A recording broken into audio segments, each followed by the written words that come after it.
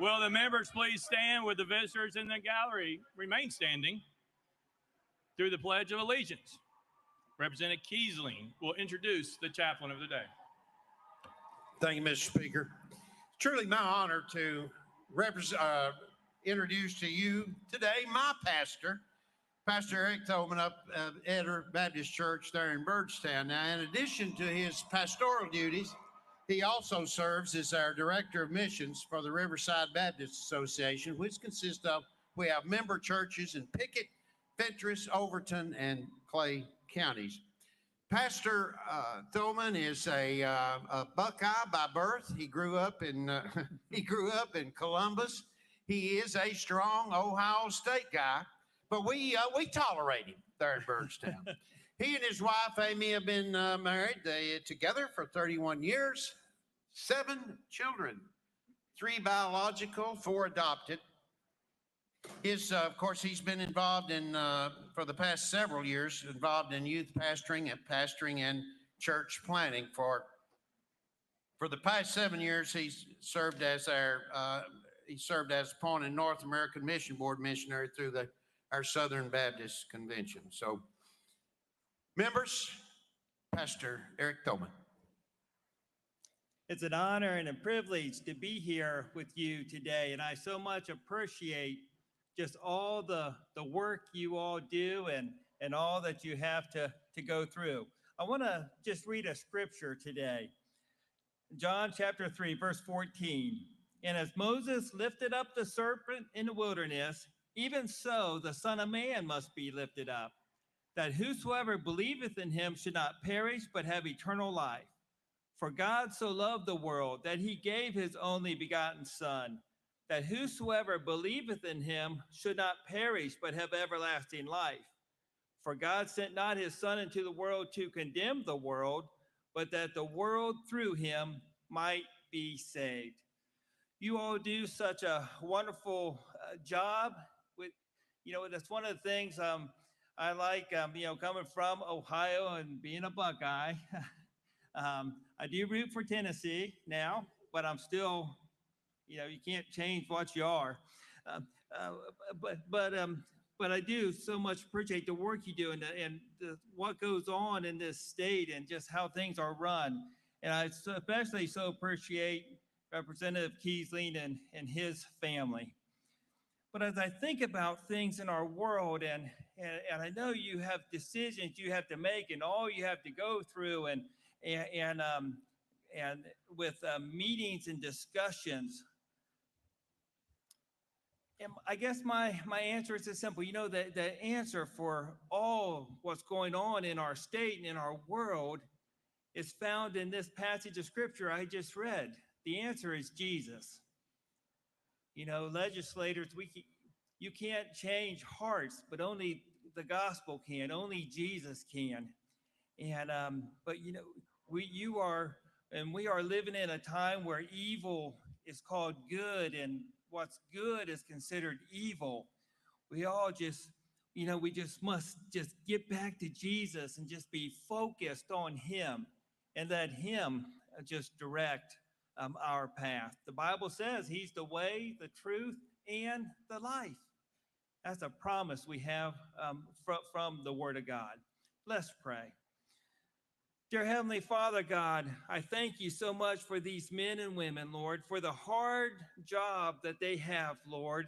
And Lord, in a sense, and it's what they are, Lord, they are ministers of this state, dear God. They are servants, Lord. And they serve the people of Tennessee, and we're just so thankful for them, God. Lord, we just pray that you will just give them your strength, Lord, to deal with all that they have to deal with, Lord. Lord, we pray, God, and I pray, Lord, if there's ones here who don't know Jesus, if they don't have that personal relationship with you, dear Lord, I pray that they will seek the Lord while he may be found.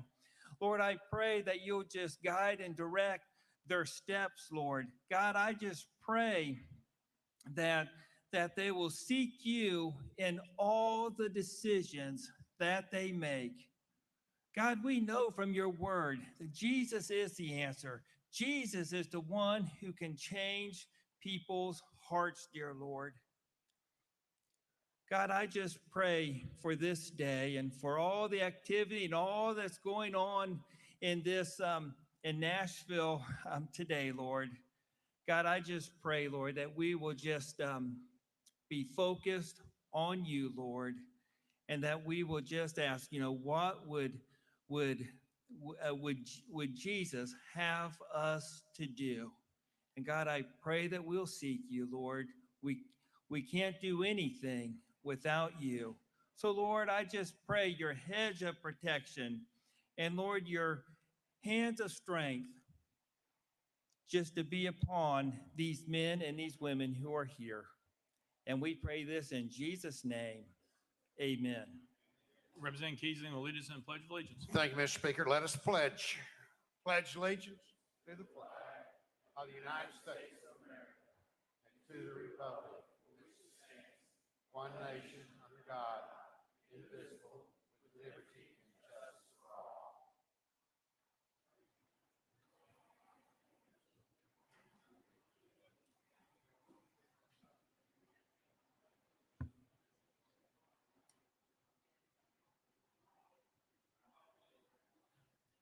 Mr. Clerk, take the roll. Well, roll call.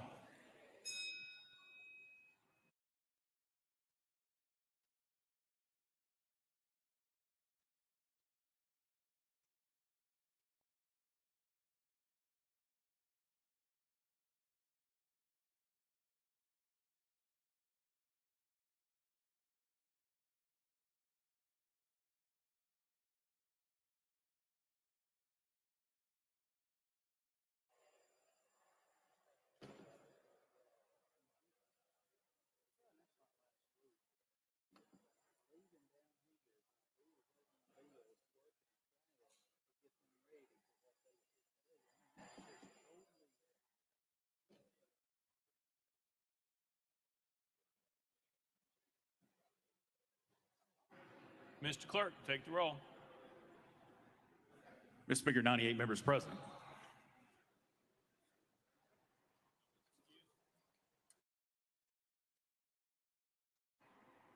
Next order, Mr. Clerk. Welcoming and honoring. Welcome and honor anyone seeking recognition. Representative Gant. Thank you, Mr. Speaker. I wanted to report that in McNairy County, the electric service is being restored all over the county, but I want to give thanks to Pickwick Electric and also the neighboring electric co-ops, Gibson Electric, and Mr. Speaker, I think Cumberland Electric from your neck of the woods came to aid us, and we just want to give them a big thanks for all they're doing for us. Thank you. Thank you. Representative Haston. Thank you, Mr. Speaker. I'd like for everybody to welcome my daughter, Kyler, to the House floor today. She's with me. She and I, later this afternoon, will be attending the funeral of a great man, man that she and I call Granddad. And he had one daughter that we lost in the tornado in '99, had one grandson, 3 great-grandchildren. Most people knew him as Brother Kirk or Coach Kirk. In his 94 years, he taught and coached at Freed Hardeman, was a 2-sport star playing baseball and basketball at David Lipscomb. He, up until the age of 92, he was a full-time preacher, so just retired 2 years ago from that. He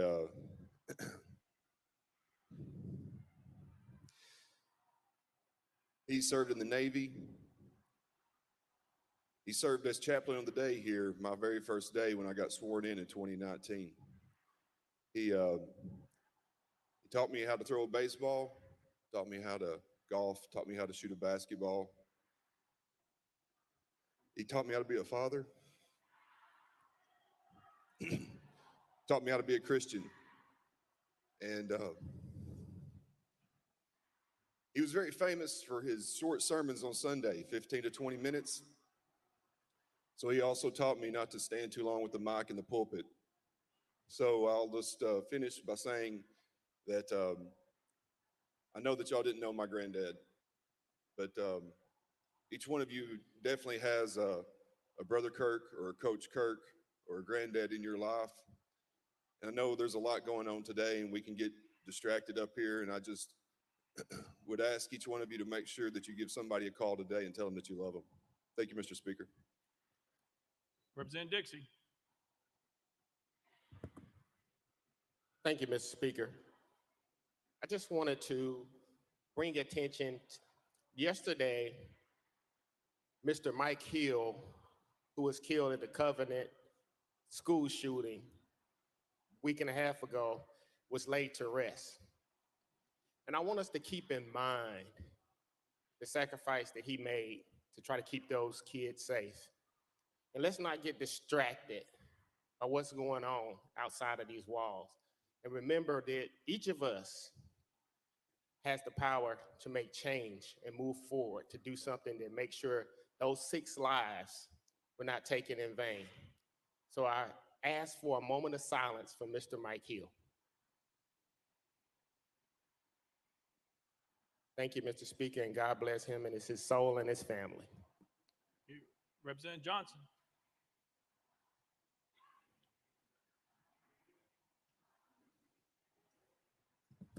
Thank you, Mr. Speaker. I just wanted to welcome all of the folks, the buses that came from Knoxville. I certainly appreciate them attending today. And I would just like to ask that all of the people in the gallery, I love that you're here. I hope you stay quiet today so you can be witness to this entire process. We appreciate you. We thank you. We welcome you, and we are here for our constituents. Representative Freeman. Thank you, Mr. Speaker. I'd like to welcome my cousin, Marcy, who is in the gallery today watching. And then I would also like to remind everyone, as my colleague, Representative Dixie did, of why everybody is here today, why they ended up here. And that's because we lost 6 lives in Nashville to a senseless gun violence. And also this week, Catherine Kuntz, who was a headmaster at Covenant, was laid to rest. And her husband said some pretty remarkable words that I'd like to share a brief excerpt. Catherine would be embarrassed if our admiration of her distracted us from the other wounded households. She was a champion for others and among the first to recognize when someone is isolated and lacking support, burdened by shame. Therefore, honoring Catherine compels us to remember a seventh family, equally wounded in the loss of someone dear to them. We count on the Lord and our community to support them generously, extravagantly, and to offer them the hope that sustains. We are trusting in the strong and loving embrace of a strong and loving God to take each of the 7 that died and heal their wounds and their souls. I don't think I would have the courage to, and the forgiveness to honor the 7th person, but Catherine did. And it reminds us all that we need to be forgiving and not be distracted by everything that's going on around us, and remember that 7 people died last week. Thank you. Representative Keisling. Thank you, Mr. Speaker. Joining us today, members, as an honorary page is Beth Perry. Beth is a junior at Oneida High School there in Scott County. She's accompanied today by her mother, who is a teacher at Huntsville Middle School, Joy. If you would, please make them welcome. Thank you, Mr. Speaker.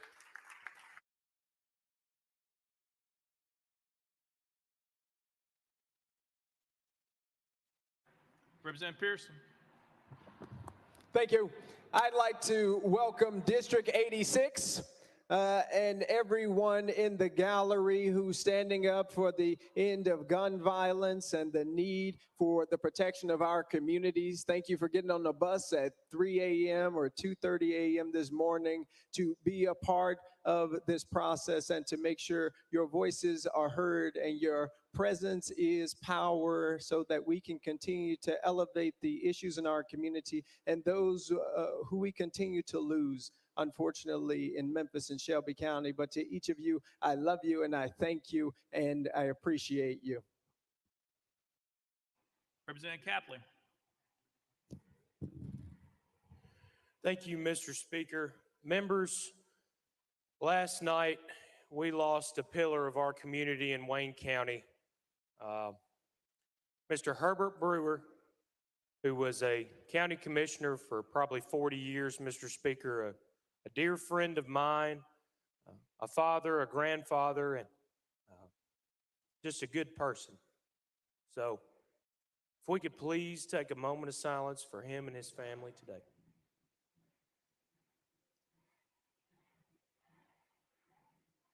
Thank you, Mr. Speaker. Thank you. Representative Harris. Thank you, Mr. Speaker. I just want to take a moment and recognize some of my friends and as well as constituents from Memphis, Tennessee. Representative Ritchie. Thank you, Mr. Speaker. Members, if you would take a moment to honor one of our freshman legislators today that is celebrating his birthday, Mr. Jake McCalman. Let's give him a round of applause.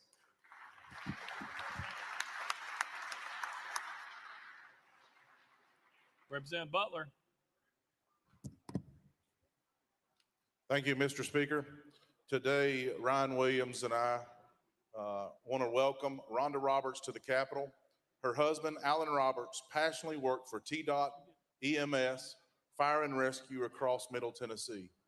Alan gave us 23 years of his life to public service and did so with passion and integrity. It is a privilege for Representative Williams and I to stand here today to honor the memory of Alan and to honor his wife for their sacrifices.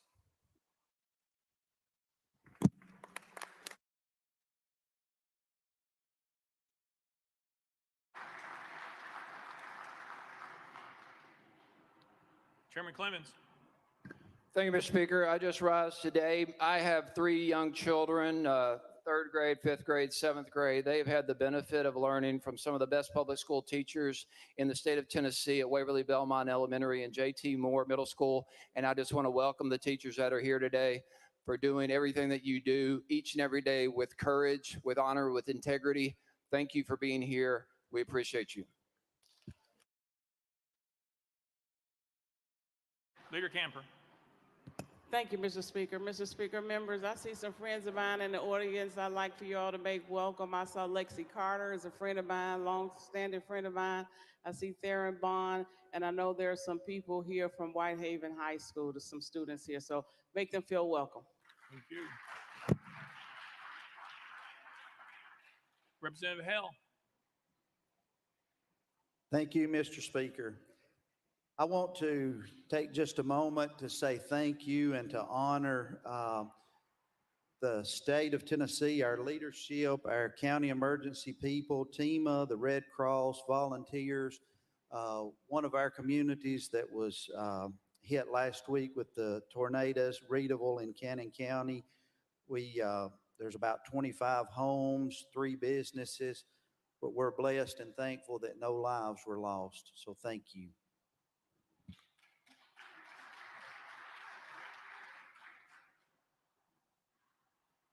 Anyone else? Next order, Mr. Clerk. Introduction to resolutions. Leader Lambert, you're recognized. Thank you, Mr. Speaker. Move that all resolutions properly filed be introduced pursuant to Rule number 17 and placed on the consent calendar, refer to the appropriate standing committee. Without objection, so ordered. Next order, Mr. Clerk. Senate Joint Resolutions congratulatory and memorializing. Leader Lambert, you're recognized. Thank you, Mr. Speaker. Move that all Senate joint resolutions congratulatory and memorializing in line of the desk be placed on the consent calendar pursuant to Rule number 17. Without objection, so ordered. Next order, Mr. Clerk. Resolutions lying over. Leader Lambert, you're recognized. Thank you, Mr. Speaker. Move that all resolutions lying over be referred to the appropriate standing committee. Without objection, so ordered. Next order, Mr. Clerk. Introduction of bills. Leader Lambert, you're recognized. Thank you, Mr. Speaker. Move that House Bills 1,571 through 1,573 be introduced and passed on first consideration. Without objection, so ordered. Next order, Mr. Clerk. Senate bills on first consideration. Leader Lambert, you're recognized. Thank you, Mr. Speaker. Move that Senate bills 213, 469, 477, 559, 561, 576, 698, 807, 838, 845, 858, 863, 927, 937, 993, and 1,391 transmitted by the Senate be held on the desk pending third consideration of the companion House bills. Without objection, so ordered. Next order, Mr. Clerk. Senate bills on second consideration, House bills on second consideration, petitions, memorials, reports from standing committees, reports from select committees, calendars. Mr. Speaker, the House has a consent calendar. Chairman Zachary, you're recognized. Thank you, Mr. Speaker. I move passage of the consent calendar on third and final consideration, keeping with Rule 50. Gentleman moves passage of the consent calendar, probably second. Mr. Clerk, any objections been filed? Mr. Speaker, no objections filed. Anyone seeking recognition on the consent calendar? Seeing none, we're voting on the consent calendar. All members in favor vote aye when the bell rings. Those opposed vote no. Has every member voted? Does any member wish to change their vote?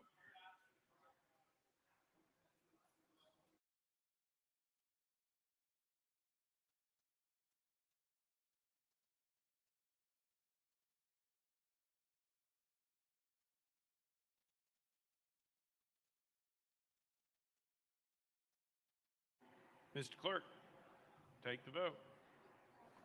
Ayes 97, no nays, one present not voting. Having received the constitutional majority, I declare the consent calendar passed without objection. The motion to reconsider is tabled.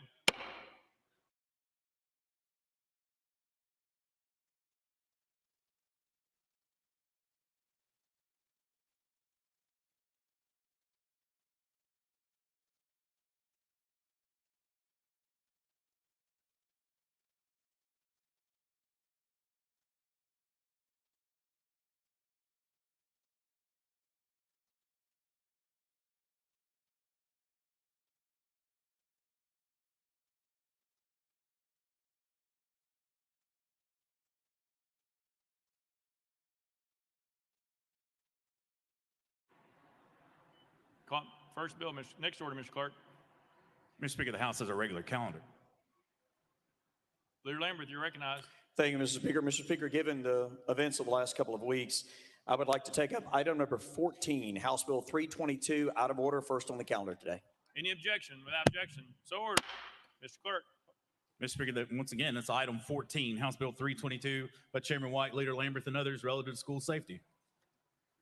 Chairman White, you're recognized. Thank you, Mr. Speaker. I move passage of HB 322 on third and final consideration. Chairman White moves passage, following second. Ms. Clerk, call the First Amendment. House Education Administration Committee Amendment number 1. Vice Chairman Slater, you are recognized. Thank you, Mr. Speaker. Roll to the heel of the amendments. Without objection, roll to the hill. Next amendment, Mr. Clerk. House Amendment 2 by Leader Lambert, Mr. Speaker, was timely filed. Leader Lambert, you're recognized. Thank you, Mr. Speaker. And to the clerk is that amendment code 6917. Thank you, Mr. Clerk. Mr. Speaker, I move passage of amendment number 2, or move adoption, sorry. Leader Lambert moves adoption of amendment number 2, probably seconded. Any discussion on the amendment?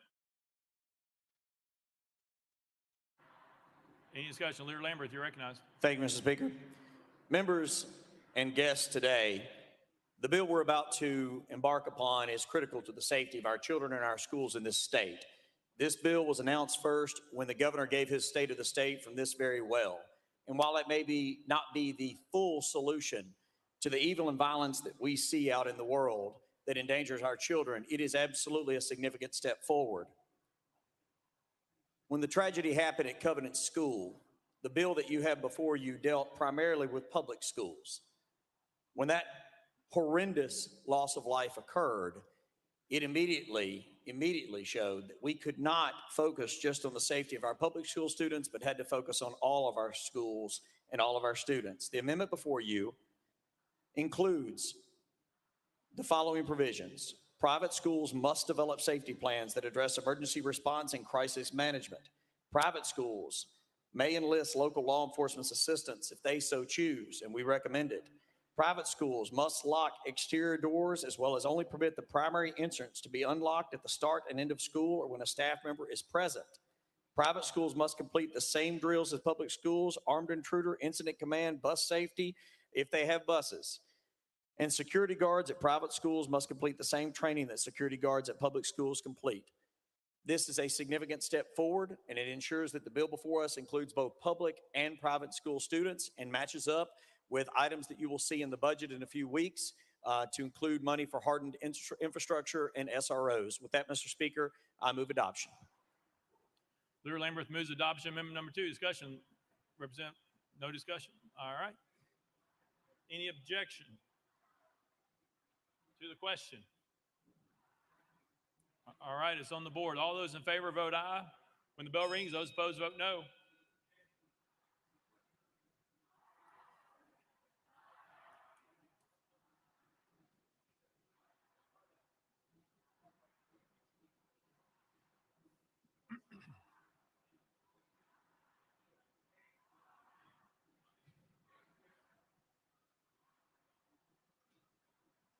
Mr. Clerk, take the vote. Ayes 95, no nays, 3 present, not voting. Amendment number 2 is adopted. Next amendment, Mr. Clerk. House Amendment 3 by Representative Powell. Mr. Speaker, it was timely filed. Representative Powell, you're recognized. Thank you, Mr. Speaker. Members, I know it's somewhat extraordinary to introduce an amendment at this time, but I think this is a very important amendment to add.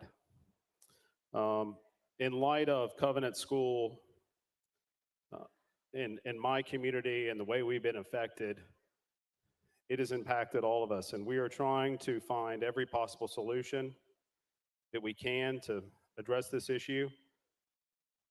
Personally, one of the children that was murdered is actually in my son's Little League. That's how close to home this hits for me. And so while we might differ on some of the reforms, I think my amendment addresses one very important issue when it pertains to school safety. I was contacted by Jaden Turner. She's a freshman at Lincoln Memorial University, and she requested my assistance with the passing Alyssa's Law. Jaden's 14-year-old cousin, Alyssa Adlerhoff, was shot and killed inside of her high school, Marjorie Smoman Douglas, in Parkland, Florida on February 14, 2018. Since then, Jaden has been dedicated to the mission of school safety and wants to ensure that every student and staff member who goes to school also comes home at the end of the day.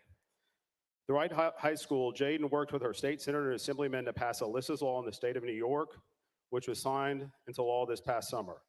Alyssa's Law places mobile panic alarms in elementary and secondary schools to decrease the police emergency personnel response time in the case of a non-evacuation emergency. The legislation has been passed in New Jersey, New York, and Florida. And we know the political environment in Florida. In every state, Alyssa's Law has been a bipartisan effort to ensure the safety of children. The work of Alyssa's Law was started by Alyssa's mother, Lori Adelhoff, who founded Make Our Schools Safe, a nonprofit organization working on school safety nationwide. I want to be clear that Alyssa's Law is just one common sense law and a comprehensive set of reforms that must be enacted for meaningful school safety. And members, as you know, given the procedures of the House in this late juncture, I'm out of bill slots. I have looked for a vehicle to add this for a college student at one of our universities who asked for this, who has personally been affected by school shooting and a tragedy. I think adding this option in our schools and having the schools, and I want to bring your attention to my amendment. It says shall consider including the district-wide school safety plan, this option. If we have this in our schools and we can alert the police and the emergency personnel faster, that is going to save lives. I'm hopeful schools are able to take this even further and put this throughout their classrooms so that if any classroom sees an emergency, they can hit this button. Members, I'm asking you, this is a common sense, small addition, amendment to add to this overall plan. And I would request with that we move adoption. Representative Powell moves adoption of amendment number 3, properly seconded. Any discussion on the amendment? Leader Lamberth, you're recognized. Thank you, Mr. Speaker, and for all of you on the floor and guests. Throughout the year, you've seen that we will table amendments that were untimely filed if they didn't come through the committee process. That is the normal procedure of this House. There is never a time when procedure or rules that can be suspended by this body, when gone through the proper channels, should get in the way of a good idea. We've always said that. I want to commend the sponsor of this amendment. He and I have served together for about a decade now. He came to me, came to the other sponsors of this legislation, contacted the governor's office who asked us to submit this bill, and he worked through the proper channels to say, look, we're late in the process, but this is a good idea. I thank you for bringing this, and I hope that we all stand in bipartisan support today of the safety of our children. I have no objection to this particular amendment and would encourage all to vote in favor of adding this amendment to the bill. It is a positive step forward. It's an idea that I wish we had had in the bill from day one. And so I thank you for bringing it even at this late date. And I would recommend that we not leave this chamber this year until we've addressed every single positive idea that can keep our children safe. Thank you, sir. Any further discussion? Any objection to the question? Seeing none, we are voting on amendment number 3. We're on the board. All those in favor vote aye when the bell rings. All those opposed vote no.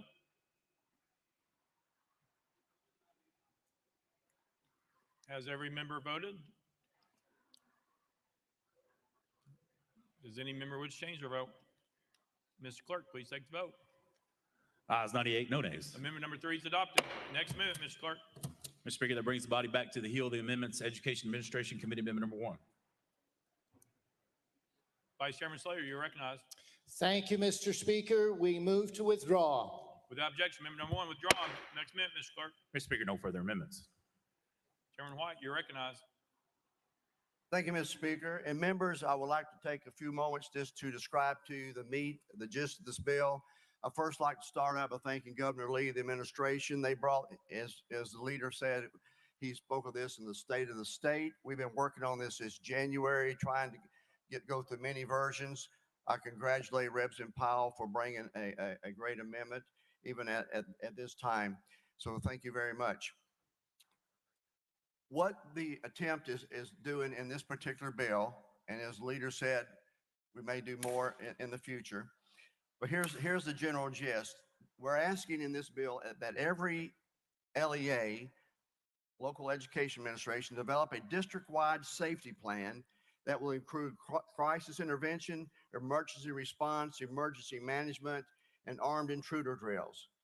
The above should be reviewed annually. Private, and we've added, this is the part of the amendment that Leader Lambert just added, private and church-related schools must also do the same. By July 1 of 2023, the above schools, public and charter, must provide local law enforcement, DOE, and the Department of Safety a school-wide safety plan, as well as their floor plans. Schools shall provide all law enforcement access to the school security systems. Annual drills. All schools, public, private, and charter, must conduct at least one armed intruder drill a year, one incident command drill without the students present, one emergency safety bus drill without the students present. We're also requiring that exterior entrances be locked, public, private, and charter.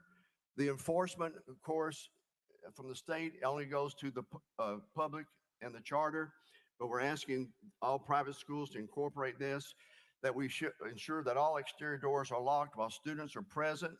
All access should be at the primary entrance. Outside of the schoolhouse or the school day, that any event that's held, such as a basketball game or anything in the evening, there must be a primary access, and it must be continuously monitored. Locked doors. State and local law enforcement may at any time come on school property and inspect all exterior doors. Make sure they are secured. Any doors, exterior doors that are found to be unlocked must be reported not only to the school director, but to the chair of the Board of Education, the head of the PTO, the principal, the Department of Safety, and the Department of Education, as well as each local law enforcement agency in the community. Schools must acknowledge correction and send written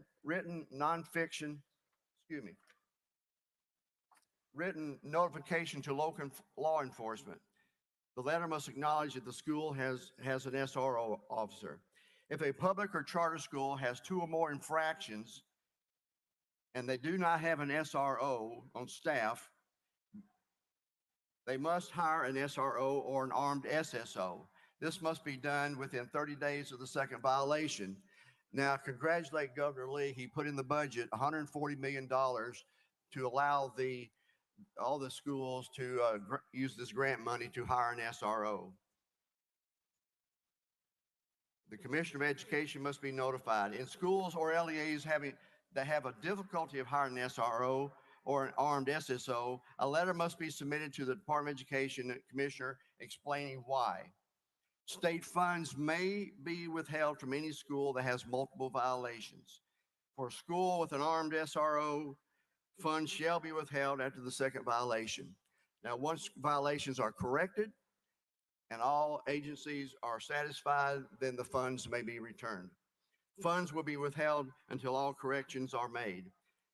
And lastly, buildings constructed after July 1 of 2023, public and charter, must have all interior locking mechanisms on each classroom and a secure vestibule or at the primary entrance. If they are doing only remodeling, just those sections that are under construction. And training before providing security, a public charter private school should have an armed SSO, must complete active shooter training. Anyone that hires a security officer must have active shooter training. And Leader Lambert described what the amendment was on requiring private schools. We cannot withhold funds from private schools, of course, but we are asking them that they engage in the same activities. All right. Chairman White renews his motion. Chairman Clemens, you're recognized. Thank you, Mr. Speaker. Chairman White, does this bill require or facilitate placing more firearms in our public schools or private schools? Chairman White. This does not address that, sir. No. Chairman Clemens. Is there a limit on what type of firearms SROs in our state may have in our public schools? Chairman White. Oh. Chairman Clemens. This bill, which sounds like we're attempting to fortify our public schools and albeit make them safer, I believe this is part of, I believe you said, what the governor announced earlier this week as part of his plan. And in part of that plan, he announced that he was going to ensure that every school had an armed officer in that school. Is there another bill forthcoming that includes that? Chairman White. That's in the budget that he has proposed. It's not in this bill, but it's in the budget that will come for us in a couple of weeks. Chairman Clemens. Thank you for that clarification, Mr. Chairman. And so I just want to simply make the point that ensuring the security of our schools is important. As I said earlier in this session, obviously I have children in public school. I know everyone here has children or grandchildren or have had probably go through a school system, private or public. But I just want to make the simple point that the need for this type of law is a result of the real problem. This is not a solution to the real problem. I want to make sure that everybody is aware of that. And I appreciate Mr. Leader. I appreciate Mr. Chairman. I appreciate y'all acknowledging that this is not the entire solution, because that's true. And I hope that we can work together to pass an array of solutions, because simply fortifying our schools and doing everything we can to increase security of those schools is not the it's not the solution. It's a result of the real problem. And so I ask for y'all to work with us to pass more legislation this session to address the real problem, to ensure or do everything we can to ensure the safety of our children. Thank you, Mr. Chairman. Thank you, Speaker. Leader Lambert. Thank you, Mr. Speaker. And Chairman, thank you. This is a significant step forward. And yes, fortifying our schools right now in this state is absolutely what we need to do. If there's one place on the planet that a child deserves to feel safe, it is in our schools. And I guarantee you, talk to any one of these children that have come down here, talk to any one of these parents, talk to everyone in your districts, they do not feel safe right now because they know that they are not. So whatever it takes to make sure they are safe at school and feel safe at school, yes, sir. We will fortify those schools. We will hire SRO officers. We will pay for them with state dollars so that no community throughout this state has any excuse not to have armed security that is well trained, better trained than any threat that may come at that school, to be able to neutralize that threat long before any evil person gets anywhere near our kids, as well as the safety plans, as well as the locked doors. Every child should be safe at school. There are children that come to school in this state that are not safe in their own homes. It's heartbreaking to think about, but school should be a safe place for them, for every child in this state. There are many other options that we are going to look at this year, and I hope in a bipartisan fashion, we look at every single possible option to make the entire state safe in every community.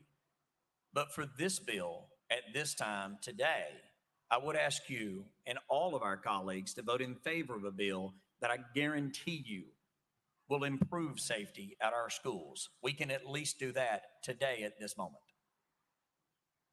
Chairman Clements. Thank you, Mr. Leader and Mr. Speaker. I think we need to be cognizant as well that our children notice their surroundings, and I agree. Our schools need to be a safe, nurturing environment. Our students do not need to feel like they're imprisoned. They do not need to feel like they are learning in a fortress. So I understand we need to increase security, but I think we need to be aware of that and, again, continue to address the real problem. All right. Representative Jones. Thank you, Mr. Speaker. The majority leader just stated that we would do whatever we have to make students feel safe. In the past week, we've seen thousands of students here at the state capitol asking us to do one thing, and that is to ban assault weapons. Nowhere in this bill do I hear the word, or do I see the word guns, AR-15s, assault weapons, the things that actually are traumatizing and terrorizing these young people. And so my question to the sponsor is that this bill seems to be a Band-Aid. It seems to be a white flag of surrender, when what we need to make our young people safe is a deep surgery of our system that places firearms above the lives of our children. If I may, Mr. Speaker, I want to read from Jeremiah 6:14 that says, Representative Jones, that's outside the caption. You need to stay on the caption of the bill. I'm sorry, but you have to stay within the discussion on the bill. That is outside. So if you would like to address questions or talk about school safety, that is welcome. Representative Jones. Thank you, Mr. Speaker. They offer superficial treatments for my people's mortal wound. They give assurances of peace when there is no peace. Once again, that is not on the topic of the bill. Even your colleagues are nodding yes. I'm asking you again, please stay on the topic of the bill. If you have questions or statements based on that topic of the bill, then please continue. You're recognized, Representative Jones. Thank you, Mr. Speaker. Mr. Speaker, the point I'm trying to make is that this bill is not about school safety. It will not make our students safer. Representative Lambert told the media that we must fortify our schools, even if it means putting tanks outside our schools. That is disturbing. I don't think any of us want to live in a world like that, where we make our schools militarized zones simply because we refuse to address the real issue, which is easy access to military-grade weapons, which is easy access to weapons of war on our streets. And so, again, I'm deeply troubled that we are making this political statement today by trying to act like we're doing something that is not going to do anything to prevent what occurred. More police officers in schools. Yesterday, they passed a bill to arm teachers. This is not going to make our students safe. And I think that we owe it to these young people, the thousands here who we tried to speak for when we were silenced, the thousands who are gathered outside demanding that we take real action to address the crisis of easy access to military-grade weapons in this state. And so with that, I must say that I cannot support this bill because this bill is a Band-Aid. It is a white flag of surrender, and it is not action that will make our students safe. And no student, I talked to thousands of students, and not one of them said, this is what we want. And I think that we as elected officials have a moral responsibility to listen to these young people who are on the front lines, who are terrified, who are here crying and pleading for their lives. And so my question is to the sponsor, would you be willing to add some provision or to have a conversation about banning assault weapons to move our state forward? That's what these young people are asking. Would you be willing to do that, Chairman White? Representative Jones, Chairman White. Thank you, Mr. Speaker. Representative Jones, look at me. Look at the other 97. This is exactly what we're trying to do. I have been up here 14 years. You have been in this assembly for 2 months, 3 months. We as a legislative body are constantly looking for ideas, but when things break down where we cannot continue to create and discuss ideas, this is where we get to, and this is what has led to this day. I used to be a school principal. I would literally step in front of anything for the protection of those little ones in my school. You assume that because we do not have everything that you may want or anyone else may want this bill, that this is a bad bill. We are trying to put things together to a starting place. So I answer your question with this. Yes, we've been trying to communicate with you and others on this floor since January. And here we are today. We have a good bill, and if you would work with us, we could have even a better bill in the future. That is my response to you. Out of order. I got you, Leader Camper. Thank you. Representative Jones, you're recognized. Thank you, Mr. Speaker. To my colleague, Chairman White. Sorry, the 5 minutes are up. Representative Hardaway. Thank you, Mr. Chairman. Mr. Speaker, thank you to the gentleman in the well. And thank you for making an attempt at providing a safe environment for our children and our staff and the visitors to the schools. And I agree that this is only one step, but my concern is it addresses symptoms, that it doesn't address the problems. And as Chairman White said, we've got to do better bills in the future, especially in the case of mental health for our students, for staff, for teachers, because everything that we're dealing with now has traumatized all of the above. And that's not even mentioning what it's doing to the community itself. But I've got some technical questions, and I've spoken with Chairman Sapicki and Lambert, so Chairman White, they might be better suited on the issue of whether the bill speaks to the ability to arm teachers, the authority to arm teachers. Does it speak to it one way or the other? Chairman White. No, sir, it does not. Representative Hardaway. All right, and in terms of the filing of the plan on the state level with the Department of Safety, will that serve as a storehouse or a clearinghouse? Will it allow other schools to access that information in order to benefit from best practices? Chairman White. Yes, sir, we'll create best practices, and if my memory serves me correct, there's a part where it kept on file for 5 years. But yes, for best practice, so all departments will know the situation. Representative Hardaway. Thank you.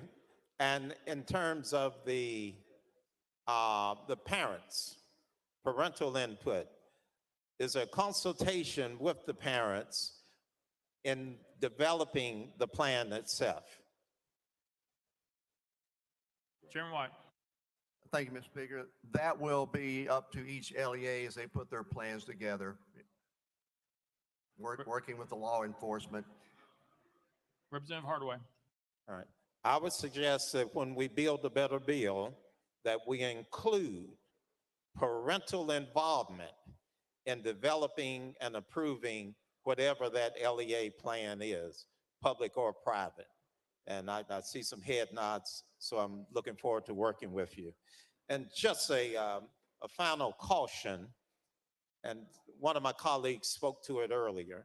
We don't want to get to the point to where we're creating a lockup for children and teachers as opposed to addressing the problems that we have in the community, whether we describe it as sensible gun regulation or as accessible, affordable, adequate mental health care.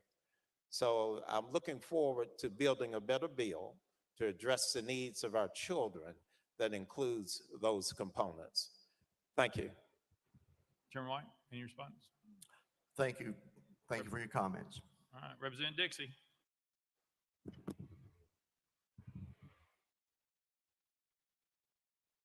Thank you, Mr. Speaker.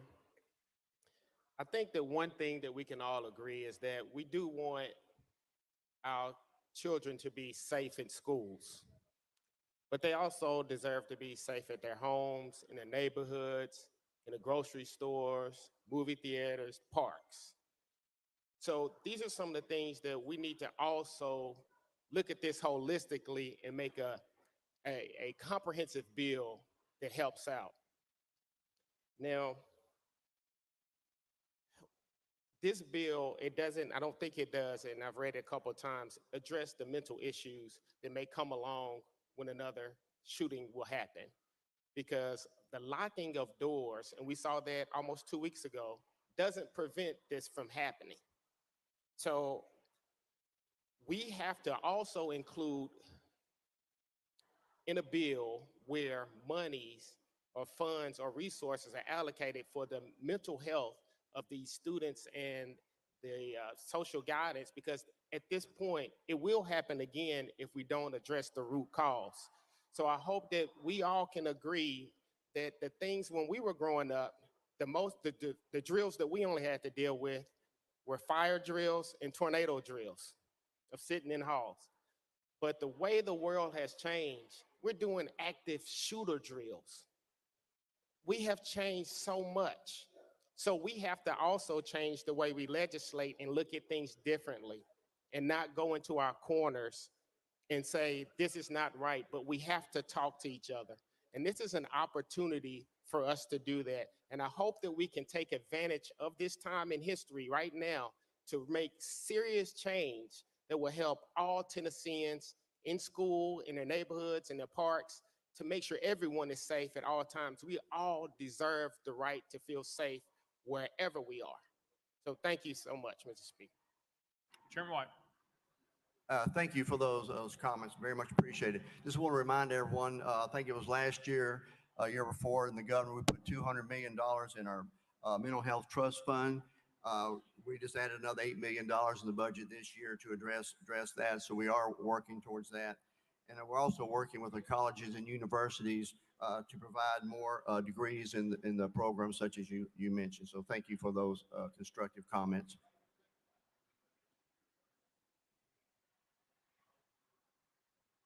Leader Camper, you're up.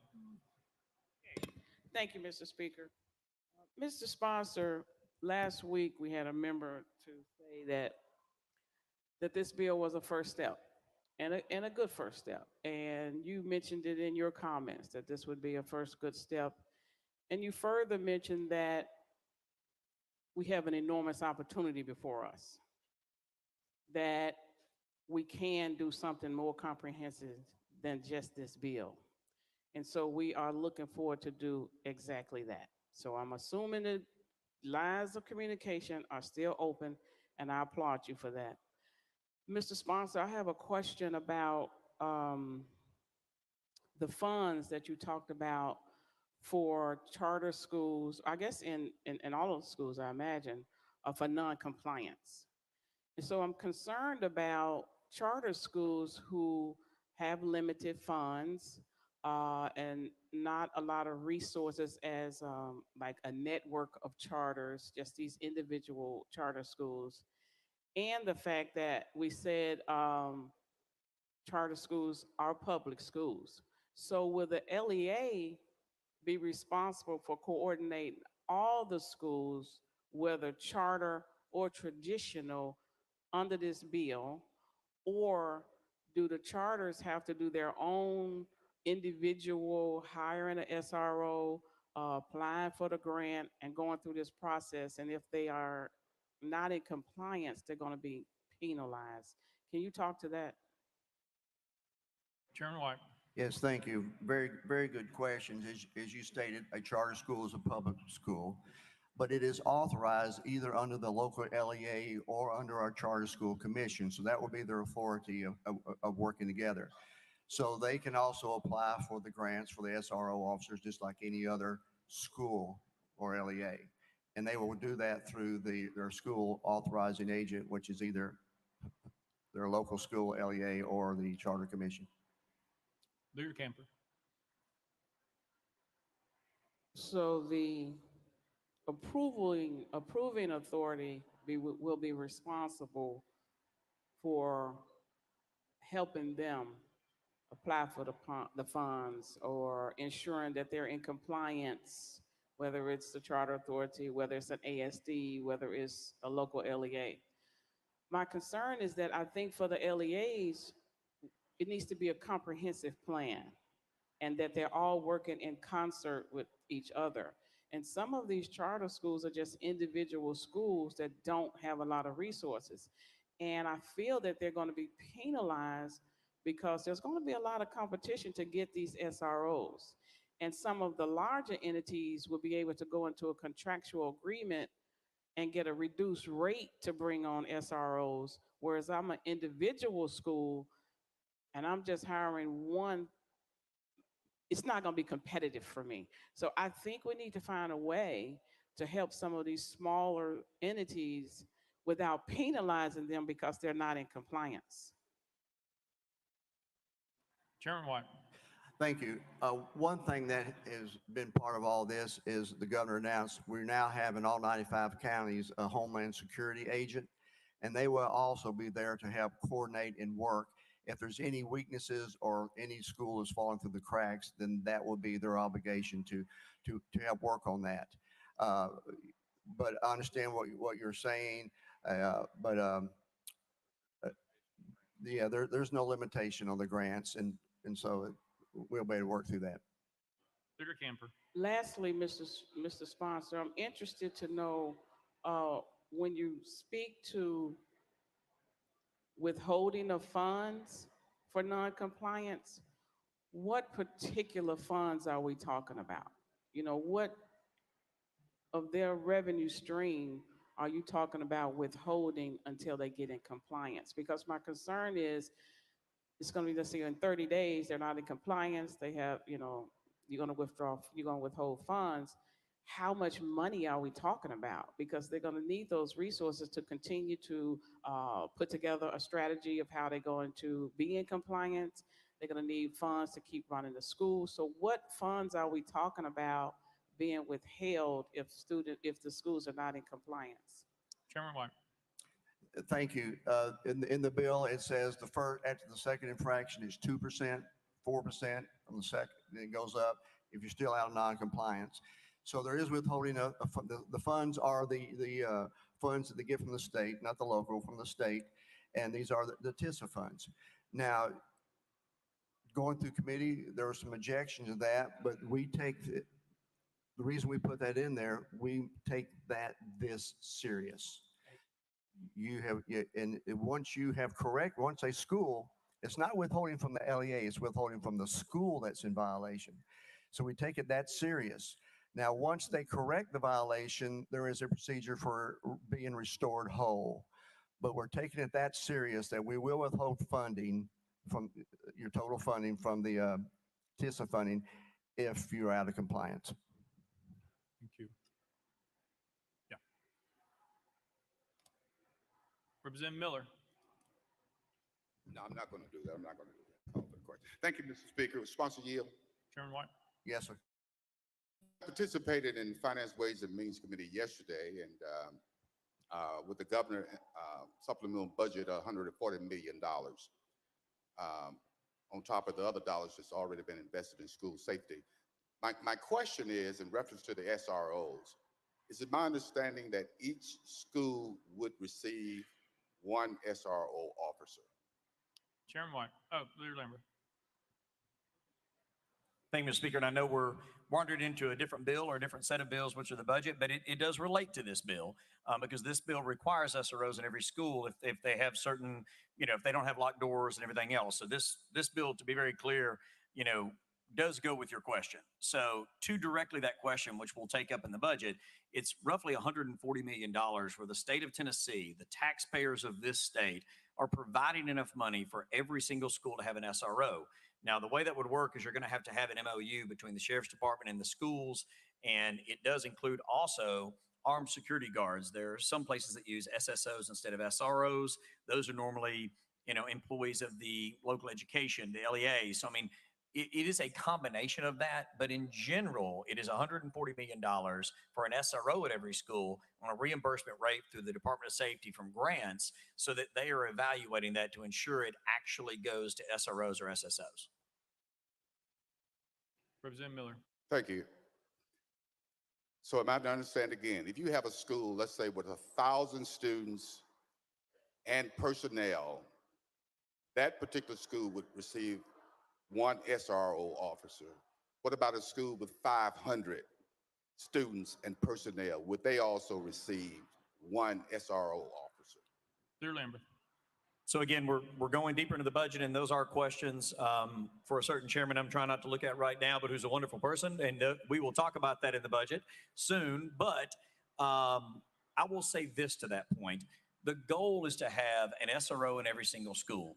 If a local school system, which is to have 2 or 3 or 4, we're at least going to fund one of them, but we are not holding them back. So if you have a school system like ours in Sumner County that already has an SRO in virtually every school, some of them will go to 2 schools that are close by each other, they can keep that funding in place that the locals already provide and take these state funds and hire a second SRO for schools. I've already begun some of those conversations with local law enforcement and our local school system, and I would encourage all of you to do the same. We want to raise the bar, not just keep it at a par level. Representative Miller. Again, I think most members would agree that we're moving in the right directions, and but we have to do better and do more. So thank you, Mr. Speaker. Thank you. Representative Johnson of Knox. Thank you, Mr. Speaker. I guess there's been a little of this discussed, but I understand the importance of having security in the schools. But as someone who was sitting in our classroom August 21st, 2008, preparing our classroom before kids came down for first period, looking out the window, seeing the door open from the cafeteria. I was in a portable down from the school and seeing just hundreds of kids running, screaming, crying from the building, running down to my classroom, not even able to articulate what just happened at the school shooting in Central where we lost Ryan McDonald. And my concern here is there were police officers in that cafeteria when this happened. What I think that we need to focus on, that school was secure. None of this would have happened. We had officers, we had security. We need to keep the guns from coming to the schoolhouse door. We need to be taking action that prevent them from ever getting to that door. We don't want gun battles at our schoolhouse door. We want our kids to be safe and feel safe. We are the only country in the world who has this type of violence. Please, I'm asking you, let's do something that prevents that from coming to the schoolhouse door. Also, do we not already have in Tennessee code 49-6-4302 addressing these school security assessments. Isn't that already on the books? Chairman White. Thank you, Mr. Speaker. Thank you for your comments. No, we're pulling a lot of things together. Yeah, there's things throughout code that we passed in years past, but we're putting this collectively together to put teeth into it this time. Representative Johnson. Yes, but isn't it very similar? Chairman White. Ask your question one more time. Representative Johnson. Isn't it very similar to what already exists in code? I just want to make sure that we're actually doing something different that's a solution, because I don't feel that with this piece of legislation. Chairman White. I would go a step further and say there are a lot of things in code that sometimes don't have enforcement with them, and that's what we're doing with this. So you may or may not be correct in some of those things, but that doesn't negate what we're trying to do this today. Representative Johnson. Thank you. Representative Pearson.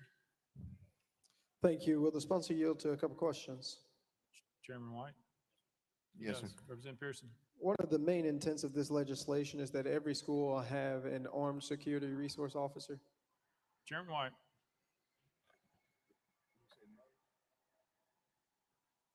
Leader Lambert. No, sir. The main intent of this bill is to improve school security at every school, both with hardened entrances requiring locked doors, having Homeland Security agents, one in each county, to evaluate that and work with local law enforcement. And then there is a budget that we will be considered in a few weeks that includes $140 million for SROs. Now, if some of these safety protocols fail and a school is not compliant with them, like having their doors locked, then one of the requirements of the bill is if you're not locking your doors and do not have a secure perimeter in that school, then you would be required to have an SRO. Now, what has been recently announced by the governor, and the proposal will be in the budget, is that those SROs will be paid for with state funds. In the original version of this, that would have been local funds. So we're going to pay for that at the state level, making it much easier for every school to have an SRO. I will say that the intent is that every school would have at least one SRO, but it is not the main crux of this bill. The main crux of this bill is a complete net over a school and a barrier surrounding that school so that the children inside are safe, and to have a Homeland Security officer that's working with public and private schools to evaluate that safety. There's a variety of things that can happen. For instance, there are some schools that have very large glass windows. There needs to be a plan in place on how to make sure if they look great in a school, but if they have a well, Mr. Speaker, I think he's motioning. He doesn't want me to continue answering, but I'll stop, and I don't want to take any of his time. Please go ahead, sir.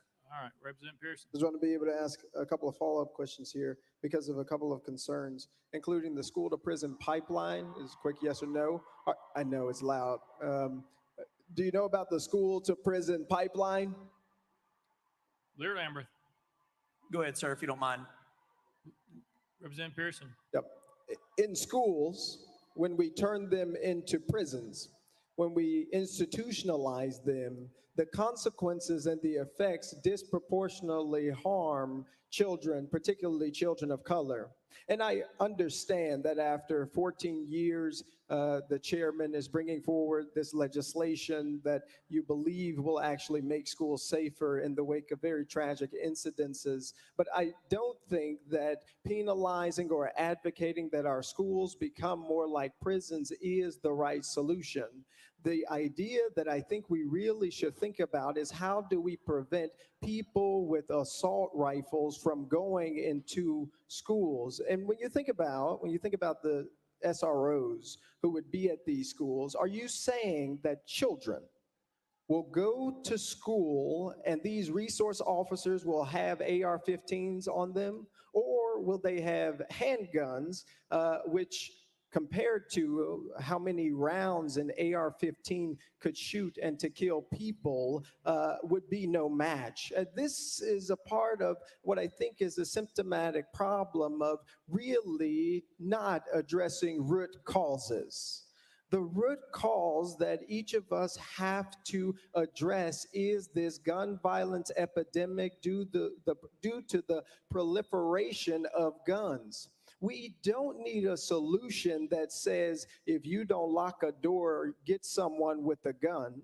We need a solution that says people shouldn't be going to schools and to houses and to neighborhoods with weapons of war. I would argue, and I'm really curious, and I'll leave you with a few questions here toward the end. And I appreciate what one of the representatives said, that we don't want gun battles at schoolhouses. And what's deeply concerning is there's no clarification about what type of training people would get. What happens when one of these school resource officers accidentally kills an innocent kid? What happens when we have people who we have given the authority to actually harm our children, to actually harm our teachers, this type of power? It isn't having more contracts with gun owners, right, to be able to provide guns to school resource officers. It's to prevent people who shouldn't have guns through red flag laws, through storage protection, from ever getting access to our schools and communities. Lear Lambert, you're recognized. Thank you, Mr. Speaker. And for those in the gallery, please don't drop stuff. While Representative Pearson was speaking, someone almost hit him with the sign. So please just, you're here, we want to hear from you, but please don't drop things on people. So I just noticed as he was speaking, it almost got him there. It's just a sign, but I don't want that to happen. To your speech, I will say this. This doesn't create a prison for schools. It creates a fortress. A prison is designed to keep people in. A fortress throughout all human history is designed to keep danger out and to keep those that are within safe. This does create safety for our schools. You may not like that that's necessary, but in this dangerous world that we live in, it is obvious that we have to make sure that at least somewhere in this state, there is a place that children can go and learn in peace and be safe. It absolutely does help create a fortress around our children, but I'm not sure if you understand the distinction between prison and fortress, but I hope that helps, because a prison keeps people in, a fortress keeps people out and keeps people safe. Thank you, Mr. Speaker. Representative Fritz. Thank you, Mr. Speaker. And to the sponsor, I just want to say thank you for providing measures that do provide a deterrent to these evil, wicked, and godless people that would want to harm our children. I agree with what the leader said, that we must provide a deterrent and security for our children. And I would hope that all my colleagues here on the floor would join me in supporting this, and remember that those good men and women, those school resource officers that our sheriff's departments and our cities put in the schools today, they love those children. And they do not treat them like prisoners. They treat them like loved ones. And I think that's important to remember. So I commend you all for this work, and thank you so much. Chairman White. Thank you, Mr. Speaker. And I don't know if anybody else got questions, but I'll end on this. Isn't it nice to have civil debate? This is what constitutional government's all about. The give and take, the understanding as we move through our process. This is a process we're moving forward. And that's the whole point of why we are here. Let me just end on this. Mr. Speaker, if I'm out of line, you can call me. I had 11 students in my classroom, in my office the other day. And I asked them, I says, they were 11th and 12th graders. I says, tell me what we need to do. It's your generation. Expecting some of the same, you know what they told me? They said that we need to restore moral values in our country. We need to restore the sanctity of our homes. And we need to pray before it happens and not wait till after it happens. That came from the mouth of school children. And so that's what we're all here about, to do the best thing for our young people. We all have a heart for young people. We just have to be able to get to a process where we're all working together. With that, Mr. Speaker, we have an excellent bill here moving forward, and I renew my motion. Thank you. Representative Travis. Thank you, Mr. Speaker. I call previous question. Representative Travis calls previous question. Any objection? We're on the board.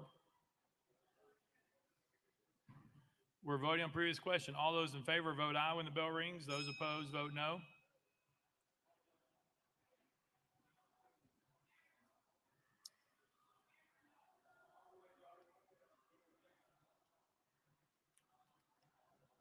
Mr. Clerk, take the vote.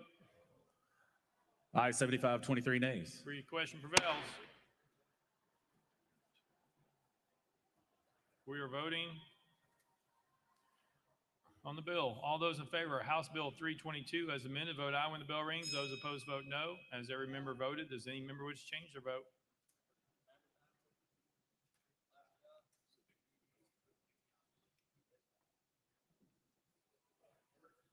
Hardaway, is that a yes? Yes. All right. Mr. Clerk, take the vote. Ayes 95, 4 nays. House Bill 322, having received the constitutional majority, I hereby declare it passed without objection. The most reconsidered table. Leader Lambert. Thank you, Mr. Speaker. And again, we have many guests with us today, and I would like them to see some of these bills that provide for real solutions. With that, I would make a motion that we take up item number 29, House Bill 1051, out of order. Any objection? Without objection, so ordered. Call up next bill, Mr. Clerk. Mr. Clerk, Yeah, call up next bill, Mr. Clerk. Mr. Speaker, House Bill 1051 by Chairman Vaughn, relative to individuals authorized to complete certificates of need. Mr. Speaker, the Senate bill is on the desk. Chairman Vaughn, you're recognized. Thank you, Mr. Speaker. I move to substitute and conform to Senate Bill 0672. Chairman Vaughn moves to substitute form to the Senate Bill 672, properly second without objection, so ordered. Chairman Vaughn. Thank you, Mr. Speaker. I now move passage of Senate Bill 672 on third and final consideration. Chairman Vaughn moves passage of Senate Bill 672 on third and final consideration, properly seconded. Mr. Clerk, call up First Amendment. House Health Committee Amendment number 1, Mr. Speaker, it's the same as Senate Amendment number 1. Chairman Terry, you're recognized. Thank you, Mr. Speaker. Move to withdraw. Without objection, amendment number 1 withdrawn. Next amendment, Mr. Clerk. Mr. Speaker, no further amendments. Chairman Vaughn, you're recognized. Thank you, Mr. Speaker. Colleagues, what this bill wants to do is restructure the way that certificate of need is issued for people who present in emergency rooms requiring psychiatric care. Whenever we have people who come to our regular hospitals and present, there is a system which has been damaged by the lack of trained professionals in the system and the bureaucracy that is there in place today. What we've done is we've worked with the Tennessee Psychiatric Association, the Tennessee Hospital Association, the TMA, to come up with a new way for people to, when they present, to be seen faster, so that whether or not we can get them into a psychiatric facility and get them taken care of as quickly as possible. And with that, sir, I renew my motion. Chairman Vaughn renews his motion. Any discussion on the bill? Representative Parkinson, you're recognized. Thank you, Mr. Speaker. I know I'm out of order, but I did want to make note that our former colleague, Mike Stewart, is in the building. So if you make him feel welcome again, we appreciate him being here.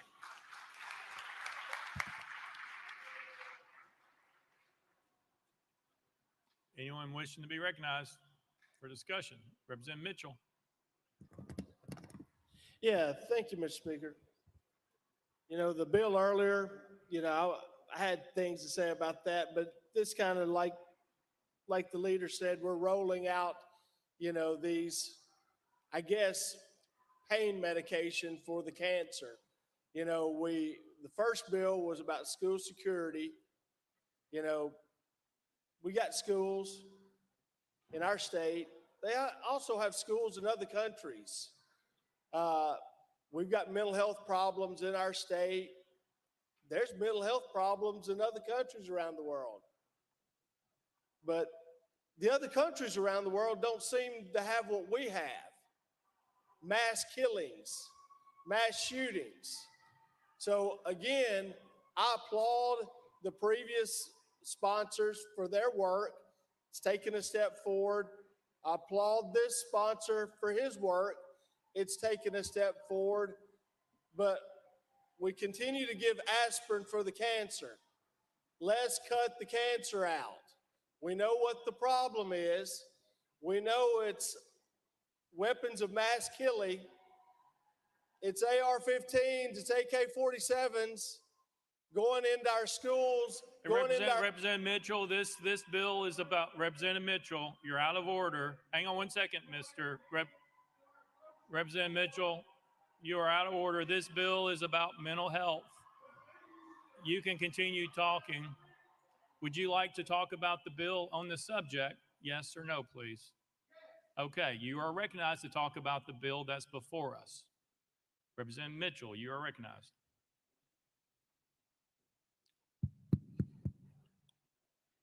Mr. Sponsor, I heard this bill in multiple committees, and I have problems with it, but this bill was presented by your leader before you walked up there as one of the solutions to the violence going on in our society. Was that true? Chairman Bond. Representative, to be honest with you, I was in transit coming to the podium, and I can't recall. There was hubbub around me. I cannot recall. I apologize to you, sir. Representative Mitchell. Thank you, Mr. Sponsor. Well, I'm pretty sure maybe the speaker heard him introduce this as one of the solutions to the violence and the deaths in our schools and our society, because that's what I heard. So I think what I was saying was pretty germane to this issue. Either we're going to let people speak and address the issue. I take the leader at his word. He said this is the first step of many other things we're going forward to do. But I just want everybody to know we're giving aspirin to the cancer. We've got to address the cancer at some point. So he can cut off my mic over and over and over again. But I'm not going to shut up until we stop kids from being murdered in their schools. Members, you all voted on the House rules. The House rules say when the bill is before us, we stay on the topic of the bill. That is what you do. The conversation surrounds the legislation. That's been history in this place for as long as we've been here. That is the rule. You know that's the rule. You know that's how we have done it. Representative Hardaway, for what purpose, please? Representative Hardaway. Thank you, Speaker. Parliamentary inquiry. Staying on the bill sometimes requires placing comments in context, and that sometimes requires a little leeway from the speaker. That's been tradition. That's been the common practice. So I would suggest, sir, that we may want to keep that in mind. Thank you. Representative Hardaway, I think you could see on the previous conversations, leeway was granted for them to make their point on previous legislation. But this legislation is dealing with mental health. Leader Camper?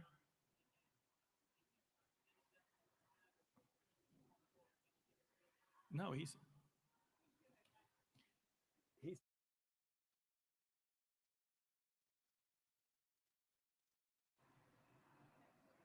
Representative Johnson, you're recognized.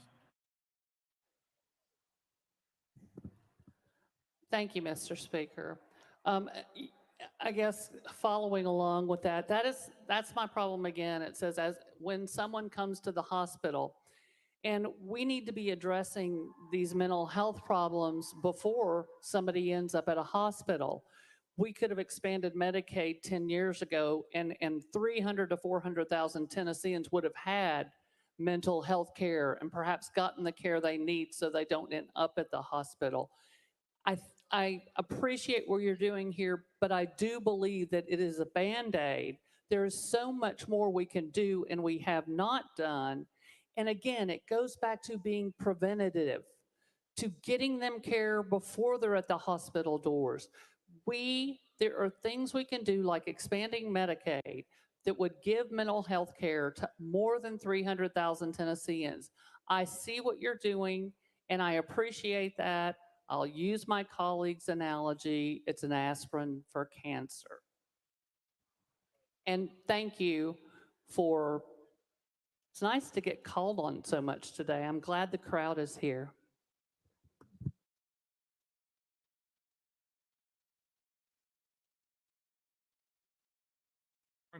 Chairman Clemens, do you have a question parliamentary, or are you talking on the bill because we have a list? I've got a parliamentary inquiry, Mr. Speaker. With regard to the permanent House rules of order, first of all, not all of us voted to adopt those permanent rules of order. But second of all, there is a rule expressly in this bill that speaks to 5 minutes of each member being able to speak on legislation. My colleague from Davidson County, Representative Bo Mitchell, did not get his full 5 minutes. So if we're going to comply and interpret the rules to benefit of one party, I would like them to benefit both parties. And I would ask the Speaker to recognize Bo Mitchell for his remaining 50 seconds. Thank you. Chairman Clemens, we will recognize him for 50 seconds, but let me be clear, members, when you say you are finished talking, you're done and we move on to the next one. That's how we've happened, whether you use all 5 minutes or not. If you say you are finished talking, that takes off your time. Representative Mitchell, my understanding was you said that. You said you didn't, so therefore you have 50 seconds. Thank you, Mr. Speaker. I'll take 15. All I've got to say is when the bill was presented, the leader made the assumption or made the statement that this was addressing one more measure, that you were addressing violence to solve the gun problem. That's what was said. You didn't gavel him and say he was out of order, off topic. So that's why I spoke in the manner in which I spoke. Thank you.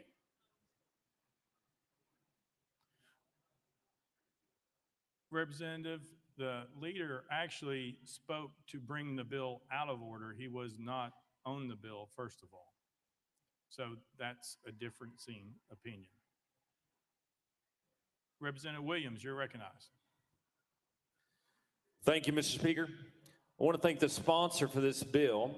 What this bill does in my community, where mental health treatment and services are so limited, this body has spent several years allowing for mental health treatment to our citizens because the access to mental health treatment is so limited. What this bill would say is that when a 10-year-old, a 15-year-old, a 50-year-old in our communities presents at an emergency room in our communities across the state, that we're expediting the process by which they can get the help that they need. That's what this bill does. If you're for prolonging the time in which people have to sit in an ER to get the mental health that they need, then vote against this bill. If you want to be in my district sometimes 4 to 6 days in a hallway or in a padded room trying to find the services that they need, vote against this bill. But if you're for your constituents and you really want what's better for your constituents so that they can get the help, that the services that this state can provide to the best of its current ability, then you should vote for this bill. I appreciate the bill sponsor for this bill. It's extremely important to my community and I believe to the mental health care of the state. Thank you. Thank you, Representative Towns. Thank you, Mr. Speaker. Sponsors yield. Thank you very much, sir. Mr. Speaker, Mr. Representative, sponsor of the bill, many years ago, I remember when they were closing the mental health institutions in our communities. My grandmother happened to have worked at one. And what we predicted at that time is that we're going to see carnage on the street with people being incarcerated or killed because there was nowhere for them to go.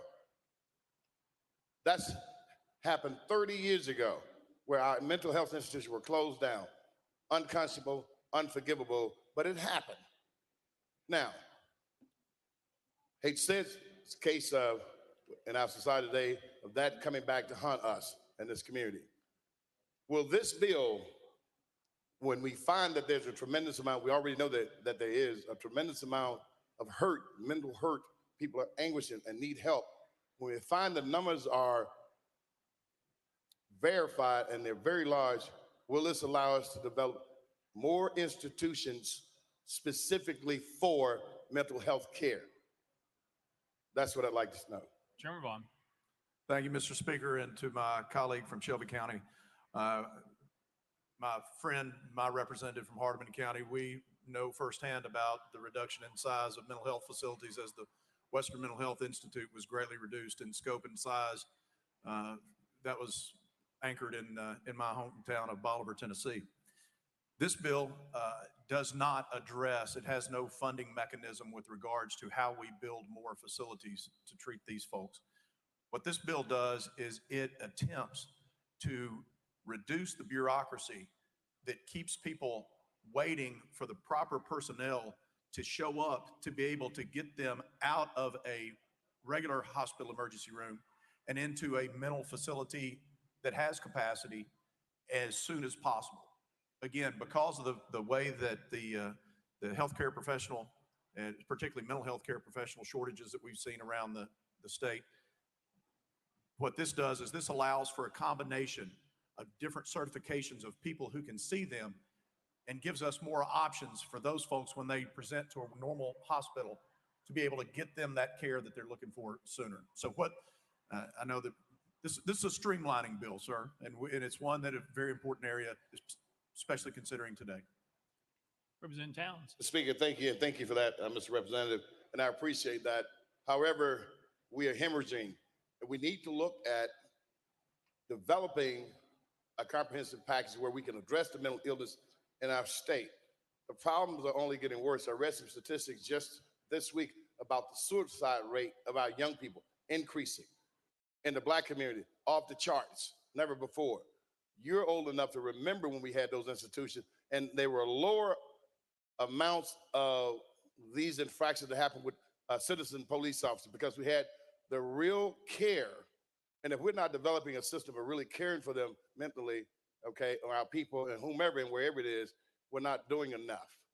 Obviously, I don't want to see a person in crisis having a prolonged, protracted type of time to be seen. But that's not all. That is not only what they need. They need more care.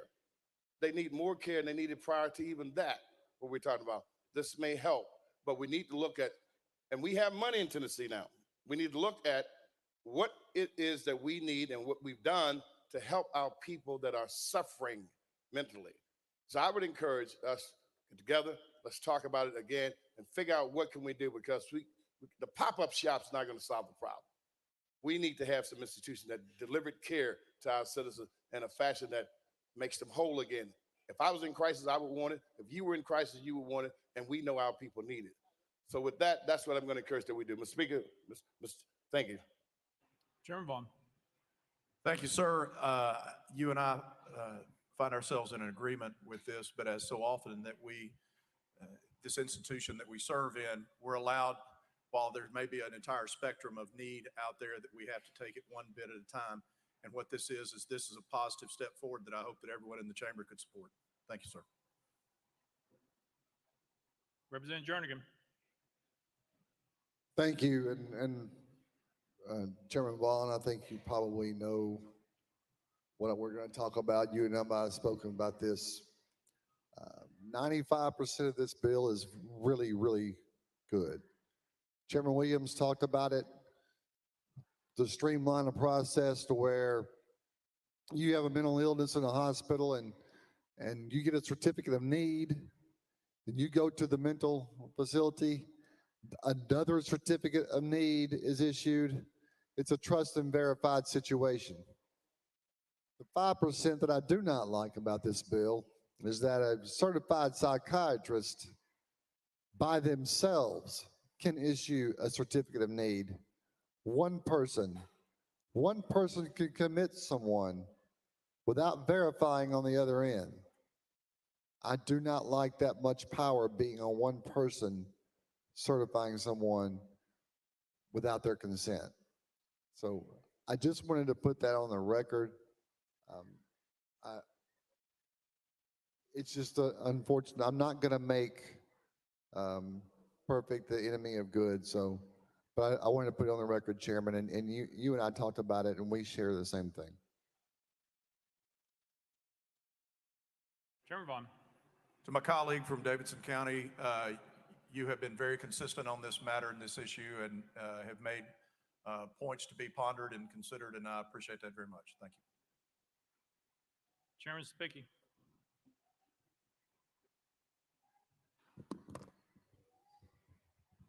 Thank you, Mr. Speaker and sponsor. Thank you for bringing this bill.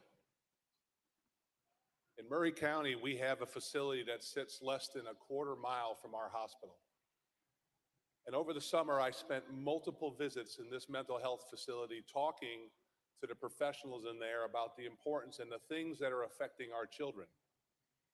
In education, Chairman Vaughn, COVID has escalated the mental health issues in our children. This facility has told me over and over, the quicker we can get the interventions for these children, the quicker we can get them returning back to normalcy.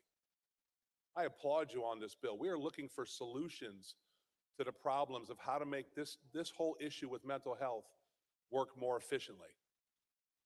Members, this is something that we need to address across the state of Tennessee in every district that we have, that we need to make sure that the facilities are there and the process is there to make sure that the people who need this help can get it as quickly as possible.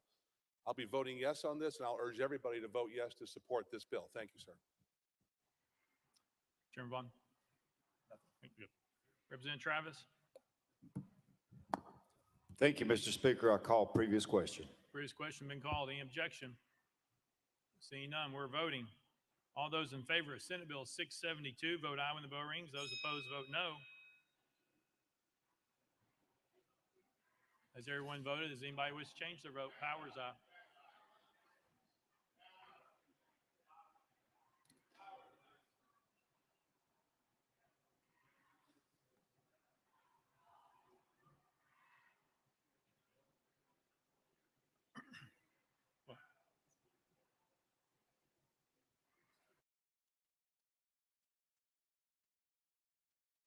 Mr. Clerk, please take the vote. Ayes 94, no nays, 3 present, not voting. Senate Bill 672, having received the Constitution majority, I hereby declare it passed without objection. The motion reconsider is tabled. Call up next bill, Mr. Clerk. Leader Lambert, you're recognized. Thank you, Mr. Speaker. At this time, I would make a motion that we take up item number 24, 1016, that deals with increased attention to school threats. For the motion, proper second. Any objection? Without objection, so ordered. Mr. Clerk. House Bill 1016, that's item 24. House Bill 1016 by Chairman Grills relative to school violence. Chairman Grills, you're recognized. Thank you, Mr. Speaker. I move passage of HB 1016 on third and final consideration. Chairman Grills moves passage, following second. Mr. Clerk, call First Amendment. House Criminal Justice Committee Amendment number 1. Chairman Halsey, you're recognized. Thank you, Mr. Speaker. This amendment makes the bill. Therefore, Mr. Speaker, I move adoption of House Criminal Justice Committee Amendment 1 and defer to the sponsor for further explanation.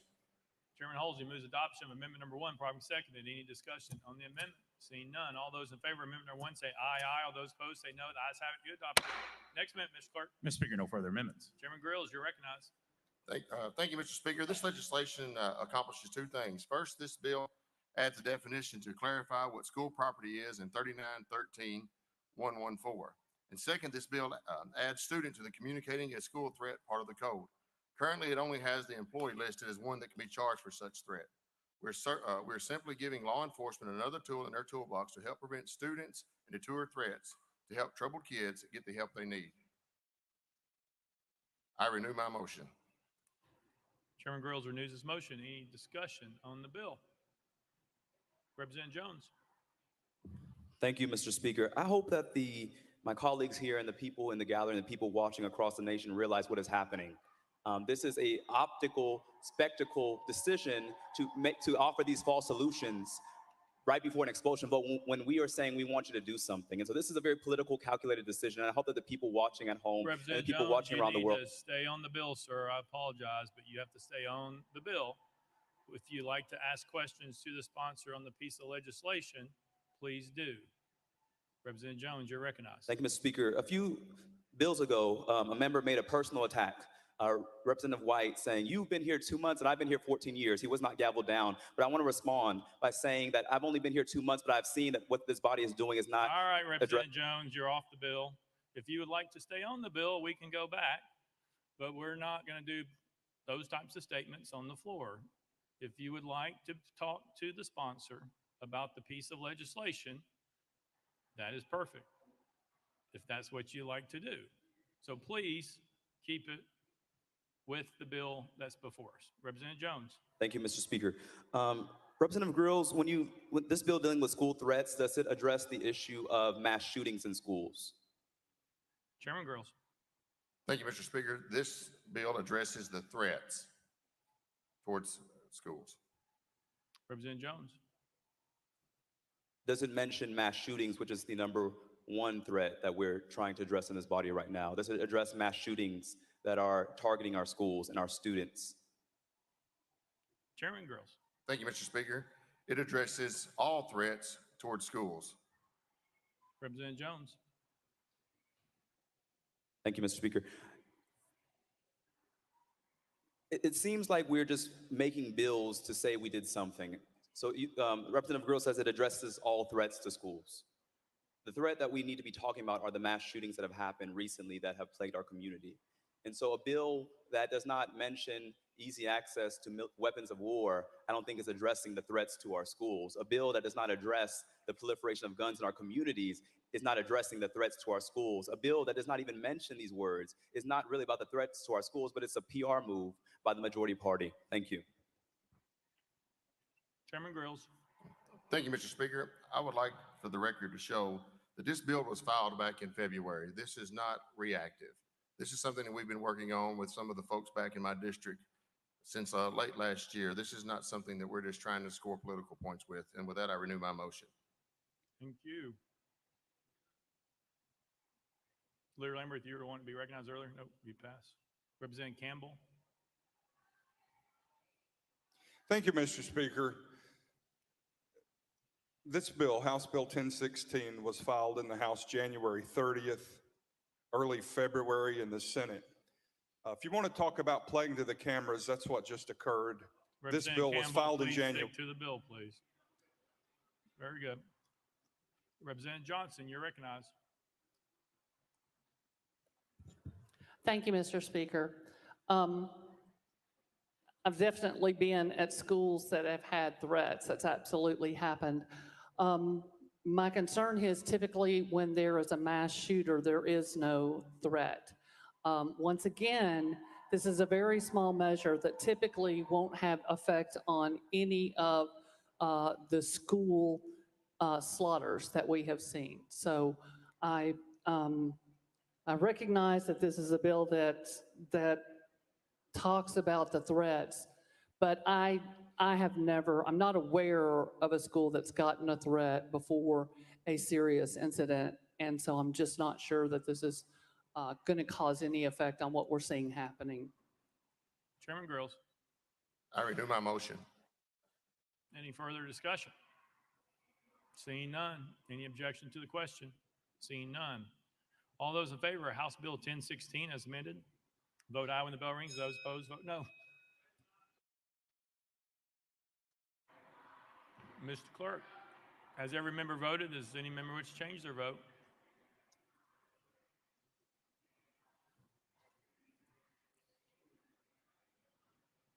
Mr. Clerk, please take the vote.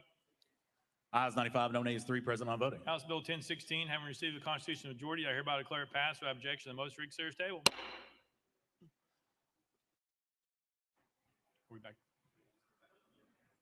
Mr. Clerk, call up the next bill. Mr. Speaker, that brings the body to item 1. Item 1 on the calendar, House Joint Resolution 120. Representative Darby, at your desk. Thank you, Mr. Speaker. I'd like to roll House Bill 120 to the next available calendar. Without objection, roll to the next available calendar. Call up next bill, Mr. Clerk. House Bill 859 by Representative Jernigan, relative to measures to curtail substance abuse. Mr. Speaker, the Senate bill is on the desk.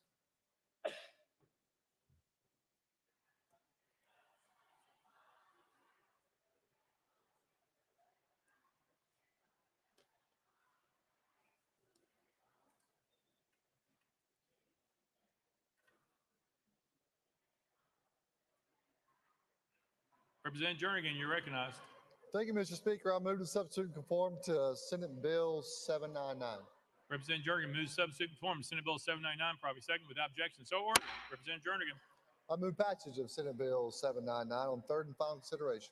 Representative Jernigan moves passage of Senate Bill 799 on third and final consideration, probably second. Ms. Clerk, call first amendment. House Health Committee Amendment number 1, Mr. Speaker. It's the same as Senate Amendment number 1. Chairman Terry, you're recognized. Thank you, Mr. Speaker. Move to withdraw. Without objection, amendment number 1 is withdrawn. Next amendment, Mr. Clerk. Mr. Speaker, no further amendments. Representative Jernigan, you're recognized. Thank you, Mr. Speaker. House Bill 859. It allows for the Department of Health to share de-identified data from EMS run reports for the purposes of overdoses and responses. The share of this information will help us combat overdoses in real time, getting resources to first responders to hot spots and spikes around the state. Been working with the Department of Health since October, and we believe this legislation will help in real time. I can go into further detail if you'd like, but I'd like to renew my motion, Mr. Speaker. Representative Jernigan renews his motion. Any discussion on the bill? Representative Williams. Thank you, Mr. Speaker.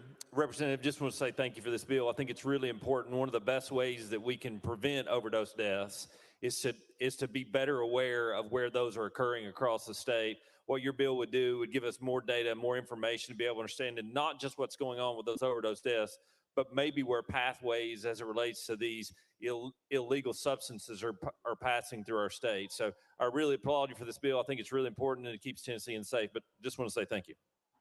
Representative Jernigan. Thank you, and you're absolutely correct. But what we is the resources. If there's a spike in Cookville in a suburban area,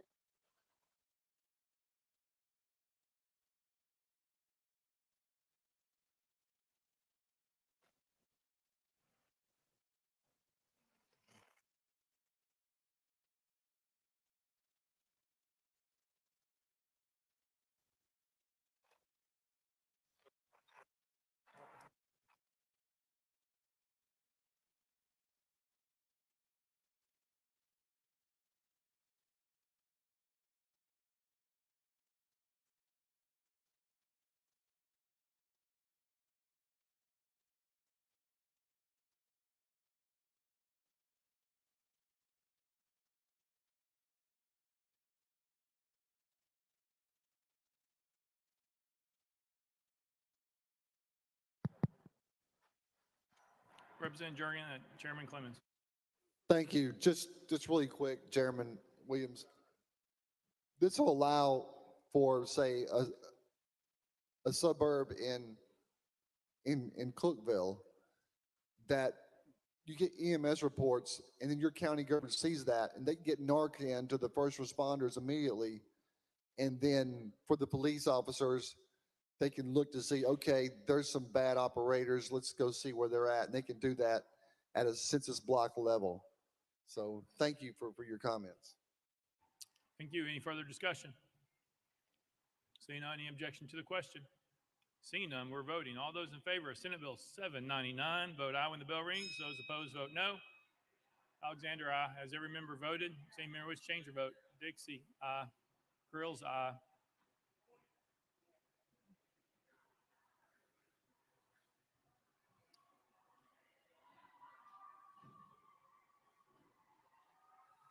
Mr. Clerk, take the vote. Ayes 96, no nays. Senate Bill 799, having received the constitutional majority, I hereby declare passed without objection. The motion reeks there is tabled. Call up next bill, Mr. Clerk. House Bill 253 by Representative Parkinson relative to parentage fraud. Mr. Speaker, the Senate bill is on the desk. Representative Parkinson, you're recognized. Thank you, Mr. Speaker. I move to support and conform to Senate Bill 0331. Representative Parkinson moves substitute form Senate Bill 331 without objection. So ordered. Representative Parkinson. Thank you, Mr. Speaker. I move passage of Senate Bill 0331 on third and final consideration. Representative Parkinson moves passage of Senate Bill 331 on third and final consideration. Second, Mr. Clerk, call First Amendment. Mr. Speaker, no amendments filed. Representative Parkinson, you're recognized. Thank you, Mr. Speaker. Mr. Speaker, Gloria Johnson, a Nashville businesswoman, enjoyed watching ancestry shows such as Finding Your Roots and Who Do You Think You Are with her husband and stepchildren. As a family, they took home DNA tests, hoping to learn more about their family history but the test ultimately revealed that her husband's eldest child was not biologically related to him. The description was a dagger to the entire family unit, and as her husband, Scott, had been a loving provider to the child for 12 years. Their subsequent paternity fraud case resulted in complete relief from future child support, but it also meant the loss of a child. She was a sister, a niece, and a cousin.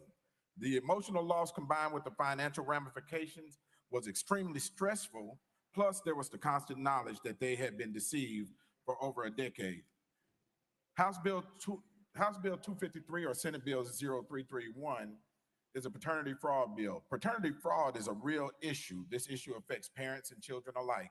Paternity fraud is a violation of the child's right to know his or her own identity, the identity of his or her own father. The child has the right to have a relationship with their biological father and mother. Additionally, the proper identification of a child is important for genetic and medical reasons, as well as inheritance and medical insurance coverage. This bill creates a Class A misdemeanor for anyone who intentionally and knowingly seeks to establish someone as the biological parent of a child that they knew or reasonably knew that that person is not the biological parent of the child. With that, Mr. Speaker, I renew my motion. Representative Parkinson renews his motion. Any discussion on the bill? Representative Hardaway, you're recognized. Thank you, Speaker. To the sponsor, what's the current option for parental fraud? What's the current option available to either parent? Representative Parkinson. Thank you, Mr. Speaker. So, Mr. Speaker, let me explain how I got here. While I was sitting in the barbershop, a young man came to me and he said, I've been looking for you. I've been really, really looking for you, trying to find you because I had a child, or I thought I had a child with a lady, and her mother or the grandmother of the child came to me and said that the lady had been seeing her ex-boyfriend the entire time that we've been living together and this child was born. And when he heard that news, he then went to get a DNA test to find out if the child was his. When he got the DNA test, the DNA results came back that the child was not his. He took the information to the mother of the child, who got upset because he got a DNA test, and they got into an argument and they broke up. The mother of the child then took the DNA evidence down to juvenile court. I'm sorry. The father or the alleged father of the child took the DNA evidence down to juvenile court because the mother, after the argument, went down to juvenile court and put the alleged father on child support. When he took the DNA evidence down to juvenile court, the magistrates at the court told him he had to continue to pay for this child for 18 years, even though the DNA evidence did not support that he was the father of their child. Subsequently, after that ruling, he did not comply with paying the child support, and they took his driver's license. After they took his driver's license, he was pulled over by a Memphis police officer and was taken to jail for driving without having a driver's license. When he was taken to jail for driving without having a driver's license, he then lost his job because he was in jail for about a week. After he lost his job, he came out of jail, and then he had to start his life basically over, all because of this situation with a child that was not his. The interesting thing is that, you know, we began to change these laws to make sure that these laws actually help fathers to actually be into the lives of their children. Here's what happens when the DNA or the wrong father is put on that birth certificate. That biological father loses the opportunity to actually be in the life of his biological child. And that's theft. that child loses the opportunity to be in the life of his or her biological father. And that's wrong.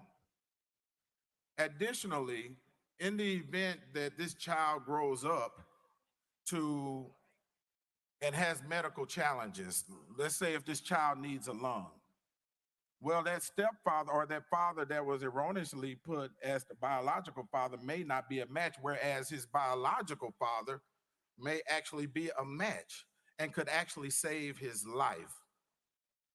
Additionally, if that biological father is not the actual name, what if this biological father can actually leave an inheritance to their child? What about medical insurance? And I know that the member that's asking this question ran this legislation before, but he failed to be able to get it passed. But we are in a space now where we are getting meaningful legislation passed that will help these families to join together. And with that, Mr. Speaker, I renew my motion. Representative Parton's renews his motion. Representative Hardaway.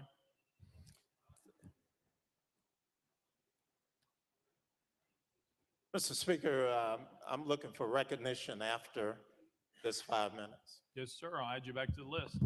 Representative Terry, you're recognized. Thank you, Mr. Speaker. And to the sponsor, I'd like to thank you for bringing this piece of legislation. A family friend of ours who's also an attorney who's helped me on other pieces of legislation, handles these types of cases and has brought this in the past to my awareness. And so I'd like to thank you for bringing this piece of legislation. I've signed on as a co-sponsor, and I would encourage other members to vote for your legislation. Thank you. Thank you. Next on the list, Representative Hardaway. Thank you, Mr. Speaker. I have no questions. So I do have a couple of observations, a couple of comments about this bill, which will criminalize motherhood. There are options right now, thanks to the civil courts, which would have these custody cases, be knowledgeable about all of the nuances that go along with child custody and paternity cases. When you talk about criminalizing motherhood, you're talking about getting into the mind and the understanding the emotions in a relationship where two people have created a child, whether intentional or not. That doesn't rise to criminal intent. There are too many different questions about what ifs and how do we accommodate the traumatic effect on the child of knowing that they were at the core of a debate that sent mommy to jail. If that doesn't traumatize a child, I don't know what does. At that point, the child has neither a father nor a mother for at least 1129. Because that's the penalty that goes along with this. Proving it, the intent factor, I have no idea of how you do that. Maybe the sponsor does, I doubt it. But the ability to get this through criminal courts instead of leaving it in family courts or in a civil action, taking it away from that makes no sense whatsoever. Bringing a criminal element into a dispute about paternity. If you tell me that a child is better off with his mother incarcerated, I'll have to look at you like something's wrong. No child should have the trauma of figuring out if they were responsible for their mom going to jail. It's that simple. We have a system that works. We should stay with that system. It's in civil court. And I promise you this, if this bill should pass, you'll regret it, and we'll be back here trying to undo it. But it will not enable us to roll back the impact on children who have suffered because they've been traumatized, because they have been placed at the center of a dispute, whether they're 5 years old or 20 years old, that will send their mother to jail. It's not clear whether there's a statute of limitations on this. Can you send grandma to jail? Can it go that long? A grown child that has to wonder whether their grandchildren and their children had anything to do with sending grandma to jail. There's nothing in here that tells us how we navigate those circumstances. So I will tell you again, we've got a system that works. It's in the civil courts. That's where it needs to stay. I don't care how mad you are at someone who may have put you through this. That's where it needs to stay, in the civil courts with judges that understand all the nuances of the case. Thank you.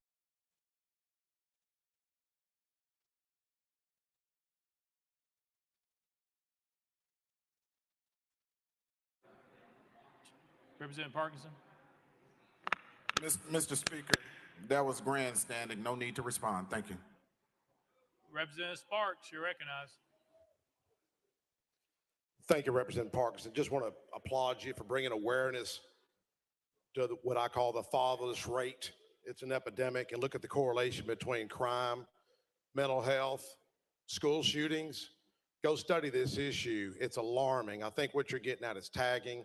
I appreciate you having the courage and conviction. We may not get it right. We may be here next year again, but at least you're raising awareness of a serious subject matter. Thank you, sir. Representative Shaw. Thank you, Mr. Speaker. Call for the question. Question's been called. Any objection? Seeing none, we're voting. All those in favor of Senate Bill 331, vote aye when the bell rings. Those opposed, vote no. Has every member voted? Does any member wish to change their vote?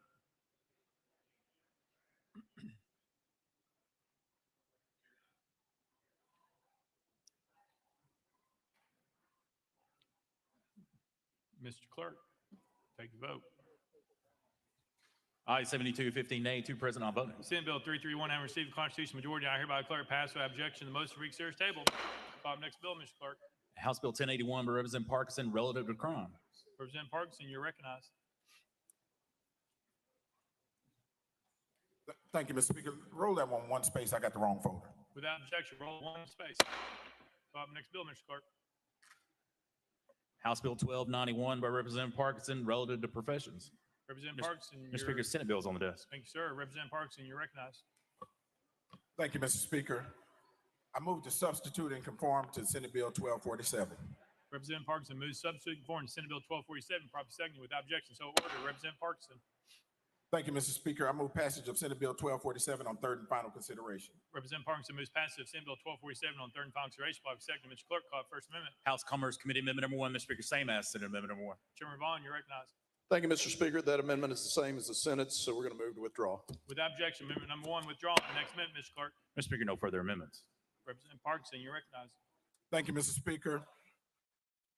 This Senate bill authorized the Board of Cosmetology and Barbers Examiners to reinstate an expired cosmetologist, esthetician, manicurist, natural hair stylist, master barber instructor, or technician license that has expired for more than 3 years but less than 8 years. Secondly, it requires such persons applying to be in good standing with the board and to have been licensed to practice for more than 20 years.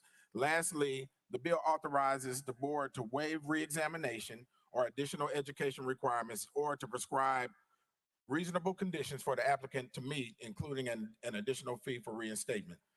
The bill comes from constituents because of COVID. They missed the opportunity to renew their licenses. They had been barbers and cosmetologists for decades, and they didn't want to have to take the examination again or go through schools again, because unlike other professions, there are no continuing education. So with that, Mr. Speaker, I renew my motion.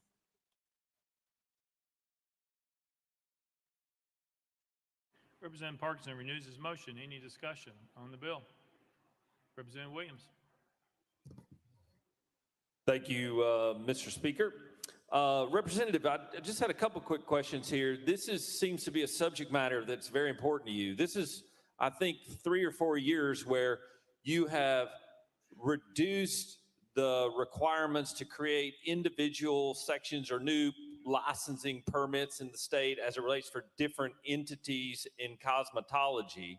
My question to you today is if it's so important that we do this in cosmetology, as it relates to braiding, or in this case, eyelashes, why not separate barbers from cosmetologists who also have a lower standard or do not perform the same services that an esthetician might do or a cosmetologist? Is there a reason why that we wouldn't do that for barbers as it relates to this bill? I'm just wondering how we got to where we are, where we pick certain winners and losers in our communities. Could you help me with that? Representative Parkinson. Thank you. I would actually be all for that, but that's not this bill. Representative Williams. Yes, Mr. Speaker, and that was the question. It was a released bill. Why this bill and not the other bills? I guess the question is 300 hours you think is sufficient of this? How do you come up with 300 hours versus 1,100 or 1,500 hours? How does that number come? How is that number derived? Representative Parkinson. Thank you, Mr. Speaker. The 300 hours came from us duplicating the Texas law, but that's not this bill. Representative Williams. I recognize this is a bill for Tennessee, and it's my understanding, how many hours does your bill require for this licensure? Representative Parkinson. Thank you, Mr. Speaker. This bill is not the eyelash bill. This is a totally different bill, Chairman. Representative Williams. Mr. Speaker, no wonder he couldn't answer my question. It was on the wrong bill. Thank you very much. I appreciate your patience with me, Representative Parkinson. Thank you. All right. Any further discussion? Representative Towns. Well, I mean, can't do it out loud. You got to use the microphone. Thank you, Mr. Speaker. Call the question. Question's been called. Any objection? Seeing none, we're voting. All those in favor of Senate Bill 1214, vote aye when the bell rings. Those opposed, vote no. Has every member voted? Does any member wish to change their vote?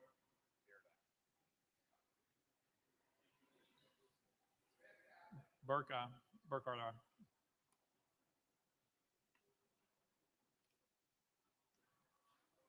Mr. Clerk, take the vote. Ayes 85, 8 nays. Senate Bill 1247 and received the constitutional majority. I hereby declare it passed without objection. The most considered table. Call up next bill, Mr. Clerk. Mr. Speaker, the body's back to item 4, House Bill 1081, but Representative Parkinson relative to crime. Representative Parkinson, you're recognized. Thank you, Mr. Speaker. I move passage of House Bill 1081 on third and final consideration. Representative Parkinson moves passage. Following second. Mr. Clerk, call up First Amendment. House Criminal Justice Committee Amendment number 1. Chairman Halsey, you're recognized. Thank you, Mr. Speaker. This amendment makes the bill. Therefore, I move adoption of House Criminal Justice Committee Amendment 1 and defer to the sponsor for further explanation. Chairman Halsey moves adoption of amendment number 1. Probably second. Any discussion on the amendment? Seeing none. All those in favor of amendment number 1 say aye. Aye. All those opposed say no. The ayes have it. You adopted. Next amendment, Mr. Clerk. Mr. Speaker, no further amendments. Representative Parkinson, you're recognized. Thank you, Mr. Speaker. Tyree Nichols was a father of a 4-year-old son and was known to his family as an avid skateboarder and nature photographer. He arrived in Memphis just before the pandemic and later started a job with Federal Express. Tyree Nichols had been with the company for about 9 months before he was pulled over on January 7th for what police said was reckless driving. Tyree Nichols was unarmed. He was aggressively beaten by police officers, and 3 days later, he died in the hospital. It pained us all to watch the video of Tyree Nichols' death at the hands of bad actors in law enforcement. And we as leaders of the state, we owe it to the parents of Tyree Nichols, Mr. and Mrs. Wells, their family and friends, but also to the citizens of the state of Tennessee. It is our job as leaders in this state to put forth policy that would deter such actions and protect them. This legislation was actually brought to me in conjunction with the Tennessee Bureau of Investigation, the Police and Sheriff's Association, Department of Homeland Security, and in consultation with the DA's conference. This bill is their language specifically for bad actors in law enforcement without affecting the majority of great officers that are there to protect and serve. What this bill does is it allows for a judge to consider the same enhancements that they would consider for a civilian attacking a law enforcement officer, for a law enforcement officer that is charged with assaults, robberies, homicides, kidnapping, false imprisonment offenses, and sexual offenses while in the course of their duties. With that, Mr. Speaker, I renew my motion. Representative Parkinson renews his motion. Any discussion on the bill? Seeing none, any objection to the question? Seeing none, all those in favor of House Bill 1081 as amended, vote aye when the bell rings. Those opposed, vote no. Has every member voted? Does any member wish to change their vote?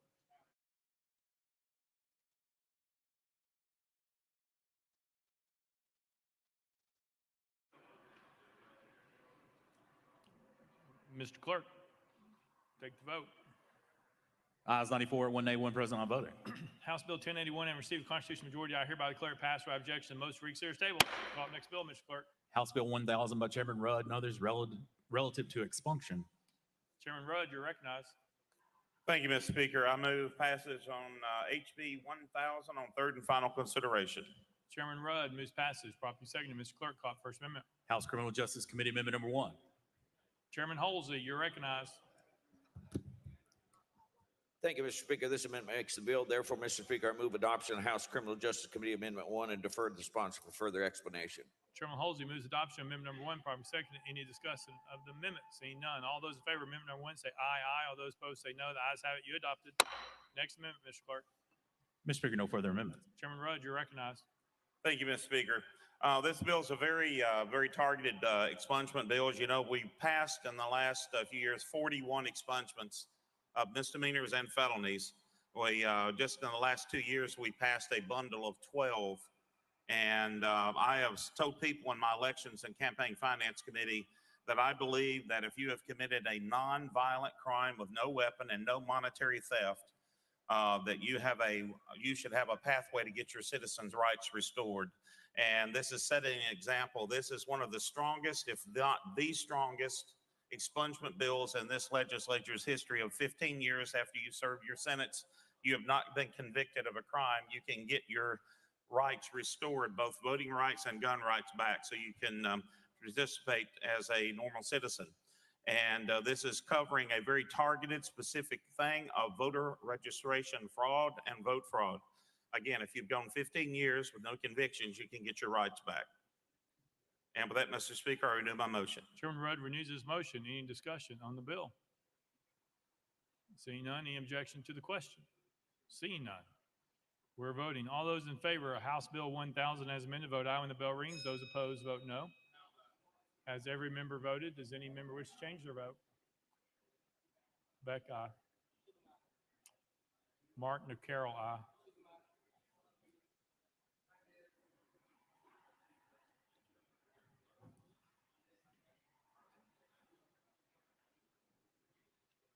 Mr. Clerk, take the vote. Ayes 92, 1 nay. House Bill 1000 having a constitutional majority, I hereby declare it passed without objection. The most for series table. Call up next bill, Mr. Clerk. House Bill 318 by Chairman Rudder and others relative to children. Mr. Speaker, the Senate bill is on the desk. Chairman Clemens, for what purpose, please? Parliamentary inquiry, Mr. Speaker. Chairman Clemens. Thank you, Mr. Speaker. Under the rules of procedure governing the House, in the case, I understand under Rule 4, referring to order in the gallery or the lobby, that does give the Speaker the ability to order the same to be cleared. However, it's come to my attention that attendance in the gallery has been limited on both sides outside. When people are leaving the gallery, they're not being allowed back up. And it does not appear to be a full gallery. And there are people out there who've communicated to me that they would like to sit in the gallery and observe these proceedings in person. So, Mr. Speaker, I just would like to receive an explanation for this body and the people why this gallery, why people are not being allowed in the gallery when they have complied with the rules of order and procedure thus far. Thank you. We're not sure. We'll have staff go out and ask those who are doing capacity. I know that there's capacity in the balcony for just the number of seats that are allowed. We'll ask them on that. There's also Department of Safety issued numbers for people outside the chamber on what they felt like was a safe capacity to have. So we're honoring those requests, but we'll check with those going in and out of the balcony. Thank you. We were unaware of such. Chair Lady Rudder, you're recognized. I appreciate you letting me.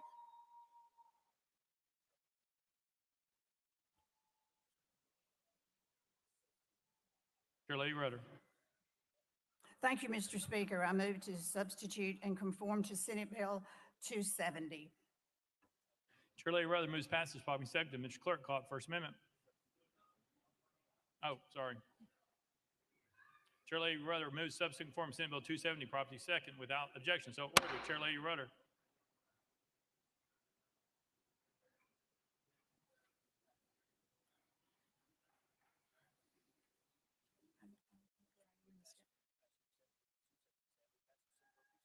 I move passage of Senate Bill 270 on third and final consideration. Chair Lady Rudder moves passage of Senate Bill 270 on third and final consideration, properly second. Mr. Clerk, call it First Amendment. House Civil Justice Committee Amendment number 1. Chairman Farmer, you're recognized. Thank you, Mr. Speaker. Roll to the Hill of the amendments. Objection, roll to the Hill. Next amendment, Mr. Clerk. House Finance Ways and Means Committee Amendment number 1, filed as House Amendment 2, same as Senate Amendment 2. Chair Lady Hazelwood, you're recognized. Thank you, Mr. Speaker. Same as Senate Amendment. Move to withdraw. Without objection, amendment number 2 withdrawn. Next amendment, Mr. Clerk. Mr. Speaker, that brings us back to Civil Justice Committee Amendment number 1. Chairman Farmer, you're recognized. Thank you, Mr. Speaker. Move to withdraw. Without objection, amendment number 1 withdrawn. Next amendment, Mr. Clerk. Mr. Speaker, no further amendments. Chair Lady Rudder, you're recognized. Thank you, Mr. Speaker. This is an administration bill to help streamline the adoption process so we can get babies into loving homes as soon as possible. This legislation seeks to make the process more user-friendly, efficient, and attractive as an alternative to abortion for unplanned pregnancies. With that, I renew my motion.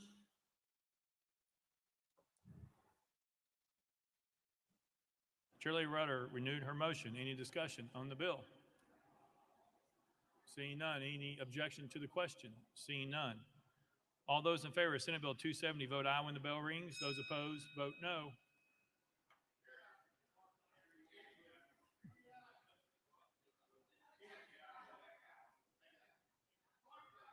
Has every member voted? Has any member wish to change their vote?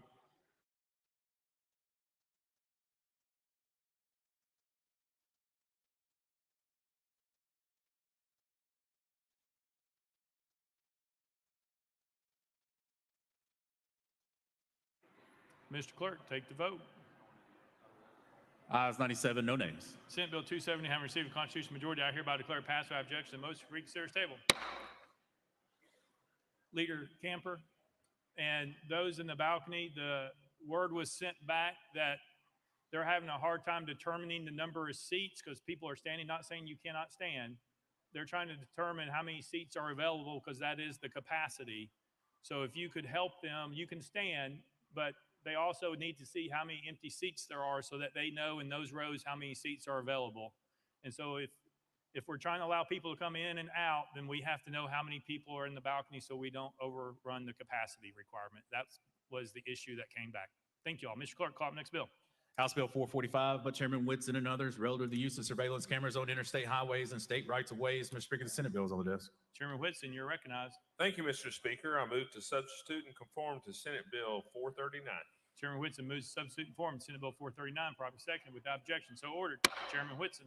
Thank you, Mr. Speaker. I move passage of Senate Bill 439 on third and final consideration. Chairman Whitson moves passage of Senate Bill 439 on third and final consideration. Probably second. Mr. Clerk, call it first amendment. House Transportation Committee Amendment Number 1, Mr. Speaker, it's similar to Senate Amendment 1. Chairman Howell, you're recognized. Thank you, Mr. Speaker. Move to withdraw. Without objection, amendment number 1 withdrawn. Next amendment, Mr. Clerk. Mr. Speaker, no further amendments. Chairman Whitson, you're recognized. Thank you, Mr. Speaker. In 2021, we passed a law requiring TDOT to issue permits to local governments to post automatic license plate readers, known as LPRs, on state right-of-ways inside their municipalities. This bill simply clarifies that existing process to make sure that LPRs used to track fleeing suspects or search for missing persons versus amber or silver alerts are an option for governments to purchase and install these systems, often at a much lower cost. Cameras used under this act must comply with our current license plate reader law and therefore can only be automated license plate readers and not any other type of surveillance camera. It guarantees that any LPR used meets the National Defense Authorization Act, making sure no device may contain spyware or share Tennesseans' information with foreign governments. These LPRs meet the highest possible security standards for privacy and protection. Additionally, we also make sure that these cameras are not used for traffic enforcement. With that, Mr. Speaker, I renew my motion. Chairman Whitson renews his motion. Any discussion on the bill? Representative Hardaway. Oh, I'm sorry. Hang on. Representative Gillespie is first, then you, Representative. My fault. Thank you, Mr. Speaker. Chairman Woodson, thank you so much. This will really help some of the situations that are going on in my community and give law enforcement better tools to be able to go after the people that are doing drive-by shootings on the interstate and fleeing other crimes across the community. So I just want to voice my support for this and thank you so much. Chairman Whitson. Representative Gillespie, very helpful. Representative Hardaway. Thank you, Speaker, and thank you, Chairman, for the bill. How does it impact state agencies or federal agencies? Do they still have to, or do they now have to consult with TDOT? Chairman Whitson. Thank you for that question. My understanding, when the application is made by the municipality to install these on state highways inside the cities, they must meet federal and state standards that have been established already. This bill. Hey, Chairman Whitson, they're having a hard time. Can you? Okay, I'm sorry. I'm sorry. There you go. That's better. Restate, Thank you. please. Again, it's my understanding that when the state, or excuse me, the cities apply to install a LPR on a state highway inside the city limits of the municipality, they must meet strict state and federal standards. Representative Hardaway. All right. Thank you, Speaker, and thank you for the bill, sir. Representative Towns. Thank you, Mr. Speaker. Sponsor yield. Chairman Whitson. Sponsor yields. Representative Towns. Thank you so much, sir. I too want to rise to thank you for the legislation as well. And let me make sure that we have an understanding that you're saying that it's not going to be intrusive where it goes into a citizen's privacy or something of that nature, but simply allows us to apprehend the person based upon the information that it will track. Chairman Whitson. Yes, exactly. There are safeguards in place that this information cannot be used for any other means other than to track criminals or help locate lost individuals via the Amber Alert. For instance, if a criminal commits an act and their license plate is identified, they can enter that license plate into the system, and if they should show up on the LPR, that will tell law enforcement where that individual's automobile is. It cannot be used for traffic enforcement. Representative Towns. Thank you here again. Now, the information, Mr. Representative, is maintained for a certain period of time and it goes away. Chairman Whitson. Normally from 30 up to 90 days. Representative Towns. Very good. Very good. Thank you, sir. Thank you. Any further discussion? Representative Lafferty. Thank you, Speaker. I'm just curious. We had a bill last year that we had talked about covering our highways with cameras. I understand you to say that there will not be any sharing of this information, that it will be stored if it's not someone that we're looking for. My nature is to be distrustful of government, at all levels. What assurances do we have, and how would it be possible in this digital age for us to monitor that they properly dispose of this information, these license plates that are recorded and kept? How do we follow up with that? How do we enforce that? Chairman Whitson. That goes beyond the scope of this piece of legislation, this bill. This bill merely allows cities to apply to TDOT to install a camera system that's different by what TDOT is requiring now if that camera meets the standards. All this does is to allow the cities to save money from being restricted to one type camera system. The standards that you're asking about was covered in previous legislation, and we have not changed that. Representative Lafferty. So thousands of people drive by this camera daily, and they're only looking for whatever license plate number might be on the radar for them that day. Is that accurate? Chairman Whitson. That is correct. Representative Lafferty. And the rest of the plates would be stored for 90 days. Chairman Whitson. That's my understanding. It depends on the agency. I've been told from 30 to 90 days. Representative Lafferty. Thank you. Thank you. Representative Howe. Thank you, Mr. Speaker. And thank you, sponsor, for this bill. This bill came through transportation. This bill does not in any way change the existing law. There are safeguards in place already about the use of this data. What this bill does, as I understand it, Mr. Sponsor, and you can correct me if I'm wrong, is open up competition. Currently, the law only allows TDOT to approve one type of camera. And I will say it's very, very expensive. This bill allows TDOT to open up competition to other types of cameras who do the same thing, but it's much, much cheaper. So it saves taxpayers money. Is that correct, Mr. Sponsor? Chairman Woodson. Chairman Howe, you are exactly correct. That's what this bill does, and it does not expand the scope of what these readers can and cannot do. Thank you for those comments. Chairman Sapicki.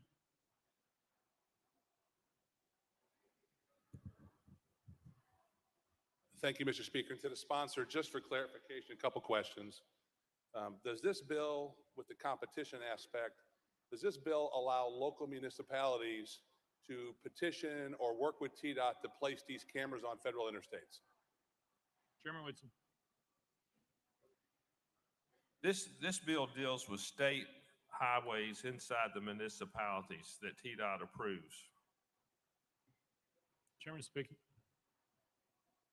Okay, maybe I'll ask a better question then. If a local municipality places these cameras through TDOT's approval, does it allow them, in section 1C of the bill, surveillance cameras to enforce and monitor traffic violations within work zones designated by the Department of Transportation? Does this bill authorize the municipalities to monitor these cameras to write tickets to the people of Tennessee?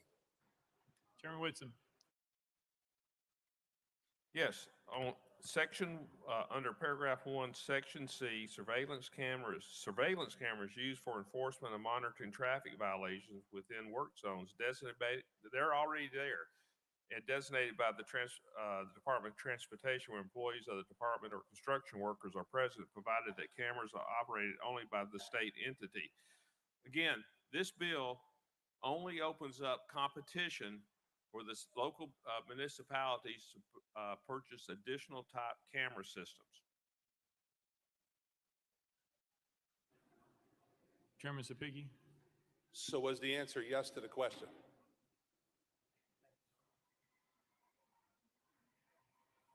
Chairman Whitson.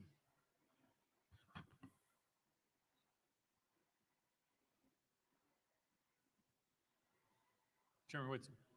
Again, just want to be clear, this is allow cities to purchase different type systems through the TDOT system when they make applications to buy a less expensive traffic camera, LPR, not a surveillance system, but an LPR to track criminals and lost individuals by the amber or the silver alert. Chairman Sapiki. All right. Representative Hemmer. Thank you, Mr. Speaker, and appreciate the sponsor for bringing this bill. Apologies for not getting you sooner, but my city manager just called me while we were going over the bill.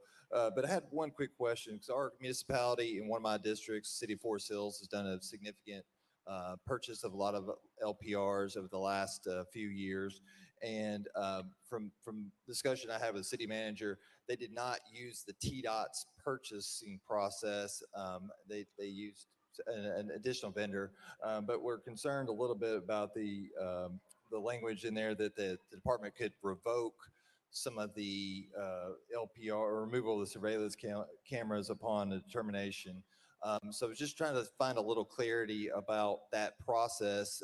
If a city like mine had already purchased and installed these LPRs on these state highways, how TDOT would make that decision if they were to take those away. Thank you. Chairman Woodson. Okay. Again, I cannot go into, it's part of the application process and the memorandum of understanding between the city and TDOT. But just want to be clear, cities can already purchase these type LPRs and put them on non-state highways within the municipality. That is already allowed. This only deals with the purchase and installation on state highways within the municipality. Representative Hemmer. Thank you, Mr. Speaker. Thank you for answering my question. I appreciate it. It's a good bill. Thank you. Thank you. Representative Powell. Move previous question. Previous question has been called. Any objection? Seeing none, we are voting. All those in favor of Senate Bill 439 vote aye when the bell rings. Those opposed vote no. Has every member voted? Does any member wish to change their vote?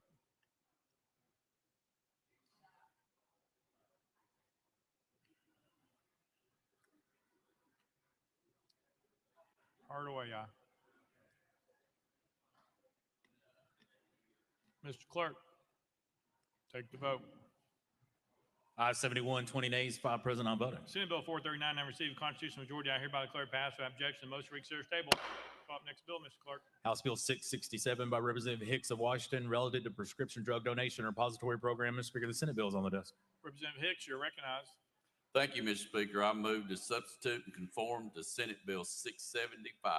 Representative Hicks moves to substitute and conform Senate Bill 675, probably second without objection. So ordered. Representative Hicks. Thank you, Mr. Speaker. I move passage of Senate Bill 675 on third and final consideration. Representative Hicks moves passage of Senate Bill 675 on third and final consideration. Probably second. Mr. Clerk, call it First Amendment. House Health Committee Amendment number 1, Mr. Speaker, same as Senate Amendment number 1. Chairman Terry, you recognize. Thank you, Mr. Speaker. Move to withdraw. Without objection, amendment number 1 withdrawn. Next amendment, Mr. Clerk. House Health Committee Amendment number 2, Mr. Speaker, same as Senate Amendment number 2. Chairman Terry, you recognize. Thank you, Mr. Speaker. Move to withdraw. Without objection, amendment number 2 withdrawn. Next amendment, Mr. Clerk. Mr. Speaker, no further amendments. Representative Hicks, you recognize. Thank you, Mr. Speaker. This bill amends the Tennessee Prescription Drug Donation Repository Program. It will be known as the Kevin Clawson Drug Donation Act. In 2016, the General Assembly passed legislation which established a volunteer prescription drug donation repository program, which allowed any person to donate prescription drugs and supplies for the use by qualifying individuals. This bill seeks to expand Tennessee's existing program in order to align with national standards for such programs in order to meet the demands and needs of this state. This bill seeks to broaden the definition of donors, redefine the income qualifiers and definition of indigent, redefine eligible recipients, and expand the list of acceptable medications. And with that, Mr. Speaker, I renew my motion. Representative Hicks renews his motion. Any discussion on the bill? Seeing none, any objection to the question? Seeing none. All those in favor of Senate Bill 675 vote aye when the bell rings. Those opposed vote no. Has every member voted? Does any member wish to change their vote? Vital, aye. Hardaway, aye. Dixie, aye. Love, aye. Butler, aye. Mr. Clerk, take the vote. Ayes 96, no nays. Senate Bill 675, having received a constitutional majority, I hereby declare it passed without objection on the most reconsidered table. Call up next bill, Mr. Clerk. House Bill 1482 by Chairman Halsey and others relative to the education of professional bondsmen. Chairman Halsey, you're recognized. Thank you, Mr. Speaker. Move passage of House Bill 1482 on third and final consideration. Chairman Halsey moves passage, probably seconded. Mr. Clerk, call up First Amendment. House Criminal Justice Committee Amendment number 1. Vice Chairman Gillespie, you're recognized. Thank you, Mr. Speaker. This amendment tasks the clerks of the court with handling criminal background checks for the Tennessee Association of Professional Bail Agents. With that explanation, Mr. Speaker, I move adoption of House Criminal Justice Committee Amendment number 1. Vice Chairman Gillespie moves adoption of amendment number 1, properly seconded. Any discussion on the amendment? Seeing none, all those in favor of amendment number 1 say aye, aye. All those opposed say no. The ayes have it. You adopted. Next amendment, Mr. Clerk. Mr. Speaker, no further amendments. Chairman Halsey, you're recognized. Thank you, Mr. Speaker. This bill does two things dealing with professional bail agents. They are required to go through yearly training, and for several years, the cap on that was $240. This raises the cap to $450. And then this bill also says that bail agents have to go for a yearly criminal history check. And with that, Mr. Speaker, I renew my motion. Chairman Halsey renews his motion. Any discussion on the bill? Seeing none, any objection to the question? Seeing none. All those in favor of House Bill 1482 as amended vote aye when the bell rings. Those opposed vote no. As every member voted, does any member wish to change their vote?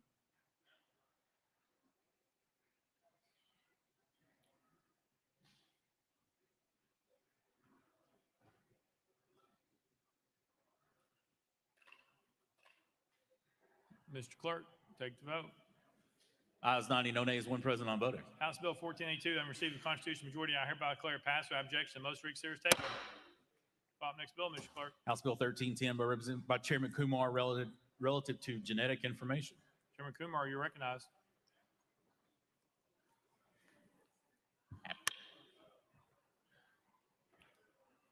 Thank you, Mr. Speaker. I move passage of House Bill 1310 on third and final consideration. Chairman Kumar moves passage, properly seconded. Mr. Clerk, call up First Amendment. House Commerce Committee Amendment number 1. Chairman Vaughn, you're recognized. Thank you, Mr. Speaker. This amendment rewrites the bill. We're going to move to adopt and then defer to the sponsor for further explanation. Chairman Vaughn moves adoption of amendment number 1, properly seconded. Any discussion on the amendment? Seeing none, all those in favor of amendment number 1 say aye, aye. All those opposed say no. The ayes have it. You adopted. Next amendment, Mr. Clerk. Mr. Speaker, no further amendments. Chairman Kumar, you're recognized. Thank you, Mr. Speaker. House Bill 1310 is the Genetic Information Privacy Act. We have all seen the television ads from direct-to-consumer companies who will take a sample of the saliva and give us a genetic map that will predict our future health and illness. This information is critical. This bill assures that information is not revealed without consent and assures privacy of that information. Mr. Speaker, I renew my motion. Chairman Kumar renews his motion. Any discussion on the bill? Seeing none, any objection to the question? Seeing none. All those in favor of House Bill 1310 as amended vote aye when the bell rings. Those opposed vote no. Has every member voted? Does any member wish to change their vote?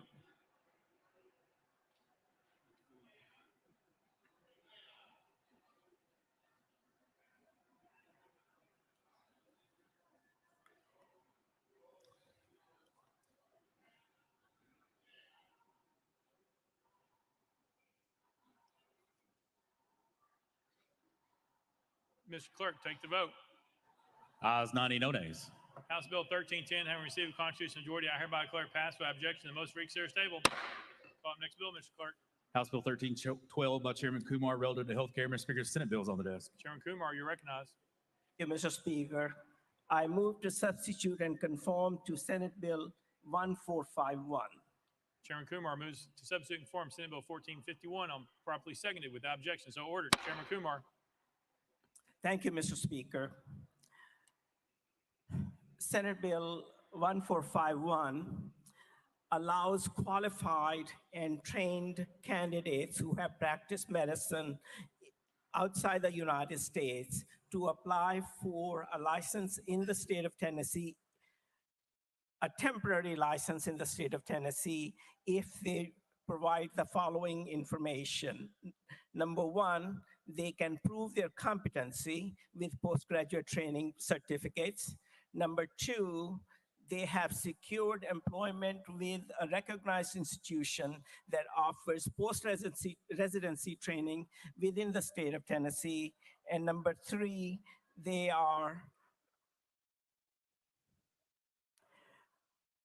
will qualify for taking the licensing exam after 2 years of satisfactory performance in that institution.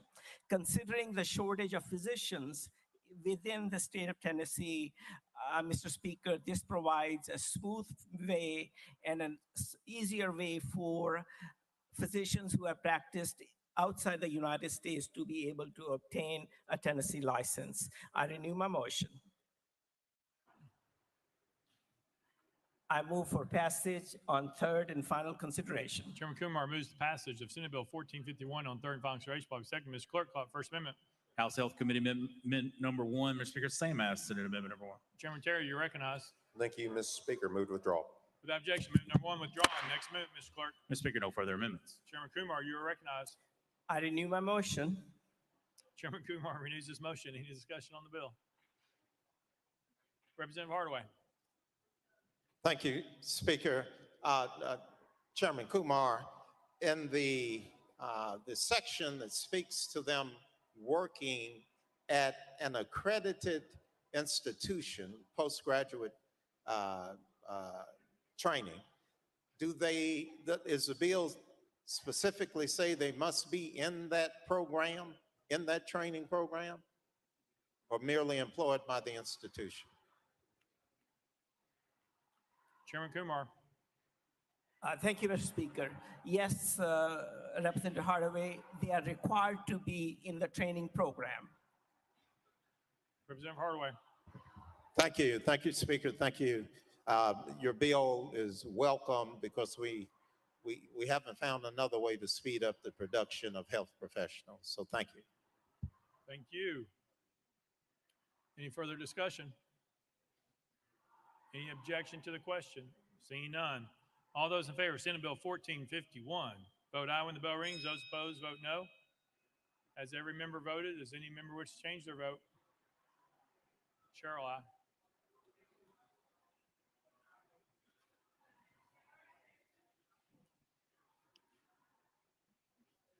Mr. Clerk, take the vote. Ayes 92, 1 nay. Senate Bill 1451 and received a constitutional majority. I hereby declare passed without objection. Most for serious table.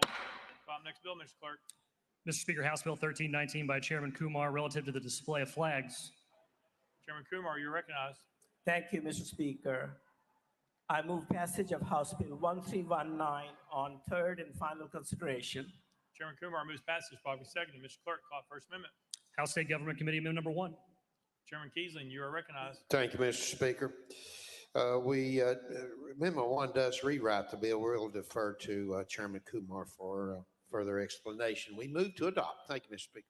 Chairman Keesling moves adoption of amendment number 1. Probably seconded. Any discussion on the amendment? Seeing none. All those in favor of amendment number 1 say aye. Aye. All those opposed say no. The ayes have it. You adopted. Next amendment, Mr. Merck. No further amendments, Mr. Speaker. Chairman Kumar, you're recognized. Thank you, Mr. Speaker. Members, this is the act to honor our flags. House Bill 1319 acknowledges that flags of the United States and the state of Tennessee are great symbols of our nation and our state. They must fly in freedom, liberty, and majesty. This requires that these two flags shall be the only flags flown continuously on buildings and campuses that are a property of the state of Tennessee and its divisions, including educational institutions. Flags of clubs, societies, and other organizations enjoy protections under the First Amendment, but are to be displayed and flown only during functions of those organizations. Only the flags of the United States and the state of Tennessee shall be flown continuously on these places. Flags of individual organizations and colleges are exempt, as are flags that are protected by Tennessee Heritage Protection Act, as well as POW and MIA flags. Mr. Speaker, I renew my motion. Chairman Kumar renews his motion. Any discussion? Representative Jones. Thank you, Mr. Speaker. I'm very alarmed by this bill and the implications for the First Amendment. And so I just want to walk through it step by step with Representative Kumar. So it says it exempts flags that are protected under the Heritage Protection Act. So that would be Confederate flags. But if we wanted to put a pride flag on a building, if we wanted to put a Black Lives Matter flag, that would be prohibited under this law. Is that correct? Chairman Kumar. These are flags flown on buildings owned by the state of Tennessee and its divisions and educational institutions. This does not affect the private buildings. Representative Jones. So a college campus, if the students wanted to fly the pride flag, they will be prohibited from doing that. Is that correct, Representative Kumar? Chairman Kumar. Kindly specify the flag. Representative Jones.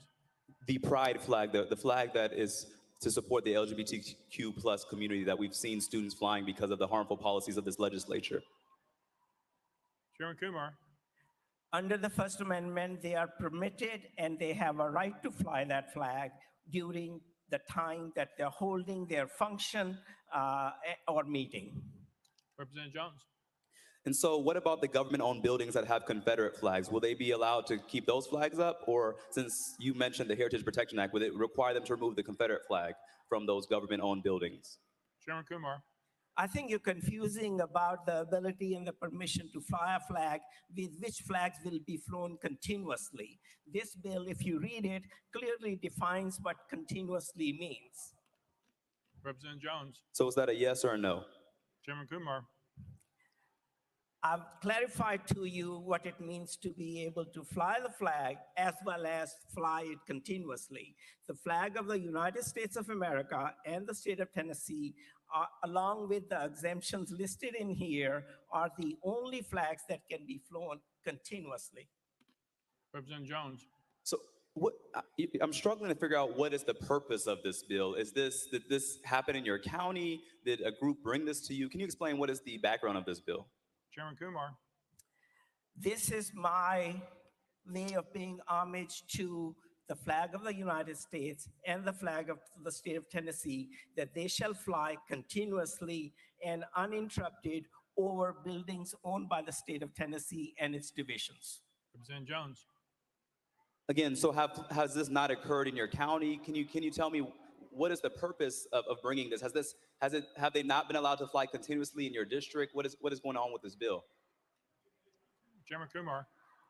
This bill has a larger purpose. I'm not trying to address one particular situation. Representative Jones. Thank you, Mr. Speaker. I feel like this bill enters into some dangerous territory when we come to the First Amendment. And I feel like it is targeting college campuses. I feel like it is also a form of idolatry. You're talking about the sacredness of a symbol, which we support as lawmakers, but it just feels a little weird. And so I can't support this bill. And I wish that, I think that there are going to be some First Amendment objections to this from groups outside of this chamber, because it seems to be a violation of the First Amendment right. And the Supreme Court case of Tinker v. Des Moines says that constitutional rights do not stop at the schoolhouse gate. And so I believe that this is going to adversely impact our students. It's going to restrict the right of students to exercise their First Amendment right. And I think it also is a solution in search of a problem. And so with that, I can't support your bill. And thank you for answering my questions. Thank you. Representative McKenzie. Thank you, Mr. Speaker. And to the sponsor, could you define continuously? Chairman Kumar.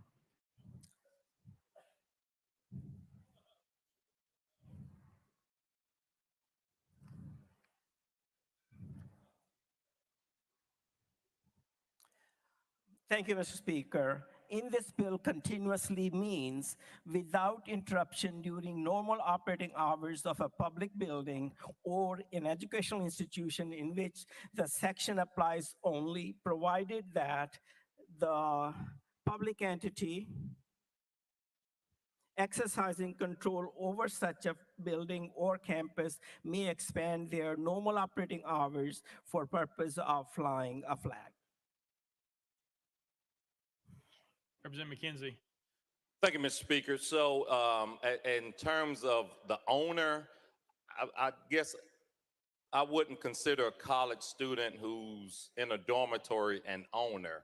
So if that college student had a Tennessee Titans flag flying outside of his window, would he have to bring it in every night and he or she have to bring it in every night and repost it in the morning? Or can they fly that Tennessee Titan flag continuously?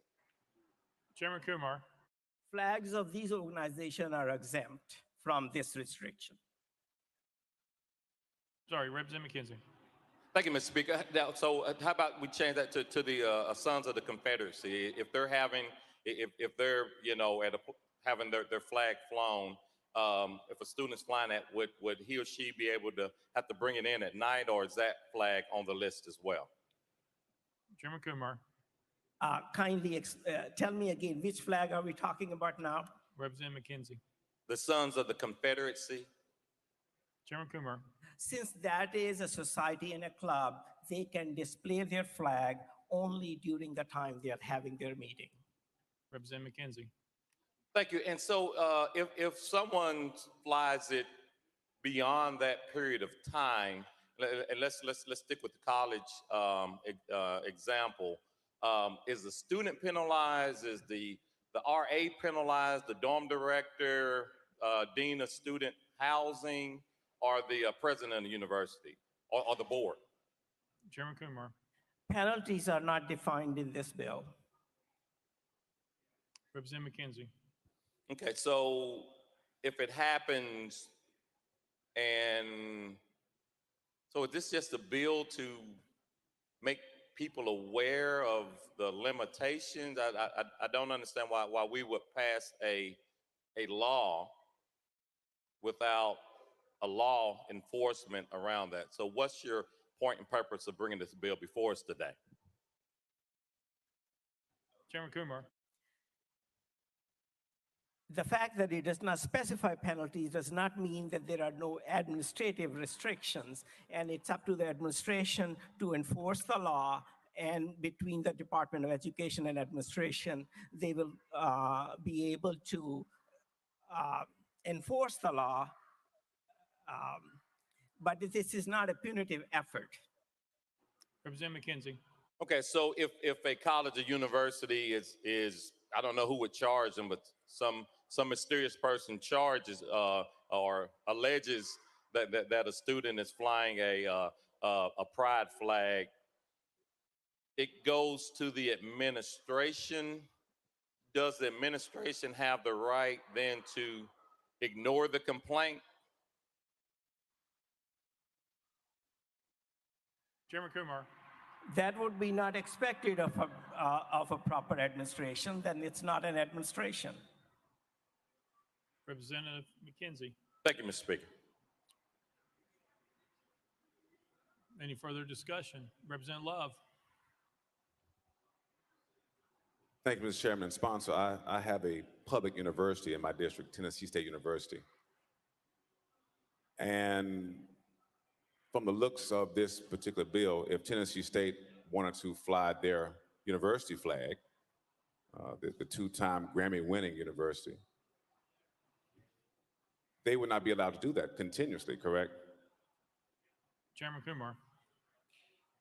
If you read the bill, flags of certain entities and organizations, including the universities themselves, those are exempt. And I have worked with the educational institutions within our state to make sure that their flags, organizational flags, flags of certain entities within the government, as well as our own legislative flag can be flown. Representative Love. I'm reading the legislation, and that's what gives me some concern, because it says that the club, society, or organization may only be flown on public building that is owned by the state or political subdivision or on the campus of an educational institution during the period of time for which the entity is meeting or performing an authorized function on the property. My question is, if the university wants to fly the flag continuously, whether the band is performing or not, it looks like that's prohibited. Chairman Kumar. Also, if you read down the lines, it does say that the flags belong, official flags of the institution, state of Tennessee, its divisions and entities are exempt from this restriction. Representative Love. Thank you, Mr. Speaker. I didn't see that in there, and maybe you can point that out for me, what section that's in. Chairman Kumar.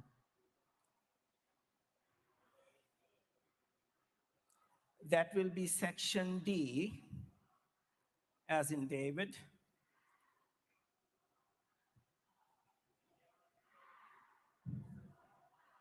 Representative Love. Section D says, as used in this section continuously means without interruption during the normal operation hours of the public school to which this section applies, provided that the public entity exercising control of such public school may expand their normal operating hours for the purpose of flying one or more flags in accordance with this section. Nothing in there says official flags of the university or the entity. Chairman Kumar.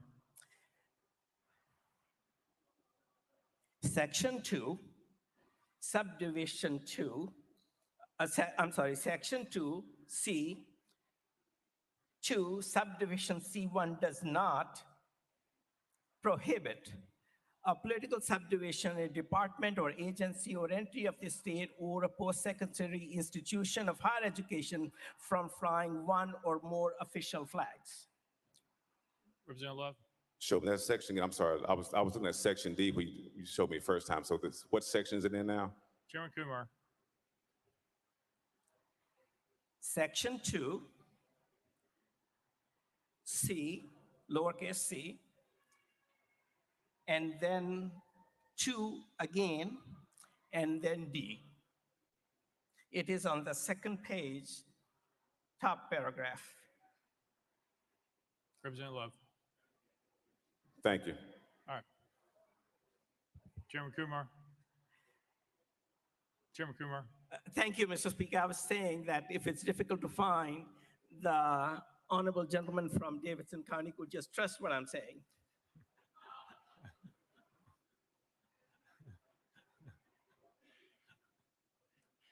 Representative Shaw. Thank you, Mr. Speaker. Sponsor yield. Chairman Kumar. Yes, Mr. Representative.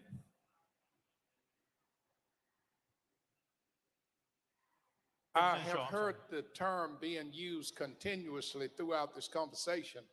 Help me. I thought the United States flag and the Tennessee flag already had law to move to be flown continuously. You mean we're limited to how often we can fly our federal and state flag right now?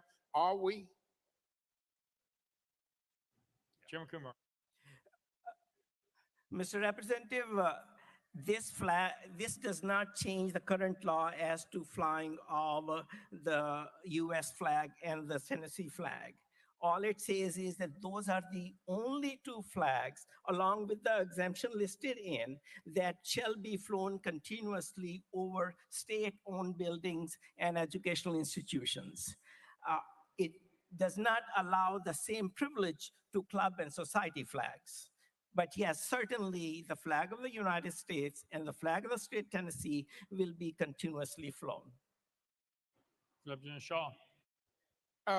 Thank you for clearing it up. I thought that's what you were saying. So then your aim then is to limit all other flags from being flown continuously. That's basically what you're getting at. Would that be fair? Chairman Kumar.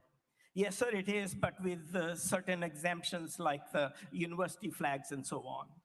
Representative Shaw. They can be flown, but only during the time they're having a celebration. So if some group is having a 2-week celebration, their flag can be flown for those 2 weeks or 1 week or whatever. But other than that, they have to take them down. That's basically what this legislation is doing. Is that what you're saying to us? Chairman Kumar. I don't know of a 2-week celebration, but if that is the time a meeting is being held for that long, yes, that would be allowable. Representative Shaw. Thank you, Mr. Speaker, and thank you for helping me to understand that. Representative Fritz. Thank you, Mr. Speaker, and sponsor, thank you so much for honoring those two flags that unite us in this great state of Tennessee and these great United States. Thank you. Representative Sparks, did I see your hand up? No, sir. All right. Representative Powers. Thank you, Mr. Speaker. Move previous question. Previous question's been called. Any objection? Seeing none, we're voting. All those in favor of House Bill 1319 as amended, vote aye when the bell rings. Those opposed, vote no. Has every member voted? Does any member wish to change their vote?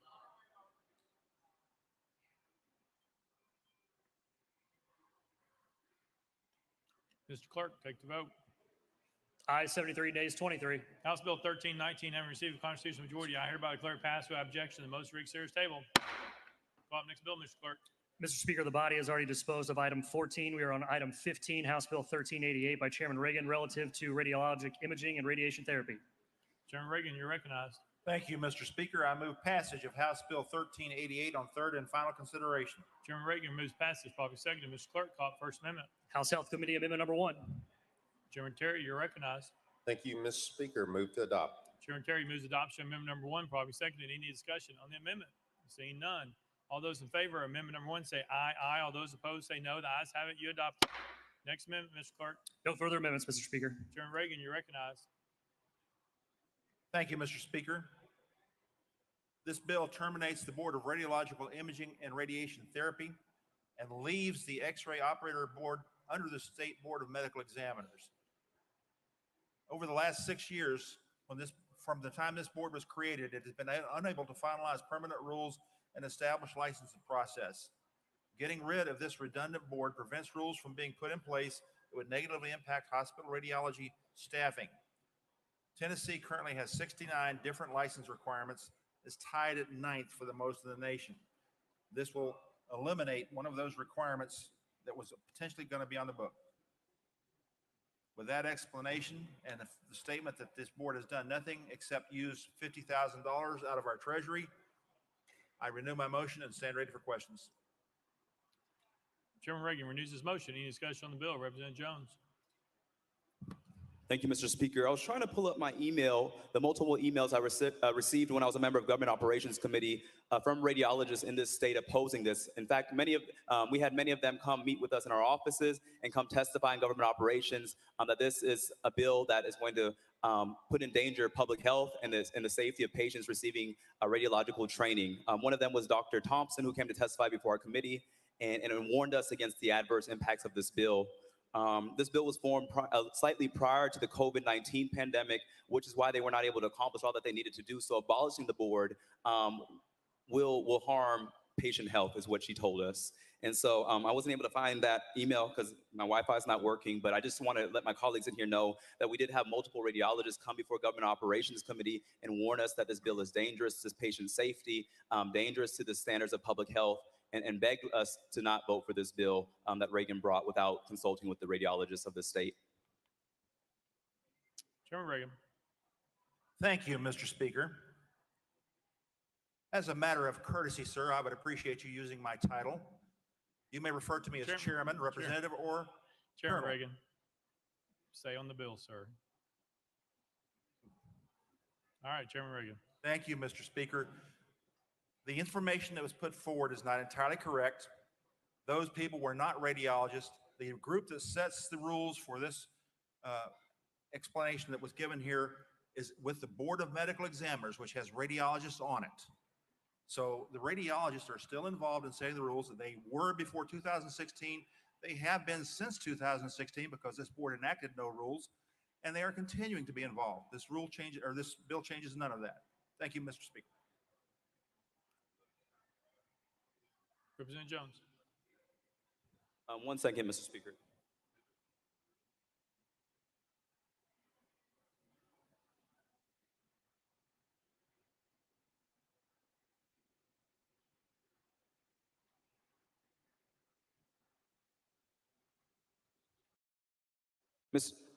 Sorry, Mr. Speaker. The Wi-Fi in here is not working, but again, I just want to share that we received dozens of emails from radiologists in this state warning us about the dangers to patient safety in this legislation.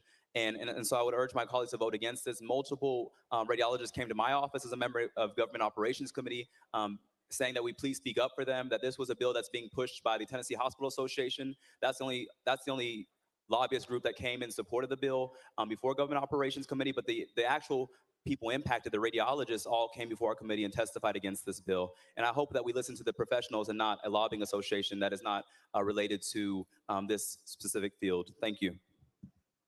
Chairman Reagan. Thank you, Mr. Speaker. The professionals on this board have done nothing for 6 years. There can be no danger in existence because they did nothing.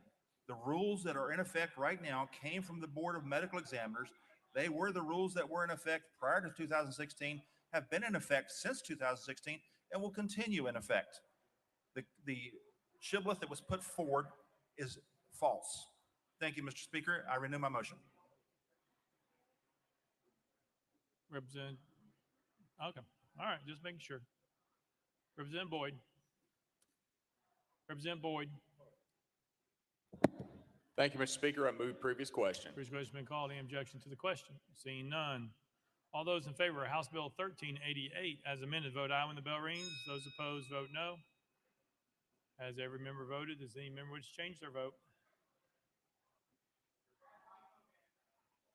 Barrett, aye.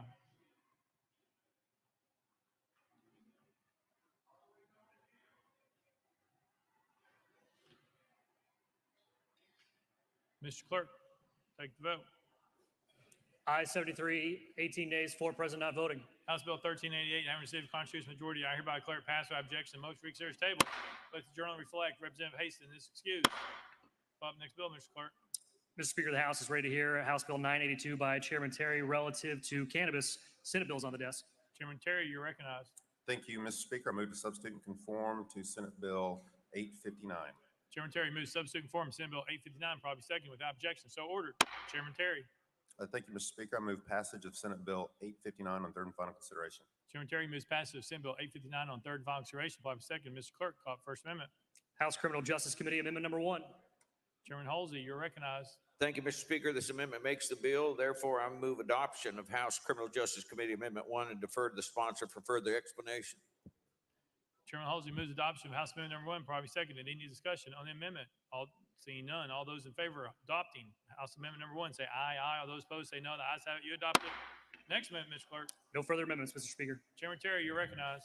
Thank you, Mr. Speaker. And to give the members a bit of background on this, earlier this year, the American Society of Regional Anesthesia put forth guidelines on screening patients for their use of cannabis prior to surgery because of the higher amounts of THC that's in marijuana. And it does not help us as providers if we ask those questions, if the patients are not willing to answer those questions. And so what this bill basically says is that a patient's statement, and only their statement regarding the use of marijuana to a doctor, a pharmacist, or other healthcare providers during the scope of their medical care for the purpose of obtaining medical advice about interactions of marijuana with other medications or medical treatment will not be used against them in a criminal proceeding. With that, I renew my motion. Chairman Terry renews his motion. Any discussion on the bill? Chairman Kumar, you recognized. Thank you, Mr. Chairman, and thank you, Mr. Speaker. Now, what we are saying is because the chronic use of marijuana may affect the anesthesia need of those medications, you are encouraging these patients to be truthful. Chairman Terry. That is correct. We would like, in order for us to take care of patients, we would like to obviously have that information from them. Chairman Kumar. I think it's also a great opportunity to inform patients that marijuana affects their health in such a way, so it's probably not a good idea. Thank you, Mr. Chairman. Chairman Terry. All right. Any further questions? Seeing none. Any objection to the question? Seeing none, we are voting. All those in favor of Senate Bill 859 as amended, vote aye when the bell rings. Those opposed, vote no. Has every member cast their vote? Does any member wish to change their vote?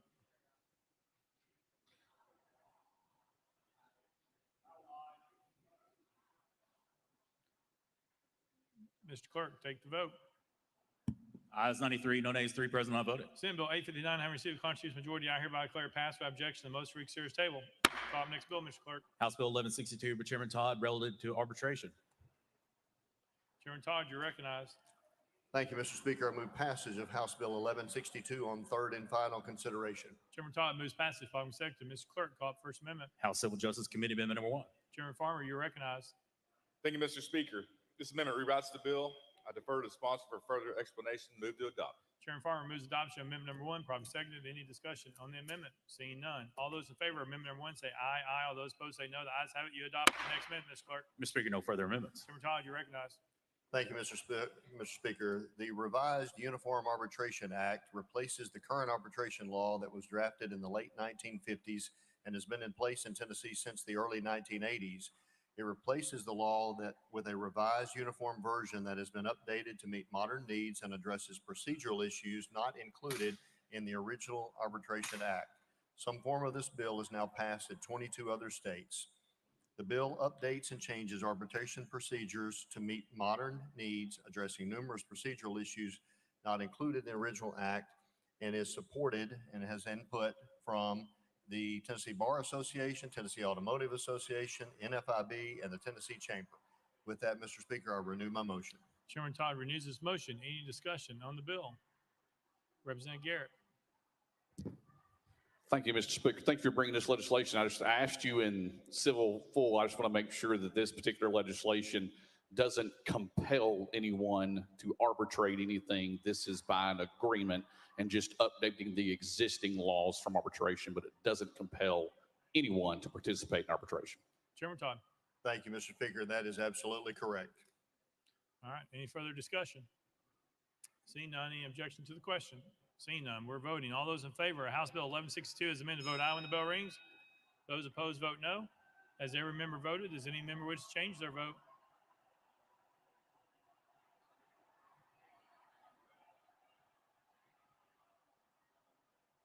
Mr. Clerk, take the vote. Ayes 87, 2 nays. House Bill 1162, having received a constitutional majority, I hereby declare passed by objection. Most read series table. We'll call up next bill, Mr. Clerk. Senate Joint Resolution 127 by Chairman Zachary, a resolution to express support for allowing military exemptions, recognizing individual concerns about New Shots Act of 2023. Chairman Zachary, you're recognized. Thank you, Mr. Speaker. I move to concur in Senate Joint Resolution 127. Chairman Zachary moves to concur in Senate Joint Resolution 127. Probably seconded. Mr. Clerk, call it First Amendment. Mr. Speaker, no amendments filed. Chairman Zachary, you're recognized. Thank you, Mr. Speaker. Members, this resolution simply encourages the United States Senate to pass the Americans Act, which is in front of them now, that would restore military members who were involuntarily removed from their service because they would not take the COVID vaccine. With that, I renew my motion. Chairman Zachary renews his motion. Any discussion? Representative Jones, you're recognized. Thank you, Mr. Speaker. To the sponsor, is this bill saying my body, my choice? Chairman Zachary. This is a resolution. Representative Jones. Is this resolution saying my body, my choice? Is that what we're saying? Chairman Zachary. Thank you, Mr. Speaker. You can read the resolution and determine for yourself. Representative Jones. I just think it's interesting that when it comes to anti-vaccination, we want people to make their own health decisions, but when it comes to reproductive justice, many members of our state don't have that same freedom, and it's very unfortunate. Thank you. Any further discussion? Seeing none. Any objection to the question? Seeing none. All those in favor of Senate Joint Resolution 127, vote aye when the bell rings. Those opposed, vote no. Has every member voted? Does any member wish to change their vote? Alexander, aye. Gant, aye.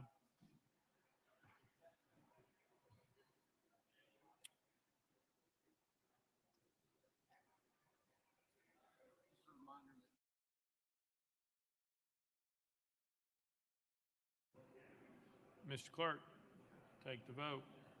Ayes 71, 21 nays. Senate Joint Resolution 127, having received a constitutional majority, I hereby declare concurred in without objection. Most read series table. We'll call it next bill, Mr. Clerk. House Bill 1261 by Chair Lady Moody, relative to individualized education account program. Chair Lady Moody, you're recognized. Thank you, Mr. Speaker. I move passage of House Bill 1261 on third and final consideration. Chair Lady Moody moves passage. Following second, Mr. Clerk, call it First Amendment. House Education Administration Committee Amendment number 1. Chairman White, you're recognized. Thank you, Mr. Speaker. The amendment rewrites the bill, so I move to adopt and defer to the sponsor for further explanation. Chairman White moves adoption of amendment number 1, probably seconded. Any discussion on the amendment? Seeing none, all those in favor of amendment number 1 say aye. Aye. All those opposed say no. The ayes have it. You adopted. Next amendment, Mr. Clerk. Mr. Speaker, no further amendments. Chair Lady Moody, you are recognized. Thank you so much, Mr. Speaker. And members, what this does, we were seeing that there was some vague language in the existing law that of who would be required to notify the parents of their child's potential eligibility to participate in the program. So what this bill will do, it will instruct the Department of Education to to come up with a program of how to notify, and they will also notify the Education Committee of the Senate and the Education Administration Committee of the House of Representatives on that process that they develop. And with that, I renew my motion. Chair Lady Moody renews her motion. Any discussion on the bill? Seeing none, any objection to the question? Seeing none, all those in favor of House Bill 1261 has been to vote aye when the bell rings. Those opposed vote no. As every member voted, any member has changed their vote?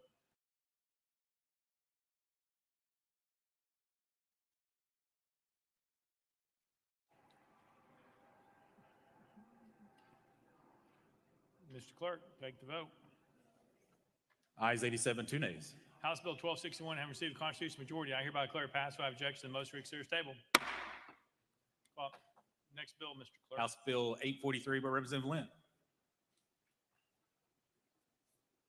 Representative Lynn, at your desk. Thank you, Mr. Speaker. I request that this bill be moved to the next available space on the next available calendar. Without objection, roll to the next available calendar on the next available space. So ordered. Next bill, Mr. Clerk. House Bill 841 by Representative Lynn. Representative Lynn, you're recognized. Thank you, Mr. Speaker. I move that this bill be moved to the next available space on the next available calendar. Without objection, roll. Next bill, Mr. Clerk. House Bill 641 by Chair Lady Littleton relative to children. Mr. Speaker, the Senate bill is on the desk. Chair Lady Littleton, you're recognized. Thank you, Mr. Speaker. I move to substitute and conform to Senate Bill 0656. Chair Lady Littleton moves to substitute and conform to Senate Bill 656, probably second without objection. So ordered. Chair Lady Littleton. Thank you, Mr. Speaker. I move passage of Senate Bill 0656 on third and final consideration. Chair Lady Littleton moves passage of Senate Bill 656 on third and final consideration, probably second. Mr. Clerk, call First Amendment. House Civil Justice Committee Amendment number 1, same as Senate Amendment number 1. Chairman Farmer, you're recognized. Thank you, Mr. Speaker. Same as Senate Amendment, move to withdraw. Without objection, Amendment number 1 is withdrawn. Next amendment, Mr. Clerk. Mr. Speaker, no further amendments.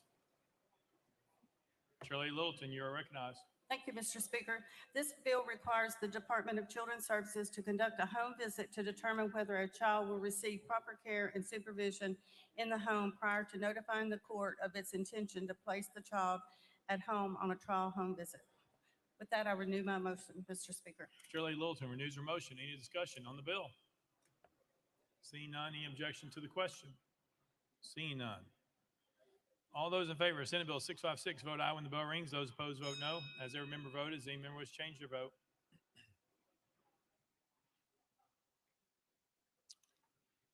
Those vote aye, bomb aye.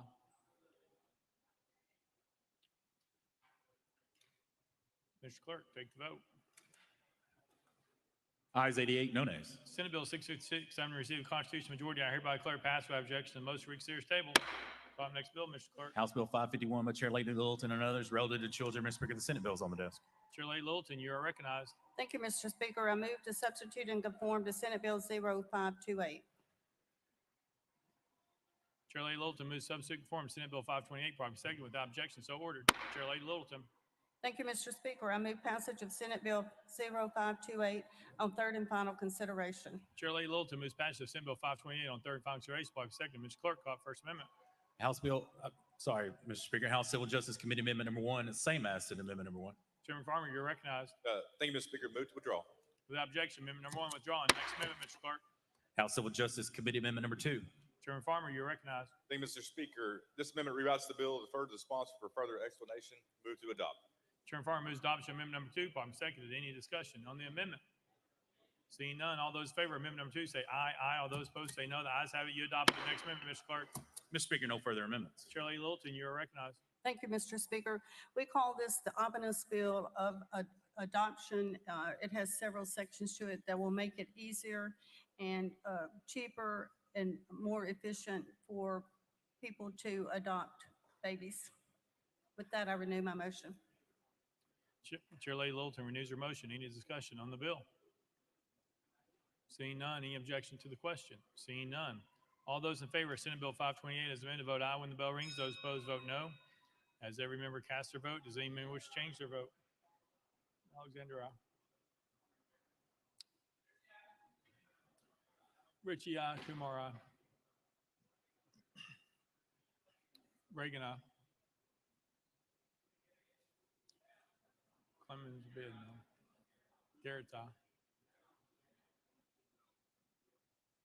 Mr. Clerk, take the vote. Ayes 81, 10 nays. Senate Bill 528, having received a constitutional majority, I hereby declare it passed without objection. The motion reconsider is tabled. Call up next bill, Mr. Clerk. Mr. Speaker, the body has already considered item 24. We're on item 25, House Bill 1012 by Chairman Grills, relative to sheriffs and constables. Chairman Grills, you're recognized. Thank you, Mr. Speaker. I move the passage of HB 1012 on third and final consideration. Chairman Grills moves passage following second. Mr. Clerk, call it First Amendment. House Local Government Committee Amendment number 1. Chairman Crawford, you're recognized. Thank you, Mr. Speaker. Local Government Committee number 1 makes the bill. I move to adopt and defer to the sponsor for further explanation. Chairman Crawford moves adoption amendment number 1, probably seconded. Any discussion on the amendment? Seeing none. All those in favor of amendment number 1 say aye, aye. All those opposed say no. The ayes have it. You adopted. Next amendment, Mr. Clerk. Mr. Speaker, no further amendments. Chairman Grills, you're recognized. Thank you, Mr. Speaker. This legislation does two things. It increases the fees that constables are paid to serve process and other court documents, and it also provides a process that counties can, by resolution, supplement their pay. With that, I renew my motion. Chairman Grills renews his motion. Any discussion on the bill? Seeing none. Any objection to the question? Seeing none. All those in favor of House Bill 1012 as amended, vote aye when the bell rings. Those opposed, vote no. As every member voted, does any member wish to change your vote?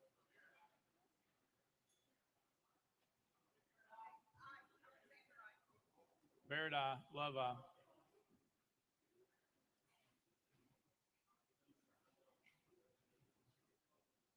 Mr. Clerk, take the vote. Ayes 89, no nays, 1 present, not voting. House Bill 1012, having received a constitutional majority, I hereby declare it passed without objection. The motion reconsider is tabled. Call up next bill, Mr. Clerk. House Bill 306 by Representative Bolso, relative to private schools. Representative Bolso, you're recognized.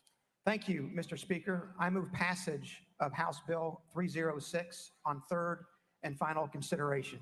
Representative Bolso moves passage following second. Ms. Clerk, call it for First Amendment. House Education Administration Committee Amendment number 1. Chairman White, you're recognized. Thank you, Mr. Speaker. The amendment rewrites the bill, so I move to adopt and defer to the sponsor for explanation. Chairman White moves adoption of amendment number 1, probably seconded. Any discussion on the amendment? Seeing none. All those in favor of amendment number 1 say aye, aye. All those opposed say no. The ayes have it. You adopted. Next amendment, Mr. Clerk. House Amendment 2 by Representative Bolso. Mr. Speaker, it was timely filed. Representative Bolso, you're recognized. Thank you, Mr. Speaker. I move adoption of amendment number 2 to House Bill 306. Representative Bolso moves adoption of amendment number 2, probably seconded. Any discussion on the amendment? Representative McKenzie. Thank you, Mr. Speaker. I was in the Education Administration Committee. What does this amendment do? I don't remember seeing this. This is the floor amendment. Chairman Representative Bolso. Thank you, Mr. Speaker. Yes, it is. Representative McKenzie. Thank you, Mr. Speaker. You know, this bill deals with extending the play as you were born exclusion to private schools. We passed public ones. So that's all that this bill did when we last vetted it and thoroughly vetted it in committee.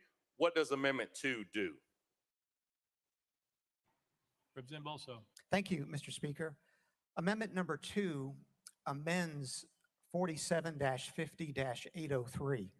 Currently, that provision provides that private schools may adopt a firearms policy if they are a K through 12 school. This amendment, if adopted, would allow pre-K through 12 private schools to adopt a firearms policy. Representative McKenzie. Thank you, Mr. Speaker.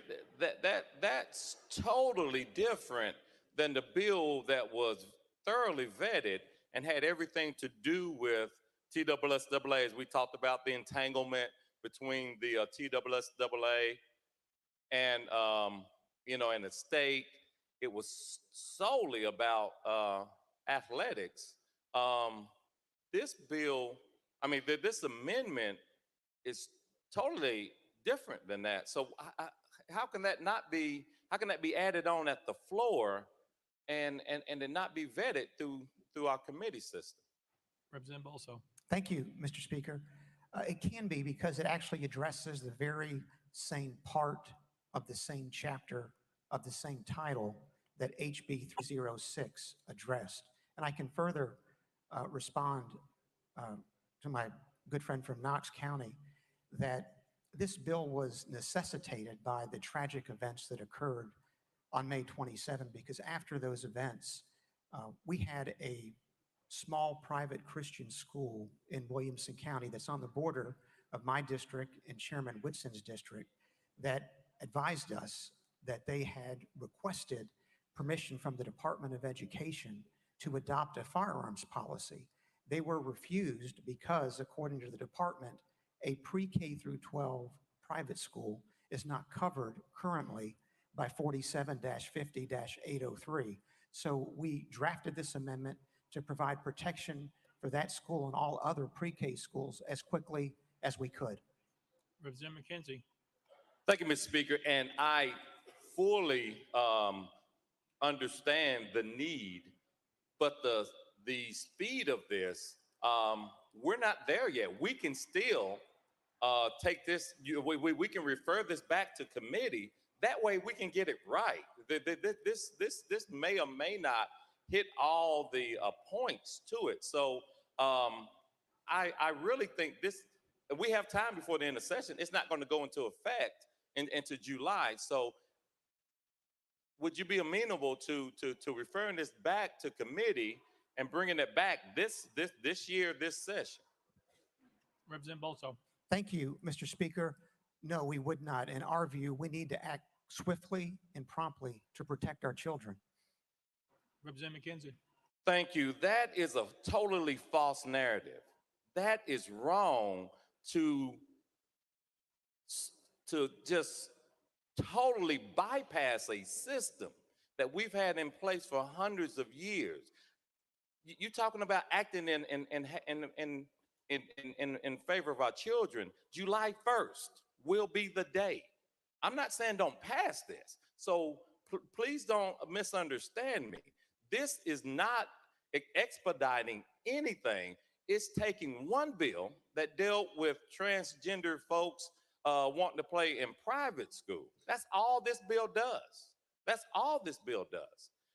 And then to put a firearms thing on top of it without any consideration to what the public wants to hear or wants us to hear is not the way to legislate. That's just not. We have a committee structure here and it works.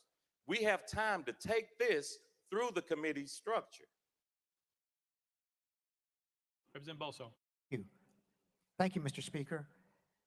The amendment was brought timely. It was filed in accordance with the permanent rules that this body adopted in January. With that, Mr. Speaker, I will renew my motion. Leader Lambert, for what purpose? And Camper. Thank you, Mr. Speaker. And on the amendment, later in the session, and I agree with everything that's been said as far as adding amendments on, we have had other bills that have minor changes. I understand we're talking about firearms here, and that is always a passionate topic, but the member has an issue in his district. He has a bill that opens that caption up. And from my understanding, and correct me if this is wrong, it literally allows right now K through 12 can hire armed security for their schools. But if you are pre-K through 12, you're precluded from doing so. It is a pretty minor change in the law, in my humble opinion. Yes, we can send this back to committee and everything else. I, for one, will be voting for the amendment today because I would like private schools to at least have that ability to be able to do this, whether they have a pre-K or they're K through 12. However, vote your conscience. I mean, if for some reason on the amendment goes down, I hope there's still a bill out there somewhere that would be able to contain this. It seems like a reasonable request, but it is something that obviously I would prefer we not do very often. But it does deal with the member's district, and it does fit within the caption, and it was timely filed. So I just wanted to throw that out there. Thank you, Mr. Speaker. Leader Camper. Thank you, Mr. Speaker. Mr. Speaker and Leader, you all have been pretty strict about adding amendments on this floor and had this tremendous respect for the committee process. And we've had to abide by that. Even when we had something was just as urgent, our bills were sent back. And I think we need to be fair about that. This bill doesn't go into effect until July. Education Committee is still open. We're only asking for 1 week so that it can be vetted. And I think that's okay. We have time. And it goes again to the point where members are feeling like they're not being heard, Mr. Speaker.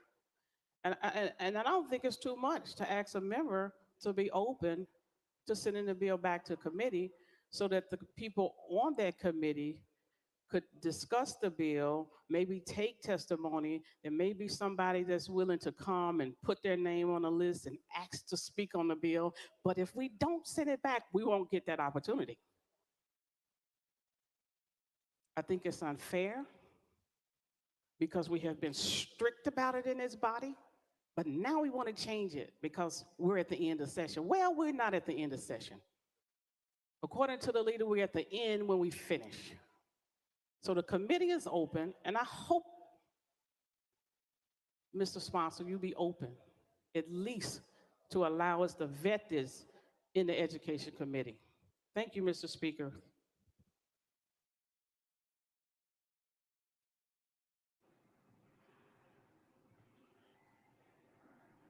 All right, Representative Sapicki's next on the list.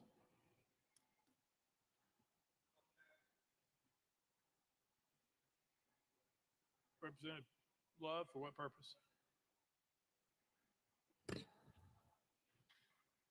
Mr. Speaker, I'd like to make the motion that we send this back to Education Administration Committee. It's a proper motion, properly seconded.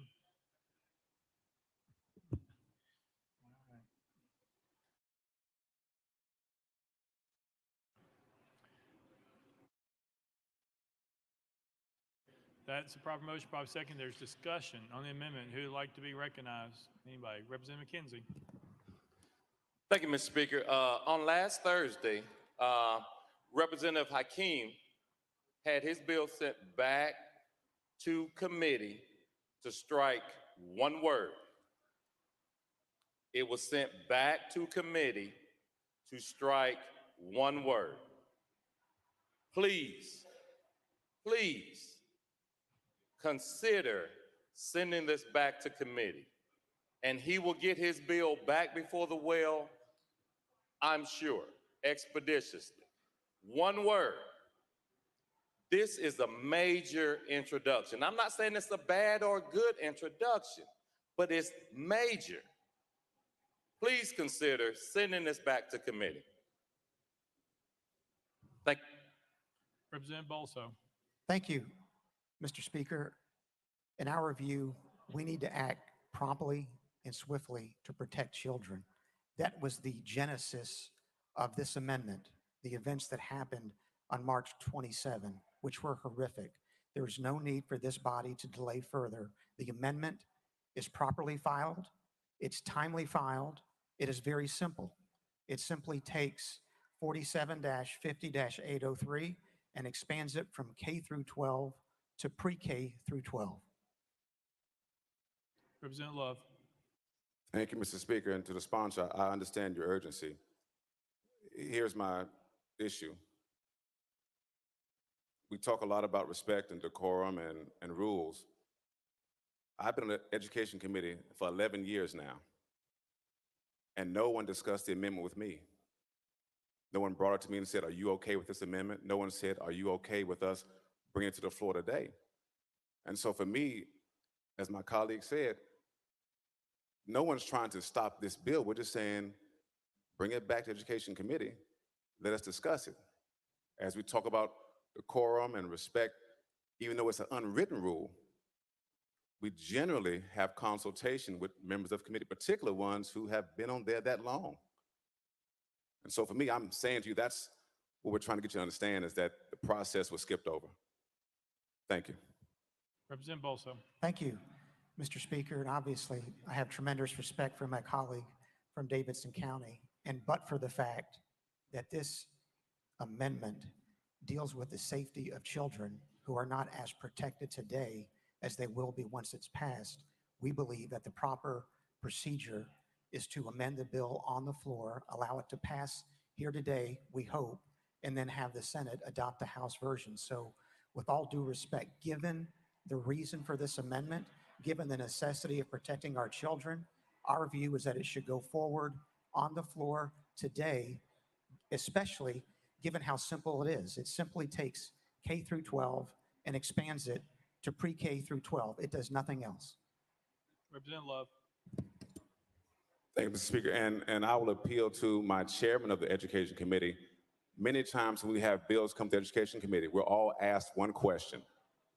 Do you promise that if the amendment substantially changes the bill, will you bring it back to Education Committee? Now, we haven't done that in a while, but I remember many years, Mr. Chairman, when we've asked myself and other members of the committee, if the amendment substantially changed. I was asked this year in a committee, Education Committee, said, if you see your bill on the floor get substantially changed, will you agree to bring it back to Education Committee? And I agreed. And I understand, but this is a substantial change from the original bill that you filed. Representative Bolso. Thank you, Mr. Speaker. But for the fact that the subject matter of this amendment arises out of one of the worst days in our community's history, in our state's history, I would agree. But in our view, we need to move today to act to protect children in private schools pre-K through 12. Right now, the statute as written does not provide the protection that we could provide by passing this bill today. Representative Love. Mr. Speaker, to the sponsor, when will the bill take effect according to the legislation? Representative Bolso. Thank you, Mr. Speaker. July 1, 2023. Representative Love. Barring some emergency, we will be out of here before May or June. I promise you, you will have enough time for this to go into effect, even if we go back to the Education Administration Committee next week. Representative Bolso. Thank you, Mr. Speaker. We're here today. The bill is simple. The amendment itself is simple. Respectfully, we see no need to delay this. Representative Pearson. Thank you. There's a motion on the table. Can we vote on the motion? No, we're discussing it unless someone calls the question. Okay, I'll call the question. Well, you can't do it after you spoke, unfortunately. So you'd have to be back on the list. Representative Pearson. You can put me back on the list. Yes, sir. And I think anything that's dealing with guns in our school or adding more security resource officers to school, whether you're expanding that K through 12 or pre-K through 12, that not only deserves to go through the committee process, it really needs to have public input as well. And sliding things in, treating different members who have legislation to remove two words differently than representatives who are here adding completely new amendments that I looked and tried to read, but I haven't seen it yet either, is unfair, and it's not that difficult of an ask. Representative Bolso. Thank you, Mr. Speaker. I do wish to correct one of my responses to my friend from Davidson County. This bill, HB 306, takes effect upon becoming law. It does not take until July 1, 2023 to provide this additional protection for children in private schools in pre-K through 12. That fact weighs in favor of having it attached to the bill today and voted on today on its substance.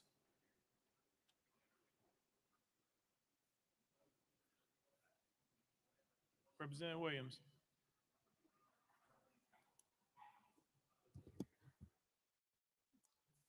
Thank you, Mr. Speaker. It's good to see you today. I was going to ask the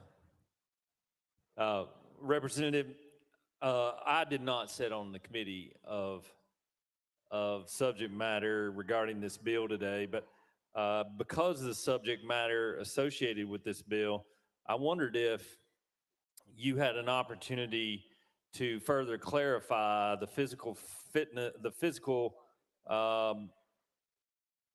participation form for doctors to provide students with a physical before they could participate in these athletics. You seen that form? Representative Bolso. Thank you, Mr. Speaker. Chairman Williams, if you could ask me that question one more time, please. Representative Williams. Yes, sir. I was trying to slow talk there for a minute. Every student that participates in TSSAA sports has to provide their athletic department or their school a physical fitness evaluation form, which is filled out and signed by their doctor or their family doctor, pediatrician. Have you seen this form? Representative Bolso. Thank you, Mr. Speaker. I have not. Representative Williams. Thank you. The reason for this is because the question is because I don't sit in this committee of subject matter, but I did receive a call from a concerned parent in my district regarding the support of your bill or this subject matter. But I did notice the TSSAA form, even though your bill clarifies that a male, biological male plays in a male sporting event, a female plays in a biological female sporting event. This form on TSSAA's website asks, how do you identify your gender? And it gives you three choices: female, male, or other. I guess the question for me is that it may behoove us to want to deal with this issue as it relates to this application form as well, so that there's a consistency between your bill and that application form as it relates to how students participate in sports. That being said, was there any discussion in the committee about these forms for TSSAA? Representative Bolso. Thank you, Mr. Speaker. No, there was no discussion of that form. I did discuss the bill with representatives of the TSSAA and understood that they were comfortable with the bill. In fact, it was their suggestion that led to subsection B of the bill. And I'll point out that the bill actually operates on private schools. It does not operate on TSSAA. It simply has a requirement that a student at a private school who participates in an interscholastic athletic activity that requires membership in TSSAA have students participate in accordance with the student's biological sex. Representative Zachary. Thank you, Mr. Speaker. And sponsor members, please forgive me. I had to step out and came in late. So if this point was already made, we literally have talked about making children and safety a priority this morning. And if I'm not mistaken, we literally just put an amendment on a bill earlier that was Chairman White's that did not come through the committee process. It was a bill that prioritized the safety and protection of children, so we made an exception. I actually had a conversation with my colleagues about voting against it because it didn't come through the committee process, and the point was made, this is about children, this is about children, protecting children. So I voted for and appreciate the amendment. This is the exact same thing. We can't do for one and not do for the other. This is about protecting children. I usually never vote for these, but I will vote for this because it is about children. Thank you for bringing it. Representative Dixie. Thank you, Mr. Speaker. A couple of questions. You said the amendment, it just expands from kindergarten to pre-K, correct? Representative Bolso. Thank you, Mr. Speaker. Yes.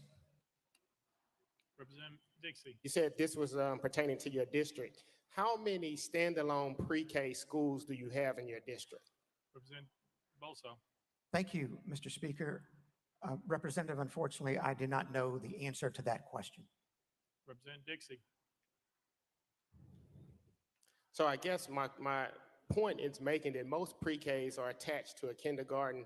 And if you don't know how many schools this is going to impact, I think that we should go back to research that so we make sure that we understand how many schools this would impact, if this is even needed, because if there aren't any pre-K standalone schools and they're attached to kindergarten schools or K through fourth grade or fifth grade, then I feel like there's no need for this amendment because we're already covered. Representative Bolso. Thank you, Mr. Speaker. The bill, if passed, obviously would protect students across the state, not just in any particular county. So how many pre-Ks there are across the state does not, to me, appear to be a material issue. The fact of the matter is that the bill very clearly will extend protections to pre-K that are currently in law for kindergarten through 12. Whether that amendment benefits 50 schools, 100, or 1,000 is not, in my view, respectfully, a material point. Representative Dixie. Okay, I may have been mistaken, but I thought that I heard that you brought this because you said there was an issue in your district. If I misheard, I apologize. Thank you, Mr. Speaker. Representative Bolso. Thank you, Mr. Speaker. No, you did not mishear anything. That was the immediate reason that the bill was brought when it was, because the concern was raised by a school, a pre-K through 12 school that was in our district. Representative White. Thank you, Mr. Speaker, and to the sponsor, thank you for such a great bill. But as Chair of Education, I would like to ask that let's just bring it back. We've gone through this before. Let's bring it back. We'll fix it, put it right back, throw it back on the floor in a few days. So I would like to ask that you do that for the body. Representative Bolso. Thank you, Mr. Chairman. At the request of the chairman of the Education Administration Committee, for whom I have tremendous respect, I would request that we have the bill sent to the Education Administration Committee, Mr. Speaker. All right. Any objection to send back to Education Administration full? Without objection, so ordered. Call up next bill, Mr. Clerk.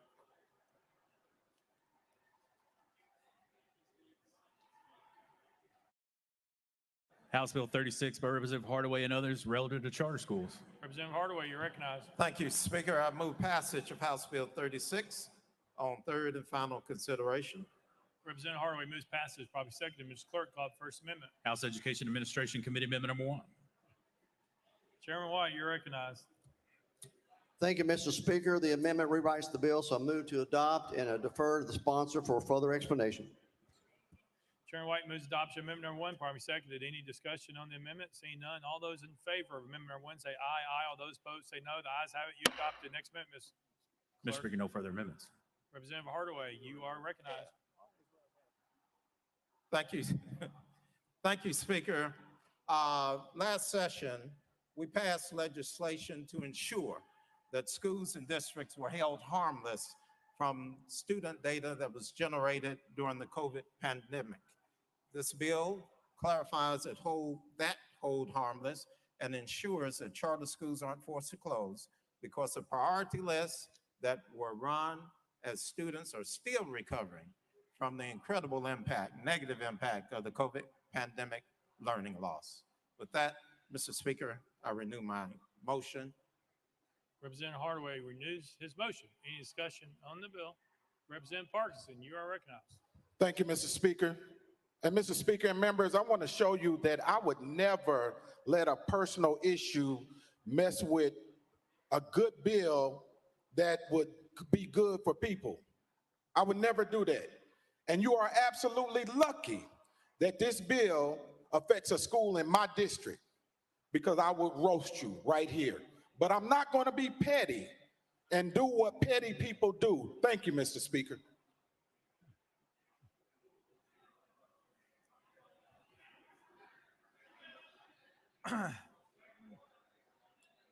Representative Hardaway, you anything except maybe renew that motion? I thank the representative for his comments. I renew my motion. Representative Hardaway renews his motion. Any discussion further on the bill? Seeing none. Any objection to the question? Seeing none. All those in favor of House Bill 36 as amended, vote aye when the bell rings. Those opposed, vote no. As every member voted, does any member wish to change their vote? Moon eye.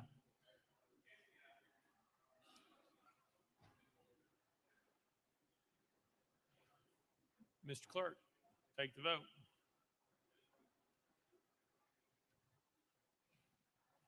Ayes 83, 7 nays, 2 present, on voting. House Bill 36 having received the constitutional majority, I hereby declare it passed without objection. The motion reads serious table. Call up next bill, Mr. Clerk. House Bill 750 by Representative Powell relative to reserve studies. Mr. Speaker, the Senate bill is on the desk. Representative Powell, you're recognized. Thank you, Mr. Speaker. I move to substitute and conform to Senate Bill 0863. Representative Powell moves substitute conform to Senate Bill 863, probably seconded without objection. So ordered. Representative Powell. Thank you, Mr. Speaker. I move passage of Senate Bill 863 on third and final consideration. Representative Powell moves passage of Senate Bill 863 on third and final consideration, probably seconded. Mr. Clerk, call it First Amendment. House Commerce Committee Amendment number 1. Mr. Speaker, it's contained in Senate Amendment number 1. Chairman Vaughn, you're recognized. Thank you, sir. We move to withdraw. Without objection, amendment number 1 withdrawn. Next amendment, Mr. Clerk. House Commerce Committee Amendment number 2. Mr. Speaker, it's also contained in Senate Amendment 1. Chairman Vaughn, you're recognized. Let's just repeat that withdrawal, Mr. Speaker. We move to withdraw. Without objection, amendment number 2 withdrawn. Next amendment, Mr. Clerk. Mr. Speaker, no further amendments. Representative Powell, you're recognized. Thank you, Mr. Speaker. This bill amends the Tennessee Condo Act to require the Board of Directors for condo associations to conduct a reserve study every 5 years. A reserve study is a financial planning tool. It informs condo owners of the condition and life expectancy of common elements so they can reserve maintenance and replacement costs and avoid special assessments for repair costs. Special assessments unfairly burden condo owners living in the community at the time of the assessment because it requires them to pay for costs beyond their period of ownership. The bill includes several key provisions. They're all included in the House bill. Any association has already conducted a reserve study since January 1st, 2020 will get credit for it and will count 5 years from any study after that date. The information in the reserve study must be made available to all condo owners. Any board overseeing common elements less than $10,000 in aggregate value is exempt. Single condos are exempt. Any condo whose board is appointed by the board and controlled by the developer is excluded.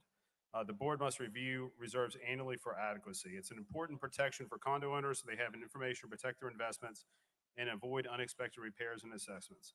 With that, I renew my motion. Representative Powell renews his motion. Any discussion on the bill? Seeing none, any objection to the question? Seeing none. All those in favor of Senate Bill 863, vote aye when the bell rings. Those opposed, vote no. As every member voted, does any member wish to change their vote?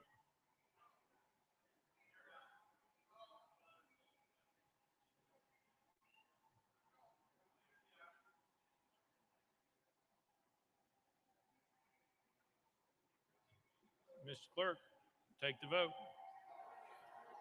Ayes 87, 1 nay, 2 present, on voting. Senate Bill 863 and received the constitutional majority. I hereby declare it passed without objection. The motion reads serious table.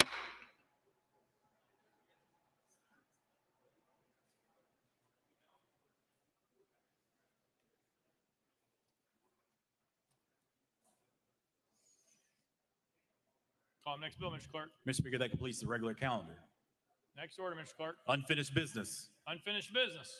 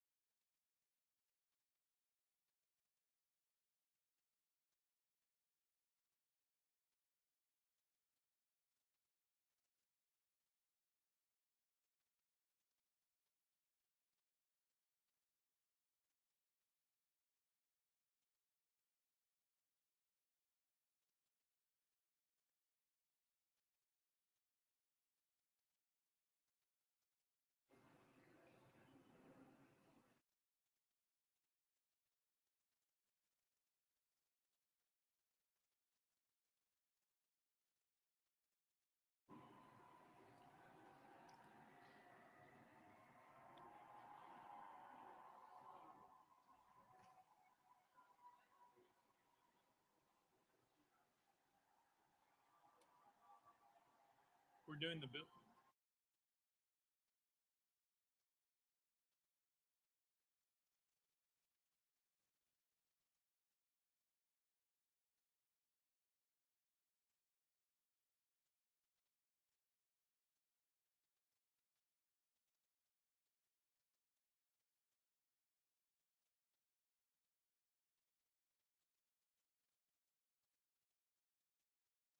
Leader Lambert, you recognize. Thank you, Mr. Speaker. Members, a couple of procedural issues here under unfinished business. There were some bills that did not make Government Operations Committee that should have this week, and in discussion with the Democratic leader, there's no objection. So thank you, Mr. Speaker. I move that House Bills 1,380, 942, 1,317, 348, and 566 be heard in the Government Operations Committee next week. You've heard the motion. Any objections? Without objection, so ordered. Leader Lambert. Thank you, Mr. Speaker. This next one is self-explanatory, and it is in agreement with the Democratic leader. Mr. Speaker, I move to return Senate Joint Resolution 234 to the Senate for further consideration. Without objection, so ordered. Representative Mitchell, you recognize. Thank you, Mr. Speaker. With consultation of both leaders, I move that the rules be suspended for immediate introduction and consideration of HJR 514. Mr. Clerk, read the caption. House Joint Resolution 514 by Representative Mitchell, resolution to commemorate Copperhead Road by Steve Earle on the designation as a state song of Tennessee. You've heard the caption. Any objections? Without objection, the rules are suspended. Representative Mitchell. I move adoption of HJR 514. Representative Mitchell moves adoption of House Joint Resolution 514. Probably seconded. Any objection to the question? Seeing none. All those in favor of House Joint Resolution 514 say aye. Aye. All those opposed say no. I hereby declare it adopted. Without objection, the motion reconsider is tabled.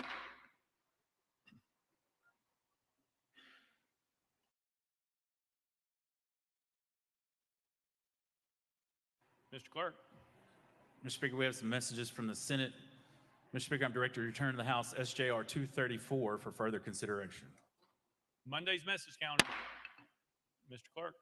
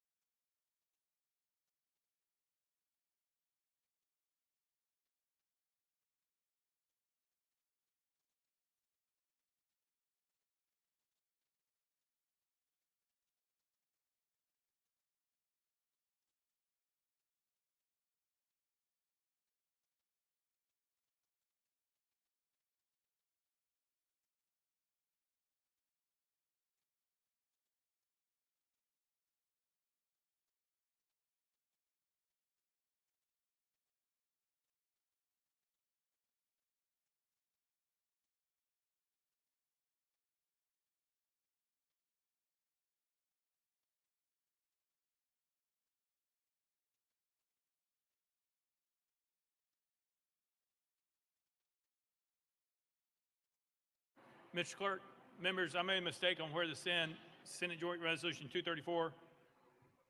Without objection, we will undo our actions on Senate Joint Resolution 234.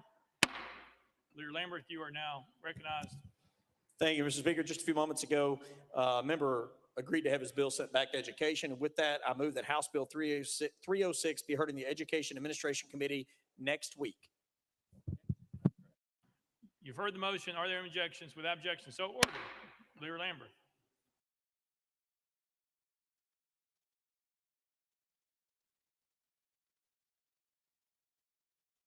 Leader Lambert, you recognize. Thank you, Mr. Speaker. With that, I move to return Senate Joint Resolution 234 to the Senate for further consideration. Without objection, so ordered. Now, Mr. Clerk.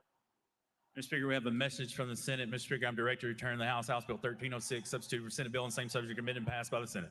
Monday's message calendar. Mr. Clerk. Mr. Speaker, I'm directed to return to the House Bill 644, substitute for the Senate bill on the same subject, amended and passed by the Senate. Monday's message calendar. Mr. Clerk. Mr. Speaker, I'm directed to return to the House Bill 988, substituted for the Senate bill on the same subject, amended and passed by the Senate. Monday's message calendar. Mr. Clerk. Mr. Speaker, I'm directed to return to the House Bill 1342, substitute for the Senate bill on the same subject, amended and passed by the Senate. Monday's message calendar.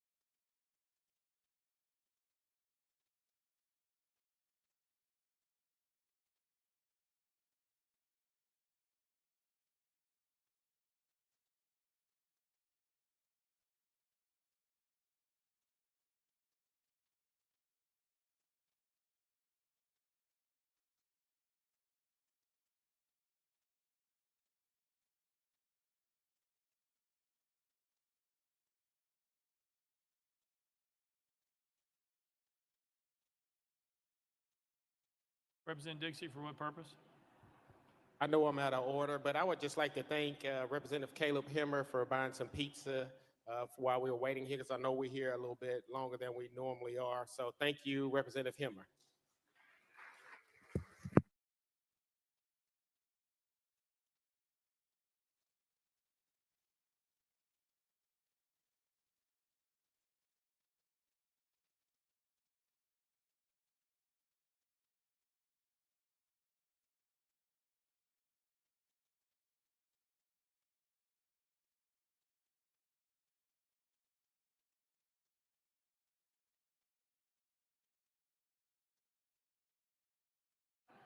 Leader Lambert, you're recognized. Thank you, Mr. Speaker. I move to suspend the rules to allow Representative Justin Jones, Representative Gloria Johnson, and Representative Justin Pearson 20 minutes in such members' opening remarks on the resolution that contains their name in the caption, and that if requested, their attorneys be allowed to make remarks during that same 20 minutes, and that the members named be allowed 5 minutes in closing remarks. That's a proper motion, proper seconded. Any objection? No objection, so ordered. Representative Garrett, you're recognized. Thank you, Mr. Speaker. Mr. Speaker, I rise today to suspend the rules for this purpose. Members, those that can hear my voice, today in the People's House, we had 29 bills on the calendar, 29 bills that were debated. Everyone had an opportunity to speak, but most importantly, we had 29 bills, some were in that well that were Democrats, some in this well that were Republicans. Today, our republic worked. Today, the gallery was able to watch and stand, watch us do our work. It worked today. That's what's supposed to happen on this House floor when we debate legislation. We hear each other, We don't hear the hate. We don't hear the vitriol. It worked today. It can work for the future. 1 week ago, Mr. Speaker, it didn't work. 1 week ago, we had members take it upon themselves to rush the well and stop the people's business.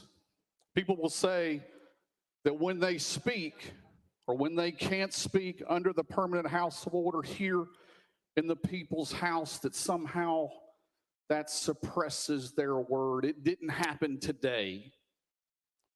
And what happened 1 week ago is that members that shut the order of this institution down silenced 7 million people. Today, I have a motion to suspend the rules to allow the video depicting the events occurring on March 30th, 2023 to be played in the chamber at this time. I so move. That's a proper motion, proper seconded. Any objection? All right, there's objection. That means we are voting.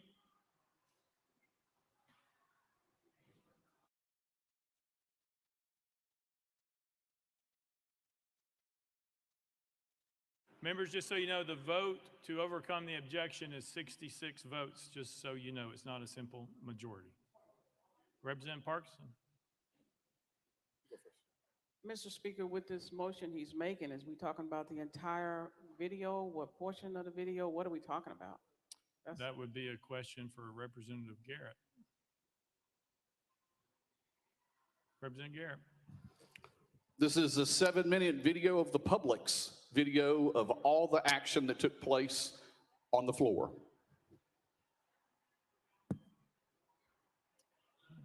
Well, there's objection. Representative Johnson from Knox. Thank you, Mr. Chair. I think that what we're talking about here and the resolution against me is about what happened on this House floor. So I would assume we would keep that video to the House floor. Was that a point of order, or is that a question or just a statement? You started by saying point of order. It's what I want to say. Okay. Chairman Clemens.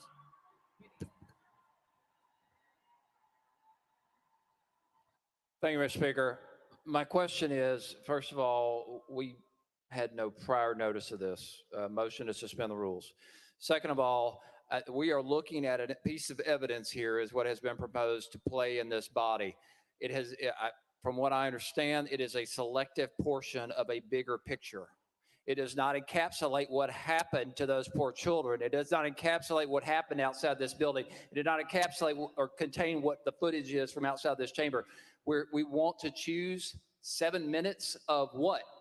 I don't know what events that transpired is he referring to, is the sponsor referring to. So my question is, what 7 minutes? Why only 7 minutes, or why not 3 minutes? I think we need more explanation on this matter. Representative Garrett. Thank you, Mr. Speaker. I think the video will speak for itself. Chairman Clemens. Mr. Speaker, this is completely out of order. This is completely unorthodox. The people who are the subject of this resolution have been refused the video, access to the video. We do not know if it's selectively edited. We do not know what 7 minutes we're talking about here. I mean, if we're going to have due process or something resembling due process, I think it's only fair for not only the people who are subject to expulsion, but also the leaders at the very least to be given a heads up as to what this video is, shown the video in advance, and let us prepare for this. We have at least one member who is represented by counsel. Counsel has not seen this video in preparation for this defense.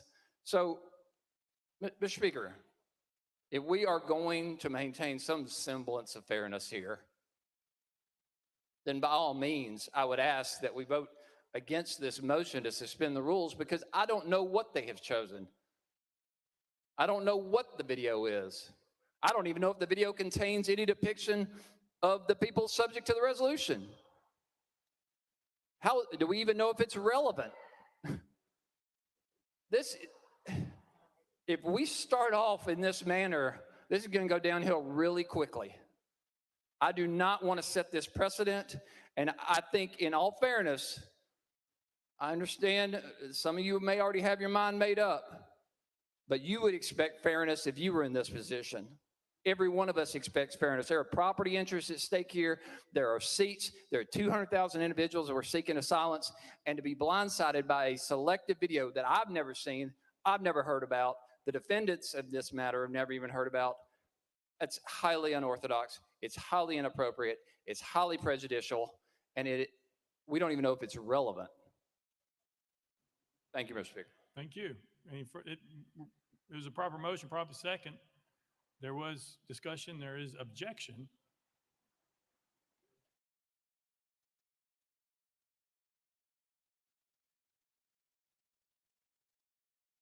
Oh, that's right. So we're on discussion on whether or not to suspend the rules to allow the viewing of the video. That's where we're at. And so right now, that's where we are. It's a proper motion, proper second. It's before us. There's objection. We're discussing it. Chairman Clemens. Thank you, Mr. Speaker. I think we deserve, at the very least, I maintain my objection, but we at least need a description of what the video entails before people vote, so they actually have an idea of what they're voting on. We don't know. So I would ask the sponsor of this motion again to describe what is in the video that we're seeing, whether it's edited, whether it's selectively edited, whether it contains the subjects of the resolutions or does not. Please, we need some information here before we vote so that we can vote in an informed manner. And I know Representative Mitchell, Representative Towns, and others have questions as well.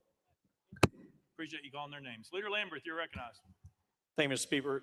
Thank you, Mr. Speaker. And I wanted to get back to the motion at hand directly. The motion says, I move to suspend the rules to allow video depicted events occurring on March 30th, 2023 to be played in the chamber at this time. While there may be one member that has a video ready, the motion itself is to suspend the rules to allow video. If others have video that is ready, then that is a road we can obviously go down. But the motion is to allow video depicted events occurring. So I understand the objections, but I, for one, would like to see whatever video. So before I vote on any motion for expulsion, that I can see video of exactly what occurred on this House floor.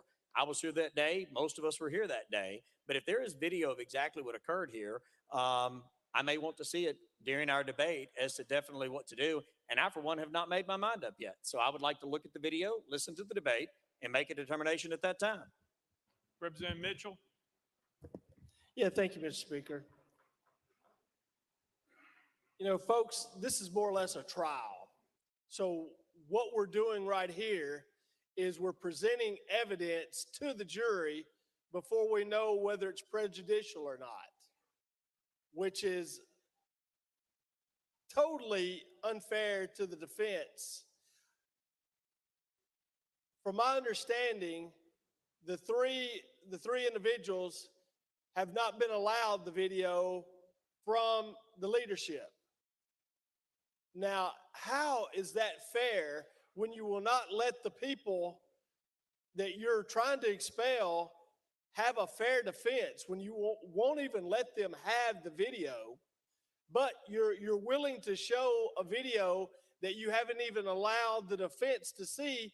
You're going to show it to the jury, and the defendants are going to see it at the same time for the first time that the jury sees it. How is that fair? You know, not just the folks in this room are watching, not just the folks in this state are watching, but the entire nation is watching us today. So if you want to go down this road and show the entire nation just how things work here, just go right ahead. Or let's pretend to be fair one time and do the right thing. Thank you. Representative Towns. Mr. Speaker, thank you. Mr. Speaker, I'm also troubled by what I'm hearing on this House floor today. I've been there a very long time. I've seen a lot of activity, good and bad, especially during the time of the income tax invasion against the state income tax during the state. There was quite a bit going on, and quite a bit was done and was said. But what we're doing today is seemingly we're selecting a video to be shown that's going to obviously show the harshest side where the emotions were inflamed and high. Now, what that's going to do, members, is this. We're 1 week removed from that. What you're getting ready to experience is you're getting ready to re-sensitize yourself to how you felt that day. The purpose of leaving and coming back is where we should have cooled off, better judgment, cooler heads prevail. But if you're showing a video where we were in the thrust and the heat of what was happening that day, you're going to go right back to how you felt that day. Now, that does not give these men and women a chance, an even chance, because you have those same feelings that you had then. It's a done deal. It's a stacked deal. It's a done deal. That's not fair. That is not fair. And then they have counsel, and they didn't know anything about it. That's called an ambush. Sneaking behind the bushes, hitting somebody in the head with a brick. That's not fair. We shouldn't do our members like that, because these members have been sent here by people of the state of Tennessee. Fair is fair, and fair when it ain't fair is wrong. We attempted to sensitize members to make them feel just how they felt last Thursday. That's not right, and you all know it's not right. Why? You have the numbers, you have the vote. Why do that? Why would we do that? Go down that road. Give them a fair chance. Give everybody a fair chance. Treat them like members, whether you like them or not. Giving them an opportunity to defend themselves fairly, but not with their hands tied behind their back, not with duct tape on their mouths. They can't fight for themselves. Nobody likes a stacked deck. Nobody likes to be treated unfairly. If you whip them fair and square, if you whip a man fair and square, you'll shake your hand. But you build resentment when you don't do it fairly. You build resentment. You have the numbers.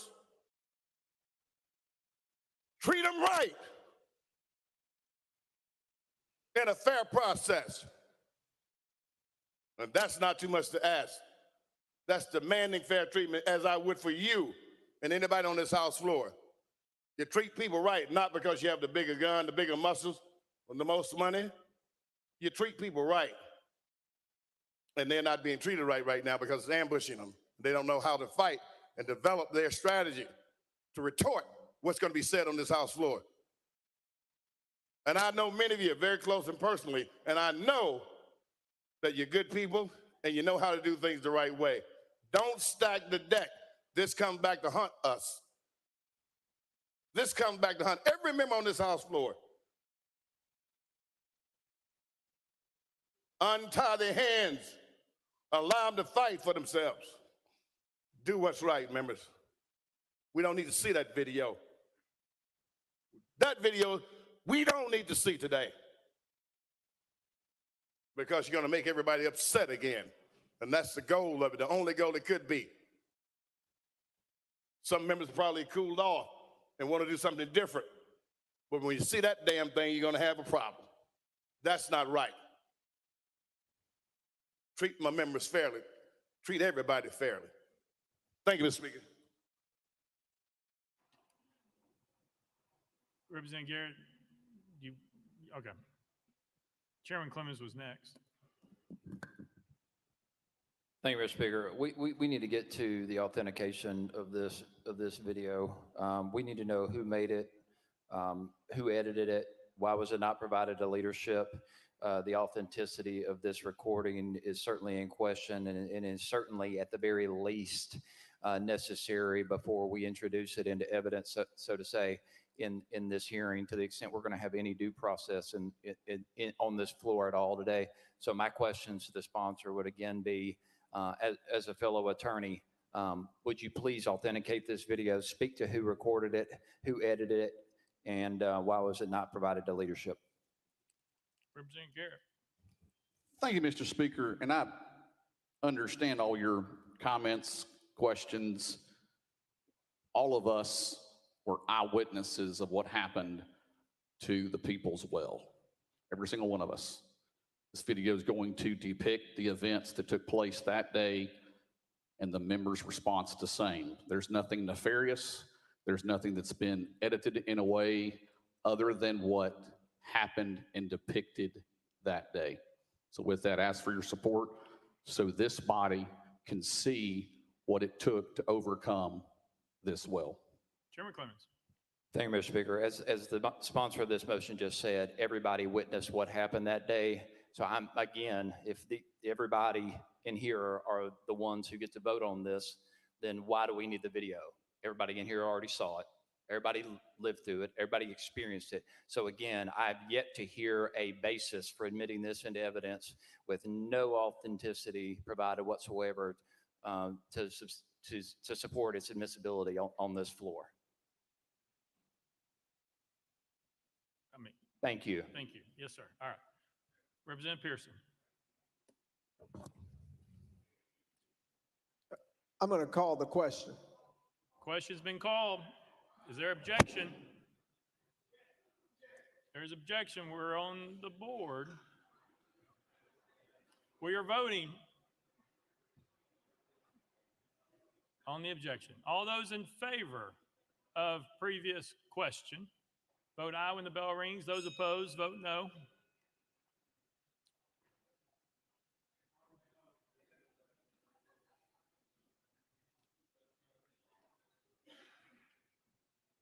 Mr. Clerk, take the vote.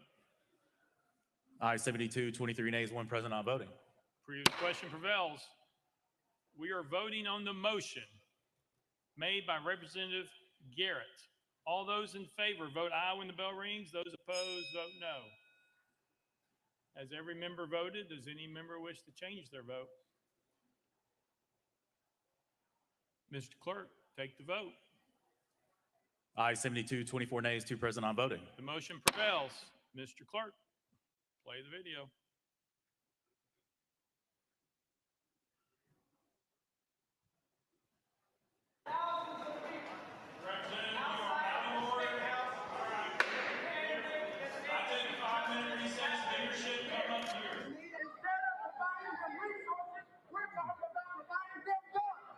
Instead of stopping the NRA's legislation that we know is killing people, we are seeing the proliferation of gun sales. And now we are demanding that enough is enough. Enough is enough. Enough is enough.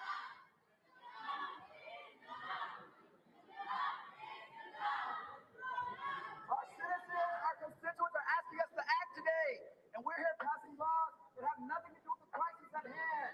What are we going to do today, colleagues? How are we going to address the crisis at hand?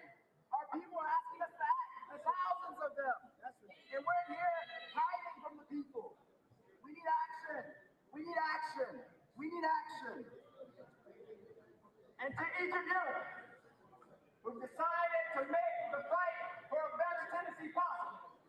For you who've taken off from school and from work because you believe that our state can be better, because you believe that Cameron and his volunteers that are supported by the NRA don't have the final say for the future that we have.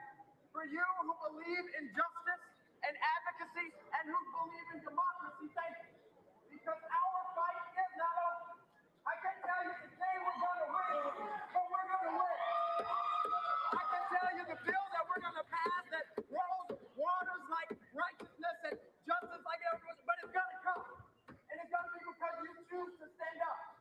These folks are old, no offense.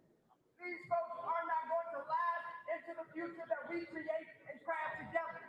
But if we remain steadfast and unmovable, if we follow the leaders like Gloria and Justin, if we do not yield and do not quit, if we remain focused on our vision, which is that kids should go to school without worrying about guns. Teachers should go to classrooms without worrying about guns. If we believe that this is the one that our democracy is built on. And it's too old to ask, do it not just today, but tomorrow and in the days to come. the media, there comes a time when we have to do something out of the ordinary. That's why we're standing in the well today, occupying the well, because our colleagues refuse to listen to the people of Tennessee. You left us with no other choice. We asked you, what will we do? You ignored the calls of the people today. We don't want to be up here, but we have no choice but to find a way to get in the way and disrupt business as normal, because business as normal is our children dying. That's right. Business as normal is the proliferation of military weapons in our communities. That's right. And so will we do something today, colleagues? The choice is yours. The choice is yours. The people are asking us.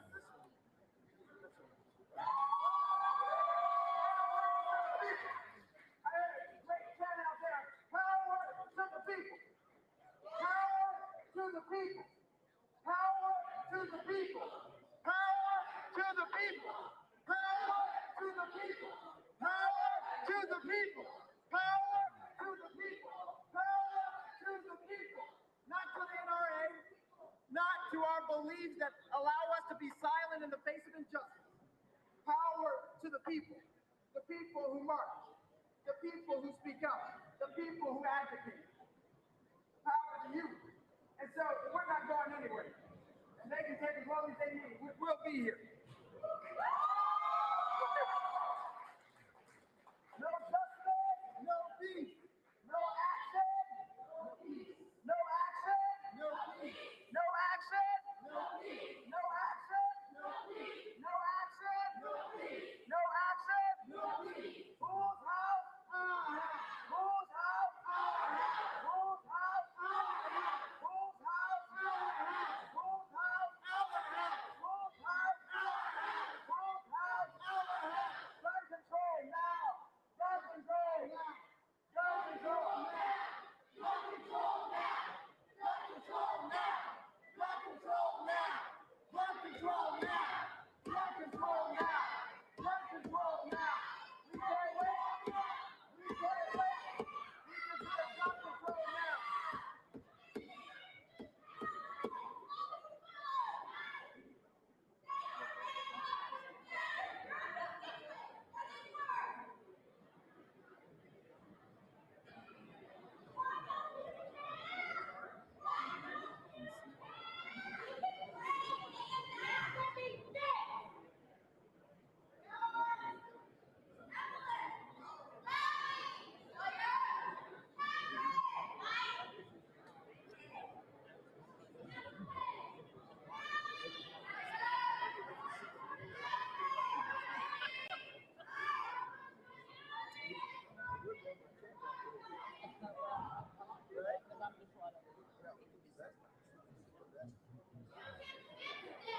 That's right. That's right.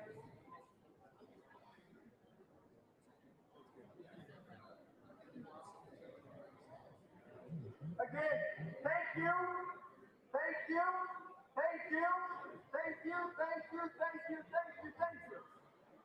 We can never quit. And truly, if we never quit, we can never lose.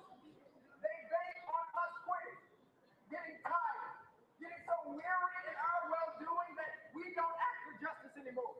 We don't protest for justice anymore. We don't say anything against the status quo. That's what they're banking on. But each and every one of you are proof that we will not be silent. We will not be quiet. We will not be stopped in our pursuit. And so thank you for being here. Thank all of your colleagues for being here. You are being heard and listened to, and we will not quit.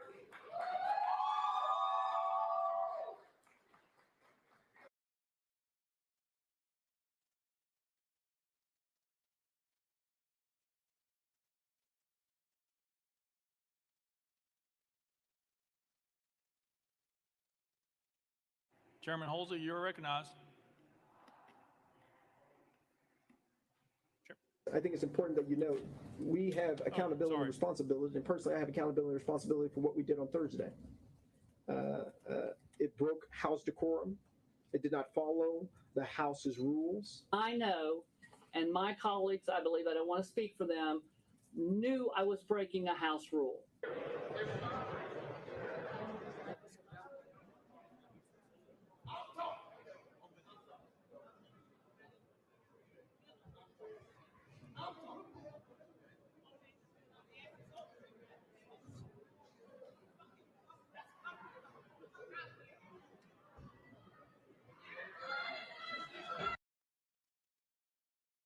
Halsey, you recognize. Thank you, Mr. Speaker. I move adoption of H.R. 65. Chairman Halsey moves adoption of H.R. 65, properly seconded. Chairman. All right. Point of order by who? Question. We're Okay. on the resolution.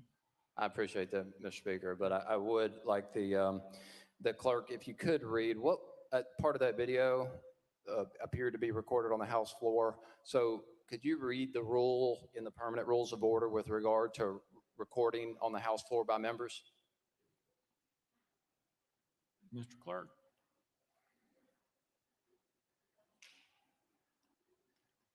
Mr. Speaker, just to be clear, is the representative asking about the rule about members recording and live streaming the proceedings of the House?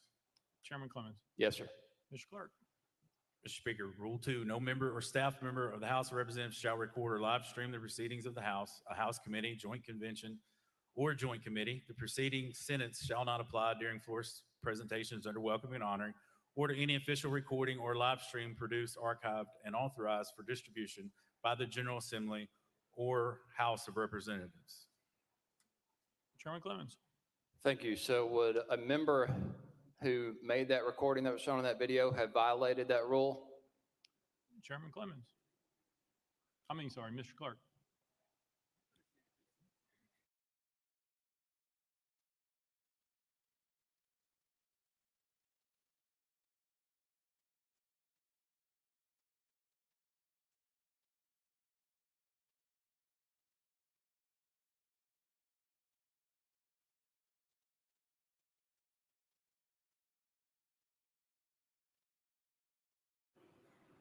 Mr. Clerk. Mr. Speaker, I believe at the time during those events, the House was in recess. Chairman Clemens. Thank you, Mr. Speaker. We were not in recess, in fact, until much later. And if we were in recess, it would have been reflected on the video. I would argue that whoever made that recording was in direct violation of the permanent rules of order adopted by the House of Representatives. And so I think that point needs to be in the record, that we not only have failed to authenticate a video that was shown on this floor, we have failed to identify who recorded it. It obviously wasn't provided by anybody in the House Democratic Caucus because we don't know where it came from. So somebody across the aisle who sponsored this resolution or a part of this resolution broke House rules. So are we going to punish them as well today? Mr. Clerk. Mr. Speaker, if a member was recording the proceedings of this body while the House was in session, yes, they violated the House rules. Recordings made while the House was in recess would not be while the House was having proceedings. If a member felt that another member was recording during session in violation of the rules, they could have raised a point of order at the time of the violation. Chairman Clemens. Chairman Clemens. Thank you, Mr. Speaker. So at this time, then, I would like to know the recorder of that video and if they would be willing to speak if they recorded that video during the recess. I think that's only appropriate for the record. That's a question. I don't know who you're directing that to, but we were doing point of orders. Chairman Clemens. Okay, well, then the point, if there's going to be a potential argument made that that recording was made by a member during recess, then wasn't also the behavior of my colleagues that was on the recording in recess? And how is that a violation of the rules?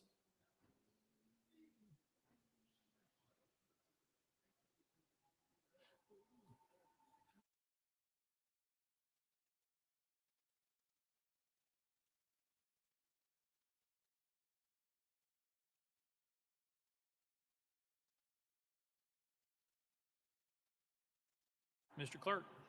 Mr. Speaker, that's the subject of these resolutions that is up for debate by the body as to what infractions to the rules occurred and when. Chairman Clemens.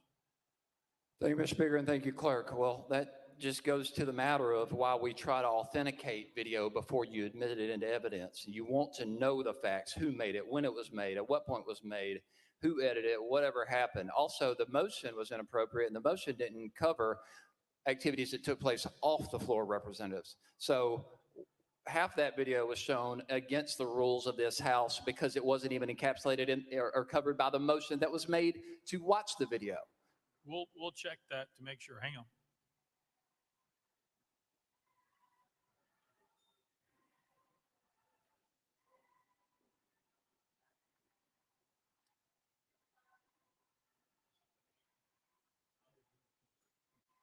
Mr. Clerk. Mr. Speaker, the motion was to have video of that day's events played in the chamber at this time.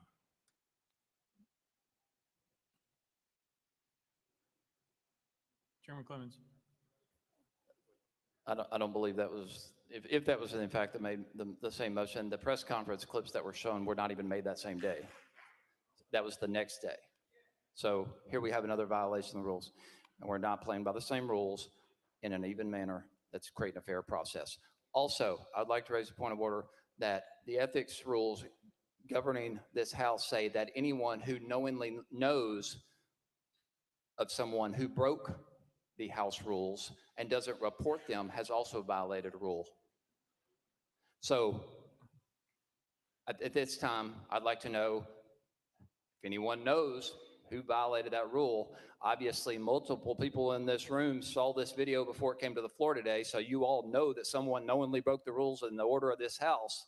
So you have all violated the rules at this point, everyone who knows that that video exists at least. So again, the point of order is, are we going to expel everyone in this House that knows that video was made and by whom?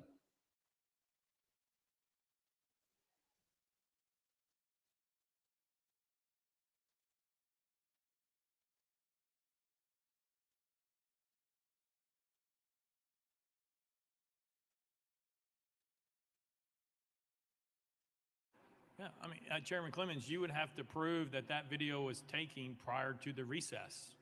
There's people who believe that video was taken after the recess. So therefore, that would not be an ethics violation or against the House rules. If you would like to prove that that's otherwise, we can do that another time. But right now, we're currently are where we are. Chairman Clemens. Thank you, Mr. Speaker. I appreciate that. At this time, then, I think we should take a look at the House tape, the formal recording of this body, and see when that took place and as to whether or not that video did evidence a violation of the rules. I think that before we proceed today, I think that's 100% appropriate. Otherwise, also, if it does turn out that that entire thing took place during recess, then how did they break the rules if we were in recess? So we can't have it both ways, Mr. Speaker. Chairman Clemens, I believe the first of the videos showed that they did break rules by going to the well and showing that they were at the well, they were speaking, they pulled out a bullhorn and ruled out an order before there was a recess. That's what the first part of that video was that I saw. Chairman Clemens. Thank you, Mr. Speaker. But we also saw in that video that that recording was made by somebody on the House floor that is also questionably a violation of the House rules and ethics rules. And so anyone who knowingly knew about that or took that recording violated the House ethics rules. Therefore, at this time, I move to refer House Resolution 63, 64, and 65 to the House Select Committee on Rules. That's proper motion, proper second. We are voting. All those in favor of moving House Resolutions 63, 64, and 65 to the House Select Committees on Rules, vote aye. If you're opposed, vote no.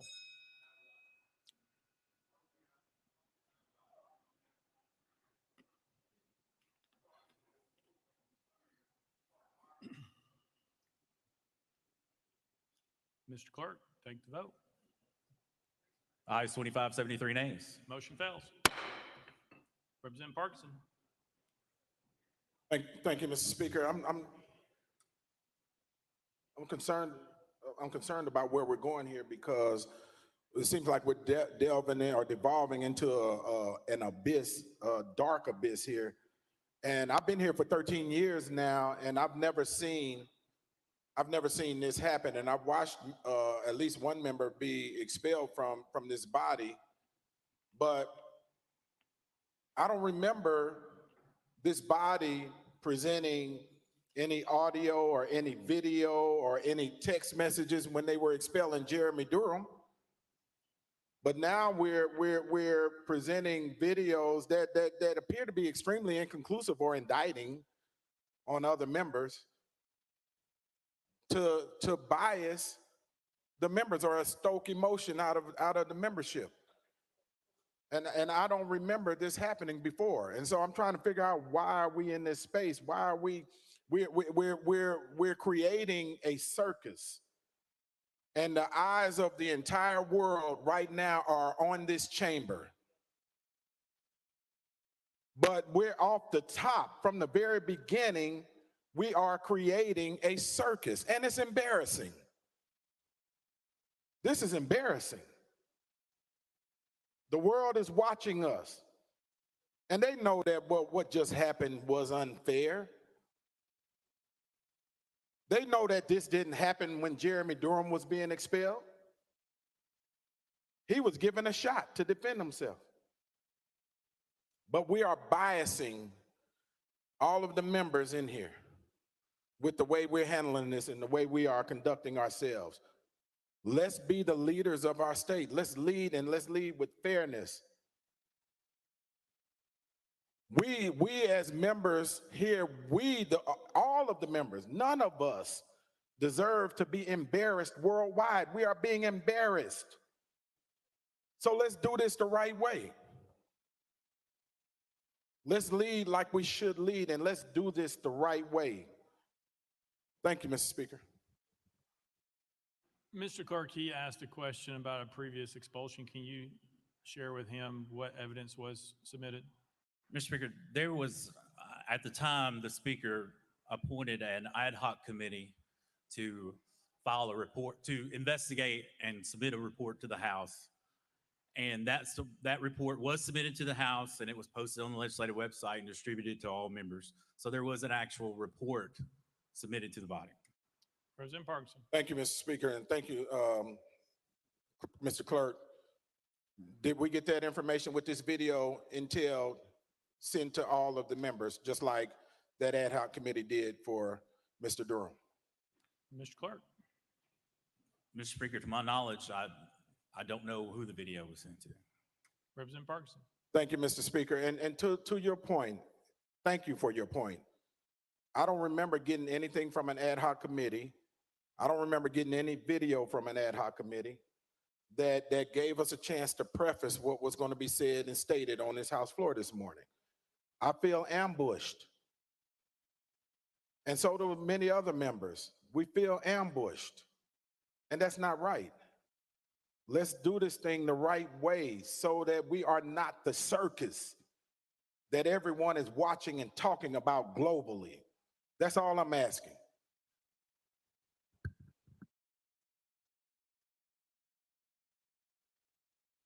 All right, if it's a point of order, that's where we're at. Otherwise, we're taking up the resolution because that's where we are. So if you have a point of order, raise your hand. Representative Mitchell. Yes, sir. Point of order, Mr. Chairman. I'm just trying to figure out, was it ever told to us who did the video, who made the video? That's not a point of order. That's a question. That's not a point of order. Point of order is about the rules and the proceedings, not about the question of who did the video. Representative Mitchell. Yes, Mr. Speaker. But if no one knows, I just got texted a picture of the person videoing. So if they would like to, well, they're not in their seat right now, but if they would like to just speak up and tell everyone they're the one who made the video, and they can tell us whether we were in recess or not. But I got pictures of it if they don't want to, identify themselves on this floor. I appreciate your point. Also appreciate the body saying how long it took us to get to recess, because I did hear that we went immediately to recess before they ever reached the well. So I do appreciate you at least admitting that they were in the well before I declared recess. Representative Mitchell. I think you just said you called recess before they were ever in the well. Did you say that? No, that's not what I said.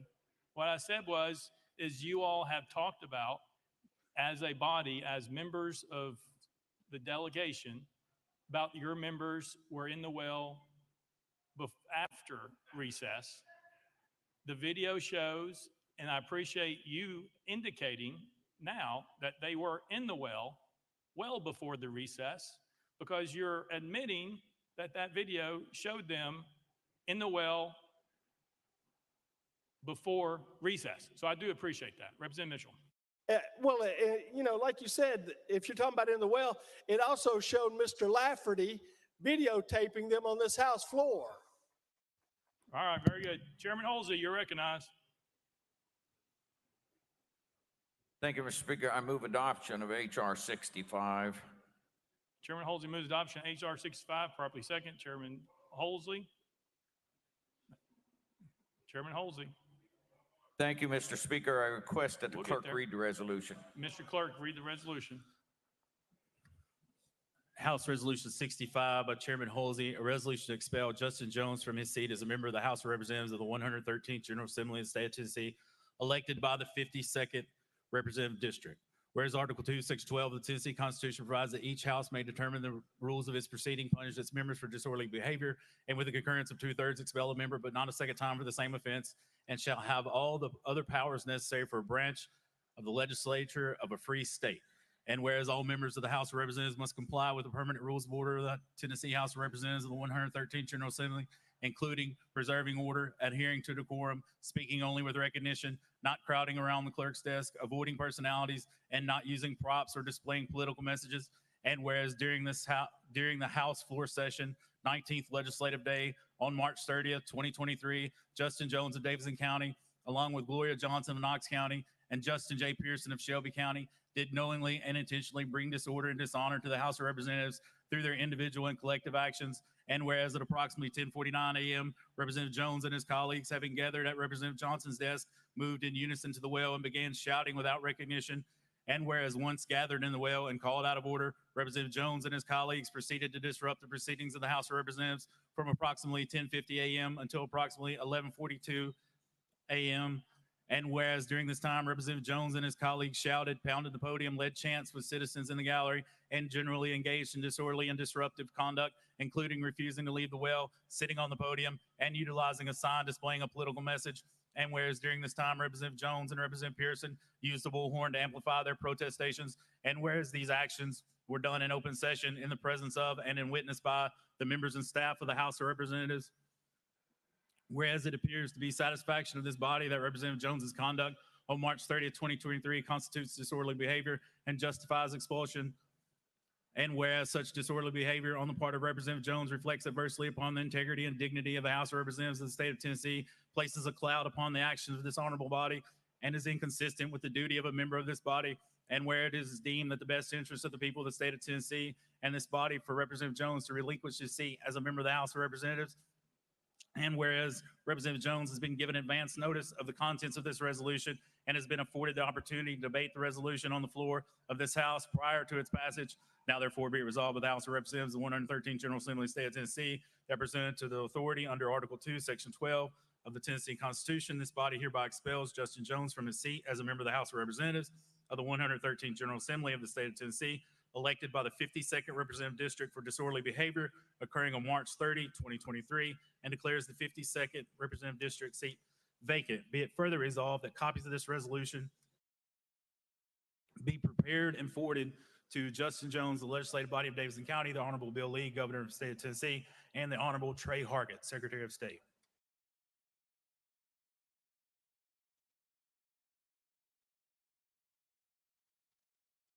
Representative Jones, you have 20 minutes for your opening, sir.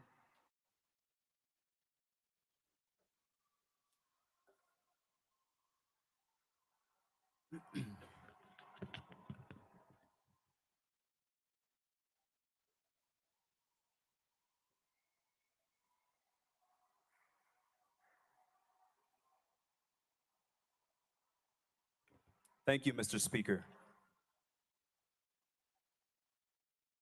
The world is watching Tennessee. The world is watching Tennessee. Because what is happening here today is a farce of democracy. What is happening here today is a situation in which the jury has already publicly announced the verdict. Just yesterday, the House Speaker took to national news to condemn us and call for expulsion before any evidence was presented, before any trial happened. And so what we see today is just a spectacle. What we see today is a lynch mob assembled to not lynch me, but our democratic process. But it will not stand, because no lie can live forever. Colleagues, the video you showed a few moments ago, I want to say thank you,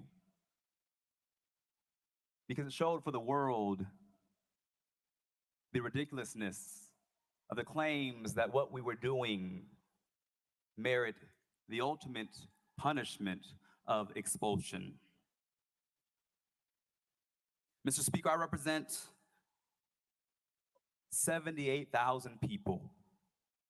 And when I came to the well that day, I was not standing for myself, but I was standing for my constituents.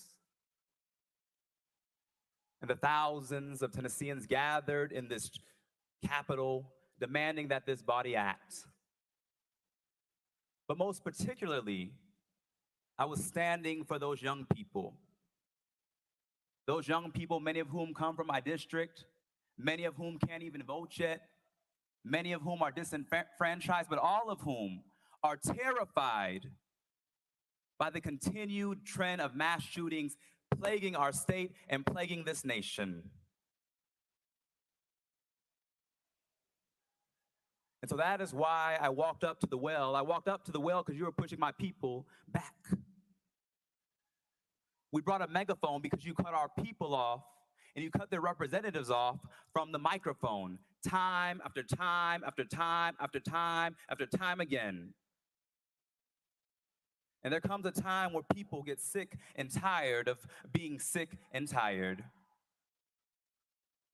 And so my colleagues, I say that what we did was act in our responsibility as legislators to serve and give voice to the grievances of people who have been silenced. Article 2, Section 27 says that any member of the House, any member of the Senate has a right to dissent from and protest against legislation that they know to be injurious to the people. The inaction of this body when it comes to the crisis of mass shootings is injurious to the people.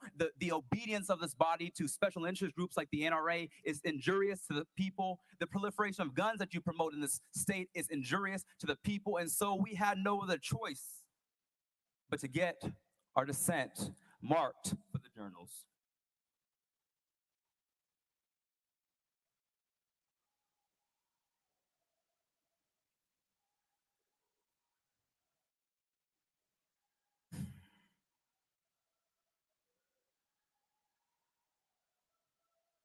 The next day, I was shocked to get messages,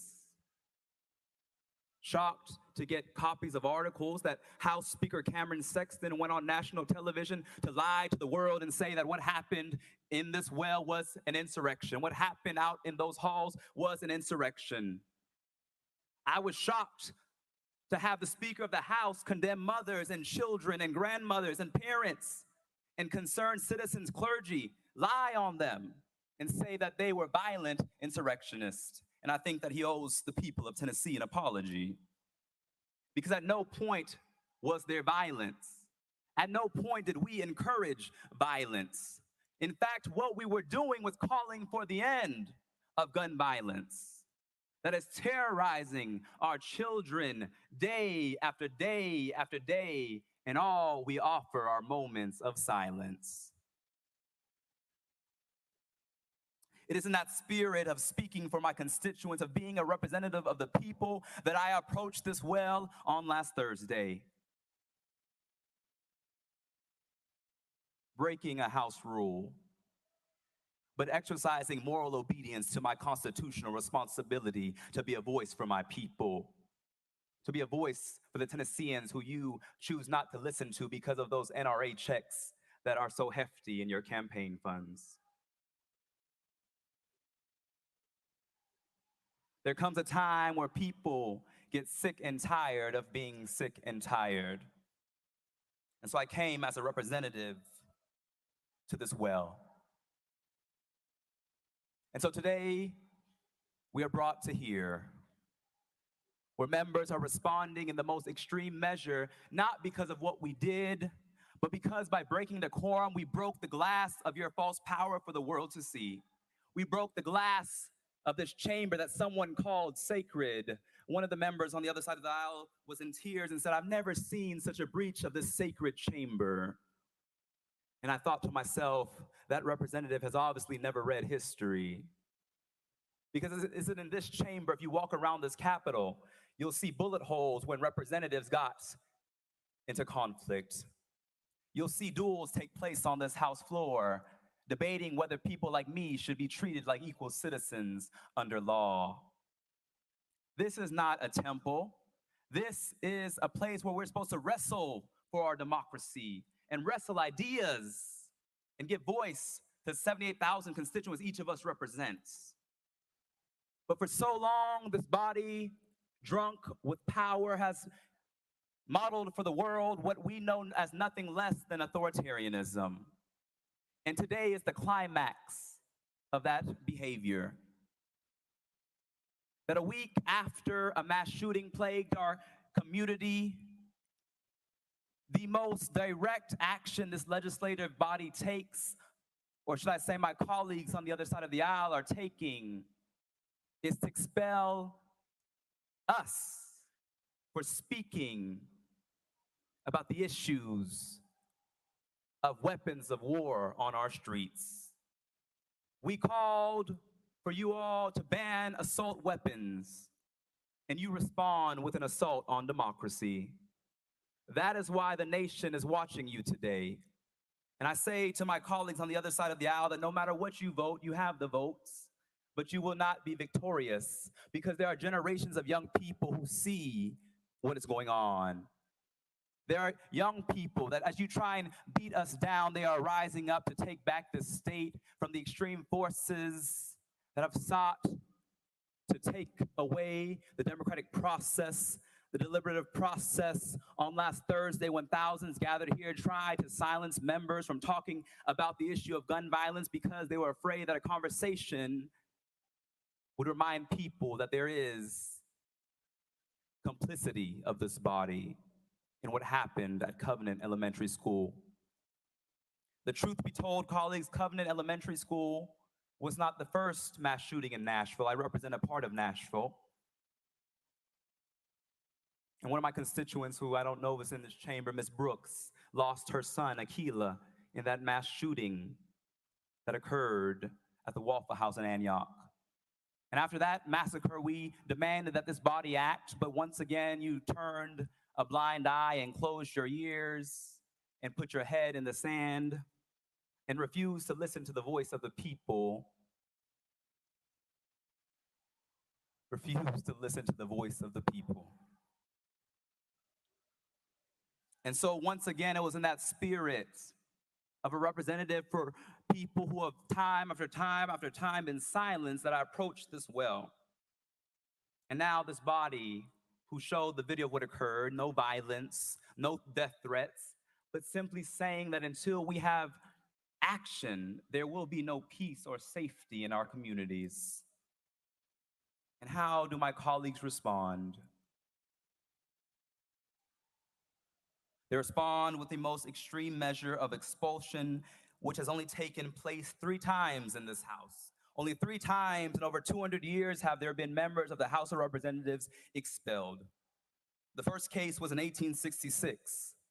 6 members were expelled for refusing to confer citizenship on formerly enslaved persons. Then in 1980, 1 member was expelled for taking a $1,000 bribe to kill a bill on committee. In 2016, 1 member who many of you served with was expelled for 22 counts of sexual harassment. And now what you're doing with this prejudged expulsion resolution is saying that our actions were on par and equivalent with those egregious Some would say criminal activities that occurred. But the truth be told, that when we approached this well, we broke no laws. We committed no felonies. We did not abuse the power of our office. We were simply trying to gain a voice for our constituents. And so this is not about expelling us as individuals. This is your attempt. This is your attempt. This is your attempt to expel the voice of the people from the people's house. And it will not be successful. It will not, look around, it will not be successful. Because your overreaction, your flexing of false power has awakened a generation of people who will let you know that your time is up.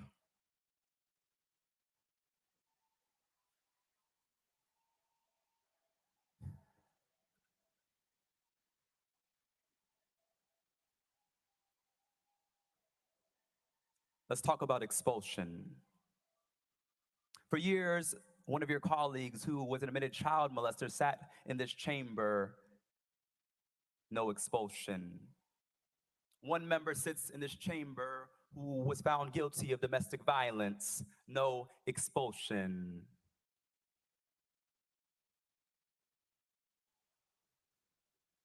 We had a former speaker sit in this chamber who is now under federal investigation. No expulsion. We have a member still under federal investigation. No expulsion.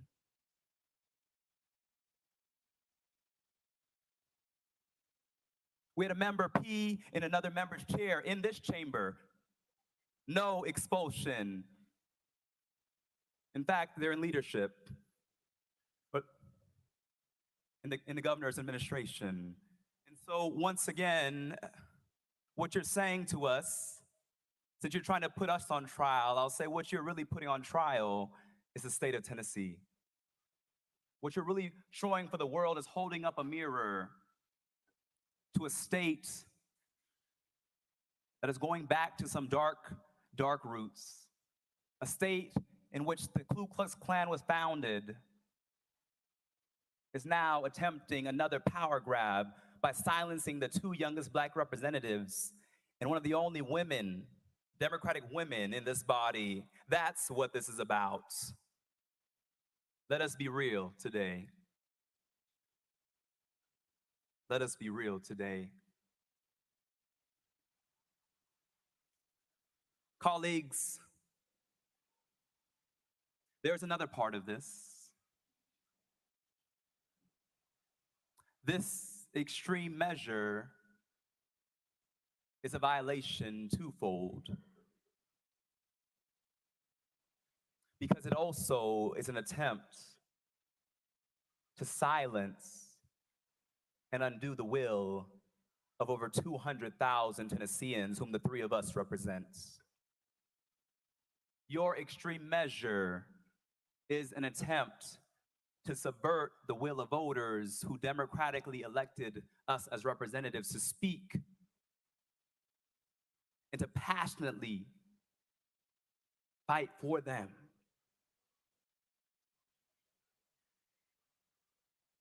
When I entered into this chamber, many members said, "What will you do with this supermajority?" I said, "We will fight for you. We will not bow down simply because they have numbers, because we know that we are on the right side of history and that this body is not the ultimate say. That this is not a palace or a frat house or the Belmead Country Club, but that this is the people's house." And so when we came into this well to say, "I see you, I'm with you, the people of the state, we are standing with you," we were saying, this is the people's house. And we will not bow down. Somebody said they were shouting on the floor. They were shouting on the floor. And it reminded me of a scripture from Genesis that said, the blood cried out. The blood cried out. That's what we were saying. There's scripture that says, if we are silent, the stones will shout out. That's why we were shouting. No action, no peace. No action, no peace. No action, no peace.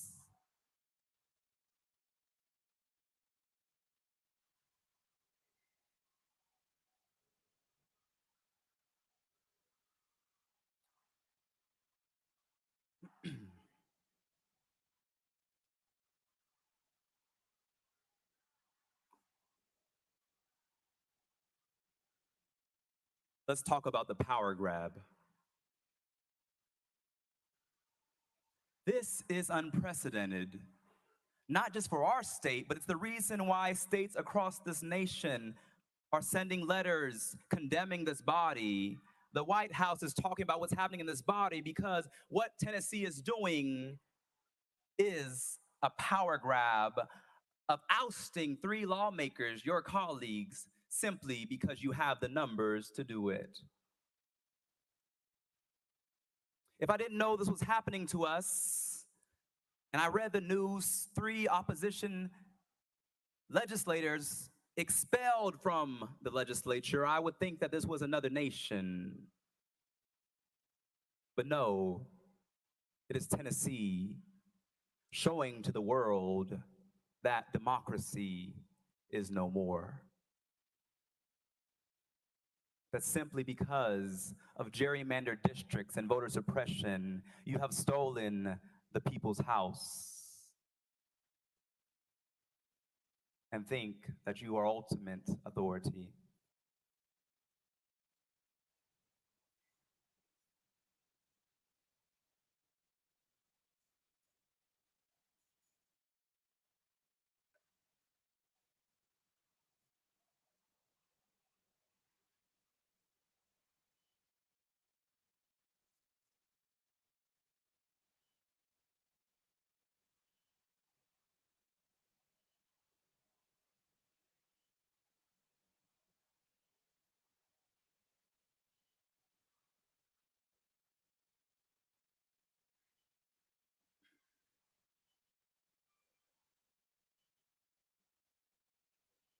Whereas, during the House floor session on March 30th, 2023, Justin Jones of Davidson County, along with Gloria Johnson of Knox and Justin Pearson of Shelby County, did knowingly and intentionally bring disorder and dishonor to the House of Representatives through their individual and collective actions.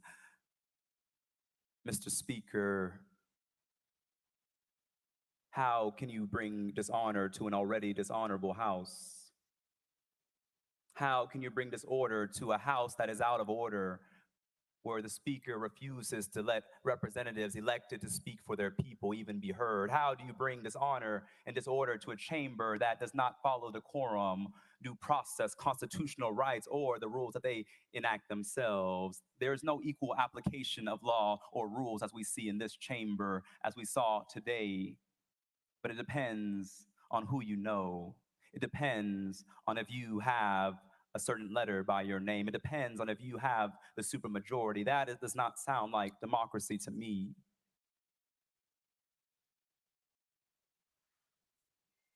Many members counseled and said, perhaps you should come here and plead mercy. Perhaps you should come here and say, we throw ourselves at your mercy.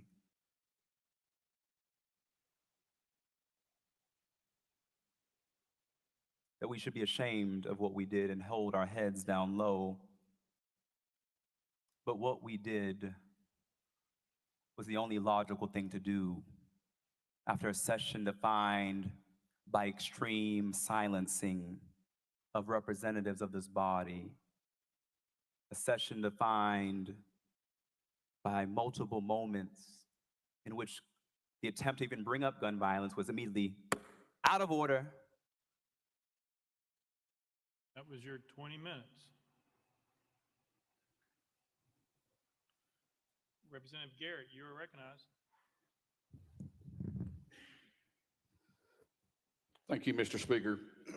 Thank you for your comments, Representative Jones. I've got several questions. And first, I'd like to know that the questions I'm going to ask today, will you be able to answer them specifically? Representative Jones. Yes. Representative Garrett.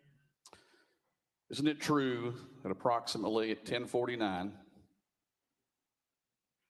last Thursday, Representative Johnson, Representative Pearson, and you gathered at Representative Johnson's desk at approximately 10:49 last Thursday?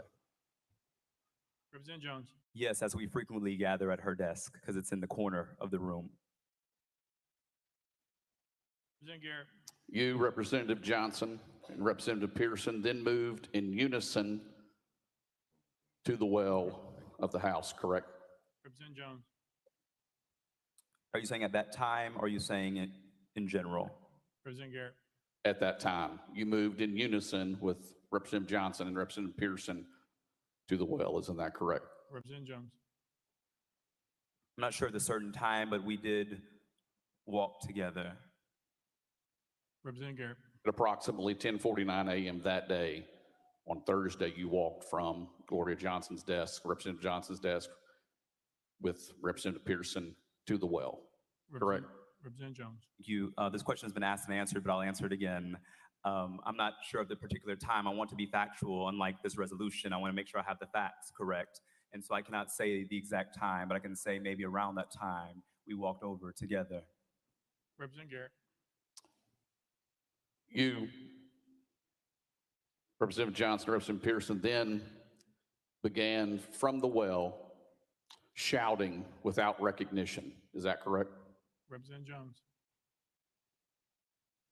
We began shouting after repeatedly being denied recognition. Representative Garrett. At that time that you approached the well, did you have recognition from the Speaker of the House to speak at the well? Representative Jones. And I also want to say that I just want to speak for myself. I don't want to speak for my other colleagues. And so I'll speak for myself that after repeatedly being denied, I did shout with the people in the chambers and offer solidarity to the people calling for an end to mass shootings and the proliferation of firearms in our community. Representative Garrett. So you and other members, the two members referenced before, gathered in the well, and the Speaker gavelled you out of order. Isn't that correct? Representative Jones. And I'm not going to speak for my colleagues, but I'll say that I entered this well and shouted with the young people, pleading for their lives, calling for us to act on gun violence after repeatedly being denied recognition by Speaker Cameron Sexton. Representative Garrett. Then do you deny that you were in the well and Speaker Sexton gavelled you out of order? Representative Jones. From my recollection, the Speaker gavelled out of order, recess almost instantaneously when we approached this well. And as you said in that video, much of what occurred on that video that Justin Lafferty took was not while we were in session, but it was after the Speaker, within about 10 seconds, gavelled a recess. And so what we did in this well, the majority of the time we were in this well, was during a recess. Representative Garrett. But at the time you entered the well, we were in session. So my question specifically, which you said you would answer my question specifically, you approached the well, began to shout in the well, and the Speaker gavelled you out of order. Do you deny that the Speaker gavelled you out of order? Representative Jones. Thank you, Representative Garrett. I can't recall the number of times the Speaker has gavelled me out of order for simply doing my job as a representative, but on that day, the Speaker, in his normal fashion, chose to silence members as he had done throughout that day. Representative Garrett. And do you understand to speak from the well as you are speaking today, you were able to speak because Speaker Sexton recognized you in the well to be able to speak? Representative Jones. Thank you. I'm able to speak because the people of District 52 sent me here to speak. Speaker Sexton is not my constituent. Speaker Sexton is not a king. Speaker Sexton is not God, though he may want to be. He is my colleague. And so the people of District 52 sent me here to speak. And it's them who I ask for permission if I can speak and represent them. Representative Garrett. Oh, we're out. Very good. Leader Camper. Thank you, Mr. Speaker. Mr. Speaker, We're here today because voices have been silenced. We're here today because we have a system that says we value a process. Yet in that process, particularly in our committees, voices are continuously silenced. Then we get to the floor and the same is true. We don't get to fully vet bills.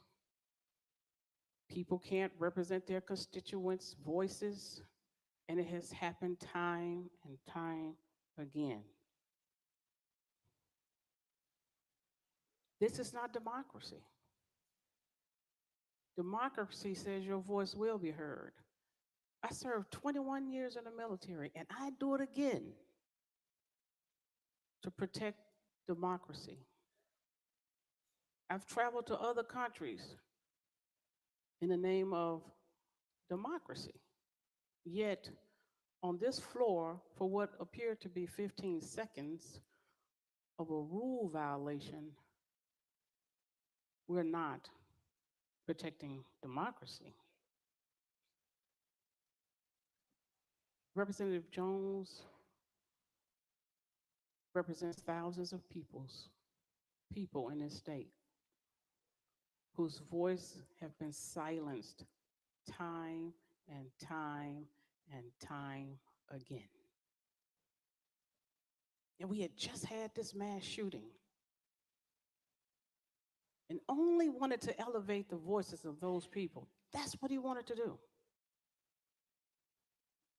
And for a simple rule violation, we have elevated this to the highest level of admonishment. That's not democracy. And even more, the gentleman has already been stripped of his committees, has already been restricted access to this building to represent those voices. And so now we're going to double punish. We're going to punish you, and then we're going to punish you. That's not democracy. As a member of this body, I'm here to make sure that we do uphold our democracy and that we value the voices of the people that are sent here, all of us. It's honorable to be sent here to represent those voices. And history is going to reflect what we do this day. History will reflect if it was worth these 15 minutes, 15 seconds of elevating the voices of the people rises to this level of admonishment. We have an opportunity in this body today to say it doesn't rise to that level. We have an opportunity to recognize someone just want to elevate the voices of their people. And maybe in the heat of passion, we feel like we have to admonish at the highest level, but I beg of you not to do that today. History will reflect it. And I am hoping that you decide to be on the right side of history at this moment in time. This would be a dangerous precedence to set. And one day, it will be you. One day, if we don't have the courage right now to say, we may not agree with how they decided to elevate the voices. We don't have to agree. But to expel someone, punish them, then expel them, that's out of order. I beg of you to allow them to continue to serve, allow them to represent their voices, have a full conversation in this state. Thank you, Mr. Speaker. Representative Williams.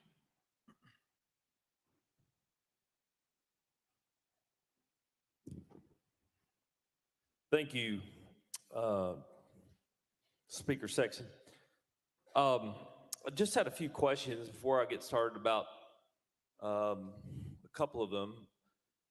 Prior to 1049, when you and your colleagues met over at the representative from Knoxville's desk, I believe there was a parliamentary inquiry regarding a button that you were wearing. Could you tell me a little bit about your parliamentary inquiry and the purpose of it? Representative Jones. Yes, thank you, Mr. Speaker. There actually were multiple parliamentary inquiries levied. The first parliamentary inquiry was when the Speaker shut off my voting machine when I walked out to stand with those protesting. And I came back and it said I could not vote on that machine. I've never seen that happen in this body, a member who stepped outside coming back in and their voting machine being shut off. The second parliamentary inquiry is when the House clerk said that the Speaker had filed a complaint against a pin that I was wearing that stated, that had a picture of an AR-15 and said, "We must stop the assault." I raised the parliamentary inquiry because a few days prior, Senator Joey Hensley entered to this well with a Confederate flag tie on and was allowed to stand here. But I was threatened with a complaint for wearing a pin that expressed the demands of my district and of my constituents that we take action to end the proliferation of assault weapons in our community. Representative Williams. Thank you. Appreciate your answer to the question. The reason for the parliamentary inquiry was because after the rules say that we can't have props or buttons or things of that nature, and the fact that we do have, even today, we welcome our senators into the well, of which we have 4 in here today. The interesting part about it is the button was on your lapel. You were asked about the parliamentary inquiry. You were told by the clerk that no, it was not proper. It was against the rules in order to do so. And as soon as that was happened, I sat here at my desk, I looked over there, and then immediately you put the button back on your lapel and said, "The rules don't apply to me." And so I recognized that when I saw it, and that button was on your lapel when you overtook the well. I guess the question for me too is when you took the bullhorn where you stand today, how did that bullhorn get into this chamber? Did you sneak it in the dark overcoat that you had when you went in and out of the house that day, or did you put it in your desk drawer? Tell me how you came to acquire that bullhorn. Representative Jones. Thank you, Mr. Speaker. There was multiple questions there, and so let's take them one by one. Representative Williams, with all due respect, I answered and you tried to tell me what my answer should have been, but which it was not. And so just because you want it to be an answer does not mean that it is the answer. When I raised my parliamentary inquiry, the Speaker once again shut off my microphone as I was addressing the issue. Can we roll the tapes? The Speaker once again shut off my microphone because he has a button up there that he loves to use to silence members. And so I was not able to complete my parliamentary inquiry. And if you notice in the video, the megaphone, which was in my jacket, the miniature megaphone, was not brought out until the Speaker said, "Recess."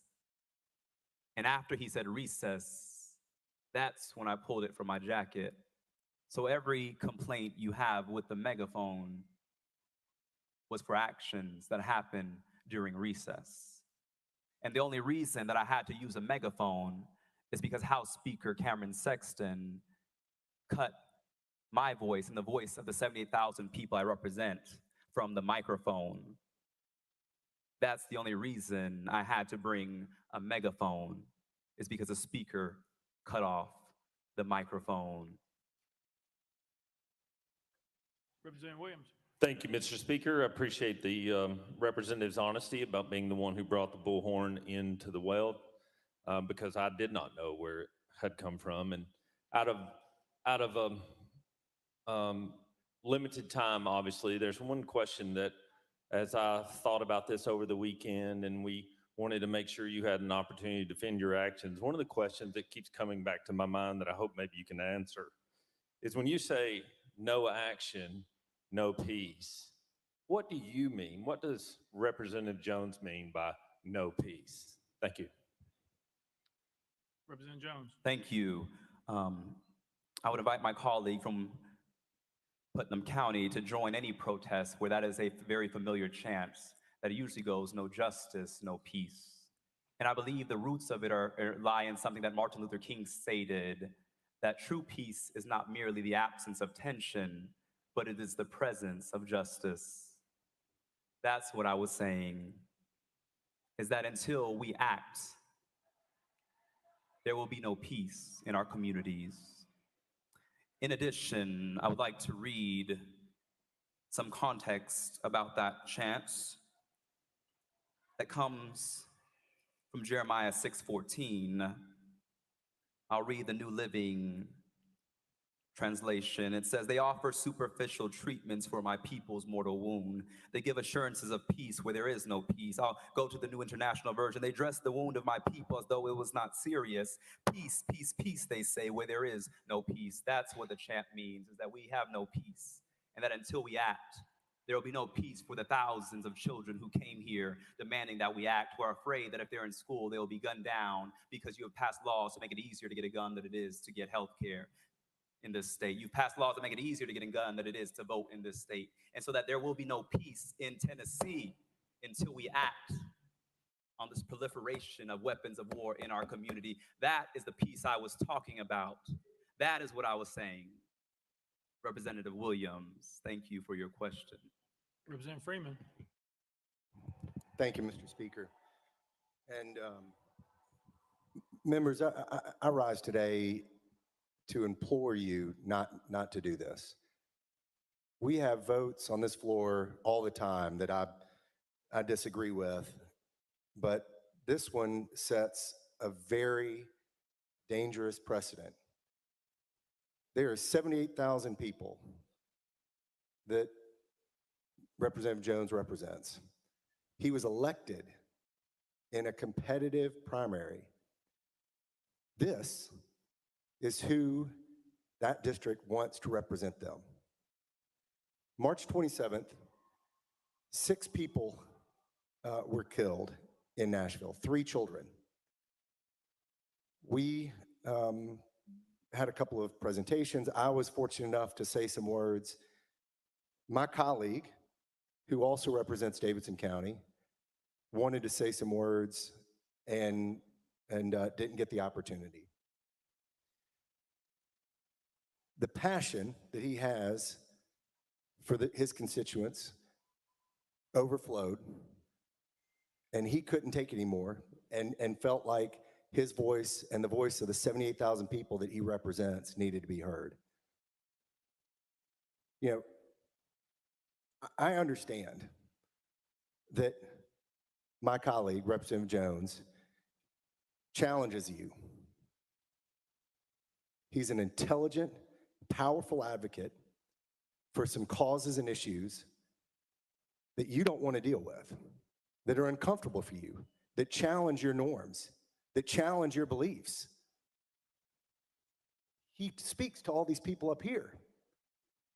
They want him to be here. And I think that scares people in this room. I think it scares people in this room that he can speak to the people and speaks for the people in a way that many of us in this room can't. I urge you to not vote to expel. We need his voice. You may not agree with him. I don't agree with all of you all the time. Surprise. But we need his voice. He represents a constituency in our state, which we are the Tennessee State House of Representatives, and we cannot silence those people. I'm sorry to the 78,000 people that duly elected Representative Justin Jones if his voice is stripped from you. And I urge all of you to vote against expulsion. Representative Garrett. Thank you, Mr. Speaker. I've only got a few questions in the time that I have. And I appreciate your candor and I appreciate your responses. And again, I would ask that hopefully you can respond specifically to my question. You knew that Article 2, Section 12 of the Tennessee Constitution vested the House with the power to set its own rules, correct? Representative Jones. Thank you, Mr. Speaker. I cannot cite the specific provision in the state constitution, but I know that rules were passed in this chamber that the majority of colleagues on my side of the aisle did not agree to. Representative Garrett. And I understand that some folks voted against the rules that we passed here. That's your obligation to vote against them. But if you vote against them, does that mean that you don't have to follow them? Representative Jones. No, that's not what I'm saying, Representative Garrett, but I believe that this is the first time in Tennessee history that a rule violation is resulting in an expulsion hearing.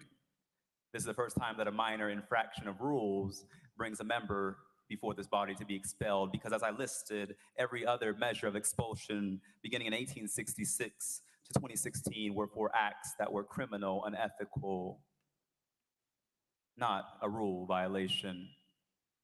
Representative Garrett. Today, I mentioned before that we've had several pieces of legislation that has traveled through the system. Everyone was able to speak on it. Everyone's district's voice that wanted to speak was heard today. In a week ago, that stopped. This is just not about one specific instance or one specific rule that may be broken. The rules here are for order. We owe that to the constituents that we represent across this state. And when it says to us, and I'll leave you with this, a couple more questions. With that, knowing that the House could not do business when you entered the well, and you were gavelled out of order, and you continue to stay in the well, you placed a bullhorn out of your own jacket, as you said earlier. Those actions, the Speaker had no choice but to recess, because then the emotion in this place exploded. So with all of that conduct by you, by overtaking the well against the rules of this House that we are bound to do under Article 2, Section 12 of the Tennessee Constitution. That's the site that says we must have rules for this House so we can achieve what we achieved today by passed legislation today in an orderly fashion. I ask you this simple question. Were your actions last week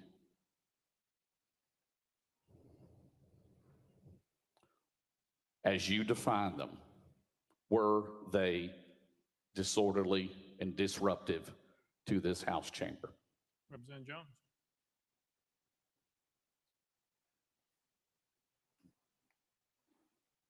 Thank you, Mr. Speaker. I had to take notes because I believe there's about 10 questions in Representative Garrett's comments. I want to begin with the first one, the first statement made. Today, every member was allowed to speak. Today, he had to make that clear that today every member was allowed to speak because the news is here today. But let's talk about yesterday. Let's talk about last week. He said that stopped last week. No, it stopped when Speaker Cameron Sexton was sworn in as House Speaker, that every voice was allowed to be heard. This happened when Cassida was here. And so for many years in this body, every member has been stopped from speaking by a supermajority that is drunk with power. He stated you overtook the well trying to use language that harkens violence. No, we walked into the well. We walked together. Children, don't you get weary. We walked to the well. We didn't overtake anything. We did not use violence. We did not act in ways that were unlawful. We walked together peacefully and orderly to the well that many of us had been not afforded the opportunity to speak from. You said, was your actions disorderly and disruptive? I think the honest answer is that I believe that my presence here as one of the youngest Black lawmakers who speaks for my district is disruptive to the status quo. I believe that's what is disruptive, that when I'm in committee and you seek to pass agendas that harm my community, I say objection, point of order, I don't agree, my constituents deserve a voice. That is disruptive and to the status quo, because you would have us bow down. But Meshach, Shadrach, and Abednego said, we shall not bow. And that is what I say to you, Representative Garrett, that we shall not bow. That is what I say to the House Speaker, that we shall not bow. Because what is disorderly is a body that has used voter suppression and rigged maps to take control of our state. What is disorderly is a body that silenced the voices of Nashville at the congressional level, at the city council level, now trying to remove us at the legislative level. That is disorderly to democracy. That is disruptive to what we have an obligation to uphold. And so that is my response. Yeah, Representative Love yep, all right. Thank you, Mr. Speaker. Members, a few years ago, we made the Bible the state book. And there is this common thread in there about grace. Grace. It's not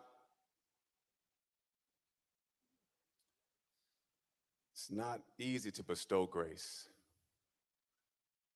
Martin Luther preached in 1522, said, God's grace received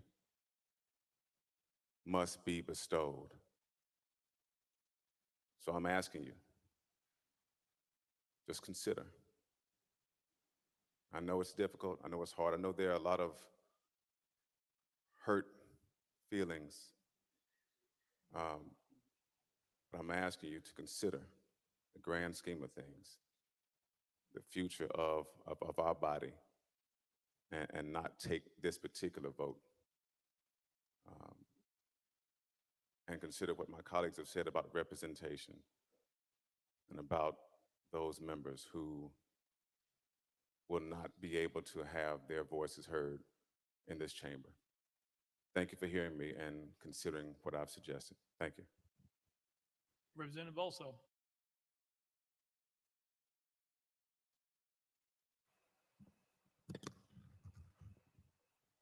Thank you.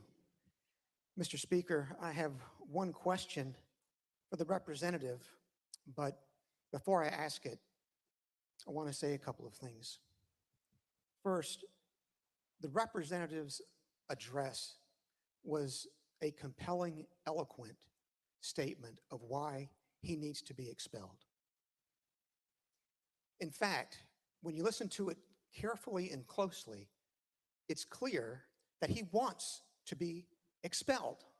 That's why he refers to all of you as a dishonorable house. We all saw the video of what he did. He and two other representatives effectively conducted a mutiny on March the 30th of 2023 in this very chamber. Recall that in his opening statement, he called his actions honorable. What that means, ladies and gentlemen, is that the gentleman shows no remorse. He does not even recognize that what he did was wrong. So not to expel him would simply invite him and his colleagues to continue to engage in mutiny on the House floor, a mutiny which to this body and to this state has been unknown in its 227-year history since we adopted our Constitution in 1796. And passing for the moment the fact that he does not even consider what he did on March 30 wrong, look at the disrespect with which he has conducted himself today. He called our speaker a liar. He pointed derisively at our speaker. He insulted each and every one of you, effectively convicting you of being beholden to interest groups rather than voting your conscience. And then the one that I really do not understand is he said that if you vote to expel him, which is actually what he wants, you will be undoing the will of 200,000 Tennesseans. But we know that's not true, don't we, ladies and gentlemen? We know it because we can read our Constitution. This resolution opens with a recitation of the provisions of Section 12 of Article 2 of our Constitution.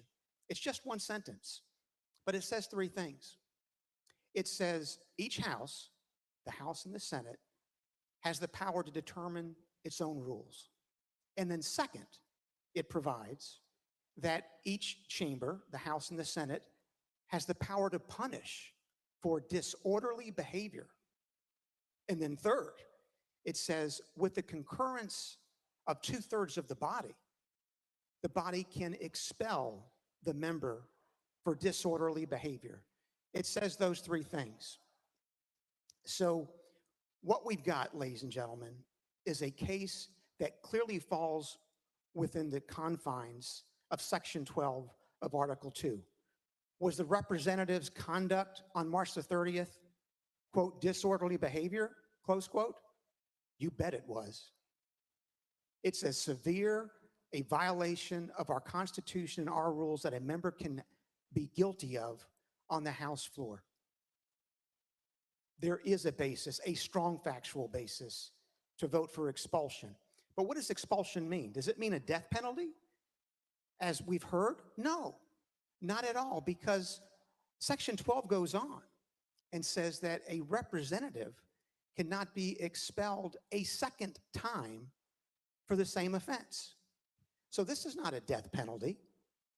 If in fact this body votes to expel the representative, which is what he wants apparently, he cannot be expelled a second time. In other words, whether or not he comes back is going to be determined locally by the authorities in Davidson County and the voters in Davidson County. This is not a death penalty. Section 12 explicitly recognizes that he might come back. It says you can't be expelled a second time for the same offense. So effectively what we're doing today, ladies and gentlemen, is we are upholding our Constitution. We are protecting the integrity of this body. Let's vote to expel him. That will send the case back to the voters in Davidson County. And if after looking at his conduct, they find he should come back, we will welcome him as a representative. Representative Jones. Thank you, Mr. Speaker. I didn't hear a question, but while my colleague's statement was eloquent, what he was essentially saying was that Justin is an uppity Negro. How dare he point at the speaker and call a lie a lie? How dare he act like he's your equal? How dare he come before this body and not bow down? That's what Representative Bulso was saying, and that's what he told me on the elevator 2 days ago when he tried to incite violence against me and got in my face and said, "You are a damn disgrace." And I said, "Representative Bulso, hold on, let me pull up my phone. Can you say that again?" And he cowered and chose not to repeat it because he did not want the world to see what a disgrace he is for Williamson County voters. What we are doing today is not respecting the Constitution, but I'm not surprised because time after time again, this body chooses to burn the Constitution. In fact, we've passed more lawsuits than legitimate laws. When I hear Representative Bulso's statement, it reminds me that there are people in this chamber whose real offense is not what we did, but that in breaking the quorum, we asserted our humanity, we asserted the voices and humanity of our district, we asserted our dignity as equal members of this body, who you would rather have silenced, who you would rather have not hear, who you would rather have back somewhere else instead of up here as your equal. And that, sir, is disheartening. because I know that not every member of the other side of the aisle feels like you do, Representative Bulso. But throughout this session, I have seen the passion with which you have to attack marginalized communities, and it has disheartened me to see that someone like that sits in this chamber. Someone who has made it his mission to target the vulnerable. It hurts to see that. And so I did say that what the speaker did was lie when he went on national television and told national news that the kids outside, the children who were pleading for their lives, calling for an end to mass shootings, he said they were insurrectionists. He said that they tried to rush the chamber. He said that what we did was violent, and that was a lie, as the video showed you. Thank you for the evidence. Play that on Fox News next time, and not the edited video that the speaker chose to retweet and tag Donald Trump and tag all these conservative pundits. That is what the speaker did a few days ago, and that is dishonorable. It is beneath the dignity of the office of House Speaker to have the speaker targeting and trying to incite violence against members of this body. But his words have consequences. As one of our community members had his house shot, his words have consequences. As youth who participated in the protests asked me, is it safe to come to the next protest after the speaker called us insurrectionists?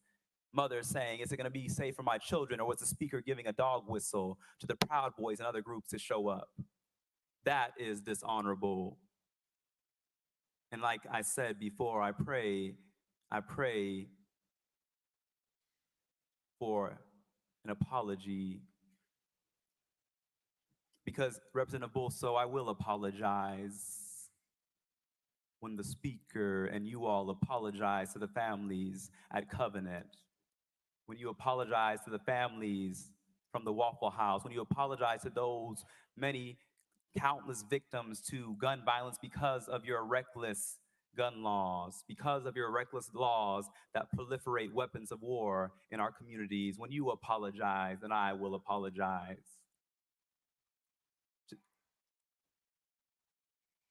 To Representative Bulso's point, I broke a rule. I did acknowledge that. But what I did not break was my oath that said that I will dissent from and protest against any legislation that is injurious to the people. What I did not break was my promise to the people of District 2 that I would fight for them no matter the consequences. What I did not break was my oath to future generations that says that when I see something that is wrong, that is unjust, that is unfair, I will find a way to get in the way and to get in good trouble, necessary trouble. So thank you for your question. Representative Towns.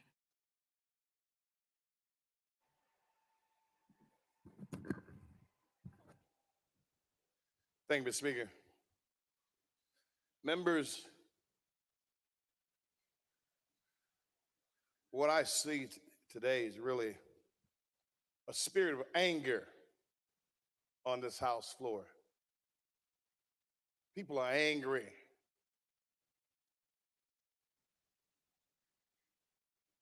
Either justified or unjustified. There's a spirit of anger walking among the members, the brotherhood, the fraternity, the sorority in this Tennessee chamber. There should not be a spirit of anger. There's an old saying that goes that to whom the gods will destroy, they must first make angry. When they're about us, we lose our heads. We're fighting in a war, or we're fighting for something. When we lose our heads and become angry, we do dangerous things to each other. And the body of politics, the body of the Tennessee Chamber, we're doing dangerous things, attempting to do dangerous things, dastardly things, unwilling things, bad things to each other. The brotherhood, the sisterhood, that is not good. Each of you know, you live long enough to know that democracy is messy sometimes. Democracy is messy. Go all the way back to the founder of the country.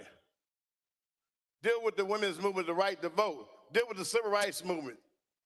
Democracy is messy, and it always will be messy to get something out of it. You're trying to get to the pearls of wisdom, the pearls, the gold, the diamonds, but it's a messy process. It's not pretty all the time. It's never been pretty all the time. Any of you all that understand and know history, it's always a little messy.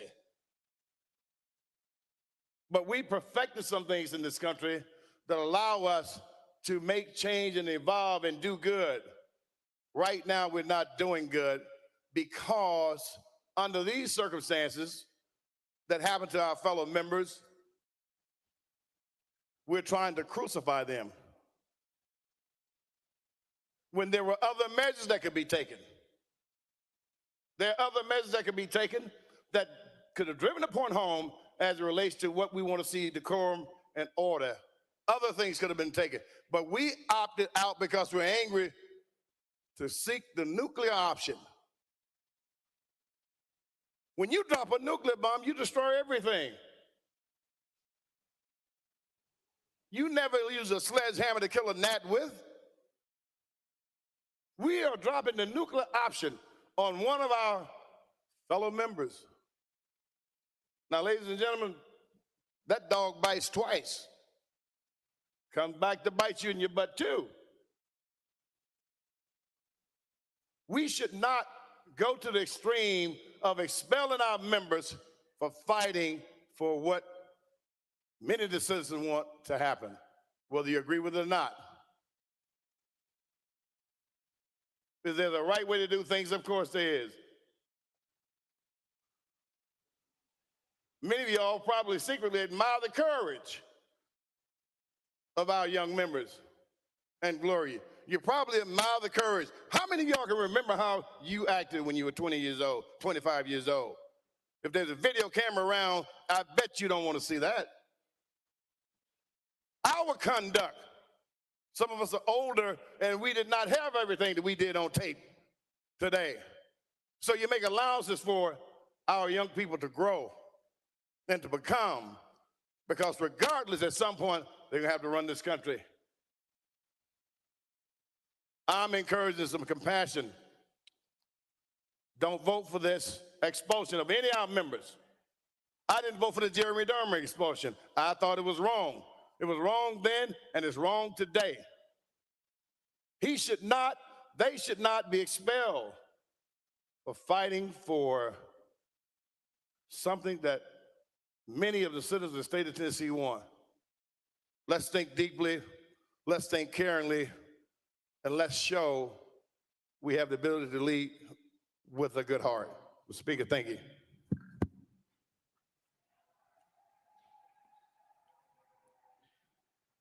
Representative Farmer. Pass. Representative Hardaway.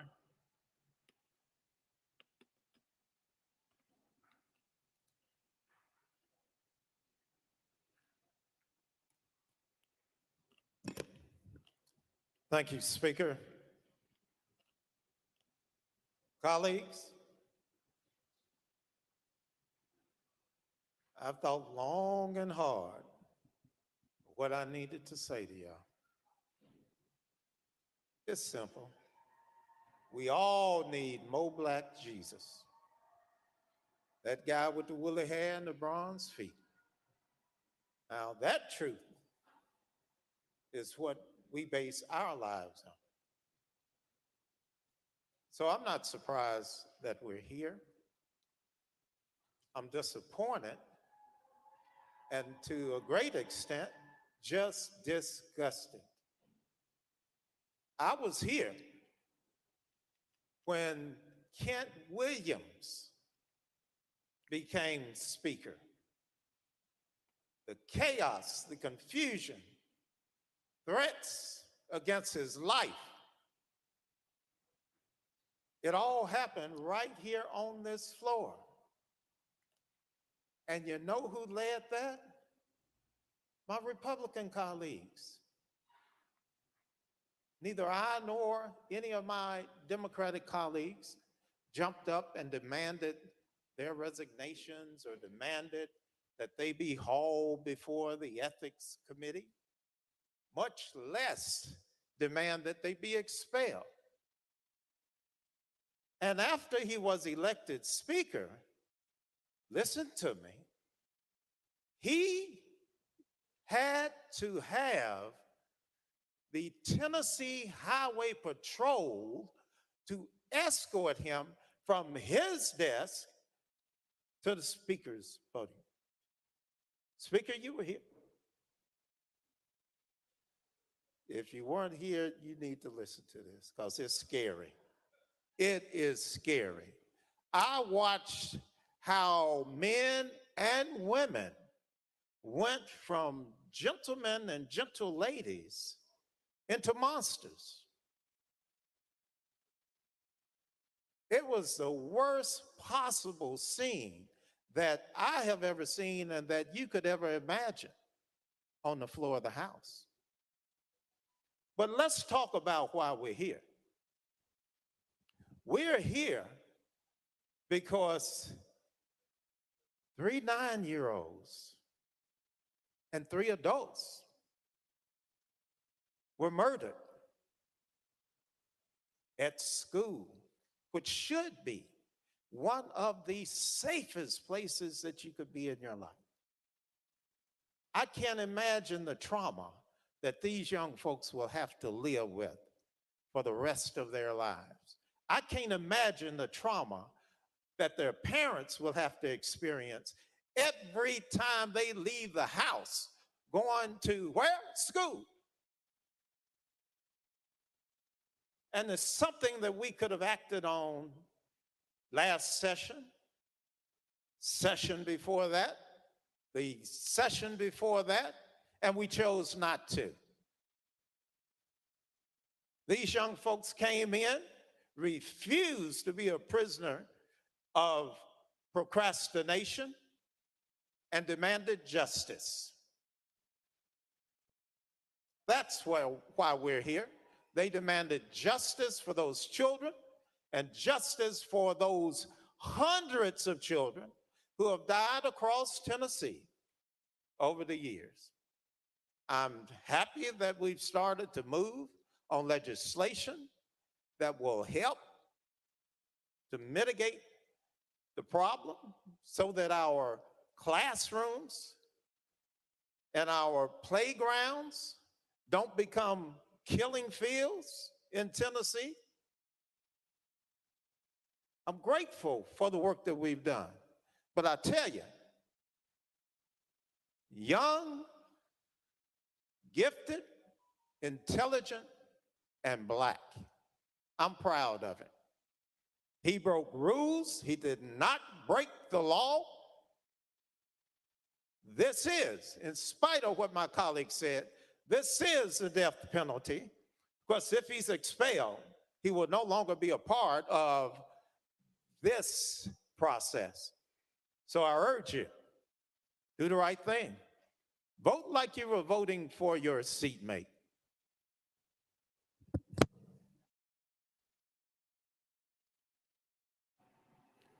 Representative, thank you. Representative Gant, you're passed. All right. Representative Mitchell. Thank you, Mr. Speaker.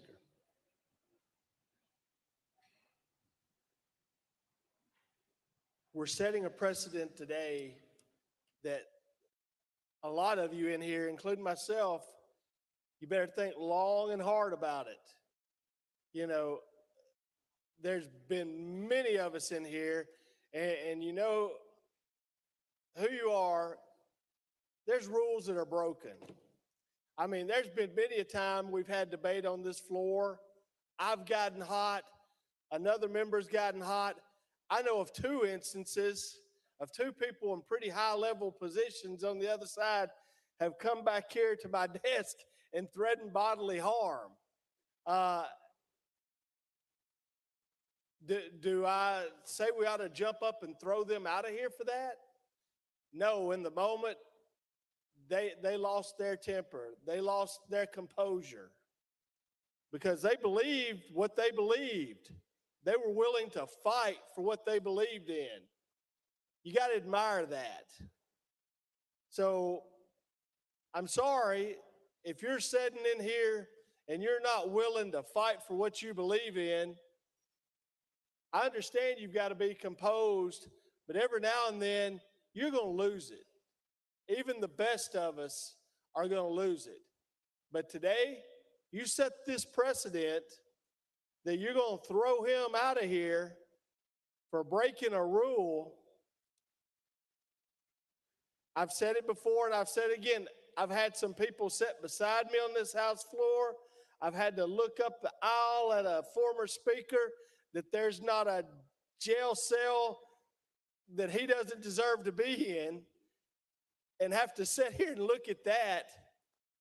And I didn't hear a peep out of anybody saying we ought to toss him out of here.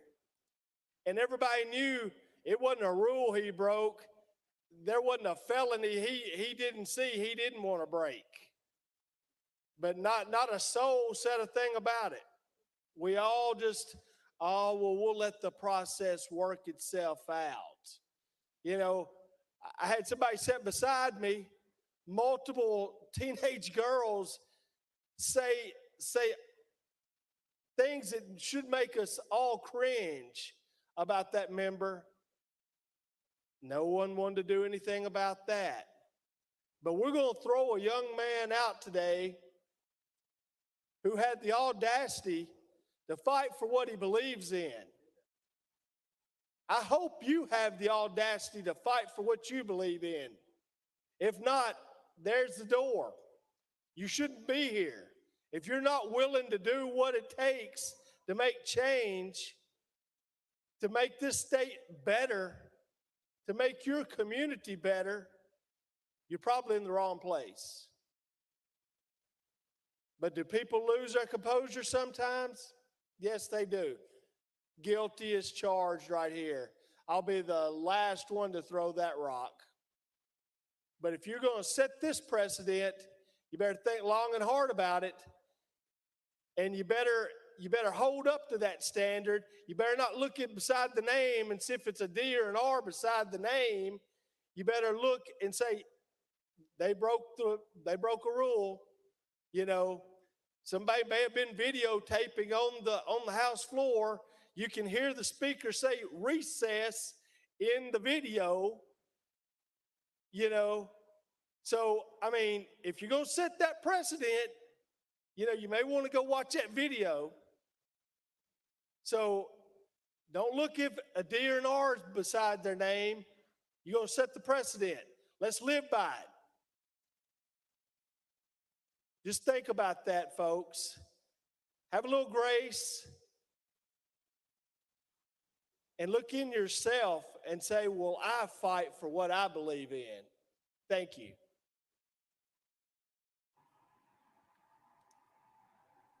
Representative Kumar. Thank you, Mr. Speaker. Members, I feel very disappointed. I've been excited about democracy. I've been excited since I got elected to this House, and this is terrible. And really, it's just disappointment is what comes to mind. Representative Jones, you had a difficult time. You look at everything through the lens of race. Those are your experiences, and that's perfectly understandable. But sincerely, after becoming elected, you should be celebrating. You really should be. You should join the House, become one of us, make the transformation from being a person who, yes, we've known you demonstrating a lot, mobilizing the community, but make the transformation to be a representative who represents. You claim that you have 78,000 people to represent. You claim that you have 78,000 people to represent. But sir, you have not done that. You have mainly interrupted the proceedings. You have attacked fellow representatives. You have attacked the chairman almost in all committees. That is not representing your people. That is not going to bring credit to the people that you claim to represent. It's I'm an immigrant, everybody knows. I have been in this country for 53 years. And when it was 50 years, you recognized me for that. It was a celebration in my mind and for my family. In those 53 years in America, I have never encountered a racial slur. I'm really not aware that any of that applies to me. I live a good life. Yet, you on tape call me a brown face. Yes, sir, it's on tape. It's on tape, okay? You can't deny that. Wow, I said it's on tape, okay? You called me that. After the committee meeting on that same day, you walked up to me. You had no business coming up to me. You were sitting a row or two ahead of me. You shoved your finger in my face and said, Kumar, they will never accept you. You said it twice, and you were so intimidating that the sergeant at arms, without my invitation, came and intervened between us. Sir, that is very disappointing. You did that. I was there. Hang on, Chairman Clemens, you have a question? Point of order, Mr. Speaker. Thank you very much. He's talking about things that aren't the subject of the resolution. Well, I don't know that he's even telling the truth, but he's definitely not talking about anything that's subject of the resolution. Well, The Mr. events that took place on this floor. Chairman Clemens, I'd be careful about the language that you use because that would impugn his reputation, which we had conversations about a few weeks ago. So I would be careful. You didn't go there, so I appreciate that. We have given latitude to the representative in the well who's made many accusations against me and other members of this House. I'll ask Chairman Kumar to stay on the topic of today, but I would advise you then that everybody in this chamber, including as the representative in the well, to stay on the topic and germane to the conversation. Representative Kumar. Thank you, Mr. Speaker. I wrap it up by saying that it is disappointing that you have insulted this body. You have insulted your colleagues. You have insulted the House of Representatives in the state of Tennessee. You have insulted our speaker. You have personally insulted me. And part of that is on tape, sir. I implore you that let us take it from here, whether you are expelled or not, but please, come on, you are a talented young man. You have a lot to offer, but offer it in a way that people are accepting of your ideas. Join the society where you celebrate your achievements. I wish you all the best. Thank you, Mr. Speaker. Thank you. Representative Jones. Thank you so much, Mr. Speaker. And there's a lot to unpack there, Representative Kumar. I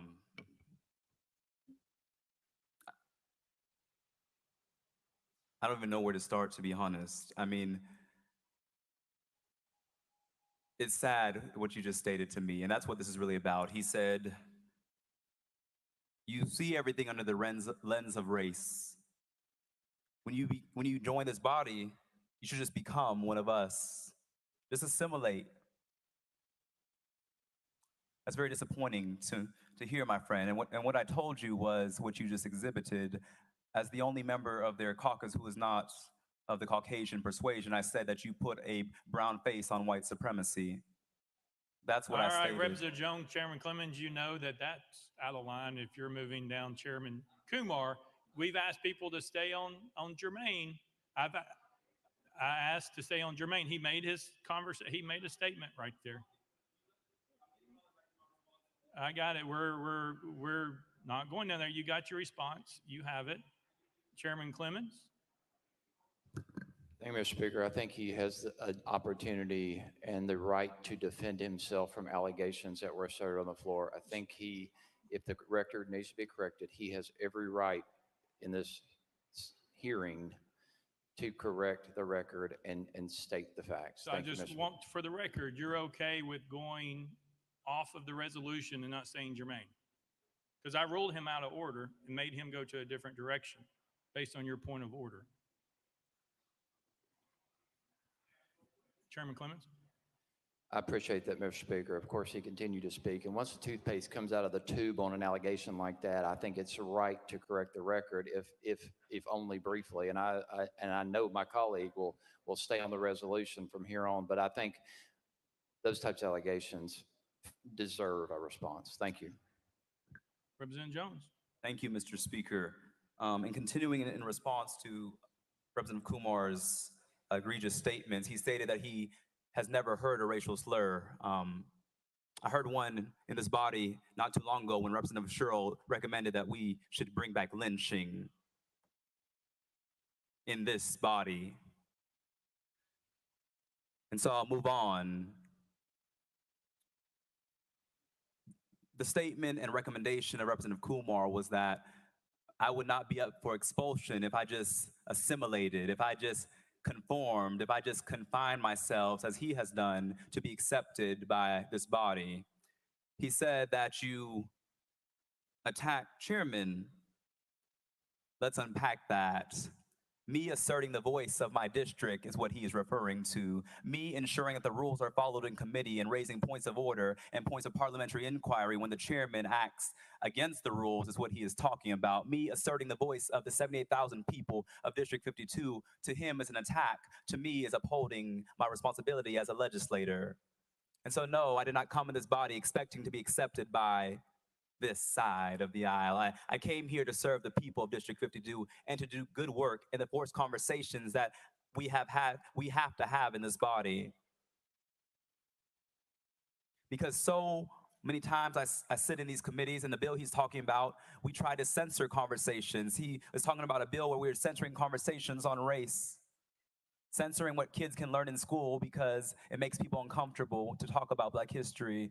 And he expected me to be censored as a equally elected representative to not talk about the history of racism in America when he made those egregious statements in Government Operations Committee. He expected me to sit there and conform and accept things because that is the only reason that he's been accepted by these members here. But I don't want acceptance from you. I want acceptance from the people of my district. I don't want approval from you. I want approval from the people of my district, because I'm not here to make friends. I'm here to make a change for my community. Representative Powell. Thank you, Mr. Speaker. Colleagues, Representative Jones represents the 52nd district, and I represent the 53rd district. So our districts touch. We represent a lot of the same communities. We represent a lot of the same polling locations. And the voters of his district knew and know the type of person that Justin Jones is. Representative, you never hid the fact from the voters of your district that you're an activist, that you have been arrested. You never hid that. They knew that. Is that correct? Representative Jones. That's correct. In fact, Chairman Faison recently said, wasn't your slogan from the jailhouse to the State House when he introduced me to a member of Congress who was visiting a couple weeks ago? I never hid who I was and talked about the history and necessity for good trouble in this body. Representative Powell. Members, I was with Representative Jones the day he was elected. I was at the polling location with him. I helped him pick up signs, his signs, after the polls closed. I was there when the vote tally sheet was put up on the wall that showed that he had won his election. The people of Tennessee, each one of us, we represent different districts and different communities. We bring our experiences up here. That is what's wonderful about a representative democracy. And the people of District 52 knew and they know who Representative Jones is. And I have all the confidence in the world that they believe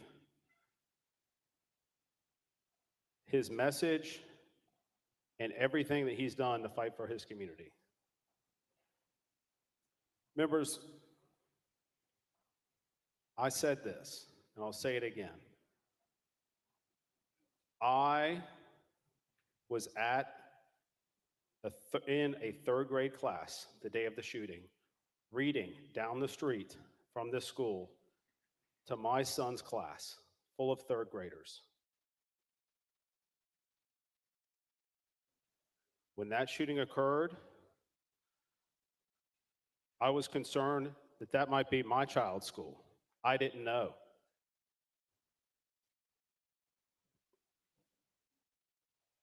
I have spent every day, and I said, this is a very difficult time.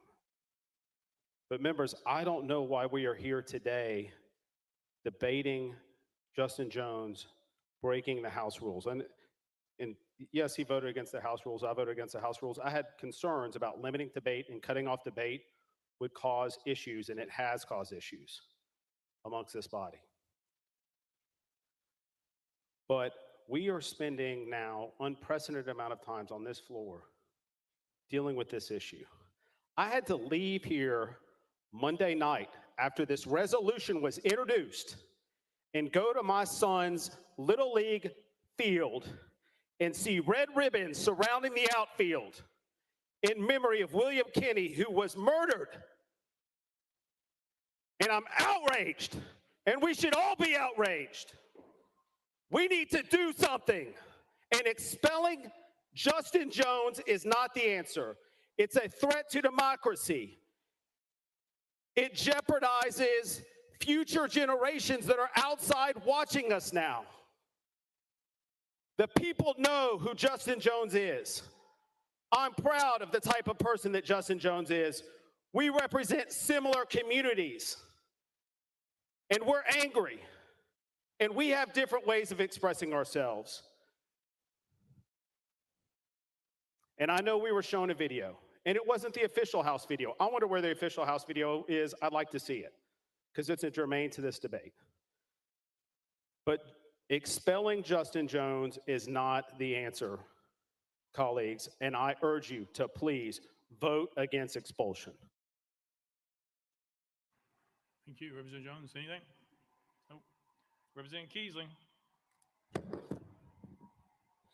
Thank you, Mr. Speaker. I call for the previous question.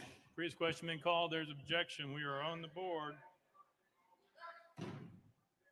Previous question's been called. We're on the board. All those in favor vote aye when the bell rings. Those opposed vote no. As every member voted, does any member wish to change their vote?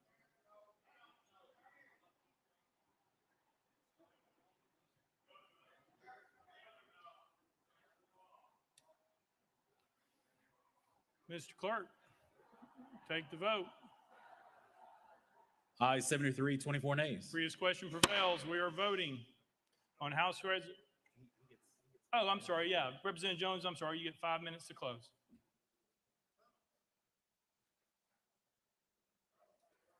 You have 5 minutes. Chairman Clemens. Thank you, Mr. Speaker. We are talking about nothing less than 75 people overruling the wishes of 78,000 people. And you're going to cut off debate? Give me a break. Is this a circus? You are talking about kicking somebody out of this body. Grow up. If you can't sit through a conversation or a debate on something no less than expelling a colleague, grow up. Get out of here. You don't belong here. You want to call the question? I am humiliated. I'm embarrassed. Look at the rules of procedure, the ethic rules. The purpose of this is to hold the respect and confidence of the people. Representatives should avoid conduct that even appears to violate the trust the people have placed in them. What are we doing? Call them the question. Ladies and gentlemen, point of order is, if you don't want to sit here and have this discussion, withdraw the resolution. Let's move on to the people's business and actually address the issue that created what made you uncomfortable. The loss of life, not just those 6 loss of lives, people in every community across this state that continue to be killed by gun violence. Hey, Chairman Clemens, it's a point of order. I understand you're upset by the call of the question. If somebody have a point of order where we are, not a speech on the floor, but we're at a point of order if that's where you're wanting to go. The question's been called. It was put on the board as objection. The rule prevailed to take the vote. If there's a question about point of order, we'll be happy to take it. Anybody? Leader Camper? No? Representative Hakeem? Thank you, Mr. Speaker. There were a number of us who had their names on the list to speak. And I think it would be totally disrespectful not to allow us an opportunity to make necessary comments. One of the problems that we have is that the cutting off of debate. I mean, that's what we're here for. We talk about it being messy. We're talking about getting things done. We're talking about coming to a consensus. How can we do that if we don't hear the voices of more than ourselves, so to speak? All right. Yeah, is that a question for Mr. Clerk about calling the question? Okay, Mr. Clerk, can you read the rule, please? Mr. Speaker, previous questions shall only be admitted when demanded by 2/3 of the members present. Previous question's been called. Anybody can call it at any time, and we all know that that's a possibility. Leader Camper. Thank you, point of Mr. order. Speaker. Mr. Speaker, I move that we reconsider our actions on that. Is that appropriate? But we ask that members reconsider their actions and withdraw your motion, allow us to continue the debate.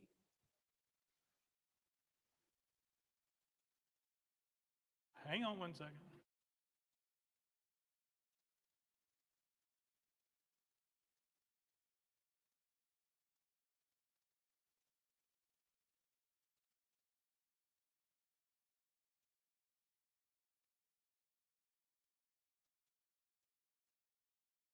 Mr. Clerk.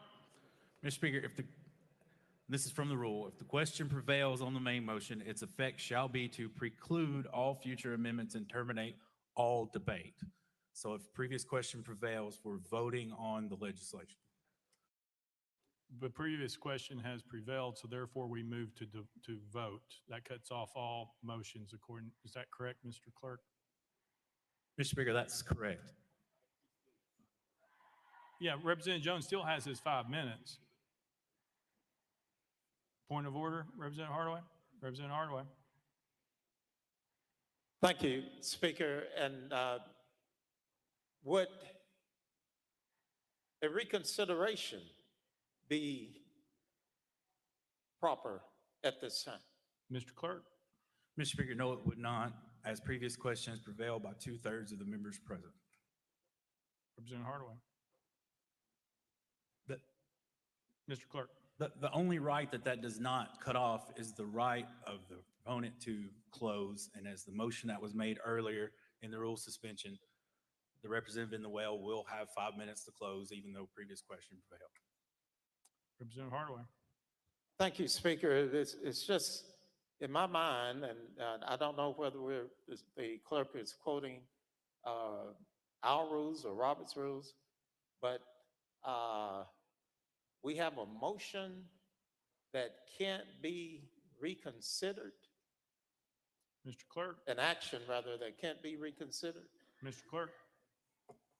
Mr. Speaker, the only opportunity to even be recognized once previous question has prevailed is as you have for a point of order or a parliamentary inquiry. So there's no opportunity to present a motion to reconsider. Representative Hardaway.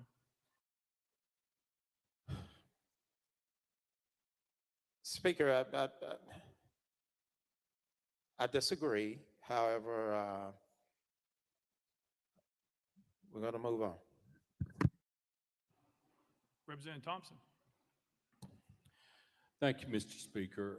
Is it possible, or is there a rule that we have to vote on each member one at a time versus waiting to the end of these hearings and vote one for all three at after that time, or is that a rule, or is that at the speaker's discretion?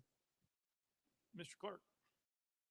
Mr. Speaker, these are being taken up one at a time. The only resolution before the body right now is House Resolution 65. So that's the only one of the three resolutions that the body will now be voting on.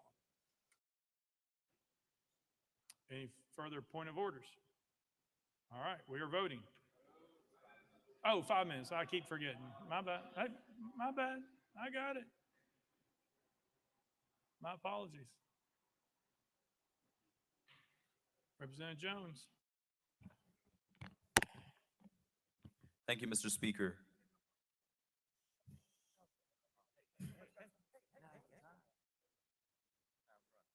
Thank you, Mr. Speaker.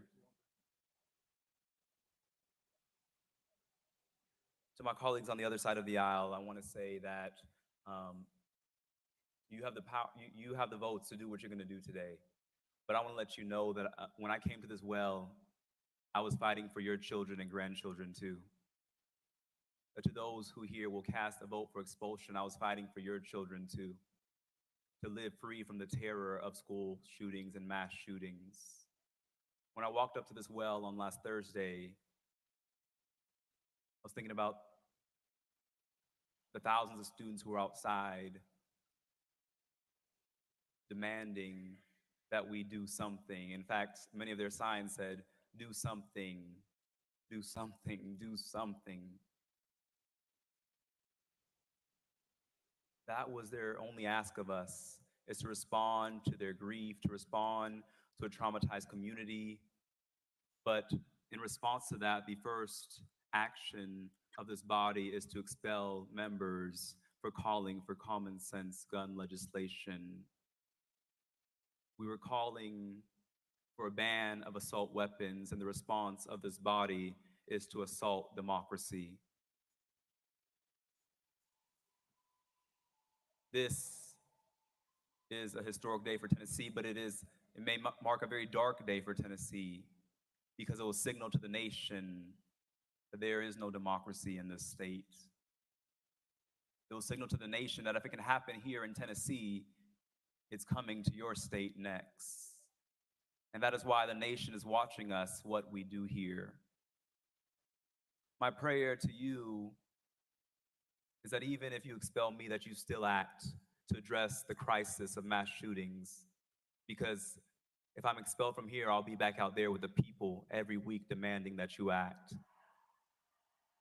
If you expel me, I'll continue to show up because this issue is too important. I talked to too many students and mothers in tears this week who said, thank you for doing something. And so if you expel me, I recognize that it's not just about expelling me, but it's about expelling the people. But your action will do the exact opposite. It will galvanize them to see what is happening in this state requires sustained action.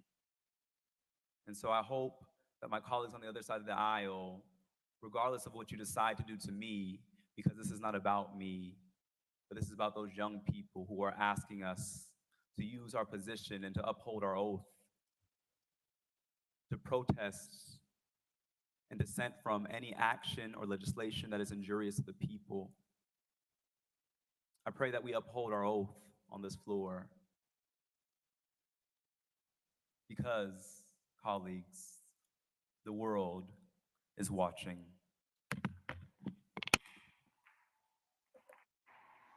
All right, we are voting on House Resolution 65.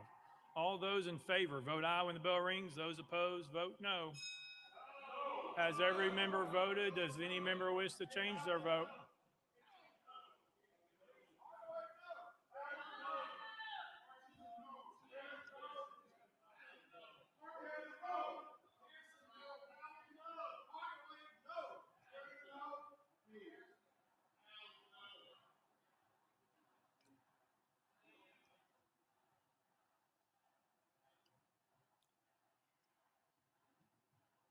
Mr. Clerk, take the vote. Aye, 72, 25 nays. Having received the concurrence of 2/3 of the members to which the House is entitled under Constitution of the State of Tennessee, House Resolution 65 is hereby adopted without objection and motion to reconsider is tabled.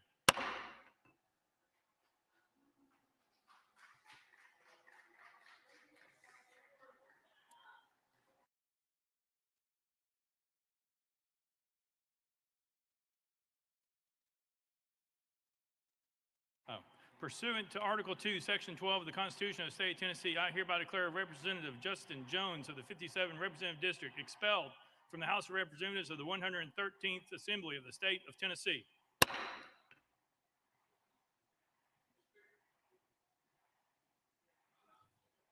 Chairman Clemens. Thank you, Mr. Speaker. I move to adjourn the House of Representatives. That's a proper motion, proper second.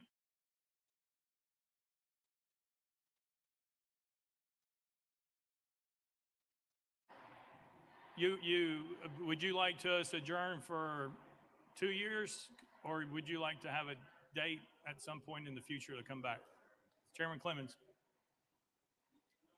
Mr. Speaker, I move to adjourn this body until Monday, 5 p.m. It's proper motion, proper second. Is non-debatable. We are voting on the motion to adjourn until Monday at 5 p.m.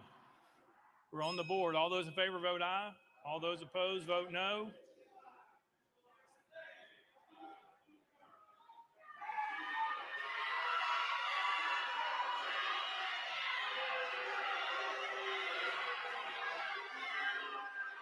Mr. Clerk, take the vote.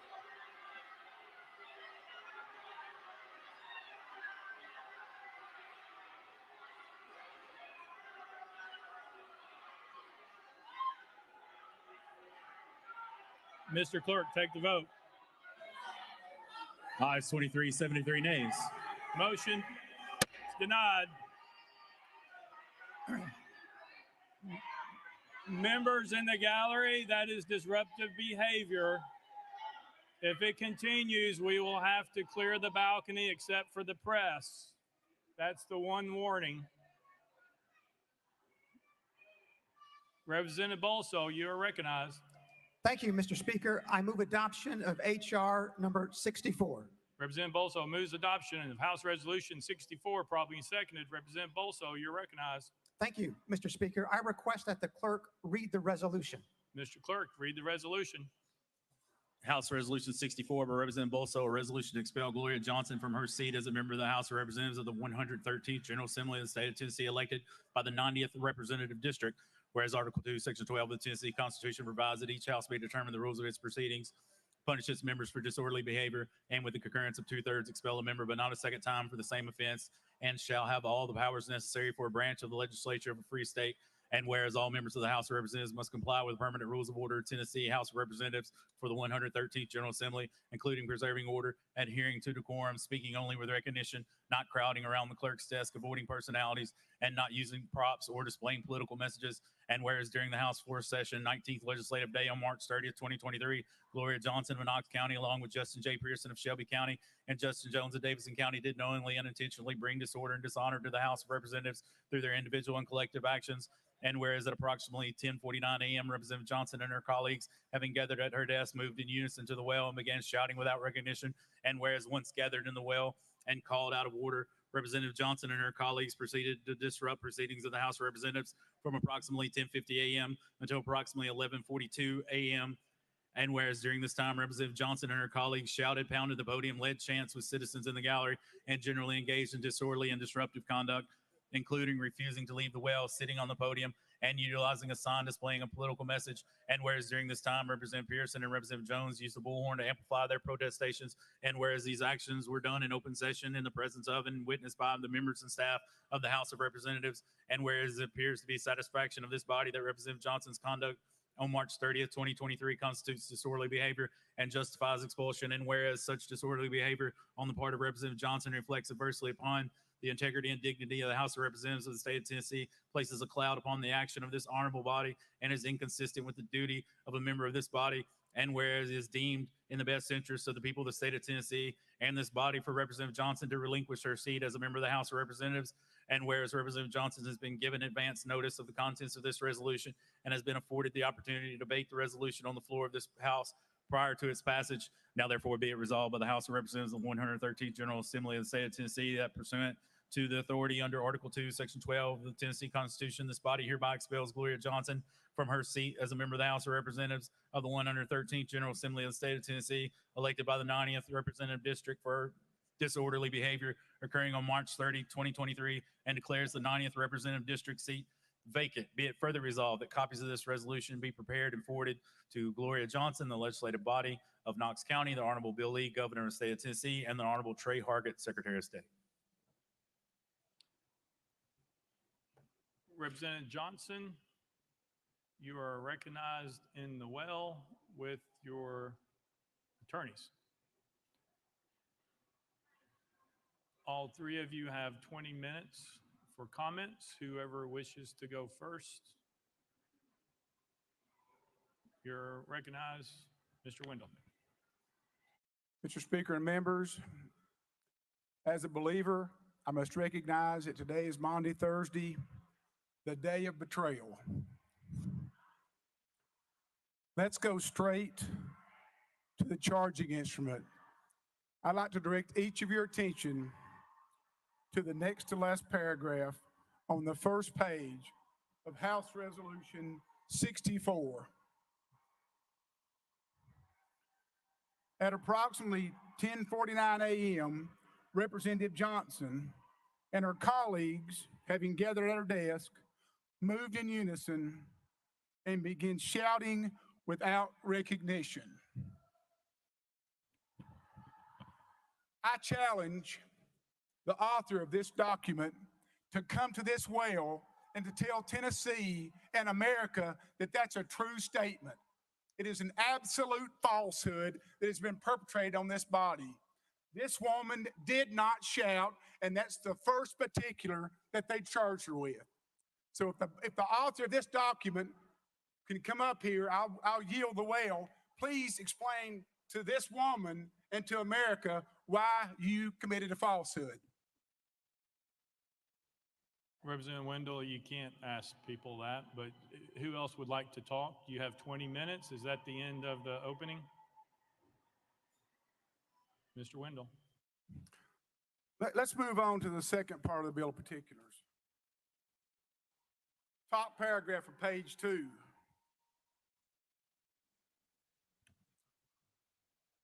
Whereas during this time, Representative Johnson and her colleagues shouted. Again, a false statement for the second time, the second allegation, and both are false.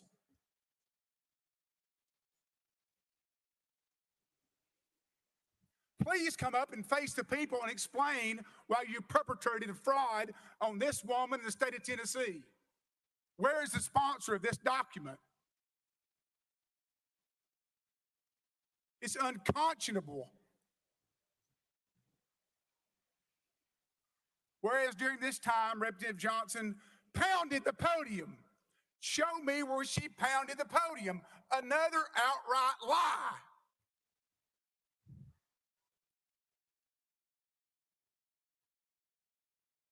Somebody contradict me in this body. Please, somebody come up and set me straight that the first 3 comments about this woman are true, because it's an absolute falsehood. You just watched it on the video. Democracy is too precious for a supermajority to abuse it.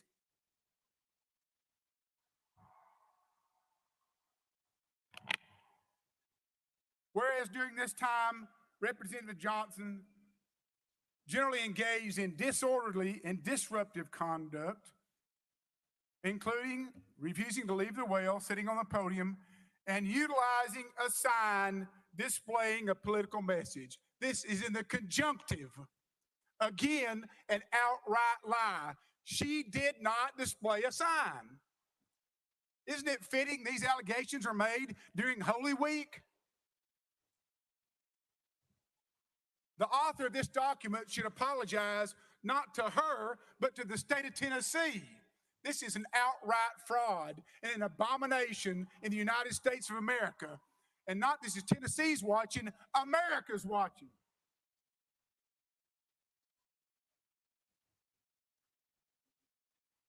And I'll yield the podium anytime any member of this chamber wants to come up and defend this heinous action.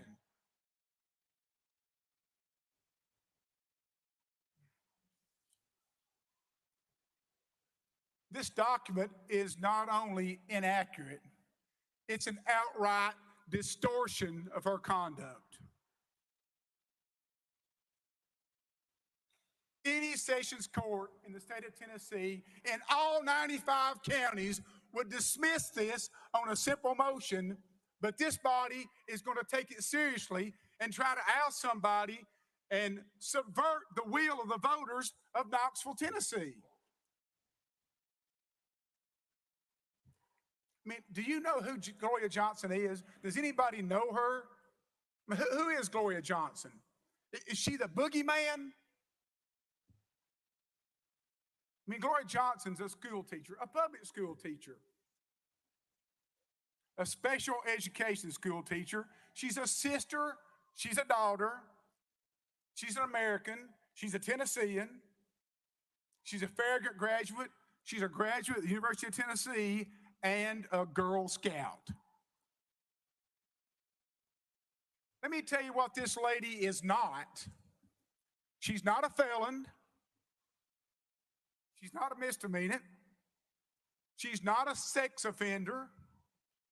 She's not a target of a federal grand jury investigation. She's never had a single ethics violation, not one time in her service to Tennessee. She's simply put, she's never broken the public trust. Never, not one time. Many of you in this room, including me, do not agree with her political stances. Many of you don't. Some of you do, many don't. However, she doesn't work for you. She works for the people who live on Broadway, Nadine, Washington Avenue, and West Hills. Those are the people that sent her here, and the author of this document wants to take falsehoods and subvert the will of 70,000 voters.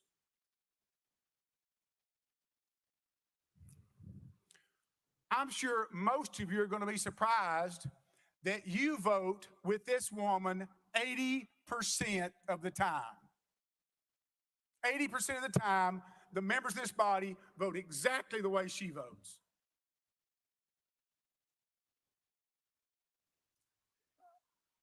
America was born to protest.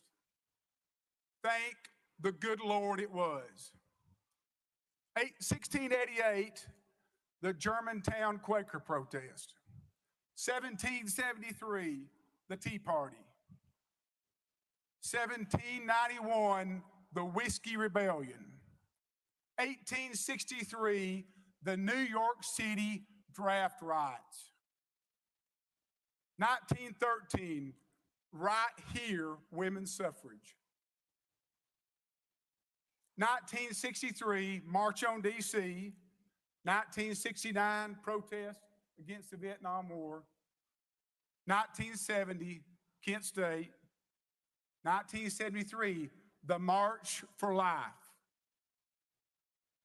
2009, the Tea Party protest, and 2011, Occupy Wall Street. I submit to this body that this document is absolute fraud. And whoever votes for it is going to perpetrate a fraud on America. This is democracy at stake. Please be aware. Thank you.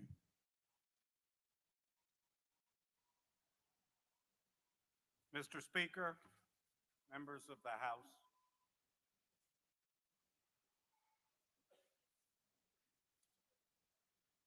the proposal before you represents a dangerous turn entirely without precedent in the history of our great state. You just heard the charging document against Representative Johnson contains statements that are just not true.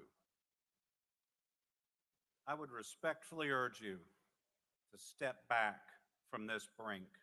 President Reagan called democracy the most deeply honorable government ever devised by man. Each of you is here because you convinced your people, voter by voter, that you are best suited to be the guardians of their hopes and dreams. The same is true for the people who elected Representative Johnson and the other representatives for whom expulsion motions have been filed. You each know personally how hard it is to get elected, how seriously our best citizens take that process, how important it is that the people's will expressed in lawful elections be carried out. If anything, you know that our Tennessee Constitution protects the people's will, enforces democracy even more than its national counterpart. What has been proposed today is nothing less than the cancellation of the studied decisions of thousands of Tennessee voters. The charge today, the only charge, is that Representative Johnson and the other members violated the House rules. I, like you, have lived by those rules. Now, today I've heard what happened called a mutiny. Give me a break. Any of you that have served in this body more than a handful of months knows that when tempers are high, rules are bent, rules are broken. I have personally been in this chamber when on multiple occasions members came to blows, when members took videos improperly in violation of the rules. I have been here when members were locked in the chamber, when the speaker had to gavel down members who were directly against the rules, engaging in personal insults. I have been in this chamber when a member was so fearful he had to be guarded by a group of state troopers. In none of these situations did anyone ever even suggest that because the rules had been violated, there should be a significant sanction for a member. No, they just returned the chamber to calm and the chamber got back onto its business. Certainly no one ever suggested the ultimate sanction that you are proposing today. Often these sorts of things I describe happen, as here, when the body is confronting highly charged, critical issues. For Tennesseans, the Covenant School shooting is not just a national tragedy, it's a personal issue. For us in Nashville, we know these people, we know the victims or their teachers or their friends. Representative Johnson's a teacher. As many of you know, she spends an enormous amount of time counseling and working with teachers here in Nashville and elsewhere. For her, the events at the school were a crushing personal tragedy, a huge burden. We saw tape today as represents the complete lack of due process in this particular proceeding. We've never gotten a straight answer about who took that tape that we were provided. But what did it show? It showed some members came to a well almost immediately. I hear after 5 seconds a recess was called. The members came to the well. Representative Johnson stood here, did not shout, as is stated, did not pound at the table, and after a short period of time engaged in a discussion with leadership and then peaceably left the chamber. Nobody was hurt. Nobody was threatened. This is the sort of situation that has often occurred on the floor of this House, and no one has ever suggested these grave sanctions. Expulsion under these circumstances, as all of you know, would have no precedent in Tennessee or elsewhere. In Tennessee, the sanction of expulsion has been reserved always for the worst of the worst sort of behavior, for taking a bribe, for being involved in multiple incidents of sexual misconduct. In Tennessee, expulsion has always involved a lengthy process of investigation where witnesses were interviewed, where committees were formed to evaluate the charges. What's happening here, both procedurally and given the accusations, has no precedent whatsoever in the history of this state. And members, our historic treatment of expulsion reflects the treatment throughout the United States. I heard some members suggest that what we're doing is lawful, what you're doing is lawful, what you're doing is consistent with the law. With Pearson, an Arizona representative was expelled for engaging in a pattern of sexual harassment over many, many years. In New York, assemblymen have been expelled when they were convicted of felonies like wire fraud, mail fraud. In Massachusetts, a representative in 2014 was expelled after being convicted of assaulting a woman who declined to have sexual relations with him. These are the sorts of grave and criminal activities that have resulted in this sort of extraordinary sanction. I haven't heard anybody on this floor cite a single example of somebody being expelled from a legislative body based on these sort of flimsy charges. This is not just unprecedented in the state of Tennessee, it has no precedent in the United States of America. You can read the proposed resolution. The behavior at issue is that Representative Johnson was standing in the well trying to process with the citizens of this state a horrific attack on a school just down the road.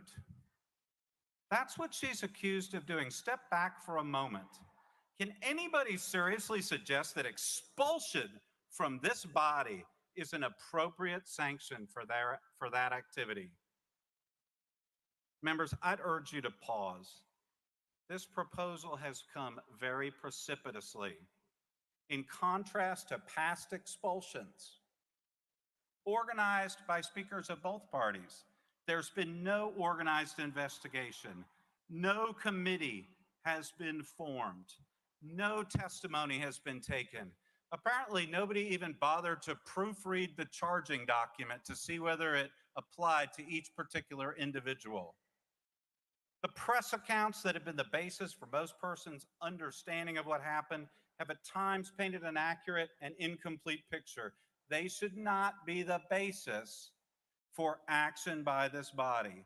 Decisions of this extraordinary gravity should be made, if at all, after a thoughtful investigation and evaluation. Proceeding now without such an investigation is totally unnecessary and completely out of odds with the normal functioning of this body. Tennesseans from Cordell Hull to Fred Thompson to Diane Nash have so often led the fight to protect the rule of law and enforce and protect our freedoms. Make no mistake, expulsion under these circumstances for each individual proposed to be expelled is a grave departure from this tradition. It will damage this body. It will damage the reputation of the Tennessee legislature. Many of you are fully aware that citizens of both parties are shocked at what is occurring today. These accused members have committed no crime, no act of moral turpitude. Their actions bear no relationship to the sort of actions for which expulsion has traditionally been used. You all took a pledge this morning. You pledged to uphold our form of government. You have pledged when you join this body to uphold the law.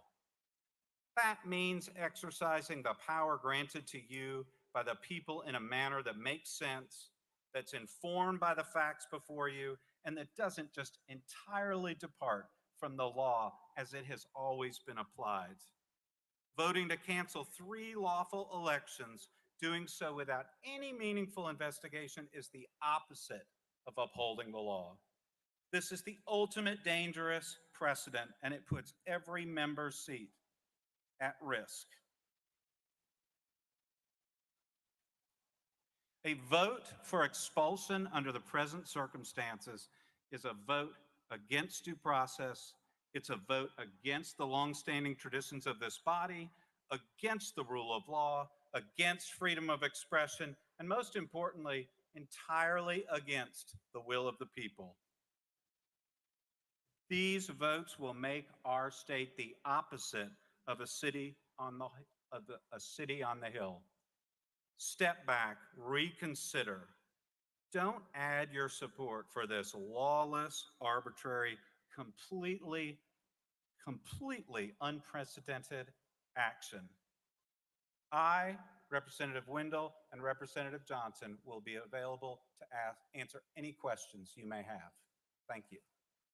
Thank you, Mr. Stewart. Mr. Wendell, the rule to suspend was only Representative Johnson would be able to take questions. Your role was limited to just comments under when we suspended the rules. Representative Bolso, you're recognized. Thank you, Mr. Speaker. Representative, your attorneys have challenged the accuracy of the factual allegations in the resolution. So I'm going to spend my 5 minutes just walking through those allegations with you. Representative Wendell, but Representative Wendell, the rule, hang on. Hey, stop the, Mr. Clerk, please stop the clock. Mr. Wendell, please, that is not appropriate. The suspension of the rules request, Mr. Clerk, can we just go back over what that was? Hang on, just 1 second, 1 second.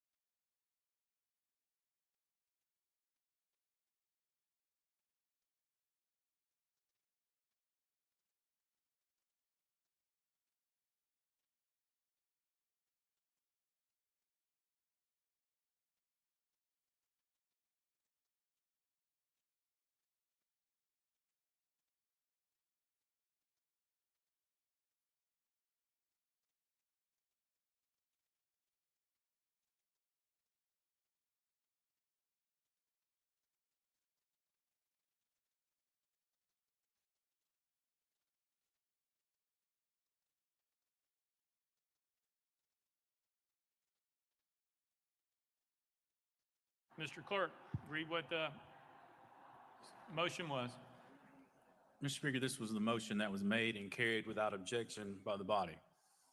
Motion to suspend the rules to allow Representative Justin Jones, Representative Gloria Johnson, Representative Justin Pearson 20 minutes in such members' opening remarks on the resolution that contains their name in the caption, and that if requested, their attorneys be allowed to make remarks during that same 20 minutes, and that the members named be allowed 5 minutes in closing remarks. Mr. Clerk, can you explain when we voted on that?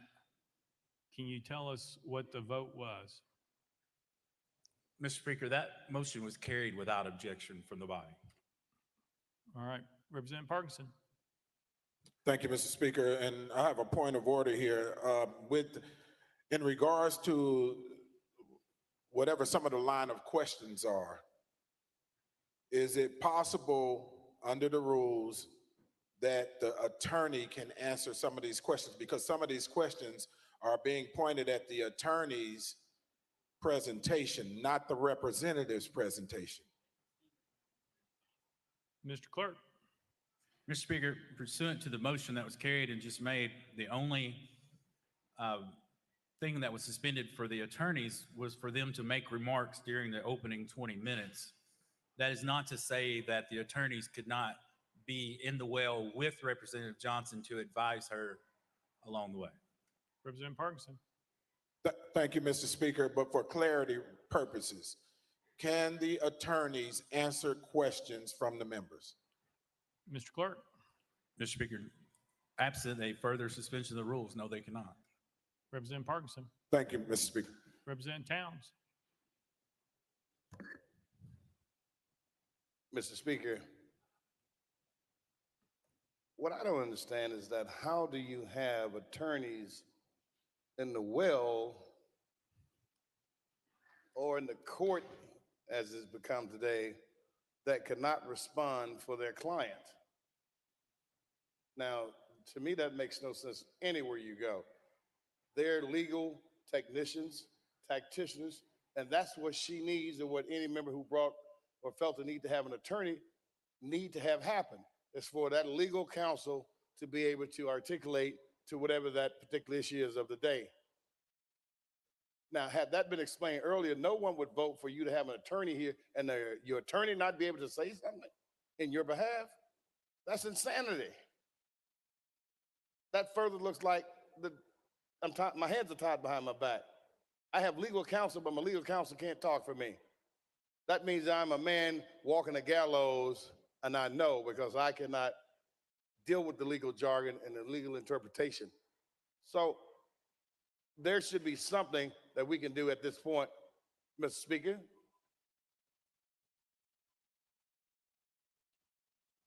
Representative Towns, yes, sir. My question to you, Mr. Speaker, what is it that we can do at this point where this member, her legal counsel can respond to questions? What is our parliamentary procedure? I know. Representative Towns. Yes, sir. I will let Mr. Clerk answer the procedure. What I can tell you is there was a motion made by Leader Lambert to suspend the rules. In that, he stated such of what the motion was very clearly. We put it before the body. We asked if there was any objections. There were no objections by anyone on the House floor. Therefore, it was approved by unanimous consent. That's where we're at. Mr. Clerk.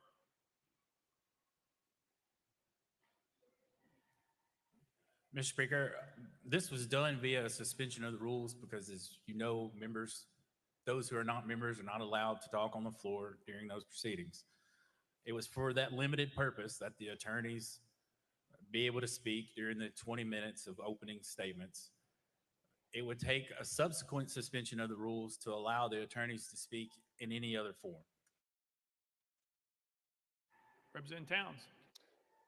So I'm hearing that it would take a subsequent suspension in order to allow the attorneys to speak on their behalf. Mr. Clerk. Mr. Speaker, that's correct. Representative Towns. Like to make that motion then.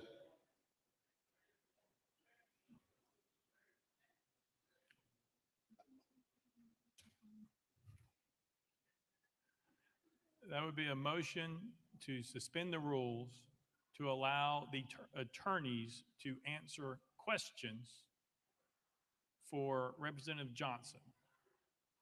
That's a proper motion. It was properly seconded.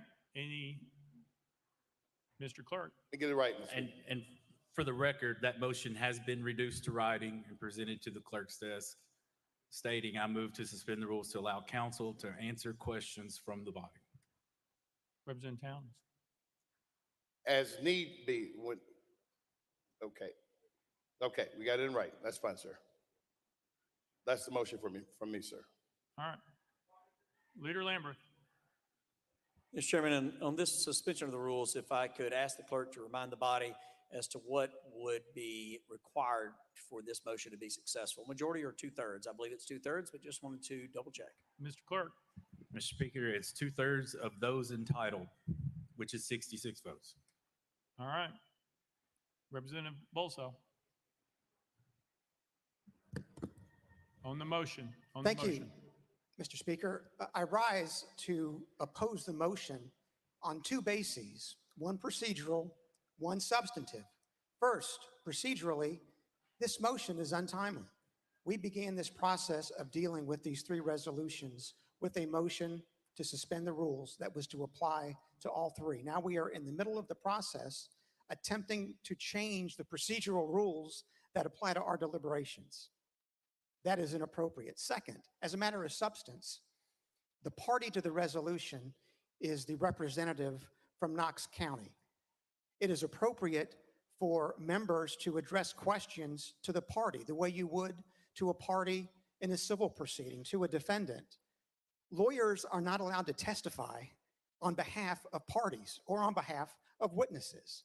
What we are about to do is to ask the representative from Knox County questions. It would be highly inappropriate as a substantive matter to allow attorneys to respond to questions that the representative is obligated to respond to under our rules of procedure. For both of those reasons, Mr. Speaker, I oppose this motion. Representative Towns. Mr. Speaker, thank you. To my new representative on the House floor, this is not to be run like a courtroom. This is not a shop that adheres to the rules of the court. This is our body, and we can do those things. They've never been where we cannot make a motion in the middle of a situation or a scenario like this. If it were you there, I would do the same thing, because if she needs her legal counsel to share something as it relates to the law or something that's going to help her defense, should be allowed to do it. It's not taking the skin off anybody's back, but it's just giving her fair process and making a body admit or adhere to the integrity that it has had. So I still like for that motion to carry, sir. I really would. Representative Akeem. Thank you, Mr. Speaker. Earlier in this process, a film was shown, a clip, and had not been shared with our colleagues who were essentially on trial. And I mean, if we're going to have equity, if we're going to have fairness, I really question, I'm asking, were rules and guidelines shared with both parties before this process started? And it appears not, when that film was an example of that. So I would ask some leeway, Mr. Speaker, for the attorneys to address those questions that may be appropriate. Thank you, sir. Chairman Clemens. Thank you, Mr. Speaker. I believe the motion was that the council can respond if asked a question or referred to by the body, not to answer for Representative Johnson. I know that Representative Johnson, under the rules, can seek counsel to answer a question and then respond herself. But the motion is, just to be clear, that if a question is posed to the council, they may respond. I just want to make sure we're clear about that.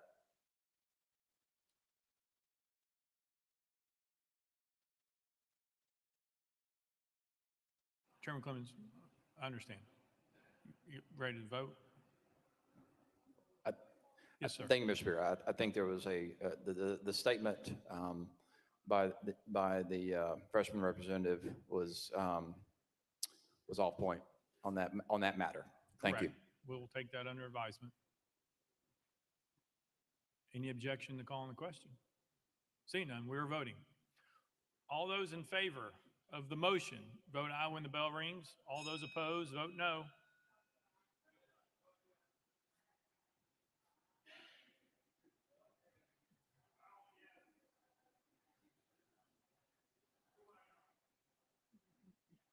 Mr. Clerk, take the vote. Ayes 21, 67 nays. Motion fails. Representative Bolso. Thank you, Mr. Speaker. Representative, the resolution states that at approximately 10:49 a.m., you and your colleagues gathered at your desk. That is a true statement, correct? Representative Johnson. I'm not certain on the time, but that's probably right. They're very close. Representative Bolso. Thank you, Mr. Speaker. The resolution goes on that you and your colleagues moved in unison to the well. That also is a true statement, correct?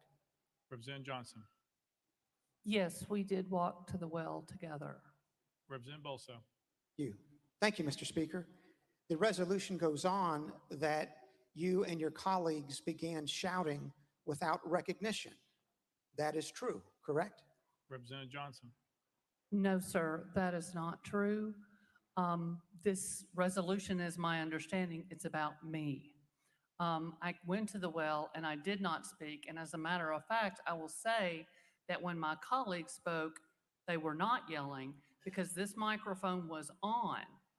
And as long as this microphone was on, and I don't even remember which colleague it was, I stood with them. But as long as this microphone was on, they they spoke to the microphone and did not yell. When the microphone was cut and the speaker called recess,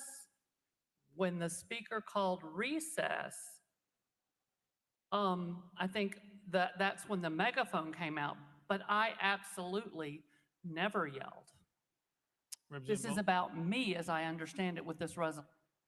Representative Bolso. Thank you, Mr. Speaker. Well, let's just walk through it slowly. You will agree that your two colleagues, one from Shelby County, one from Davidson County, used a bullhorn to address the gallery, correct? Representative Johnson. It is correct that a small megaphone was used, and yes, I stood with my colleagues, but the video showed what I was doing. Representative Bolso. Thank you, Mr. Speaker. And the video shows that you were chanting with your colleagues, correct? Representative Johnson. I believe that the charges were that I was yelling and I was not yelling. Representative Bolso. Thank you, Mr. Speaker. But my question, Representative, was this. Do you agree that you were in the well chanting? Representative Johnson. I agree that I was in the well, but I can tell you that my voice was no louder than the members having conversations all around this room during the recess. Representative Bolso. Thank you, Mr. Speaker. Well, let's put volume to one side. We saw on the videotape, did we not, that you were chanting, quote, "Enough is enough," close quote. Representative Johnson. That's probably true, yes, but it was not yelling, and my voice was no louder than the conversations going on in this room, even occasionally some yelling a little bit across the floor to each other. That was also going on. I stood with my colleagues. I stand with my colleagues. And we may have broken a house rule coming to the well, but much of this document is false. Representative Bolso. Thank you, Mr. Speaker.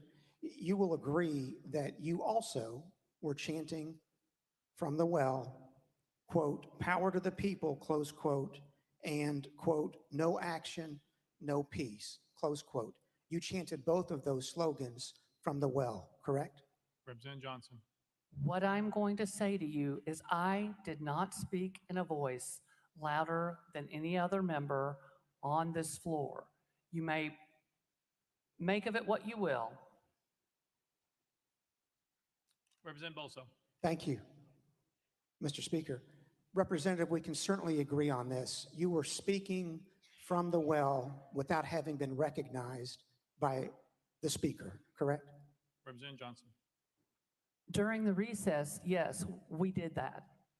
Representative Bolso.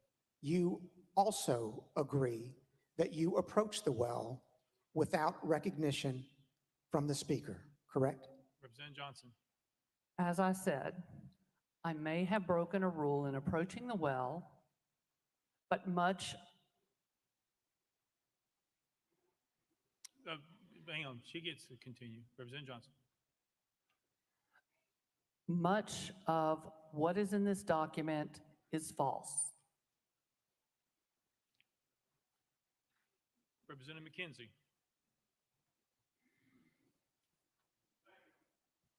Thank you, Mr. Speaker, and it's a sad day that I rise, but I'm going to start up really trying to focus on the positive. I'm from Knox County, as is Representative Johnson. I may call her Gloria because we're friends. But for those of you all that don't know, and I like the fact that Representative from Williamson County brought it up, you know, her campaign tag is standing tall. And that's what she does. That's kind of who she is. she's not loud, she's not long, but she stands. And so, she stood through keeping her hands up for 45 minutes and not getting recognized prior to me coming on. She stood through not having an office, having an office literally in a closet, to having the smallest office known to man for a lady that is of significant height. She stood through that and she continued to serve because that's where her heart is. Her heart is about, service. And that's what that's what she does. We've had a lot go on here. And folks are holding this meeting today, or the actual calendar, up as this is the way we should do business. And you're right. This ain't what we've been doing all year. I want the folks listening, if you saw today's regular session, this is not how we're treated. Our biggest problem that we've had is just shutting our voice off. We've been begging you all, don't shut our voice off. When you take clothes and you put them in a washing machine, hot or cold water, it's not the water that cleans the clothes. And that's what we've been saying. We've been sitting in water. It's the agitation that gets the results. I don't condone what happened, but it is not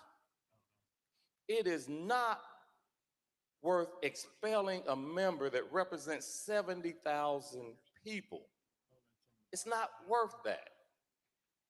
Gloria and I are unique compared to the other three and from our county.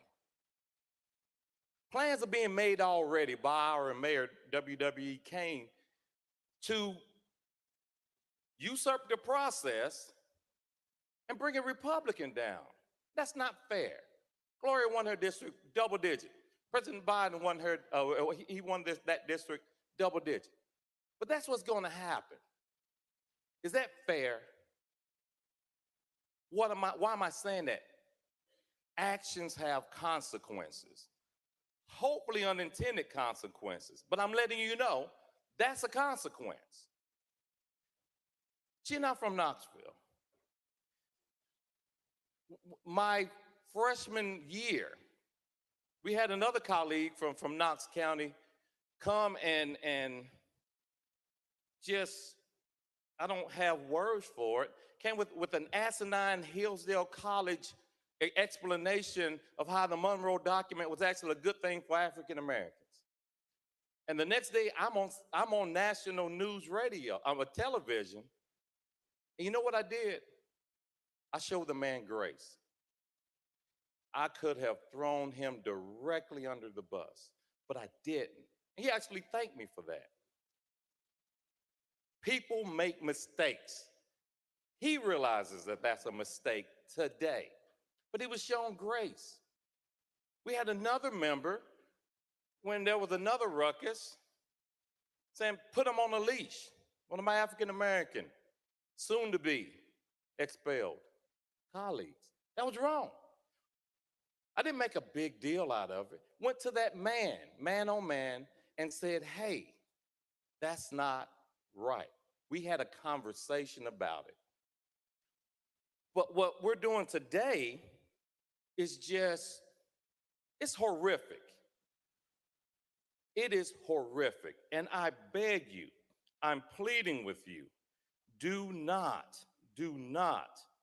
continue with this process. We need sound minds and we need representation. In Representative Johnson's case, her district would not be represented properly. Representative Johnson.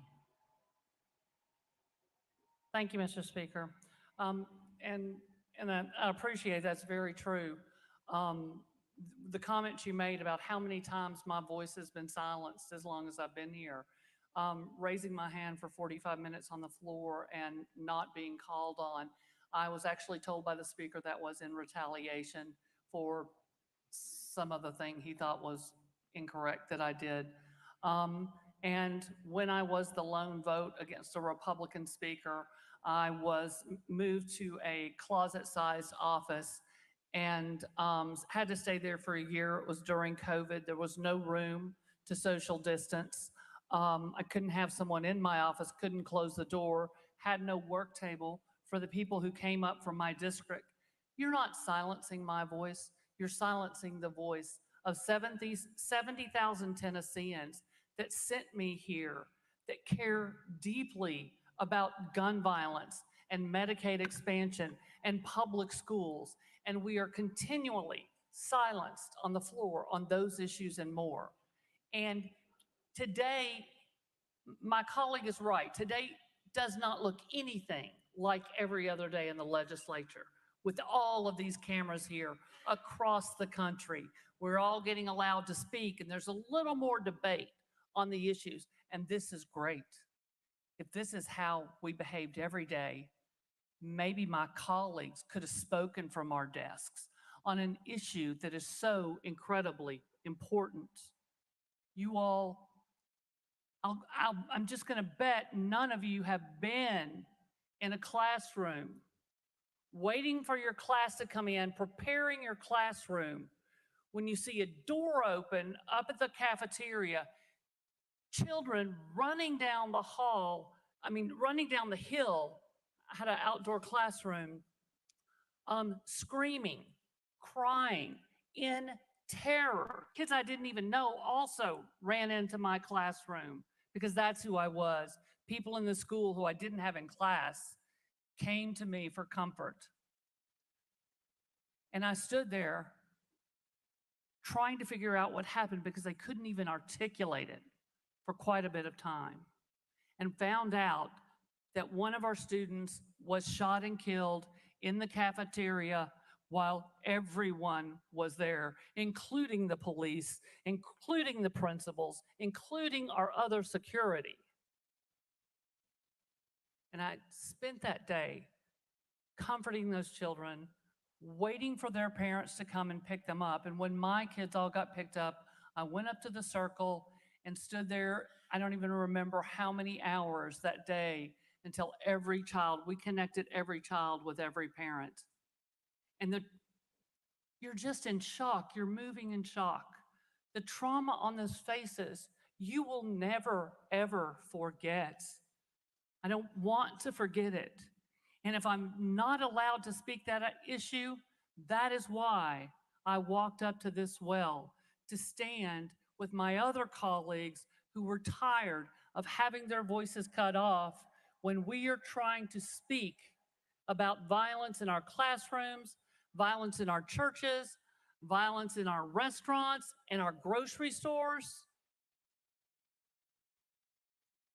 I have to raise the voice of the people in my district. And I did what I felt those folks wanted me to do. It's not a secret. My folks sent me here because they know I'm a fighter. They know I will fight for them. My friends in school all call me Little Miss Law and Order because I'm a rule follower.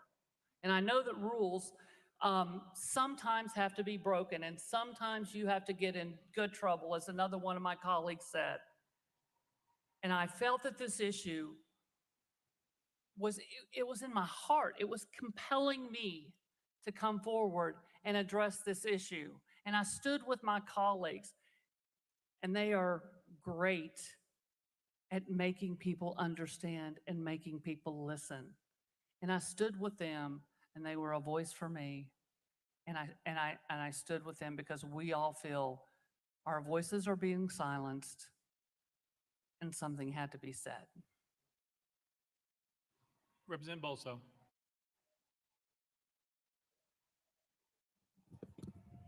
Thank you, Mr. Speaker.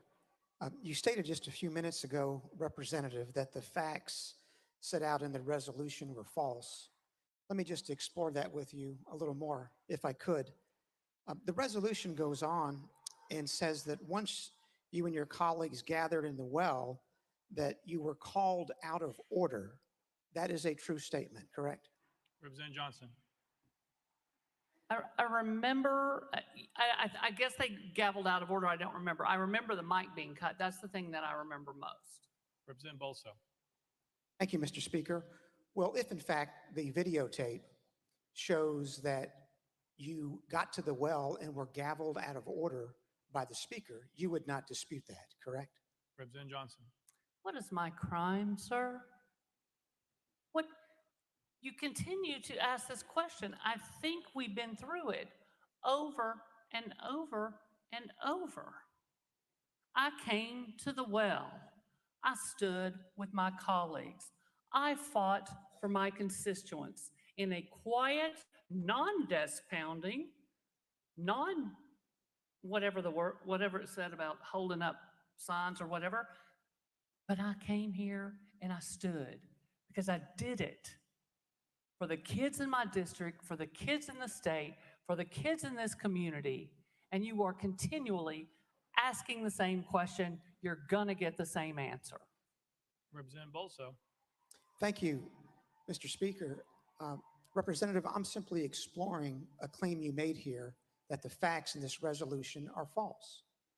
And my last question was simply whether, in fact, it was true that once you got to the well, the videotape shows that you were gavelled out of order.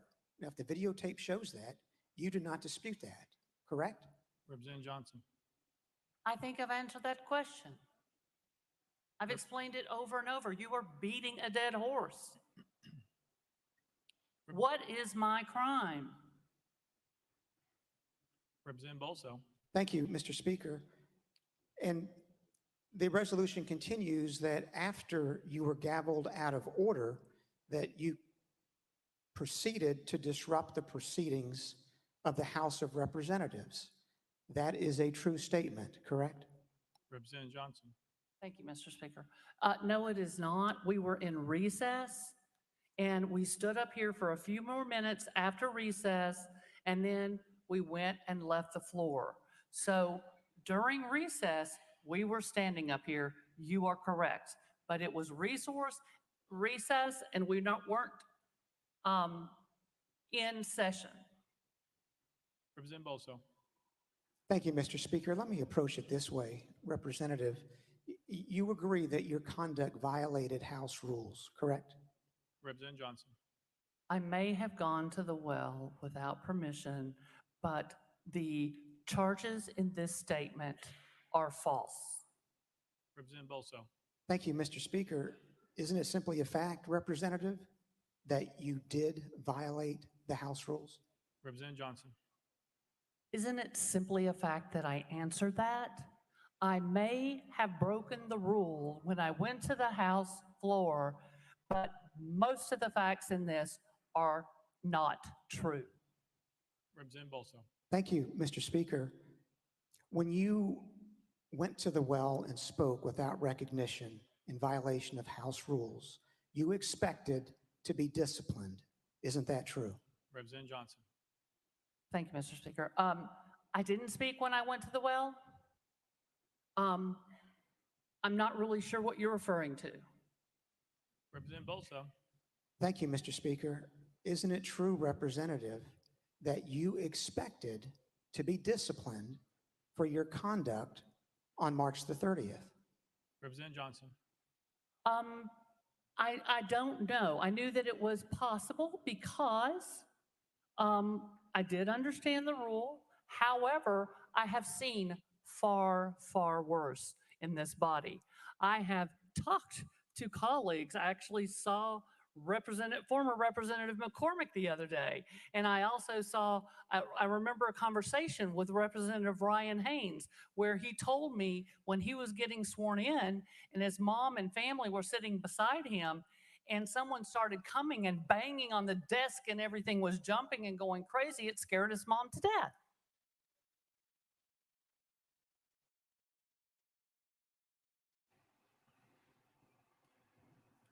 Representative King.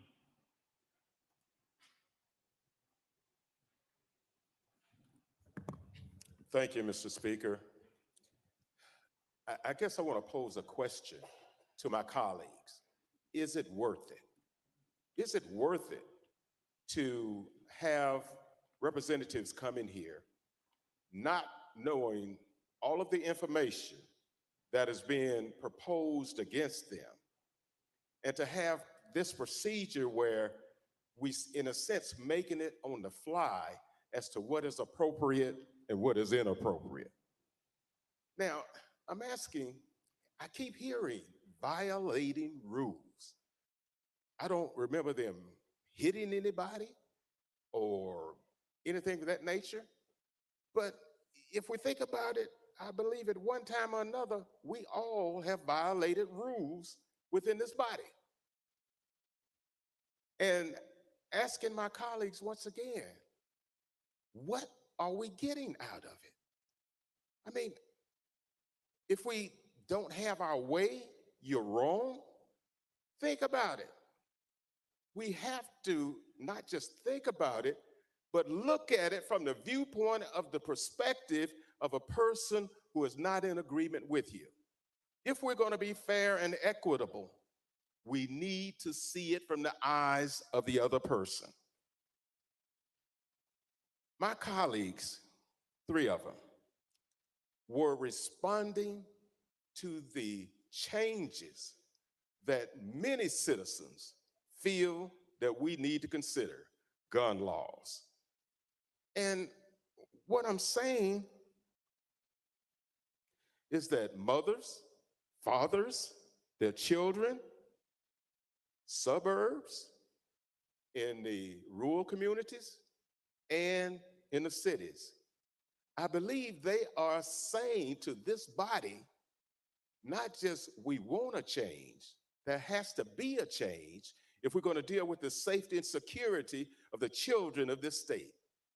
And in my view, my colleagues were responding to that need. And what are we here for if we're not striving to respond to the needs of our people? And, you know, should we give consideration to closing our eyes and saying, if it's a person down the street from me who's been shot, is it a member of my family who's been shot? Would I react in the same manner that is being proposed right now? One of our colleagues, you've already removed from this body. So I'm saying that many of us in this body espouse to be children of God, our Lord and Savior, Jesus Christ. Now, I strive to say that's the head of my life. That is my leader. And you know, there's this little band that people used to have on their wrist. What would Jesus do? Are we doing that in which our Lord and Savior would do to that average person? We need each other. There are so many perils in this world, and we think we've got it made. We're in control. The world will bend to what it is we want it to be. That's not reality.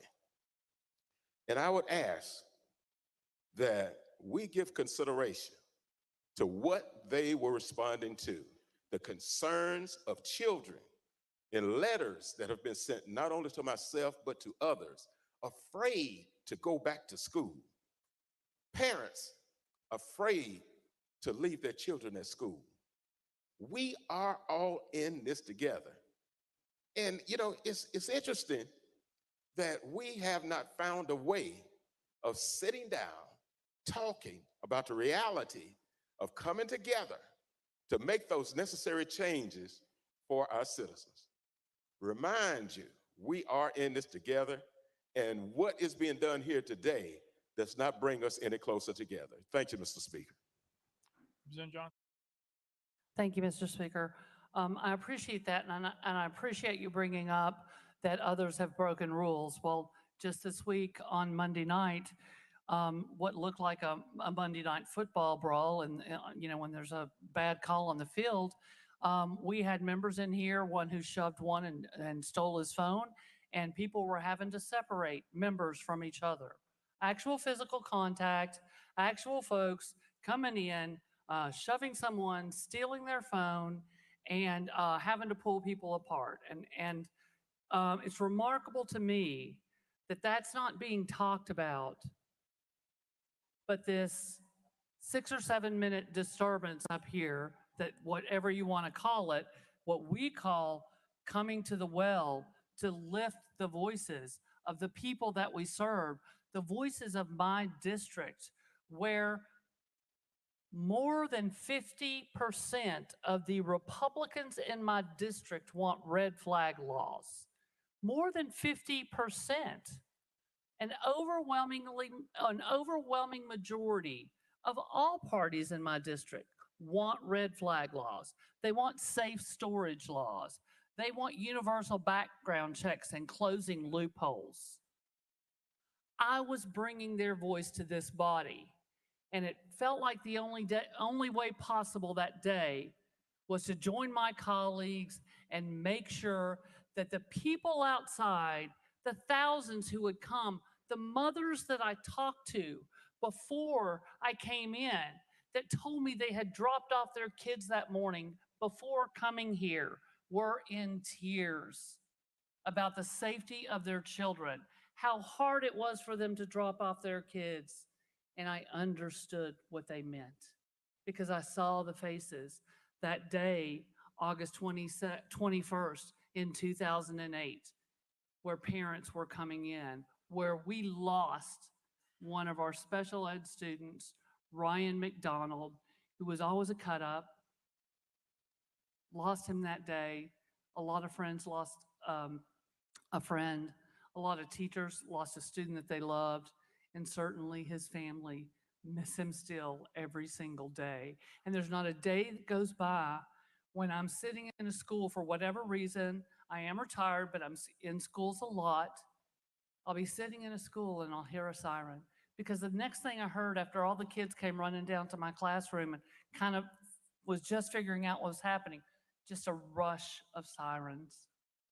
Every single day now, if I'm in a school and I hear a siren, I jump. Every single time. Because you just never get that out of your head. We can do something about this. We are the only country in the world with this type of gun violence problem. We all know what some of the solutions are. We have seen, we have the data. There are things that we can do. And my voters sent me here to speak specifically to that issue because that was one of the things that I heard on thousands of doorsteps for a year. Representative Bolso. Thank you, Mr. Speaker. Representative, will you agree that your conduct on March 30th was wrongful? Representative Johnson. My conduct on that day was what I felt compelled in my heart to do for my constituents. That is your answer, sir. Representative Bolso. Thank you, Mr. Speaker. Will you agree, Representative, that your conduct on March the 30th constituted disorderly behavior? Representative Johnson. I don't think I'm going to agree with you on anything, quite frankly. I mean, we've voted the same a lot of time in this body, but what I'm going to agree to is that I may have broken a rule, but the words in this document are false, and I did what I was compelled to do based on speaking for the voters in my district who were begging me to bring this issue forward. Representative Bolso. Thank you, Mr. Speaker. Let me move to a different topic, Representative, regarding coordination. Before the session began on March 30, you and the other two representatives had discussed your plans to occupy the well, correct? Representative Johnson. That is absolutely incorrect. Representative Bolso. Thank you, Mr. Speaker. You intended to disrupt the House proceedings that morning, correct? Representative Johnson. Thank you, Mr. Chair. That is, Mr. Speaker, that is absolutely incorrect. Representative Bolso. Thank you, Mr. Speaker. You knew and expected that the speaker would cut off the microphone in the well, correct? Representative Johnson. As he cuts off our microphones a lot, I thought that was possible, yes. Representative Bolso. Thank you, Mr. Speaker. And is that why you and your colleagues brought a megaphone to the well? Representative Johnson. Is this resolution about my colleagues or is this about me? Representative Bolso. Thank you, Mr. Speaker. Did you have difficulty understanding the question, Representative? Representative Johnson. Oh, I understand pretty well. Representative Bolso. Thank you, Mr. Speaker. Are you the person who brought the bullhorn into the chamber? Representative Johnson. Thank you so much for that question. I am so happy you asked that. I absolutely did not. A lot of you folks passed a lot of gossip around about where that megaphone came from, and let's just talk about it right now. Because a friend of mine came in the morning and walked with me through the tunnel, and she didn't know if the protesters were going to be inside or outside. Her name is Margot Price. You might have heard of her. Anyway, we got upstairs and the protest was not indoors. So she said, well, I want to go outside where the protest is.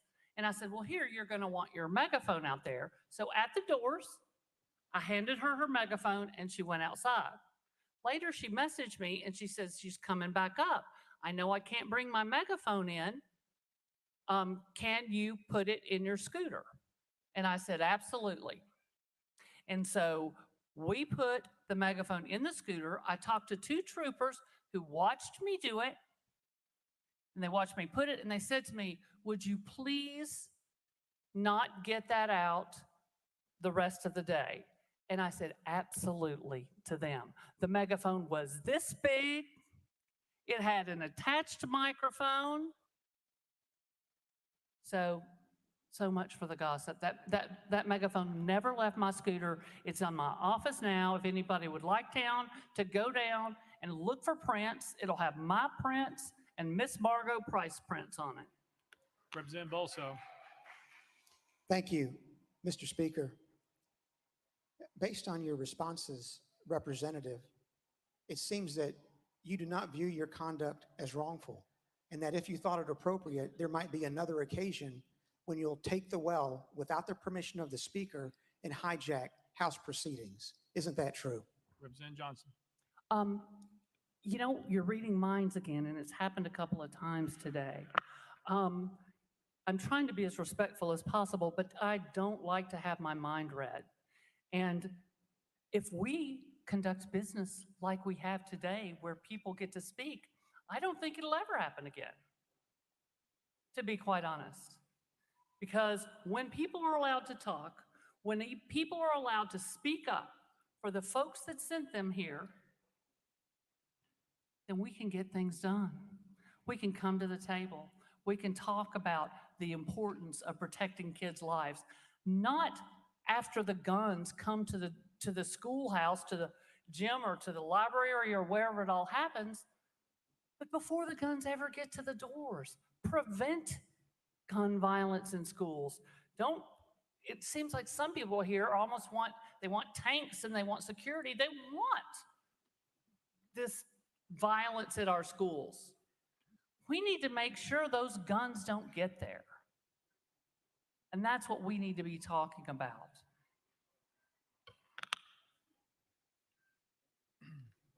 Representative Shaw. Thank you, Mr. Speaker. Thank you. I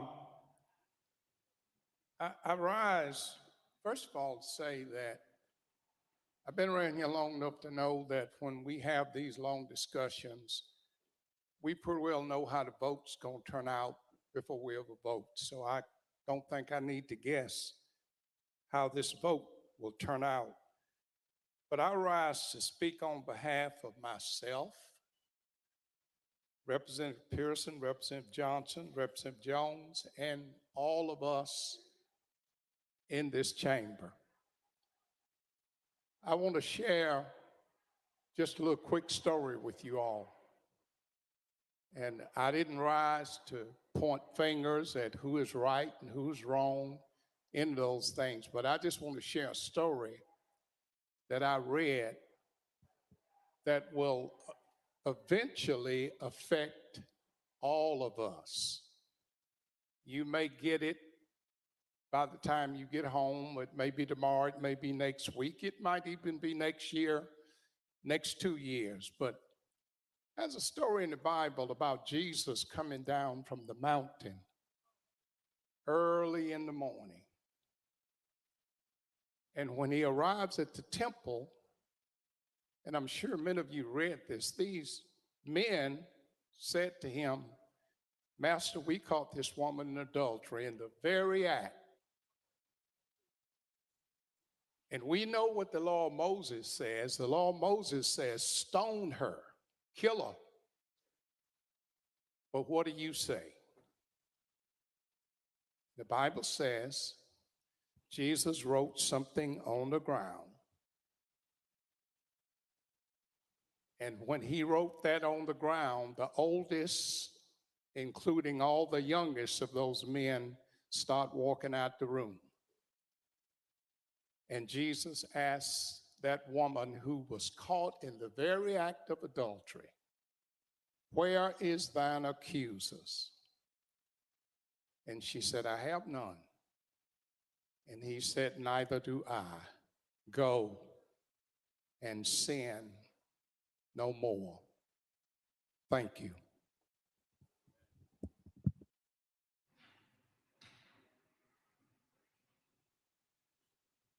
Representative Jernigan. Thank you, Speaker. Representative Johnson, did you hold up a sign? Representative Johnson. No, I did not. Representative Jernigan. Did you pound the table? Representative Johnson. No, I did not. Representative Jernigan. Did you yell? Representative Johnson. No, sir. Representative Jernigan. Members, during the opening remarks, Colonel Wendell went through a couple of falsehoods and he challenged every member on this body to dispute it. And there was silence, crickets, including from the sponsors of the resolution, who did not dispute it. But when it came time, when opening statements were over with, the sponsor, the first thing he did was get rid of the lawyers. Now, I don't know, I wouldn't want to be up against Colonel Wendell or Captain Stewart either. But I've yet to hear anyone challenge those falsehoods that are in this resolution. We can't vote on a resolution that's poorly written. So I would ask you and urge you to vote no on expelling her, because this resolution is poorly written. It cannot be defended, and there is just too many falsehoods within it. Thank you.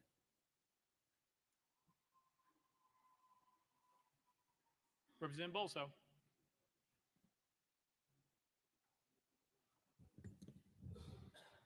Thank you, Mr. Speaker. Members, you've heard several references to the Bible this morning, primarily from the New Testament. And one thing that is significant is that forgiveness always follows contrition. It always follows penance. It follows someone taking responsibility for conduct. What you've heard here this afternoon from the representative from Knox County is not contrition.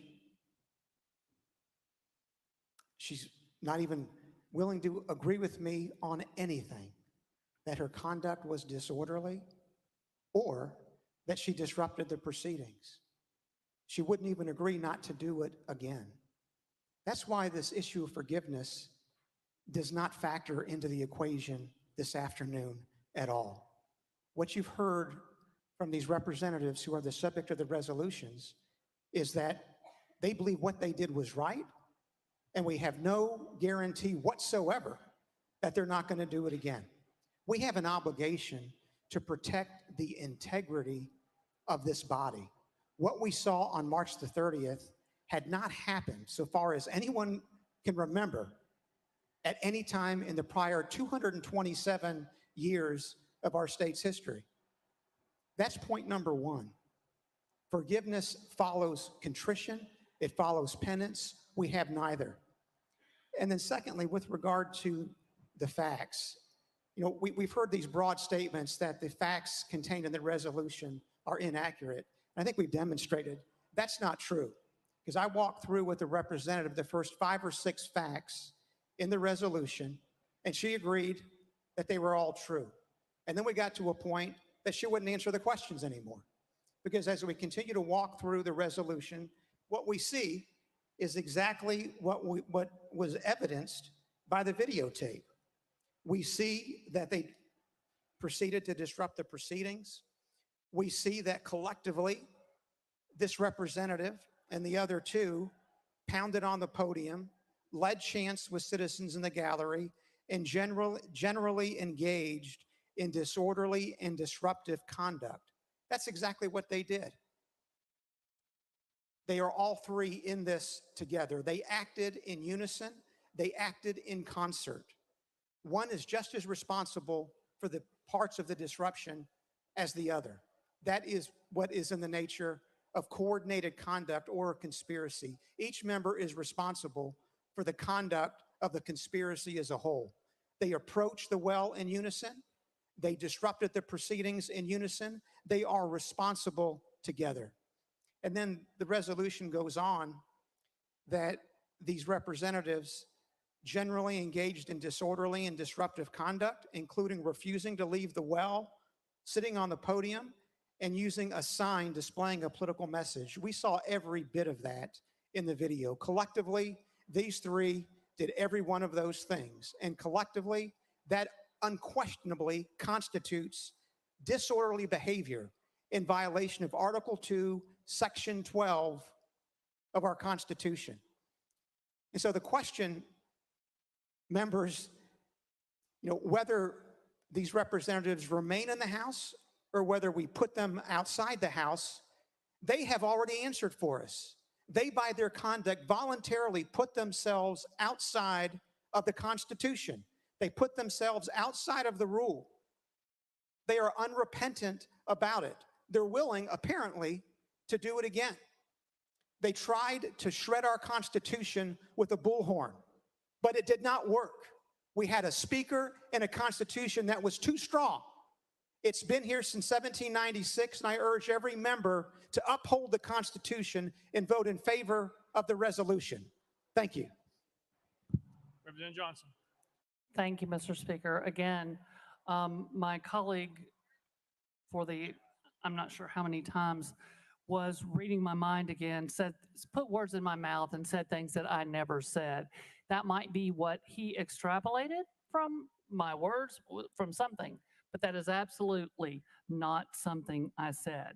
I'm not going to agree with a lot of his terminology because it's not factually based.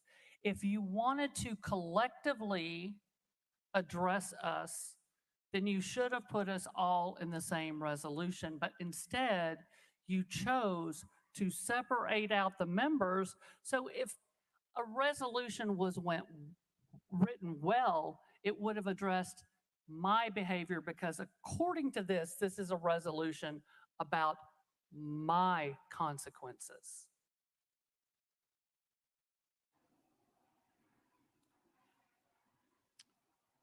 Representative Clemens.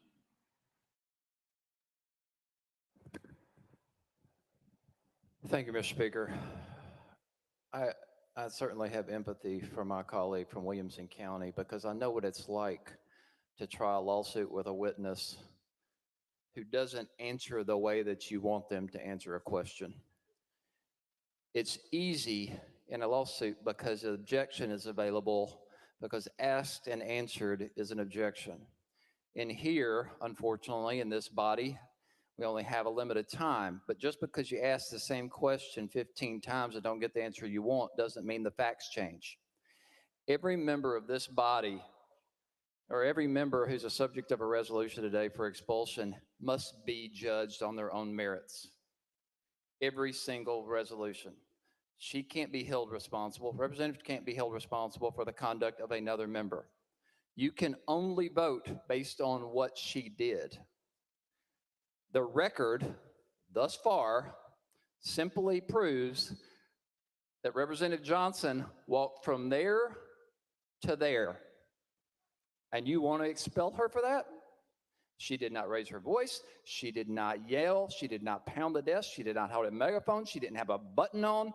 She did nothing. She walked from there to there.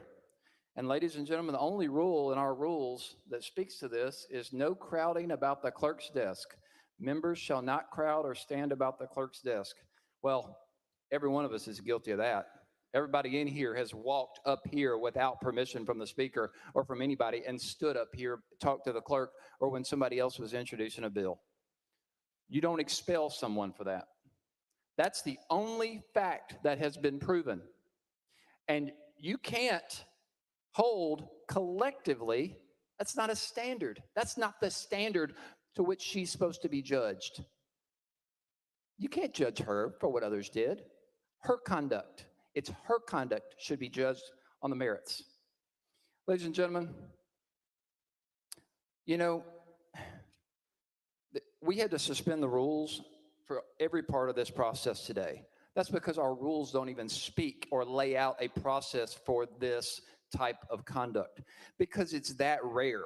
We never even think we're going to have to use it, so we don't even put rules in place to govern this. That's why we had to suspend the rules, because it is an extraordinary event reserved for extraordinarily bad conduct. Walking from there to there does not rise to the level of expulsion.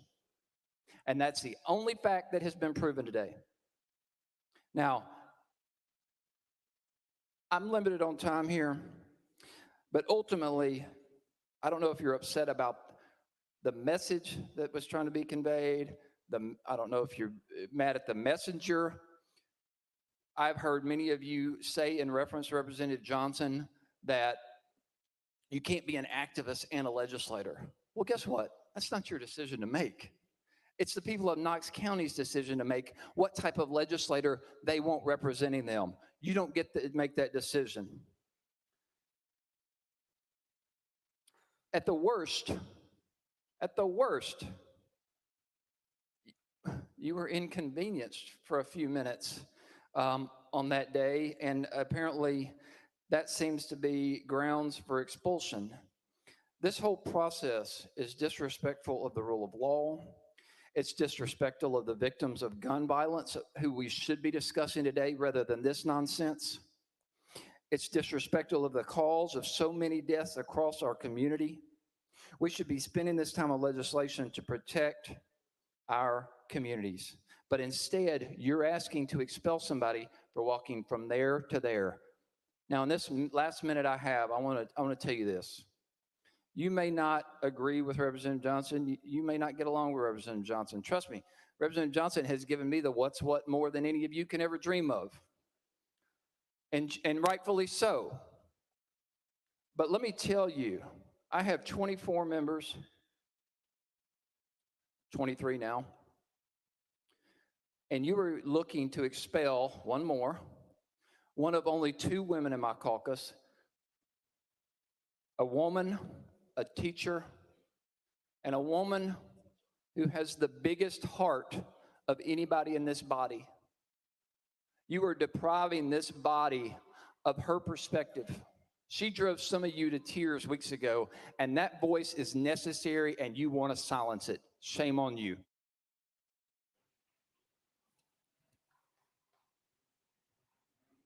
Representative Johnson.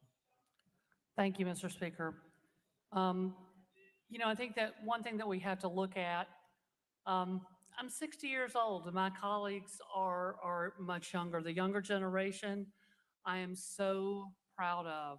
I love them, I love working with them, and I trust that they are going to make a change. And we're starting to see that change in this body, and I stand with them. We may not do things exactly the same. The younger generation is not going to do things the same way that all of us do of 1 and 2 generations down the road. But they're strong, they're going to fight, they are smart, they are amazing speakers, and they connect with their voters. And they connect with their voters by speaking directly to them. And they did that during a recess. And I was there with them, and I stood with them because our hearts were the same. Our hearts were there for our constituents who cared deeply, for the children that begged us to do something to protect them. I was out there at 7 a.m., conversations all morning with moms and kids, people, staff at Covenant that I wasn't able to recognize on the floor that had reached out to me because I was a teacher. And we just have to do something. And as long as we are not allowed the voice to represent our districts on an issue so critically important that has impacted my life. I went to Denver, Colorado in 2001, the year after Columbine, to take a job at Dakota Ridge High School, which was about 2 miles away from Columbine. And some of the kids from Columbine who could not go back into that school went to Dakota Ridge. Some went to Chatfield, which was about 2 miles in another direction. I was at Dakota Ridge. When I got there, I saw the trauma that these kids had been through. I wrote a program. I wrote a grant for a program very similar to a program we had in Knoxville that addressed mental health. It did wonders. We had a counselor, we had a psychologist, and we were able to help those kids. And we are looking for solutions so that it never happens again. It should never, ever happen again for any parent, for any child, for any classroom. And many of my colleagues walk past those folks without ever making eye contact with them. I cried with them that morning. I told them that I understood. I told them we would lift their voices and try to get something of substance done, something that would keep the guns from never getting to the schoolhouse doors. And that is why I walked to the front with my colleagues who felt the same, because their generation is a generation that has come up in this gun violence. I'm going to stand with them. I've seen it. I've heard them. I've tried to work with them. We can do better. We are better than this, Tennessee. We are. We can acknowledge that there are things that we can do to get guns out of the hands of people who shouldn't have them. There's plenty of research out there. We can do that by having those discussions. But folks weren't even willing to recognize those folks, who they were, why they were here, and tell them, we see you, we hear you, and we care about making your communities and your schools safer.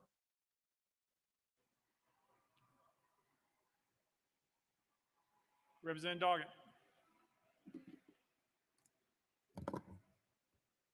Thank you, Mr. Speaker. I move previous question. Previous question been called. Is there objection? There's objection. We're on the board. We're voting on previous question.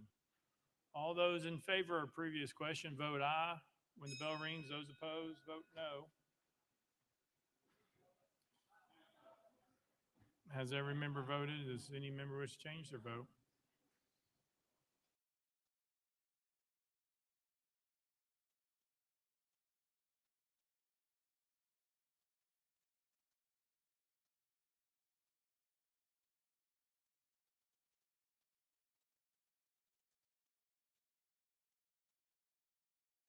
Mr. Clerk, take the vote. Ayes 71, 23 nays. Previous question prevails.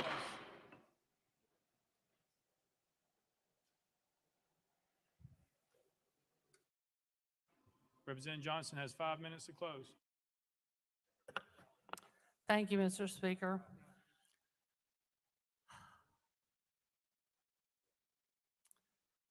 First, I want to say some names. Evelyn, Hallie, William, Cynthia, Catherine, Mike, Ryan McDonald.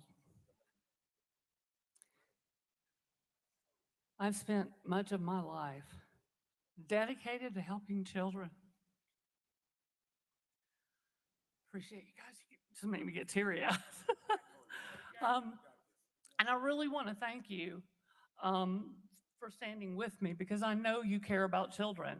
And I hear a lot of talk about caring about children, but I continue to hear no one having conversations about things that will prevent gun violence from coming to our doors. There are so many things we could do that would change the trajectory of where we're headed. More school shootings, more church shootings, more Waffle House shootings, all of these, theater shootings. It's happening everywhere, folks. There's one common denominator. It's the guns. It's the people that have the guns, because we are not doing anything to make sure that people who are not safe don't have guns. I'm a gun owner.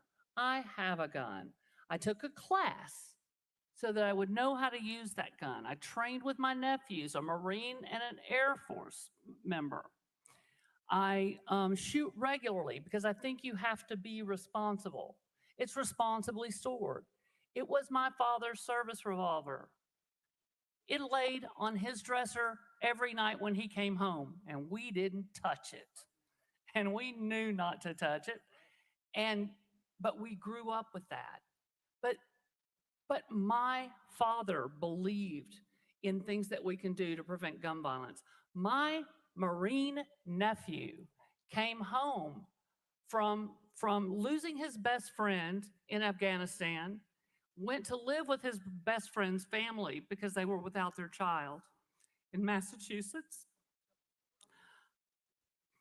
And his business was manufacturing guns in Massachusetts. He told me about the restrictions that they had there. And he said, as a gun manufacturer, these are protecting us. These are protecting kids. I sat down with him for hours to talk about what things made sense to you guys as manufacturers, and what things did you think were a bridge too far. Not only did he talk to me about it, but he collectively got online with a lot of his colleagues in the same sort of business and sought agreement from all of them. This is the way we get to solutions. But we've got to have those conversations. We have got to be allowed to stand up and speak for our constituents. And we have to welcome this younger generation who might do it a little bit differently, but they are fighting like hell for their constituents. And that's what they sent them here for. That's what they're doing. It's going to look different, you guys. The next generation always does. Respect the human dignity of every citizen in the state of Tennessee, and not just the ones that look like you, and not just the ones that agree with you. We've done so much damage up here to vulnerable communities this year, and now we're doing damage by not addressing the concerns of the families and the children. I cannot tell you how many phone calls I got from Republicans and Democrats and independents from my district saying thank you. And from outside of my district in Knox County, from many of my colleagues on the other side of the aisles districts, Republicans I heard from. We want action. Our hearts compelled us to come up here for action. We need to allow people to speak for the 70,000 folks that sent them here. And earlier when my colleague said 200,000, he was talking about the combined total of the three of us. That's what he was talking about. So be careful about putting words in people's mouth. I have words.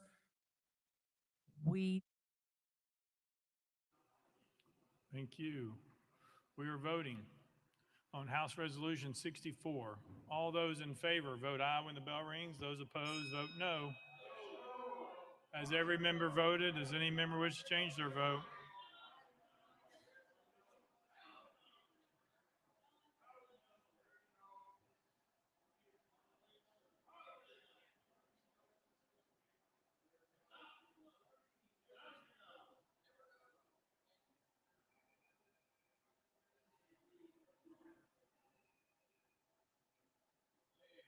Has everybody voted? Does anybody wish to change their vote?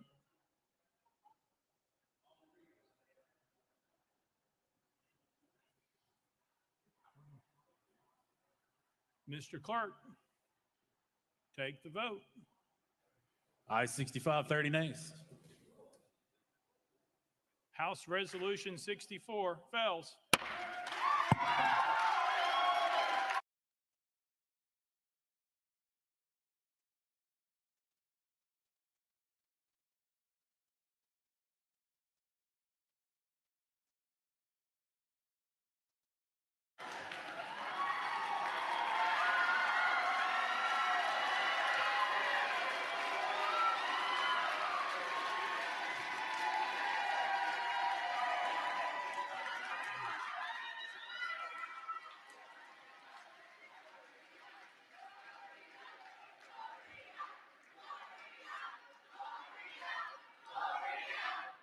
All right, that's out of order. Out of order. Out of order. Representative Farmer, you are recognized in the well.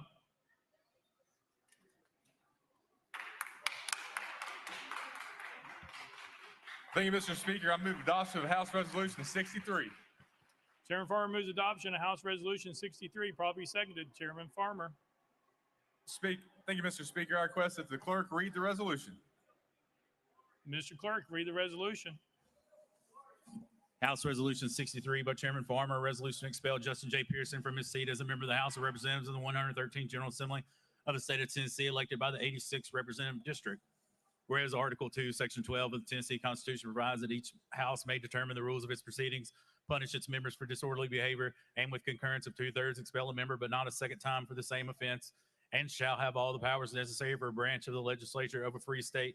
And whereas all members of the House of Representatives must comply with the permanent rules of order of the Tennessee House of Representatives for the 113th General Assembly, including preserving order, adhering to decorum, speaking only with recognition, not crowding around the clerk's desk, avoiding personalities, and not using props or displaying political messages. And whereas during the House floor, 19th Legislative Day on March 30th, 2023, Justin J. Pearson of Shelby County, along with Gloria Johnson of Knox County and Justin Jones of Davidson County, did knowingly and intentionally bring disorder and dishonor to the House of Representatives through their individual and collective actions. And whereas at approximately 10:49 a.m., Representative Pearson and his colleagues, having gathered at Representative Johnson's desk, moved in unison to the well and began shouting without recognition. And whereas once gathered in the well and called out of order, Representative Pearson and his colleagues proceeded to disrupt the proceedings of the House of Representatives from approximately 10:50 a.m. until approximately 11:42 a.m. And whereas during this time, Representative Pearson and his colleagues shouted, pounded on the podium, led chants with citizens in the gallery, and generally engaged in disorderly and disruptive conduct, including refusing to leave the well, sitting on the podium, and utilizing a sign displaying a political message. And whereas during this time, Representative Pearson and Representative Jones used a bullhorn to amplify their protestations. And whereas these actions are done in open session in presence of and witnessed by the members and staff of the House of Representatives, and whereas it appears to the satisfaction of this body that Representative Pearson's conduct on March 30, 2023 constitutes disorderly behavior and justifies expulsion, and whereas such disorderly behavior on part of Representative Pearson reflects adversely upon the integrity and dignity of the House of Representatives of the state of Tennessee, place a cloud upon the action of this honorable body, and is inconsistent with the duty of a member of this body, and where it is deemed in the best interest of the people of the state of Tennessee and this body for Representative Pearson to relinquish his seat as a member of the House of Representatives, and whereas Representative Pearson has been given advance notice of the contents of this resolution and has been afforded the opportunity to debate the resolution on the floor of this House prior to its passage. Now, therefore, be it resolved by the House of Representatives 113th General Assembly of the State of Tennessee that pursuant to the authority under Article 2, Section 12 of the Tennessee Constitution, this body hereby expels Justin J. Pearson from his seat as a member of the House of Representatives of the 113th General Assembly of the State of Tennessee, elected by the 86th Representative District for his disorderly behavior occurring on March 30, 2023, and declares the 86th Representative District seat vacant. Be it further resolved that copies of this resolution be prepared and forwarded to Justin J. Pearson, the legislative body of Shelby County, the Honorable Bill Lee, Governor of the state of Tennessee, and the Honorable Trey Hargett, Secretary of State. Representative Pearson, you're recognized in the well.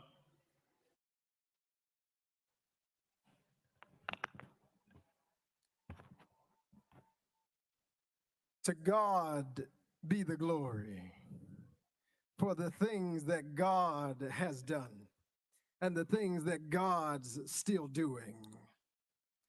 It is indeed a sad day for us in the state of Tennessee with the loss of Representative Justin Jones from this body. It is a victory of this movement that still says it matters to end gun violence in the state of Tennessee. This movement that still says it is time for just action and just reforms in our state, and to still have Representative Gloria Johnson serving in this House. That's the power of justice. There's been a refrain and a song going around in this movement. Power to the people. Power to the people, power to the people, power to the people, Hosanna.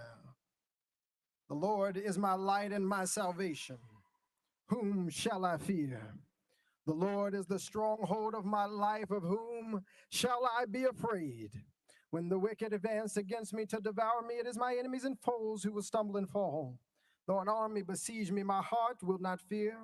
Though war break out against me, even then will I be confident. One thing I ask of the Lord, this only that I seek after, that I may dwell in the house of the Lord all the days of my life, to gaze upon the beauty of the Lord and to seek God in God's temple. For in the day of trouble, God will keep me safe in God's dwelling. God will hide me in the shelter of God's sacred tent and set me high upon a rock. Then my head will be exalted. Above the enemies who surround me at his sacred tent, I'll sacrifice. With shouts of joy and thanksgiving, I'll sing and make music to the Lord. Hear my voice when I call, Lord. Be merciful to me and answer me. My heart says of you, seek God's face. Your face, Lord, I will seek. Do not hide your face from me.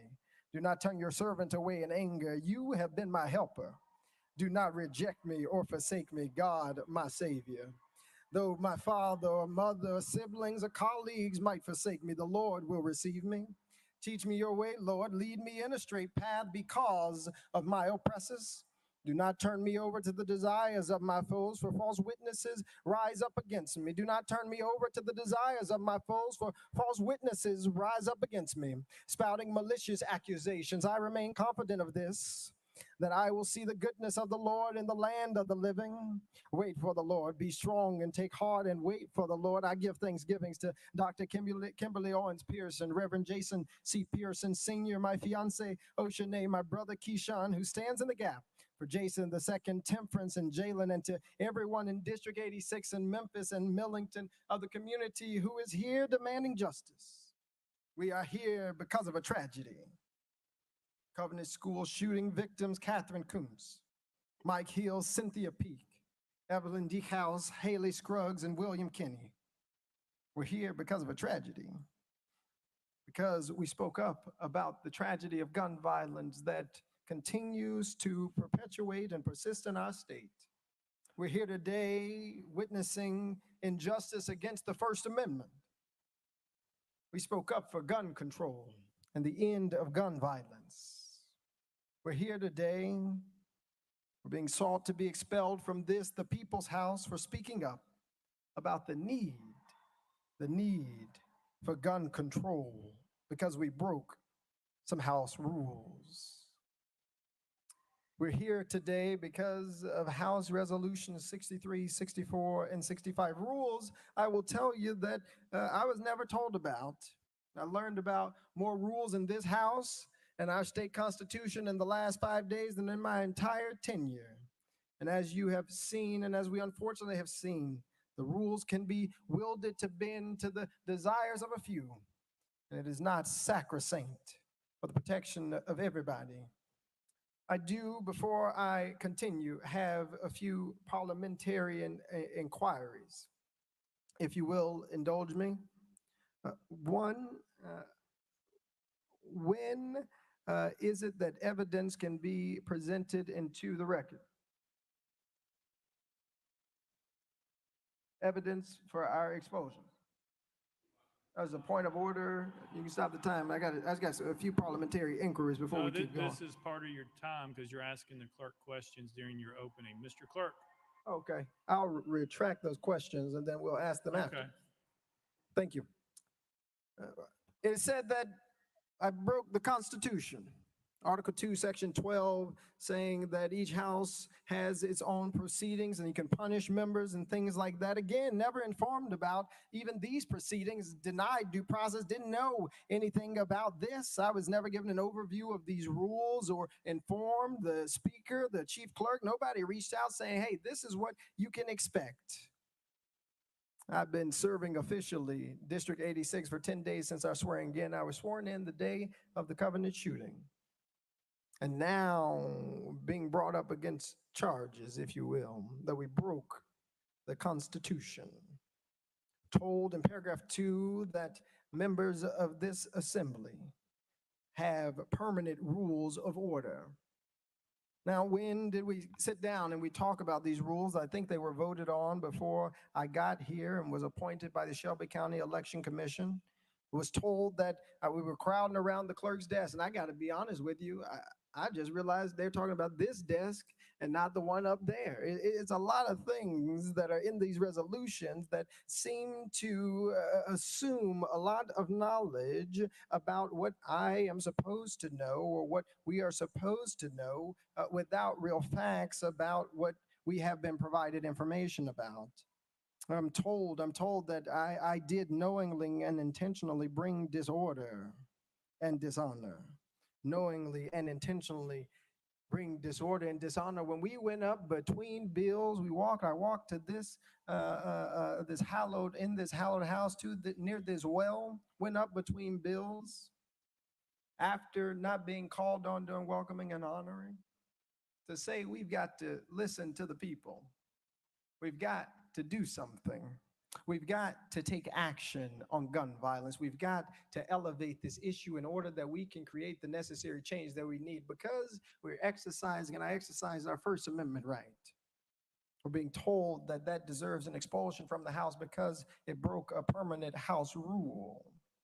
And still, when we learn that a member of this body broke a permanent House rule in order for a video to be shown, there was no discussion even about what potential retributions might exist.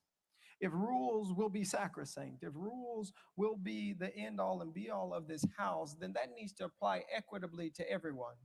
But there is something that tells me it is not the rules being broken, it was what we were advocating for that folks have gotten very upset about.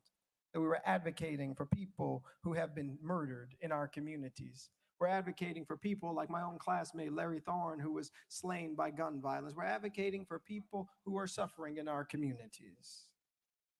We're told in this resolution that I proceeded to disrupt the proceedings of the House of Representatives from approximately 10:50 until approximately 11:42. And my fiance, she's a lawyer to be. And I have to tell you, if you go back, and this is one of the questions that I have, and we can start working on pulling up. If you look at the video, at 10:50 a.m., this House is in recess.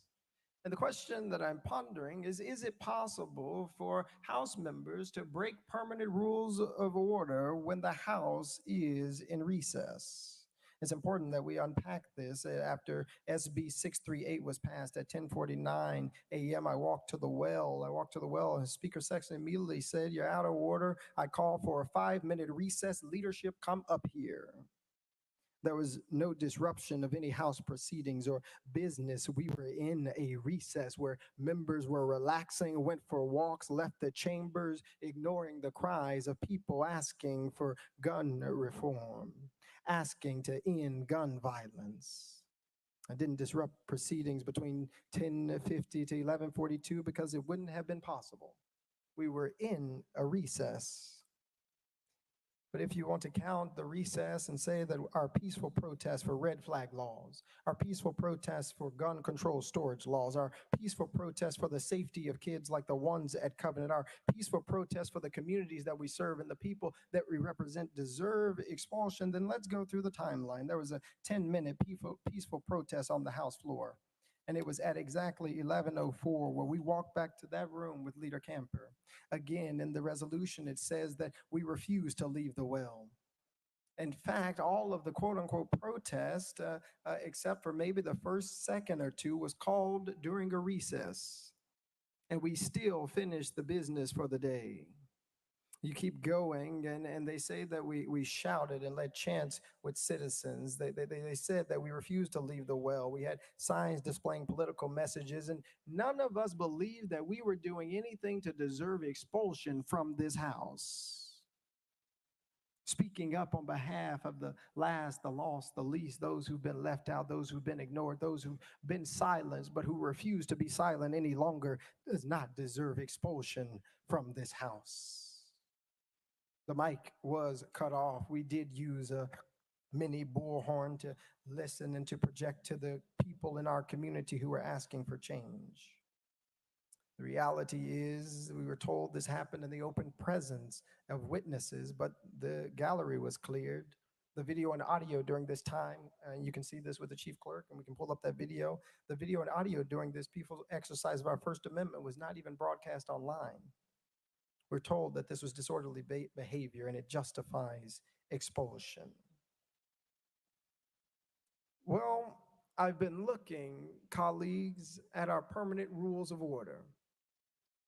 And if you read Rule 19 of the permanent House rules that this body has voted on and have been mentioned several times today, there is a blatant contradiction in these resolutions that are asking for our expulsion and the permanent House rules for the 113th General Assembly.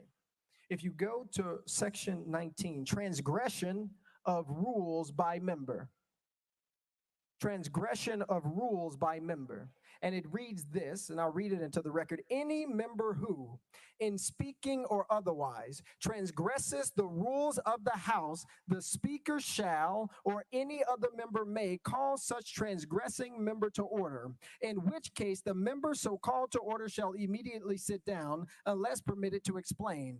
And the House shall, if appealed to, decide the case without debate. If there be no appeal, the decision of the chair shall prevail. If the decision be in favor of the member called to order, such member shall be permitted to proceed without leave of the House. If otherwise, such member shall not be permitted to proceed. And here's the important thing, and which is really important for we who are being told we deserve to be expelled because of a breaking of these rules. In case any member objects and continues, stays at the well, you might say, for more than 30 seconds or something, without leave of the House. And if the case require it, such members shall be liable to the censure of the House, not expulsion. Those are the permanent House rules we voted on, or I've been told. It is not the fact that we walked up to the well. It was what we came up here talking about. That's what's at issue here. We're told that we have hurt the integrity and dignity of the House that our people elected us into. We've received letters from Evan and Johanna and Evabel, Lucy, Heron, Nuseba, Lily, Makada, June, Jana. We've had folks like the Robinson family, the Fitzgeralds and others who come and reached out to us and said, thank you for standing up for right. thank you for speaking up for such a time as this. And the reality is each of us have a responsibility to do so, to speak up for such a time as this. There is something I take issue with in paragraph 9 of our resolution. It says that it's deemed in the best interest of the people of the state of Tennessee and the body for Representative Pearson to relinquish his seat as a member of the House of Representatives. I want to be clear. We are not relinquishing our seat. With this vote, you are taking it.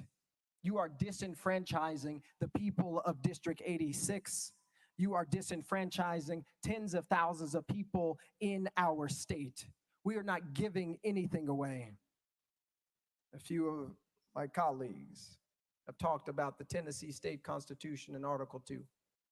But I invite each of you to go to Article 1, Section 2 of the Tennessee State Constitution. And it reads this way: that government being instituted for the common benefit, the doctrine of non-resistance against arbitrary power and oppression is absurd, slavish, and destructive of the good and happiness of mankind. That's what the forebearers of the state of Tennessee wrote. That's the Constitution you're talking about, where they said that to have non-resistance against arbitrary power, against house rules, not criminal acts, is oppression, is absurd, leads to the destruction of the good and happiness of mankind. We've heard from thousands of people asking that we do something about gun violence. We must answer them, whether it be in Memphis or Millington, where there's conversations with folks like Mama Easter Knox or Sarah Gladney, or thousands of people in this chamber, outside this chamber, up top, who are saying we've got to do something. We've got to do something. It is those who are demanding and should be telling us what's in the best interest of our people. And what is in the best interest of our people, from what we have heard, is the end of gun violence. What's in the best interest of our communities and of our people are folks who are willing to pass just legislation. It's folks like those grandmothers who couldn't make it today but are watching today, who want to be ensured that they will be safe and our communities will be safe. It's Jermaine, my intern, who shadowed here at this Capitol, who said, I want to make sure that going to school isn't going to lead to my death. Our silence about gun violence is the antithesis of what is in the best interest of the people of the state of Tennessee. This week especially, Holy Week, we remember also Dr. King and the forebearers of the civil rights movement who taught us about civil disobedience as a way to get action. Dr. King taught us that sometimes there's a consciousness above rule, above what you might say is law, and that the true forms of protest is nonviolent disobedience. For less than a few minutes, we and you are seeking to expel District 86's representation from this House in a country that was built on a protest. In a country that was built on a protest. You who celebrate July 4th, 1776, pop fireworks and eat hot dogs. You say to protest is wrong because you spoke out of turn, because you spoke up for people who are marginalized. You spoke up for children who won't ever be able to speak again. You spoke up for parents who don't want to live in fear. You spoke up for Larry Thorne, who was murdered by gun violence. You spoke up for people that we don't want to care about. In a country built on people who speak out of turn, who spoke out of turn, who fought out of turn to build a nation. I come from a long line of people who have resisted. I come from a long line of people who have fought injustice. I come from a long line of people who know what it means to face adversity in difficult days, who knows what it means to have words that mean something, that doesn't call peaceful protesters insurrectionists, doesn't call people who advocate for the end of gun violence the folks who would actually kill law enforcement officers, talking about children and teens who are being persecuted by the words that we speak. And I must say to you, as I wrap up this portion, that we all have a responsibility. We all have an obligation to do what is just, to do what is right, and to do what is fair. And what I can promise to those of you who have cried today, those of you who mourn the seeming end and assault on our democracy, I can say to folks who are worried about whether or not, as one sign said, am I next? What I can say to you is that the movement for justice can never die, because the heart for justice can never be killed, because it lives and it beats in each and every one of us. It cannot die because we will not let it die. I'll tell you that folks have tried to kill it. They tried to put it on a tree called Calvary. They tried to kill hope and love, but resurrection is always guaranteed after persecution.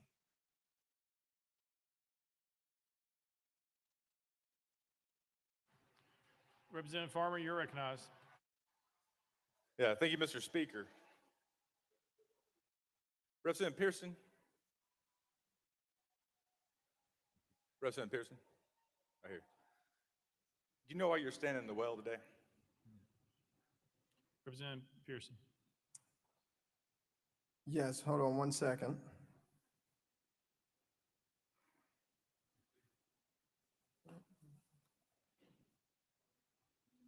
Representative Farmer, yes, sir. Yeah, I was just going to ask to pause my time if he's going to. No, I'm actually not doing what y'all typically. Representative Pearson. Yeah, I'm actually not trying to run out of your time like y'all do to us or to me. I was actually just looking for a piece of paper. I'm here in the well right now because I came to this well using our First Amendment rights to speak up after the violent killing with assault rifles of beautiful human being Catherine Coons, Mike Hill, Cynthia Peak, Evelyn Deekhouse, Haley Scruggs, and William Kinney. Representative Farmer. Thank you, Mr. Speaker. No, you're wrong. You're in the well today because you broke rules of decorum. Wouldn't you agree? Representative Pearson. I believe I'm in the well today because you have put forward a resolution that says that it's more important to expel voices of dissent than do the work of justice, which is fighting to end gun violence in the state of Tennessee. I believe that I'm in the well today because I, with the courage of ancestors and family and loved ones and community, stood up and spoke up for folks like my classmate Larry Thorne, who can speak no more because of the proliferation of guns in Tennessee. I believe that I'm in the well today because you have decided that it is not right to have debate. It is not right to listen to the voices of the minority. I believe I'm in the well today because on the day that we wanted to honor the thousands of people who protested, we were denied that opportunity. I believe that I'm here because you feel in your heart that it is right to persecute someone who has committed no crime, who has only broken what you call the House decorum rule, which according to Section 19 of the House Permanent Rules of Order say that at worst the thing that should happen is censure. But instead you have brought forward a terrible resolution to deprive and disenfranchise thousands of people in Shelby County of a representative who will and can speak and advocate for them. And I believe, Representative Farmer, that that is wrong. Representative Farmer. Thank you, Mr. Speaker. And I want to just remind you of a letter you sent the members of this General Assembly on April 3rd. I recognize I did not follow decorum this past Thursday on the House floor, and I take full responsibility and accountability for my actions. What changed between the letter you sent the members and the account you just gave? Because either A, you were telling a lie here, or you were telling a lie right up there at that podium. So what's the truth? Representative Pearson. Thank you, Representative Farmer. I did write that letter, and I still stand by it.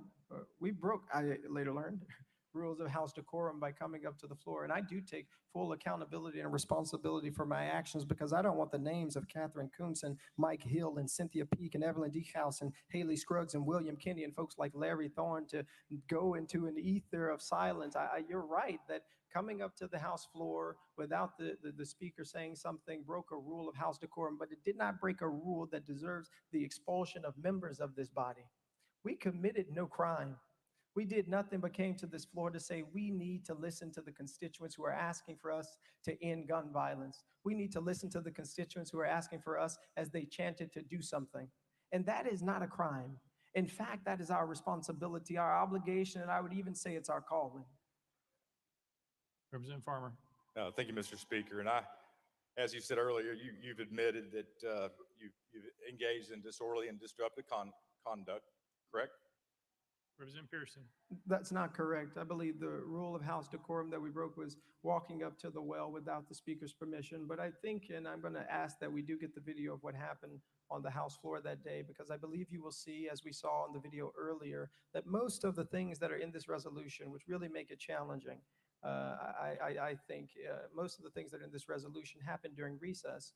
And what I'm being told now, or what it seems to be happening, is that you cannot be held to account to the permanent House rules of order during recess, or another member of this body would have had a resolution against them, or will be having one pretty soon. And so I think there are a lot of contradictions and questions that are coming up, Representative Farmer.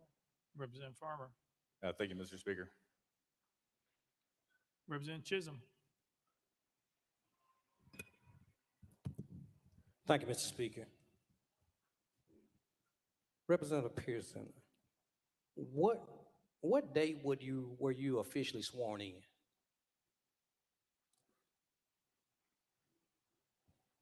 Oh, sorry, Representative Pearson. I was sworn in on the 27th, so Monday last. Representative Chisholm. The 27th of March. So I bet you've learned a lot about the House rules over the last few weeks, huh? Representative Pearson. Yeah, most certainly have learned a lot, and we're really fortunate to also serve in an interim role to see how this House operates. And I have to say the way that it operates today was quite different than what I've seen in past sessions. Representative Chisholm. Thank you, Mr. Speaker. Members, I'm standing here to fight for our member. I'm standing here to fight for all of our members, because we have a new member standing in a well defending his right to even be here.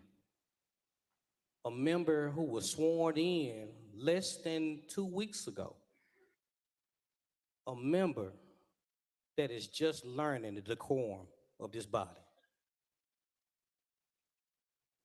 A member who is proving himself to be hardworking, articulate, eloquent.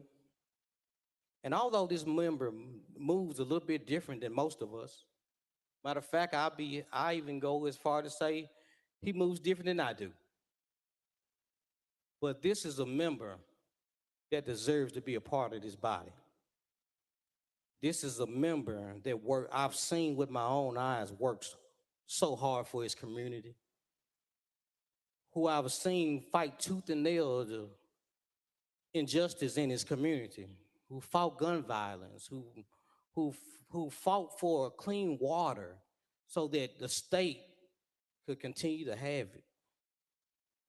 A member, since over the last 2 weeks, I've seen study more than I've seen many of us who've sat here for years. So members, many of you all know that it's rare for me to get up into this chamber and speak, but I have to speak to the humanity of everyone in the room. Forgiveness, we're all taught to be forgiving.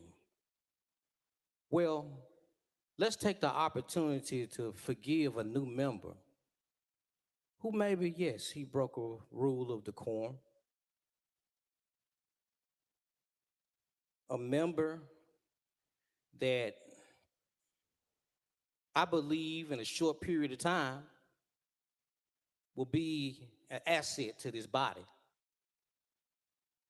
who I see as an asset to this body even now.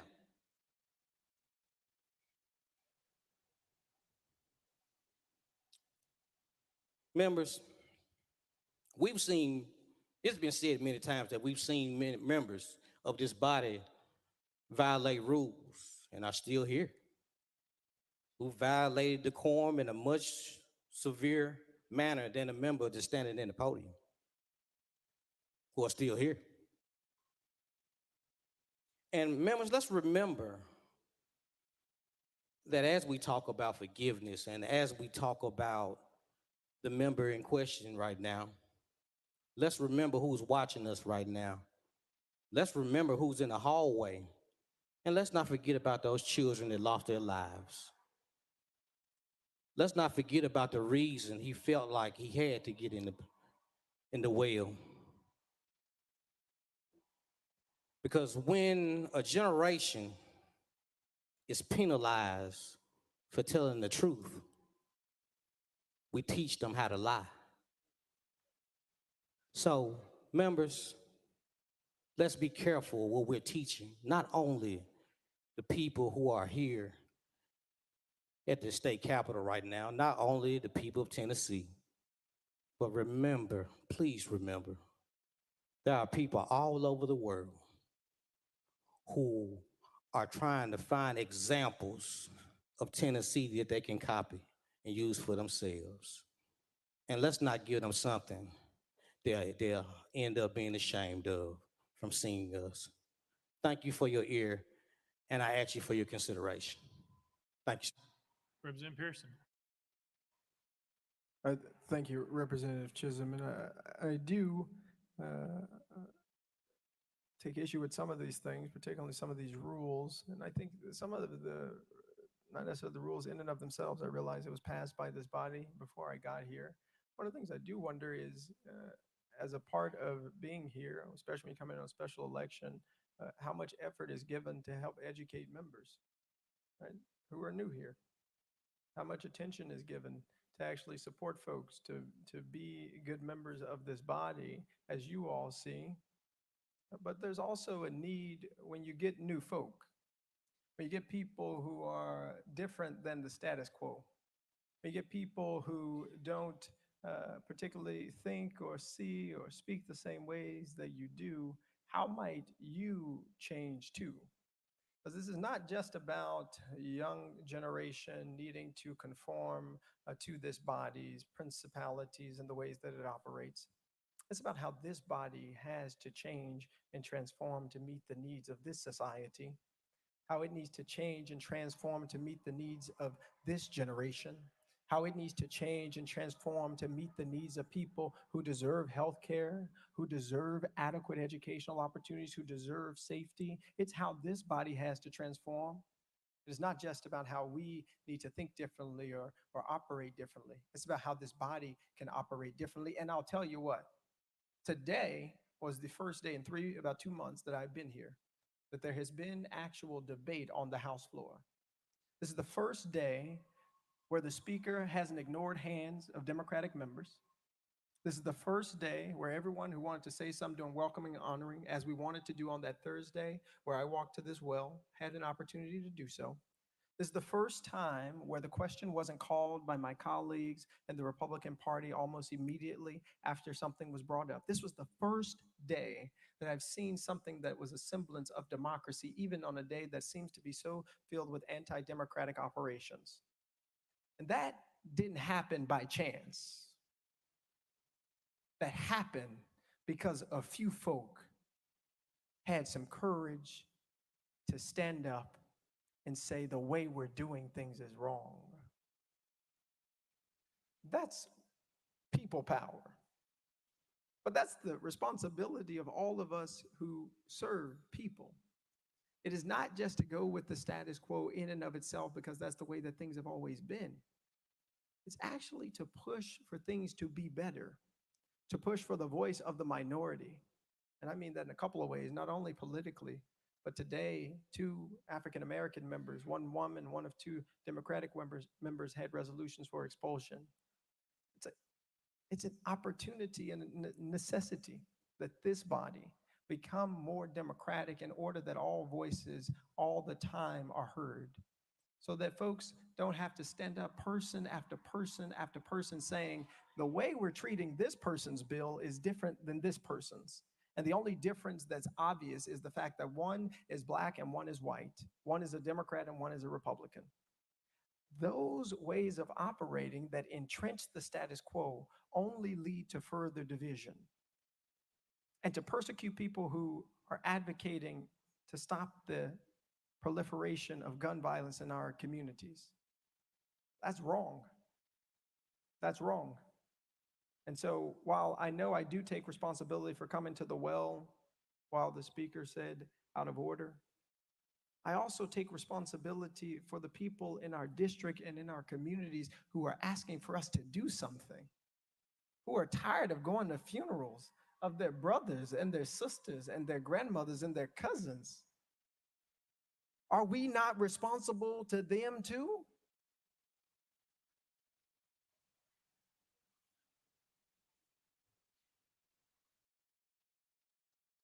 I'll take any other questions. Representative Farmer. Thank you, Mr. Speaker. You know, as I'm listening, I'm thinking to myself, you don't understand. You don't truly understand why you're standing there today. You don't truly understand why I authored that resolution. And it wasn't an easy thing for me to do. But I'm hearing you blame this on your youth. But just because you don't get your way and you grab a couple friends, doesn't mean you can come to the well while we're conducting business in session. Other members are waiting to have their bills to be heard. They have constituents too, 60, 70,000 times another 80, millions of people. Just because you don't get your way, you can't come to the well, bring your friends, and throw a temper tantrum with an adolescent bullhorn.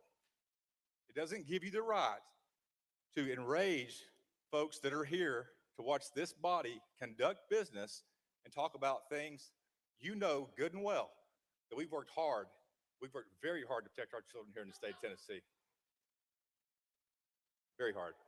You know what? And what you could do, you could file a piece of legislation that maybe you'd do that instead of sitting back and criticizing folks that's worked really hard for the past decade to do so.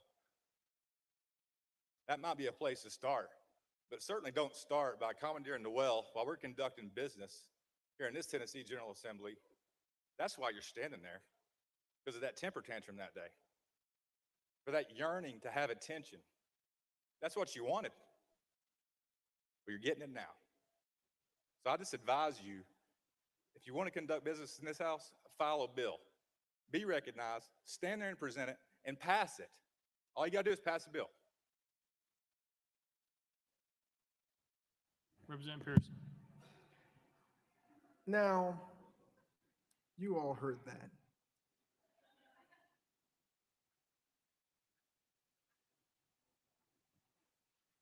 How many of you would want to be spoken to that way?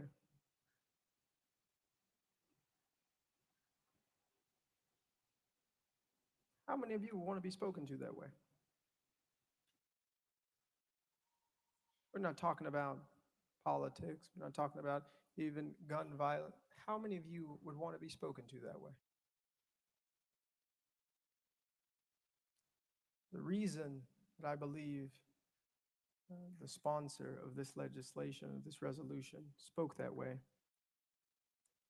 is because he's comfortable doing it, because there's a decorum that allows it. There's a decorum that allows you to belittle people. We didn't belittle nobody. What we said was that we cannot be beholden to gun lobbyists, to the NRA.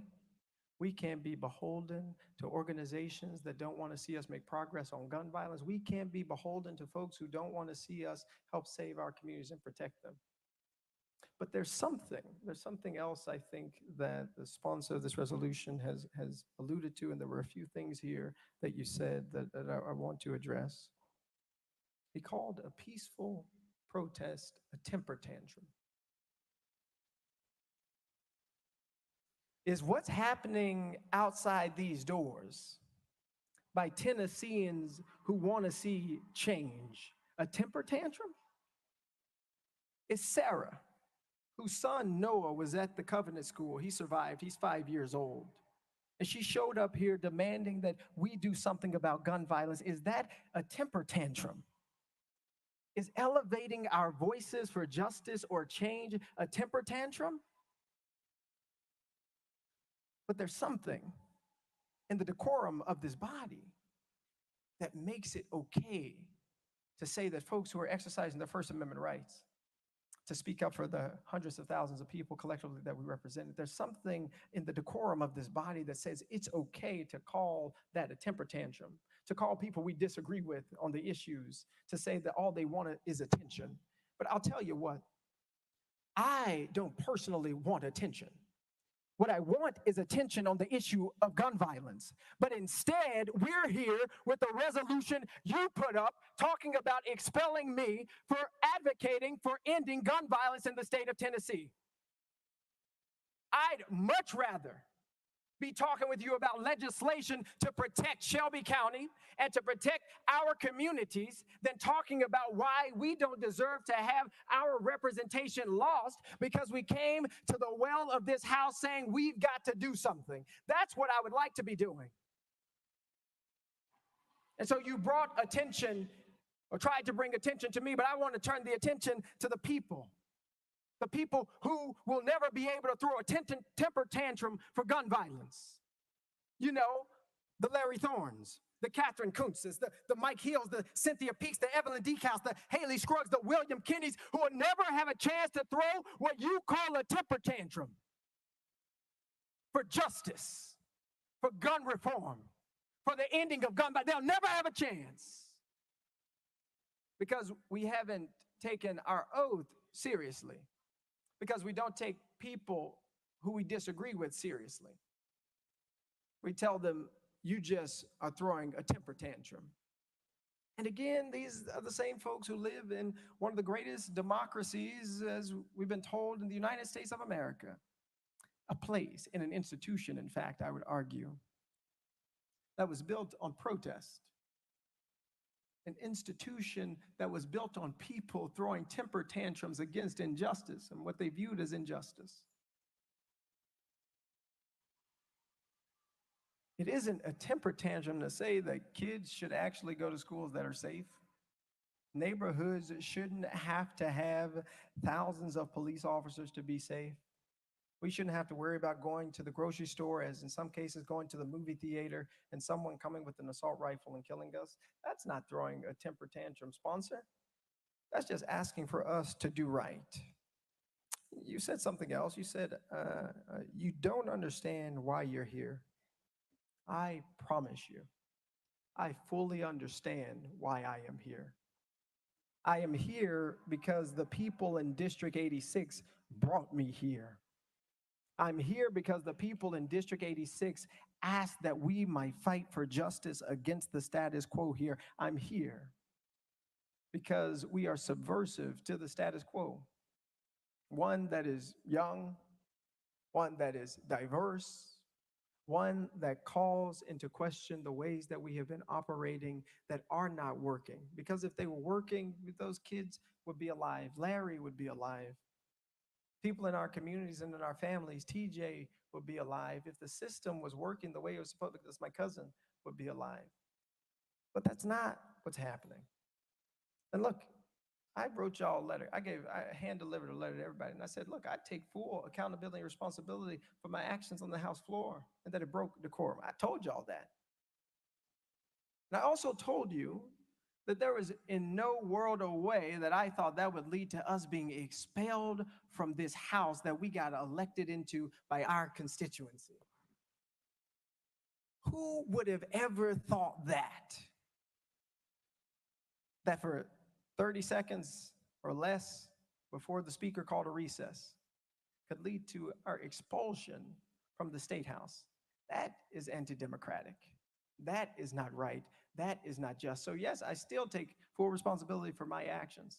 I know exactly why I am here serving. I know exactly why I'm fighting for our community, why I'm fighting to continue to be in this institution to help create change. I know exactly why I'm doing that. And I know exactly why this resolution was brought forward. And I don't think it has a lot to do with the 30 seconds before the recess I think has to do with the issue that we were talking about. You said something else, that we are just criticizing folks and setting, instead of just setting back and criticizing folks, put forward some legislation. Well, some good legislation has been put forward, y'all.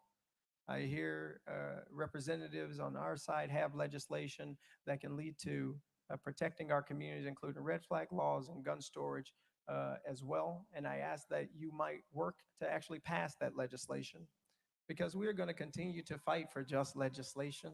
We're going to continue to fight to ensure that more lives are not lost to the epidemic of gun violence in our communities. And so, yes, if I'm expelled from this house, I will not have the opportunity to fight for that legislation as a member, but you can believe that I will continue to fight for our communities and to fight for just legislation in the state of Tennessee. With that, if anyone has any more questions or comments.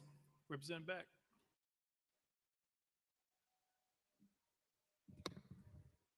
Thank you, Mr. Speaker. I've been trying to get the podium all day, but I've been cut off, and I know that's part of our democracy.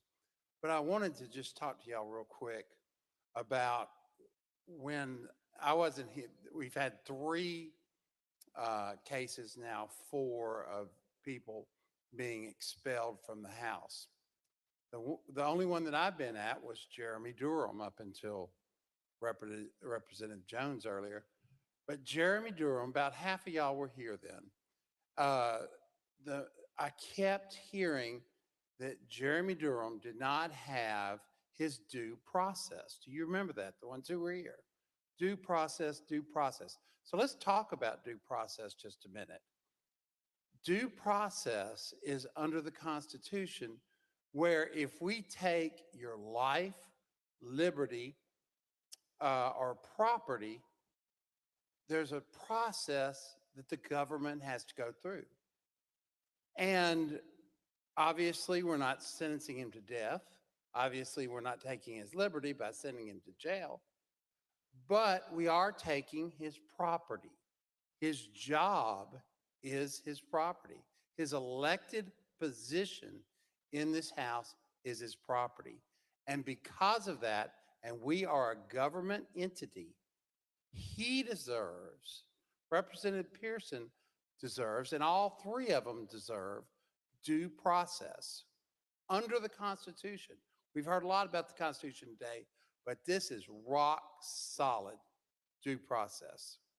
And under the due process, you've got to have inquiries. You've got to, we heard about under Jeremy Durham, had a ad hoc committee to investigate it. The Attorney General appointed a committee to investigate it. And yet we still get to months later, not a week later, months later, we get to a position where we are in a special session to expel Jeremy Durham. That was months, years maybe, after the first accusations of the sexual harassment came out and other accusations. But where I'm going with this, ladies and gentlemen, is that none of these 3 were given their due process. There was no investigation. If there was an investigation, if there was a time, then maybe these articles of expulsion would have been correct, would have been accurate. We keep hearing different things that different accused that are said that they have been done. Well, if we would have slowed this down, given them due process, like anyone that we're taking their property from, then yes, we would be in a lot better position to make a decision on young Representative Pearson. And a point of order, I've got a question for the clerk. Mr. Clerk. Mr. Clerk, is it against the House rules to approach the well without the Speaker's permission? Mr. Clerk. Mr. Speaker, that is not contained in the House rules. Representative Beck. So when young Representative Pearson admitted to breaking decorum because he went to the well without the permission of the speaker, in fact, he was not breaking House rules or House decorum. He didn't know that he wasn't breaking House rules or House decorum. So when he says that he did, he was actually in error. Mr. Clerk. Mr. Speaker, I believe part of the issue was that the members weren't recognized, which is part of the rules. Representative Beck. But the representative said earlier, he thought he broke the rules because he came to the well without permission, which that was not a violation of our House rules.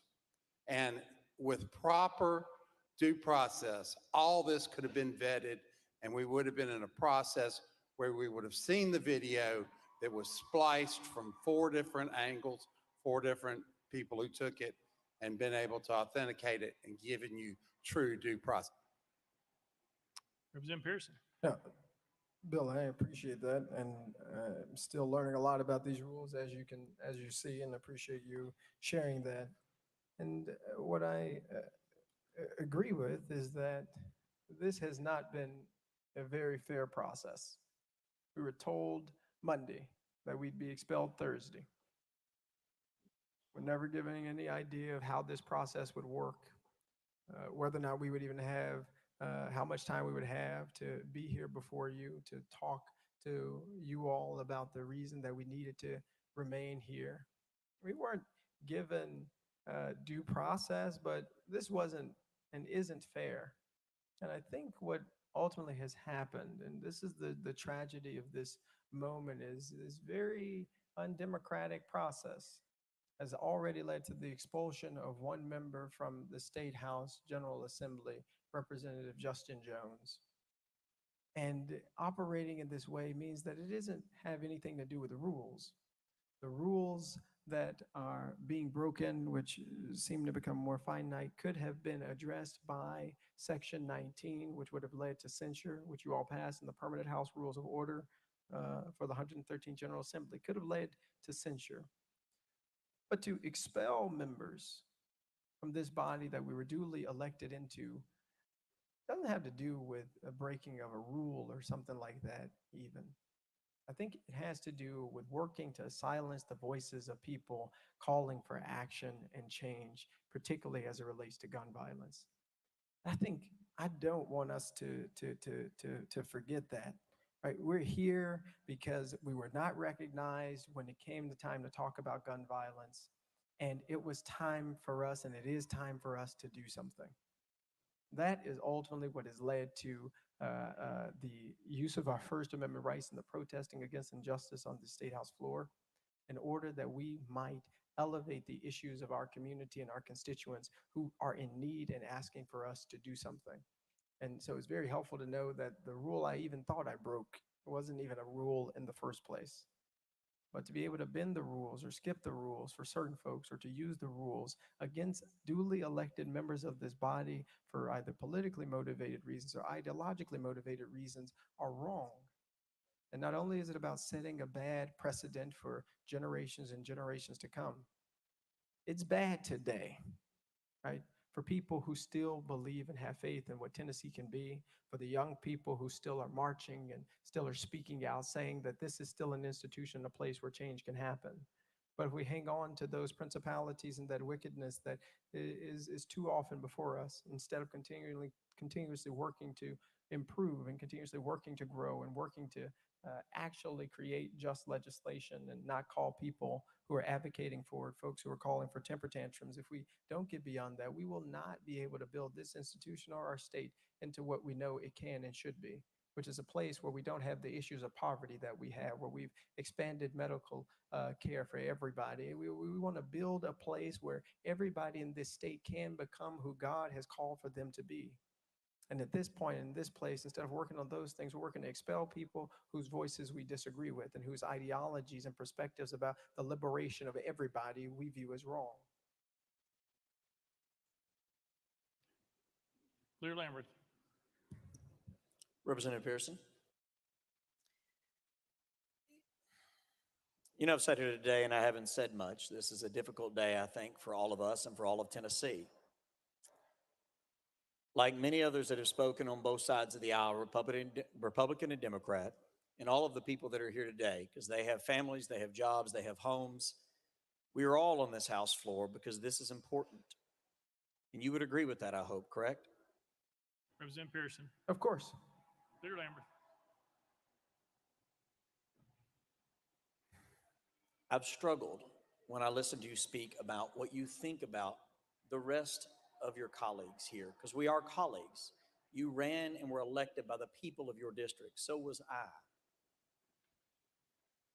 Why do you feel like when there are hundreds of bills that are being filed, there are hundreds of hours of work being put in by all of these people who have children and grandchildren and constituents who have been killed by violence, and yes, gun violence and others, and yet you stand here and you came to the well of this chamber and silenced 96 other voices. And the stuff you have said, because I respect you, I actually literally respect you. You're a very intelligent individual. You're very zealous. You're very passionate about what you believe in. I am passionate about my constituents as well. I don't want any child anywhere in this state to be in danger. You've heard me say those words, but you don't seem like you believe that any of us care about our constituents as much as you care about yours. Though many people in this body have served their communities for decades, both Republican and Democrat.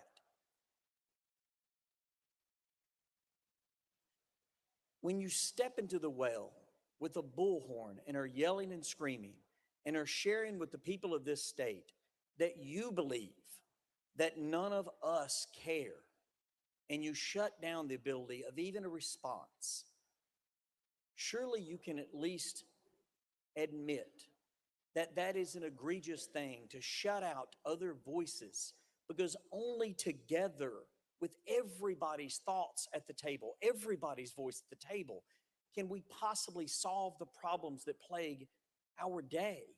Every single voice is important. Yours, mine, everyone's. Does it not matter to you that in doing so, you shut down every other voice and elevated yourself even above the very families who were going through hell because their loved ones were killed? And it appeared to us as if in that broach of protocol, it's not about the rules. It's about that you elevated yourself above the very dead bodies that had not been put in the ground yet. How can you not get that? We all of us, want to make sure that there's no more children killed. Surely you get that, but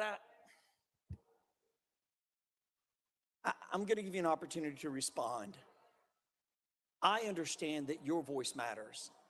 I would ask that you explain to this body why you feel like ours do not.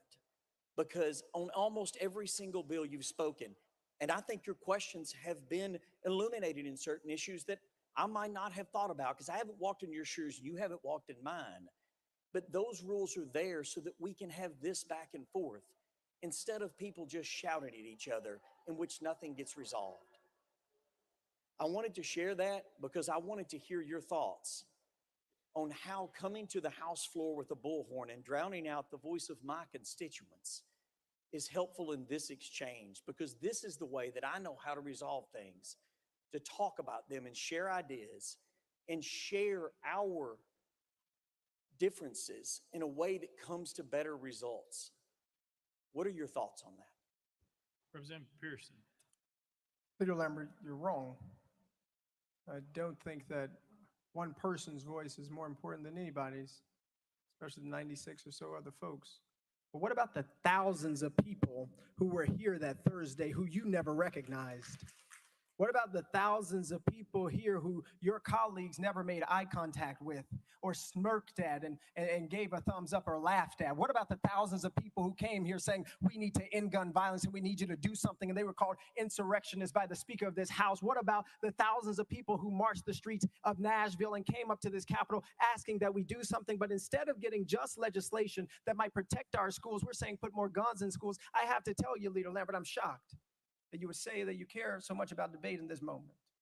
I am, because I've seen and talked with a young person today who said they came to you and they were talking with you, and there was another representative, Representative Jones, there, and he was trying to speak with you, and you yelled at him, "I've heard enough from you, young man." You said that to another equal member of this body. And so it is hard for me to now listen to you, a person who has yet to put forward legislation that I believe, or that I think has had the true input of other members of this House and other members of this body's input that could actually help protect and save our communities. I haven't heard you talk about the red flag gun laws that you're ready to propose. I haven't heard you talk about the gun storage bills that you're ready to propose. I haven't heard you talking about those things or putting resources or money towards our communities that are suffering from gun violence. I haven't heard you do those things just yet. And so it is very difficult for me to stand here now for you to think that I am trying to elevate myself above the people who were killed at Covenant, or my own people like Dr. Yvonne Nelson or Larry Thorne or TJ Crutcher. It's really difficult for you to look me in the eye and tell me that I'm putting myself above people who have been killed by gun violence, who I know personally and who I don't know personally but advocate for. When in this House, on that day when we returned, instead of putting forward just legislation, we moved on as business as usual. We had only one representative to speak about the shooting at Covenant, and we moved on. So don't tell me, sir, that debate is so important to us when you didn't stand up and tell the Speaker, we need to make sure that all members can speak now. Go ahead, Leader Lambert. Leader Lambert, the first 5 ran out. That was his 5. We'll put you back on the list and come back to you. I'm sorry. Sorry. No, we don't. We'll come right back. It's fine. We'll be back in 5 minutes or less, potentially. Representative Harris.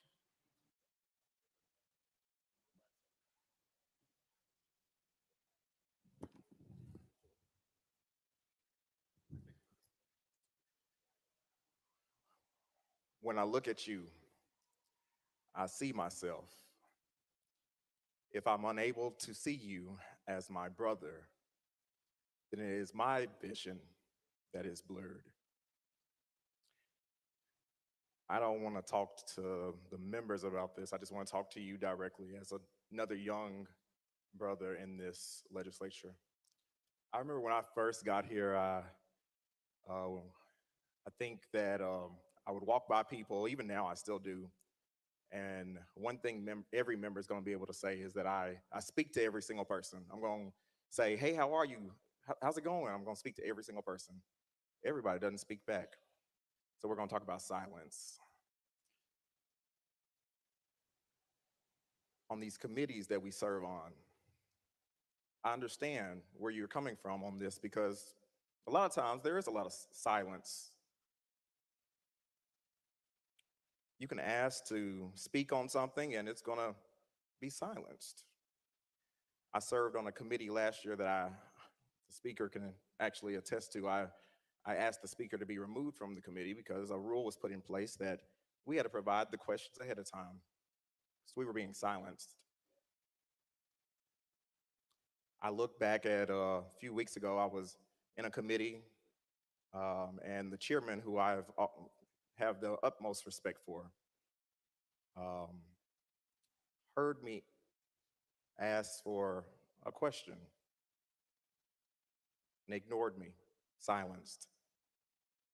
It happens so often here. We have to find our place.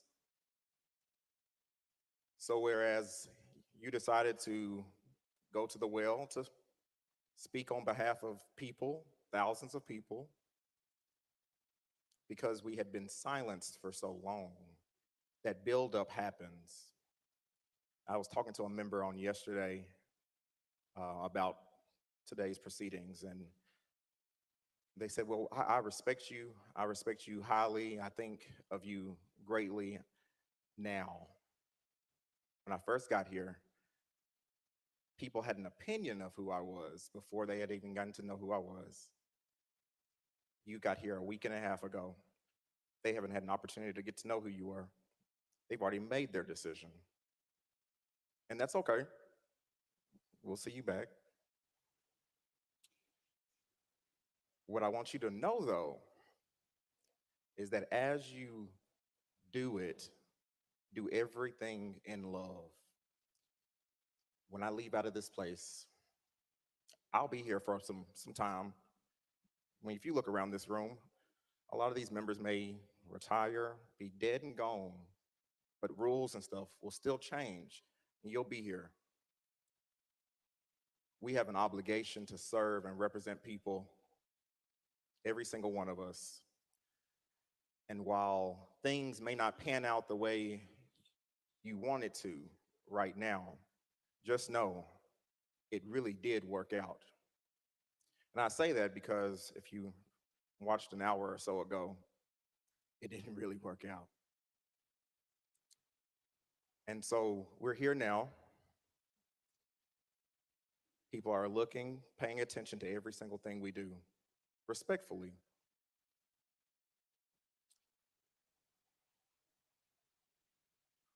We had a member from our community that was murdered, Tyree Nichols. Murdered.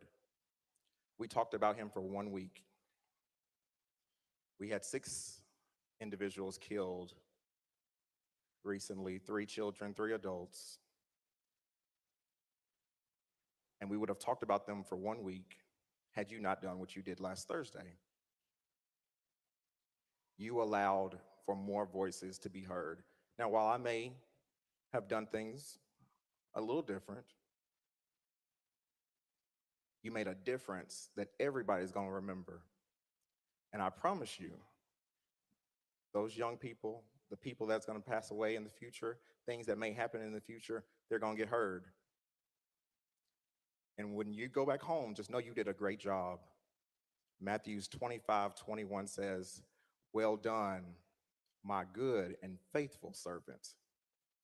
It has been a joy to work with you, no matter what happens here today." Representative Pearson. Thank you, Representative Harris. And indeed, we are in a movement rooted in love. The movement for justice, the movement to end gun violence, the movement to end poverty, to ensure every kid gets good education, the movement to ensure everybody has access to health care. It's rooted in love because it's rooted in the belief that every person has value. And I know that's countercultural or that's subversive to some people's way of thinking, but it is rooted in love. And that is how we can, and that is the way we must operate. But I want to speak to this because I don't know what's going to happen. But I'll promise you that it's all right with me. What I will say is that those silences that my colleague is talking about, it's an institutional problem. And I see a lot of chairmen here talking and a lot of other leaders here of the party that's in positions of power right now. And I'm really speaking to the chair folk. Y'all have a responsibility to make sure your committees still are democratic. I've watched the committee hearings, and oftentimes you get folks calling the question before any other colleague gets to ask any question, even when they have valid points. You get folks, I came up here last year fighting for this environmental justice legislation. We had 6 people who were supposed to speak on the committee, and it turned into miraculously just 2. Upholding the ideal that all of us want for democracy, the idea that folks died for and that they fought for and that they cried for and that they gave their lives for. Folk like my granddaddy who fought in World War II in Vietnam, folk who have given and sacrificed for this country. The responsibility to hold together this democracy does not just fall on the hands of the people who are being persecuted. It's actually the people who are in positions of power. Because when you don't, you abuse the power. And this resolution sponsored, this is, in my eyes and many folks' eyes, an abuse of power. But I would say to you, no matter what happens, I'm all right. But I want y'all to know who remain. That each of you have an obligation to stop turning the people's house into your own club. That the folks who sit in committees with you, who got elected just like you, who swore the same oath that you swore, they deserve a voice in these committee rooms, and we deserve a voice on this House floor. The erosion of democracy in the state legislature is what got us here. It wasn't walking up to the well. It was being disruptive to a status quo that silences the minority. And it is wrong. And the people in this state and the people across the country and the world, whoever's watching, are wanting to see a change. Just because you have power doesn't give you the right to abuse it. Because even if I disagree with your constituents on political issues, I do agree on the principle for which my ancestors fought and died, which is that they would have a democracy. A democracy, as one said, that is governed by the people and for the people, not one that's governed by ideas and principalities and beliefs and ideological divides that try and silence folk. It's horrible that someone who got elected just like you can't even get a good morning from you. Somebody who got elected just like you can't speak in committee sitting next to you. But then you come here to persecute me and tell me you just don't understand the rules of debate. When I know for a fact this House has not been a place of debate for Democrats. This House has not been a place of debate for people who are transgender. This House has not been a place of debate for people who are LGBTQIA. This House has not been a place of debate for people who are already persecuted in our society. This House ain't even been a place of debate for people who wear beautiful dashikis in honor of their ancestors who made it over. And so it's one thing to hold the ideals up in this moment, to talk about today, to talk about how good democracy is working in Tennessee in this moment as you prepare to persecute individuals for expulsion. It's one thing to talk about those ideals, but it's another thing to actually be in this House, to see members being misnamed. Folks won't even say. That was your 5.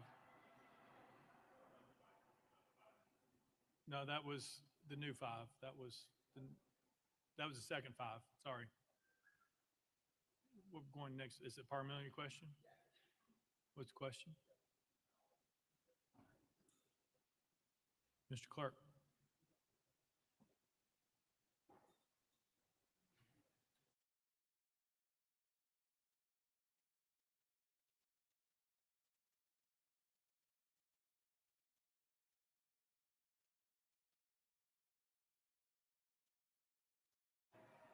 Got it. All right. Representative Hawk.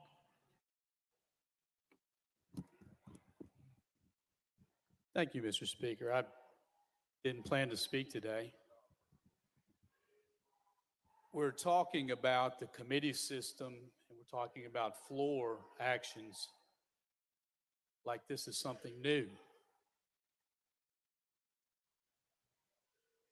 The supermajority that we've heard about through conversations today, that's what's new.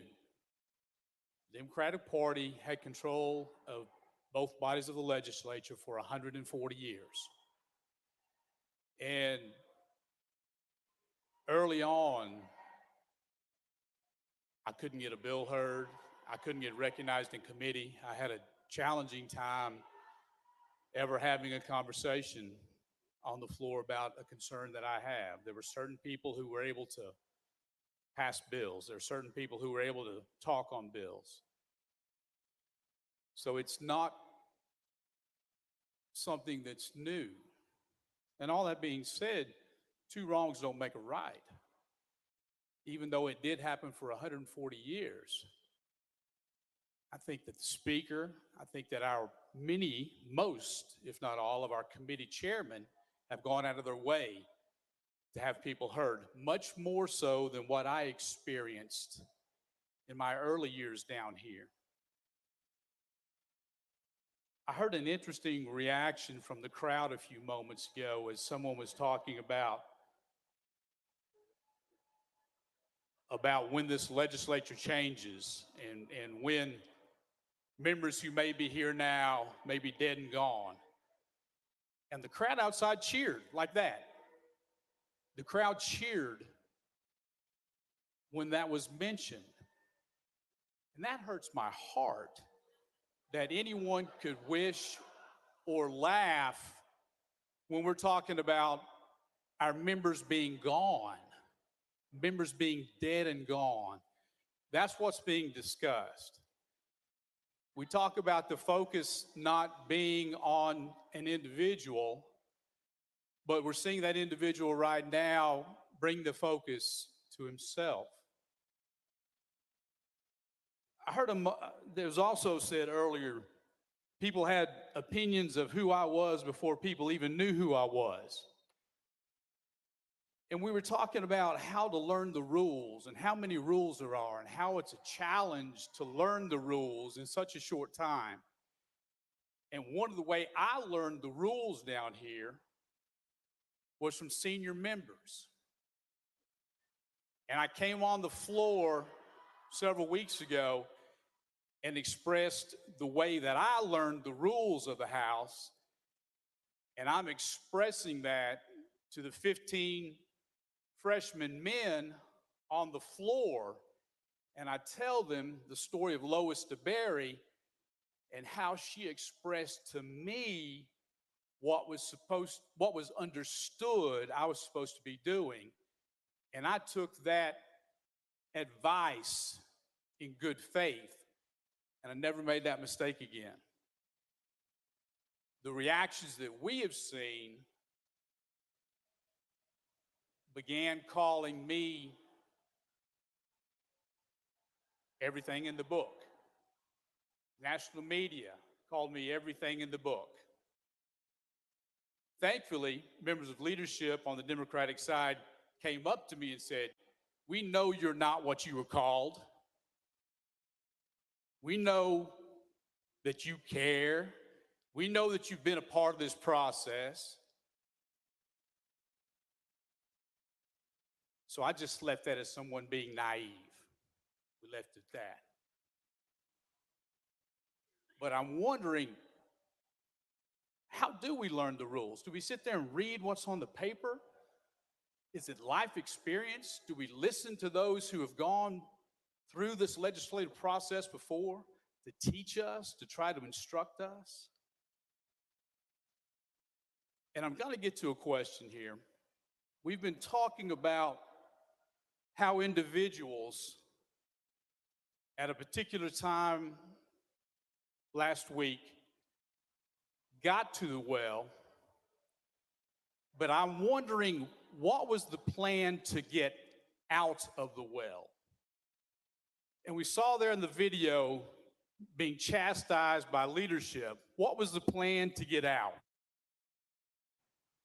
Representative Pearson, you recognized.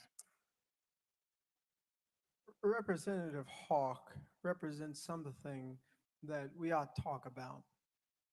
And it's a common phrase. I'm not going to talk about white supremacy and things like that right now, because I think that's what you're referring to. That's not what I'm going to talk about. What I want to talk about is just a common phrase that all of you know. Hurt people hurt people. Hurt people hurt people. And there have been folks like this, and I didn't even realize Democrats have been in control of the House for 140 years or anything like that. That's a substantial amount of time. But in what the representative said was given reasoning or license for mistreatment of other members that are not currently in the majority.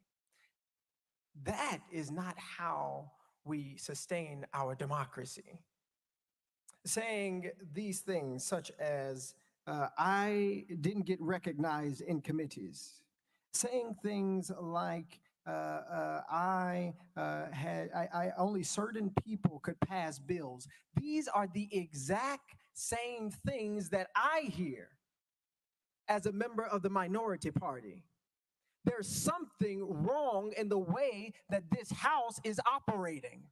And when it got called into question in a peaceful protest to end gun violence, the response was not, what could we do to do something different? What could we do to do something better? How can we recognize that this change is something that the people in this state are demanding and asking for? It wasn't, how do we listen to the parents and the children who are protesting, not calling them insurrectionists? It wasn't, what can we do to make sure this body responds to the needs of our communities, not with just spending hundreds of millions of dollars on more war or weapons of war, or doing things like lowering the age requirement for people to get guns. The idea was to now arm teachers. It was not, what do we get from the people who came to listen and to show up and be a part of the process, as you call it. That wasn't it. Your hurt continues to cause you to hurt people.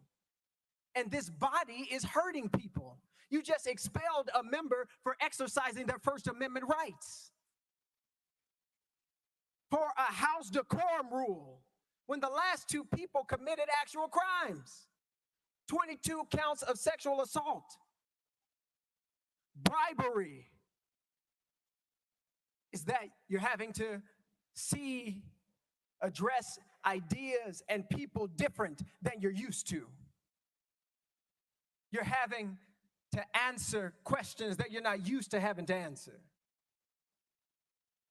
You're having to see people in positions just like you that you aren't used to seeing. That's, now I understand, Representative Hawk, what Representative Farmer was getting to about why I'm really here.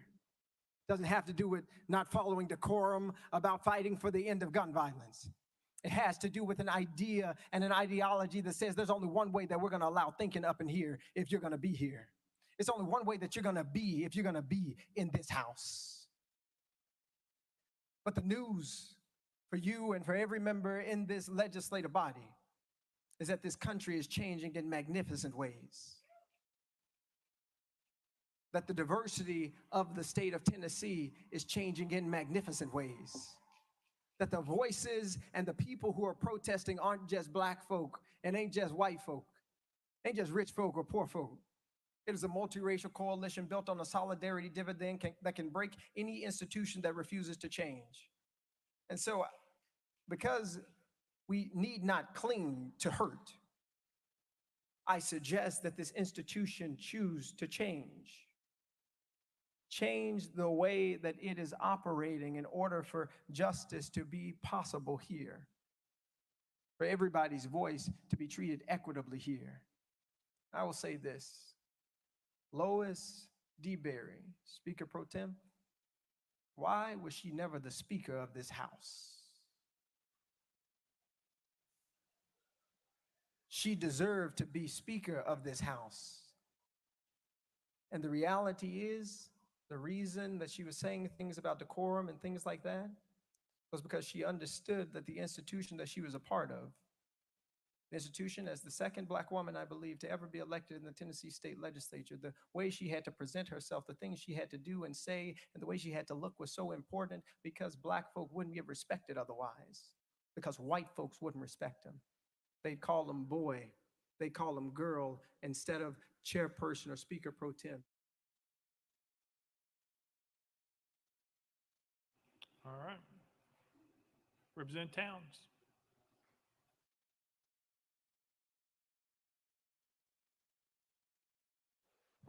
Thank you, Mr. Speaker. Mr. Speaker, here again, and members, I'm going to say that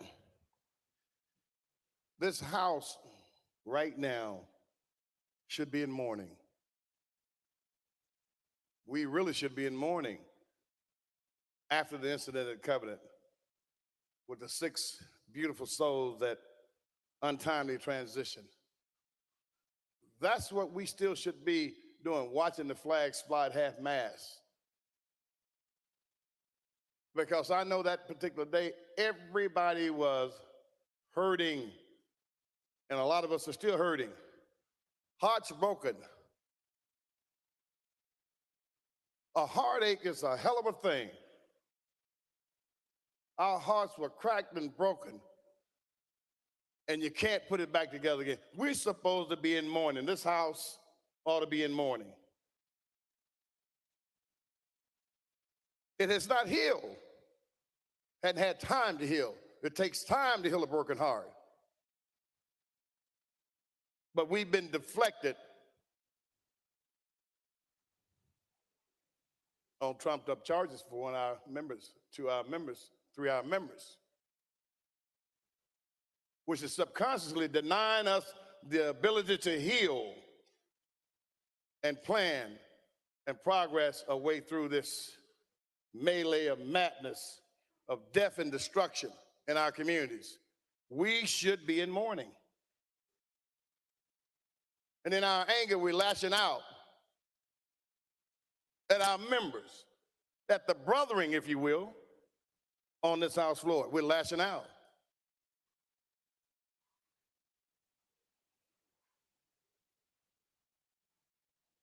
That is not Christian.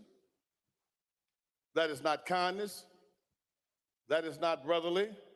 And that's not something that we should act that way towards our colleagues.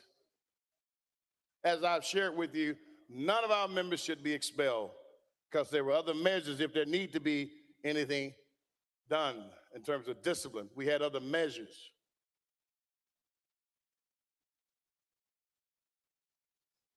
I ask that you allow our member to stay and allow us to get back to mourning and to figure out how we can address this plague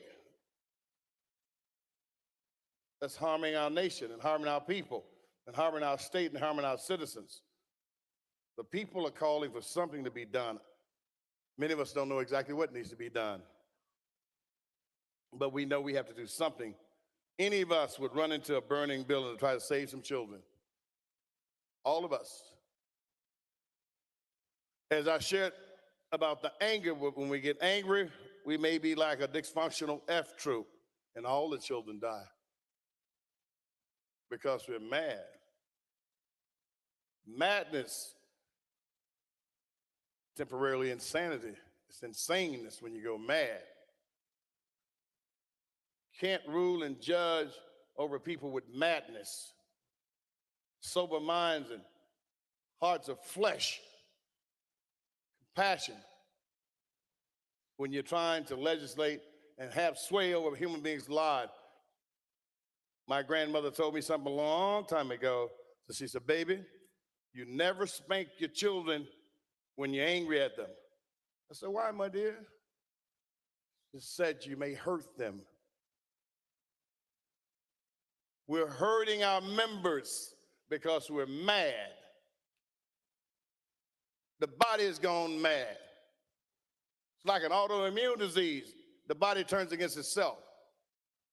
We're mad because of something that transpired on this floor.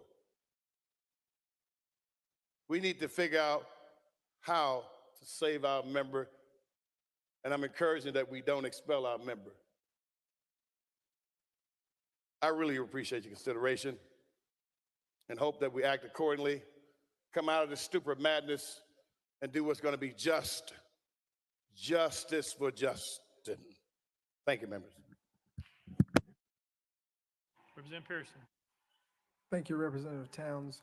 And I just want to reiterate why we should be in mourning and why we are here.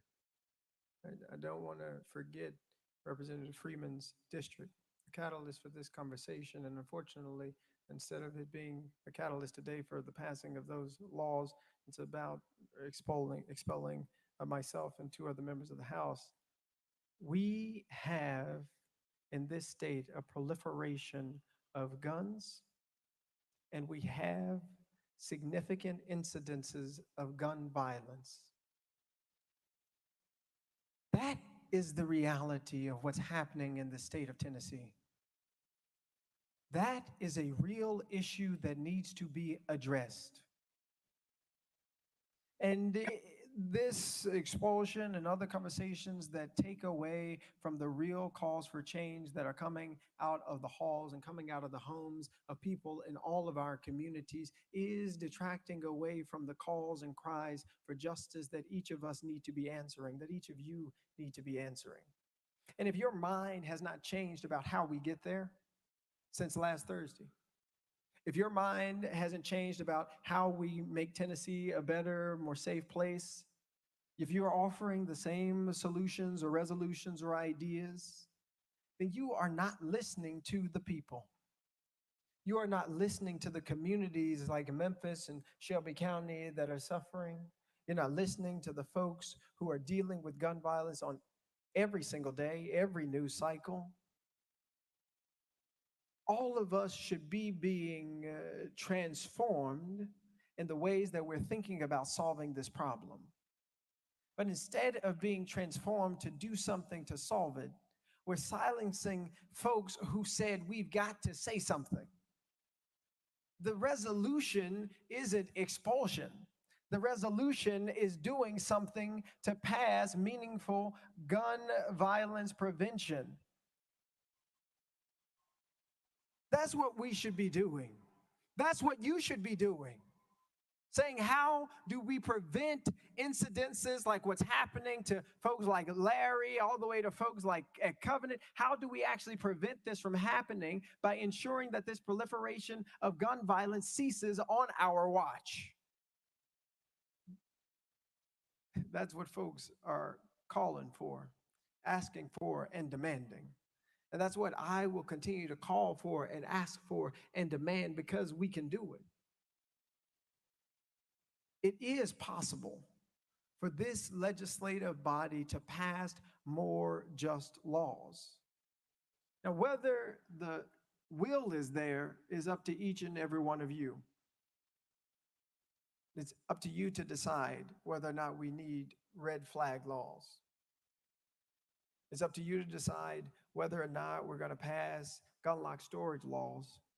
It's up to you to decide whether or not we're going to stop folks who shouldn't have guns from having AR-15s that can send hundreds of rounds through people's schools and homes and bodies. These are decisions that can be made by we who have been elected, by you who have been elected. You know, I always got pretty frustrated when I saw the whole thoughts and prayers thing. You know, it always bothered me, because I always said, the people in power must do something. The people in power will do something, I thought, I believed, naively. And then I had the opportunity, because some folks at age 93 and 88 and 81 and 70 went to the polls to cast a ballot, not just for Justin, but for justice. I had the opportunity to come to that place, to see the faces of the people who I would always say they have the power to do something. These folks, they're the ones who folks are always mad that they send thoughts and prayers at, because they've got power that they will to actually be able to change the situation. But instead of looking into these faces and seeing a dogged determination to change what is going on, I'm seeing a dogged determination to expel me and expel the voice of District 86 in this state house, because we know we need to have an end to gun violence. Because we're tired of having kids and adults and loved ones being killed by guns. So it's disappointing. But that dogged determination does live in certain people, and that gives me hope.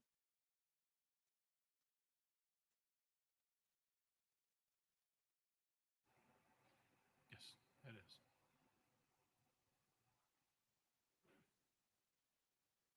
Representative Warner. Thank you, Mr. Speaker. I call for the question. Question's been called. There's objection. We're voting on previous question.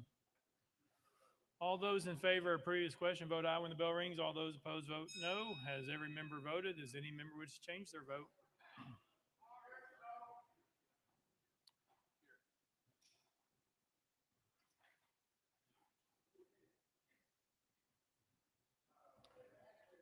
Mr. Clerk, take the vote. Ayes 73, 23 nays. Previous question prevails. Let the journal reflect Representative Terry is excused. Representative Pearson, you have 5 minutes to close. Okay, give me 1 second. Speaker, I just want to ask a point of privilege. Speaker, Point of personal privilege, is it possible that Senator Ackberry could join us up here? Former State House Representative. Yeah, she can come. Thank you. Thank you. She's going to stand next to me. Leader Camper. Come on, Senator.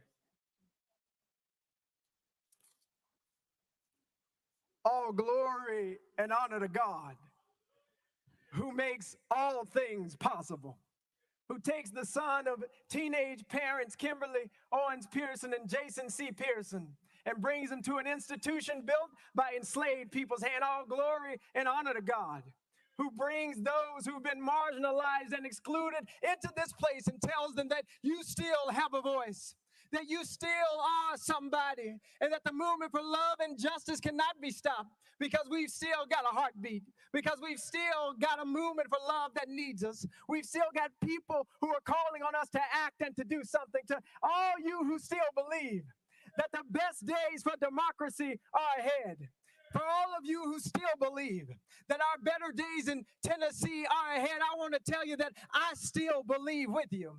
And how is it that even now amidst persecution on this Holy Week, after my own brother Justin Jones, Representative Jones, gets expelled from the House, is it that we still have hope and faith and belief in the democracy of Tennessee, faith and hope in the belief in the democracy of the United States of America? How is it that you still have hope, you descendant of enslaved people? How is it that you still have hope? Well, it's because even from the bottom of slave ships, my people didn't quit. Even in cotton fields and rice fields, my people didn't quit. Even when they were whipped and chained and told they had no name, my people didn't quit. Even when they incarcerated us, locked us up for a crack cocaine epidemic created by President Ronald Reagan to fund a war in South America, my people didn't quit. Even when they defunded our schools, separated us and called us colored and white, even when they put us on lynching trees in the state of Tennessee, specifically in Shelby County, my people didn't quit. Even now, as our own brothers and sisters lay to rest because of the failure of people in positions of power to do something, because people are refusing to pass just laws to end the epidemic of gun violence in the state of Tennessee, my people have yet to quit. And so even now, amidst this vote, amidst this persecution, I remember the good news. Hallelujah, Jesus. I remember that on Friday, the government decided that my Savior Jesus, a man that was innocent of all crimes except fighting for the poor, fighting for the marginalized, fighting for the LGBTQ community, fighting for those who are single mothers, fighting for those who are ostracized, fighting for those pushed to the periphery. My Savior, my black Jesus, he was lynched by the government on Friday. And they thought that all hope had been lost. The outside, it rained and it thundered and everybody said everything was over, and it was some black women who stood at the cross. It was some black women who watched what the government did to that boy named Jesus. They were witnesses, as you have been witnesses to what is happening in the anti-democratic state of Tennessee. They were witnesses to what was going on, and I got to tell you, it got quiet on Saturday. Yes, I tell you, it was a sad day on Saturday. All hope seemed to be lost. Representatives were thrown out of the State House. Democracy seemed to be at its end. Seemed like the NRA and gun lobbyists might win. But oh, that was good news for us. I don't know how long this Saturday in the state of Tennessee might last. But oh, we have good news, folks. We've got good news that Sunday always comes. Resurrection is a promise, and it is a prophecy.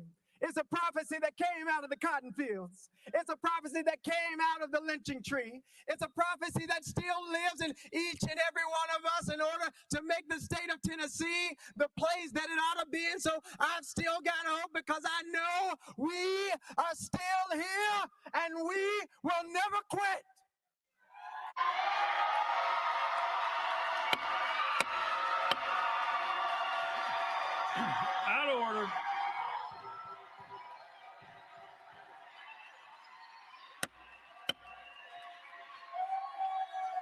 Out of order.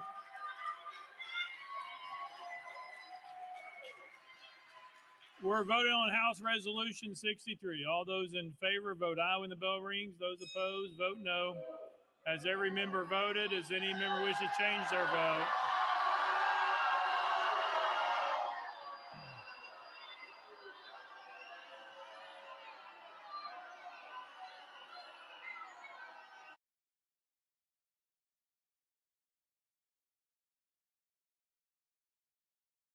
Mr. Clerk, take the vote. Aye, 69, 26 nays. Having received the concurrence of 2/3 of the members to which the House is entitled in the Constitution of the State of Tennessee, House Resolution 63 is hereby adopted. Without objection, the motion to reconsider is tabled. Pursuant to Article 2, Section 12 of the Constitution of the State of Tennessee, I hereby declare Representative Justin J. Pearson of the 86th Representative District expelled from the House of Representatives of the 103rd General Assembly of the State of Tennessee. Next order, Mr. Clerk. Announcements. Announcements. Next order, Mr. Clerk. Roll call. Roll call.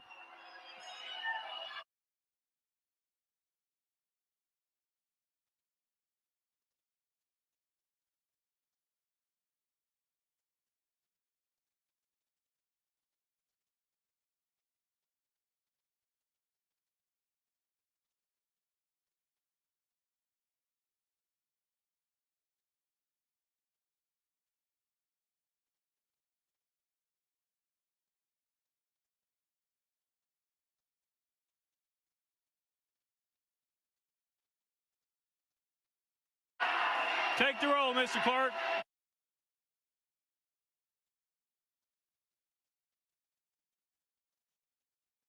Mr. Speaker, 89 members present. Leader Cochran, you're recognized.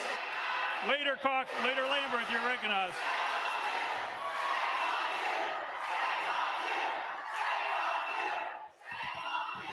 Thank you, Mr. Speaker. I move the House stand in recess until 5 p.m. on Monday, April 10th, 2023. Without objection, the House stands in recess till 5 p.m. on Monday, April 10th, 2023.